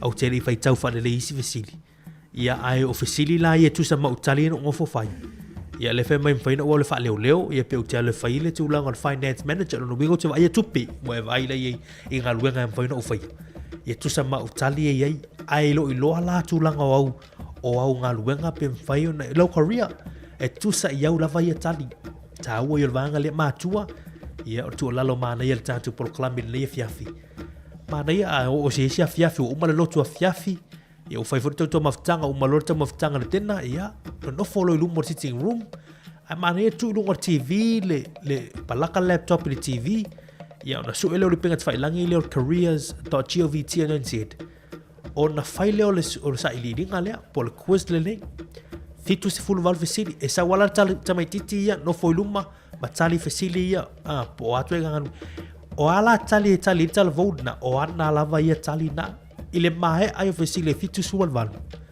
ia ona fa ai lo mai lo le ile lisho nga lu benga fai ona anga ir talvo vai e tele tu isi va nga yo va ya tuai e pe o ia na le mal finance manager le tu si mai ai tele isi nga lu benga fai fa tu langa mai ile va nga e tu sa mautali ia o nga lu benga lana e alu ala talvo ma fo fau ia I tu langa nga lu benga ni ma va ai fo le tu sa mana mata pu ia vela onga ia o vaanga na te le o vaanga na la tatu fa sol verso fo pe atu te lu por kalami ona I mana to le lava se te milene fiafi ai la tatu tata no ai la verso fo navigating pathways for students o vaanga ta wole o lo I lo mautino to nga lu benga le te fianga ye tu sa fa lo e no fo faile le su nga le por sa li linga le lunga le o penga te fa langi le careers.govt.nz o le melo lu e te fa ia le we vai nga lu nga ye wa au mai le masini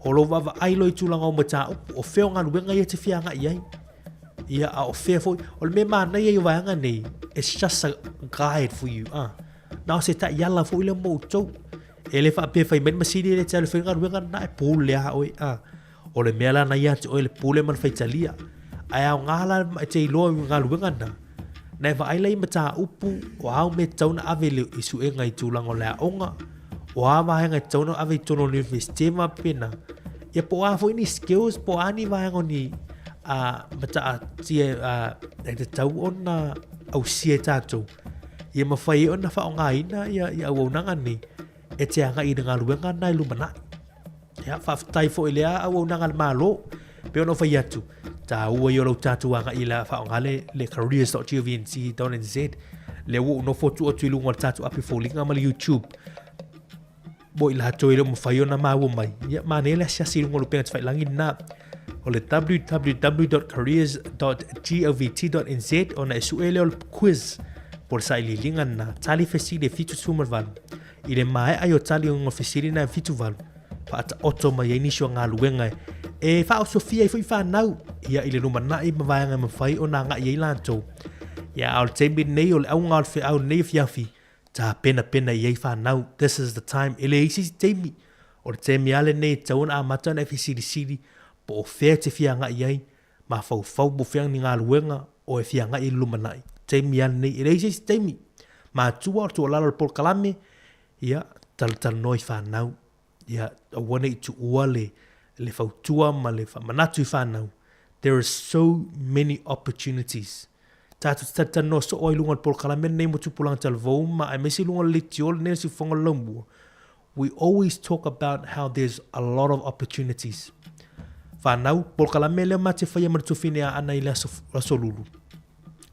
Tele yo Polokalame matu whatsoa I o lo wha aso mai I tātou mātua tōri soi fuanga na iei la tōi sa mo I aso mawai. Ai whaalongo ai, e le whaingo fiele soi fuanga na yo tātou mātua na soi fua I la tōi sa moa. Ai aila iei teimi nei whamunianga ma wanoa I o moe uto. You must embrace and make the most of every opportunity. Ma tu e whaatau ala wanoa, waile I moe tātou mātua wanoa I o moe tātou nei vai tau. Ia a whaila tātou te le manatu mawhai, ia pe tātou te whaatara lea I vanga nei, ia e pasi fo a lesi opportunity, lesi a wanoa, o atua isi whanau o whaatino isi alae, no fo a tātou le mena iai. Mana tua e whaia tātou sisi mea fau e le I o aina I o tātou ainga. Whaia o se mea e si ti ai le tūlanga o lau ainga. Mana ia le vanga na pe ona utantano atu talavou. I encourage you to start thinking about where you see yourself in the next 2 to 3 to 5 years. Ask yourself now what kind of career you want to head into, what kind of job you see yourself doing in the future. And it's important that you use these tools like the Careers Quest. That way you answer these questions and it's able to generate to you a lot of options in terms of jobs. And next week we'll be talking about pathways. How do you take that and then look at the courses, the subjects that you need to take in order for you to achieve those goals that you have. Ia au tātou vāhanga nā Polokalame nei fiafi tupulanga talavou. Tā ui o le vāhanga nei. Use it. Mana ele nei weekend. A whai elo isi vāhanga o whianga i nei weekend. Mana elo wasi asi lunga no pēta whailangi nā le www.careers.govt.nz. Mana elo nā ua unanga whaima. Nino atu atu o inisio ngā luenga. Ia mawanga mwhaiona e whai lumanai. Ia tā pena I tātou whanau. I lea fu I vāhenga. Tātou o isina whawhiwhianga tui te riu mai. Tau lunga le Polokalame o tupulanga te lavou. I le nei a so wharere leo tui 4 minute. O toi neo tāle o Litulai 5. Fai mai le lo matua wa pia ai se fai sua. Tau si ai lo na sori fua. Mola motino matangi le lei. O tala ua ave mai nei. Tama whanau. O Samoa ua fai mo usei. Sick with it. Lo ta'alo wa mali e o. Ta'alo sa ili malo. Ua ilo ai. Samoa I o ma o. On the track. Upa tili mama ta oto si toe a ina. A ole tina wa tutulu ai. Ua le pisa. Ia poli uli lo tino. Ai malama umata. Sama Samoa. Se ia tape tuto wala. Samoa tula I mai. Sei moli ale whaafetai. A ola uta alo. Se wamani e mata e vai. Lo ta alo whaata usala. Ele tau mate e se isi. A e malolo. E malolo e tamali. Upa tili mama ta oto si toe a ina. A alatina wa tutulu ai ua le pisa. Ia poli uli lo tino. Ai malama umata. Tama Samoa. Se ia tape tuto wala.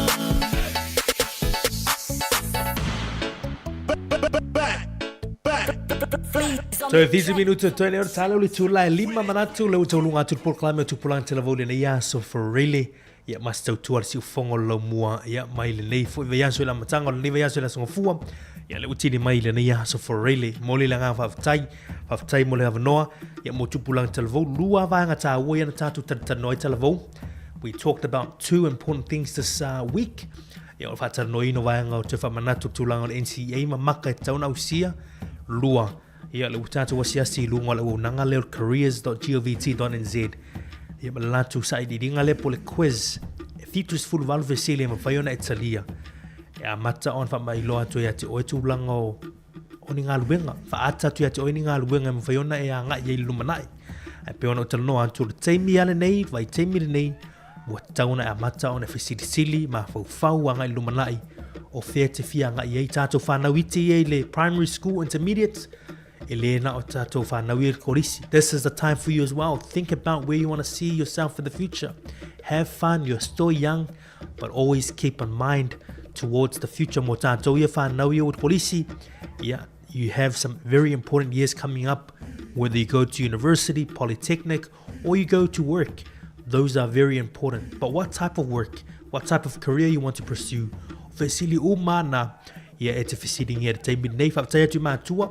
Malo tau fōi pito la au, fautuina o whanau, e meise fōi tau seina o tātou whanau whaptai, le tua lalo whaptai fōi au na tofu tala lei, ma ngā luenga whaia e kāleisia, tasi le ngā luenga o lo tāua tele o lo iei fōi sao tāua, i le soifua, i maolo o tātou whanau, tupulanga lalva o le tātou tunu, ia o no te inga lava ia manuia halon whanau sa moa o lo lalam pampa au o lo olam tuptupua i tono lea tunu o New Zealand ia o whai mo tātou tofi. Tauro ngātu Paul Kalame lea fiafi ia e meisere tautua si ufongo lo mua ia mai le neiva yasu a toa e se mātou whātou e senga. Tu lalo lea fiafi wha mangalo ia le tautua mala unanga si ufongo lo mua mai lava i la songa fua le ua o mai le asfarele e le tātou tūtua. Se upo se talo se ngana o le tautamali i le whaafonga mau le tātou tunu. Mātou te whaato e se atu aswaso atu vai mālui puenga i whina le tātou tunu. Ia maia, ia le whina ngalo le tua, le totoro tātou li whaolo Jesu Kariso, ma ngalo ais wha le tono le tātou whainga puenga. Ia e manu ia tele le leifa i ungan vaiaso tātou tau whainoai i le vaiaso fau i la asonga fua. Ia ma le temi nei manu ia tele le whainga le vaiaso e fe au ma tute o fe fofuanga fo ila fe ngai mo tātou tunu alo tu fo i sauninga o le nei fo i vaiaso manu ia tele tātou tunu ma le tautua mala unanga le si ufonga lau mua whaafetai tele lava ia le ala lofa mai le tātou tautua taulunga atu Pokalame ulfia lau a ao sua Felice Mikaele taulunga atu Pokalame le si ufonga lau mua le nei vaiaso manu ia tele so i fua ia maia manu ia ono Yesu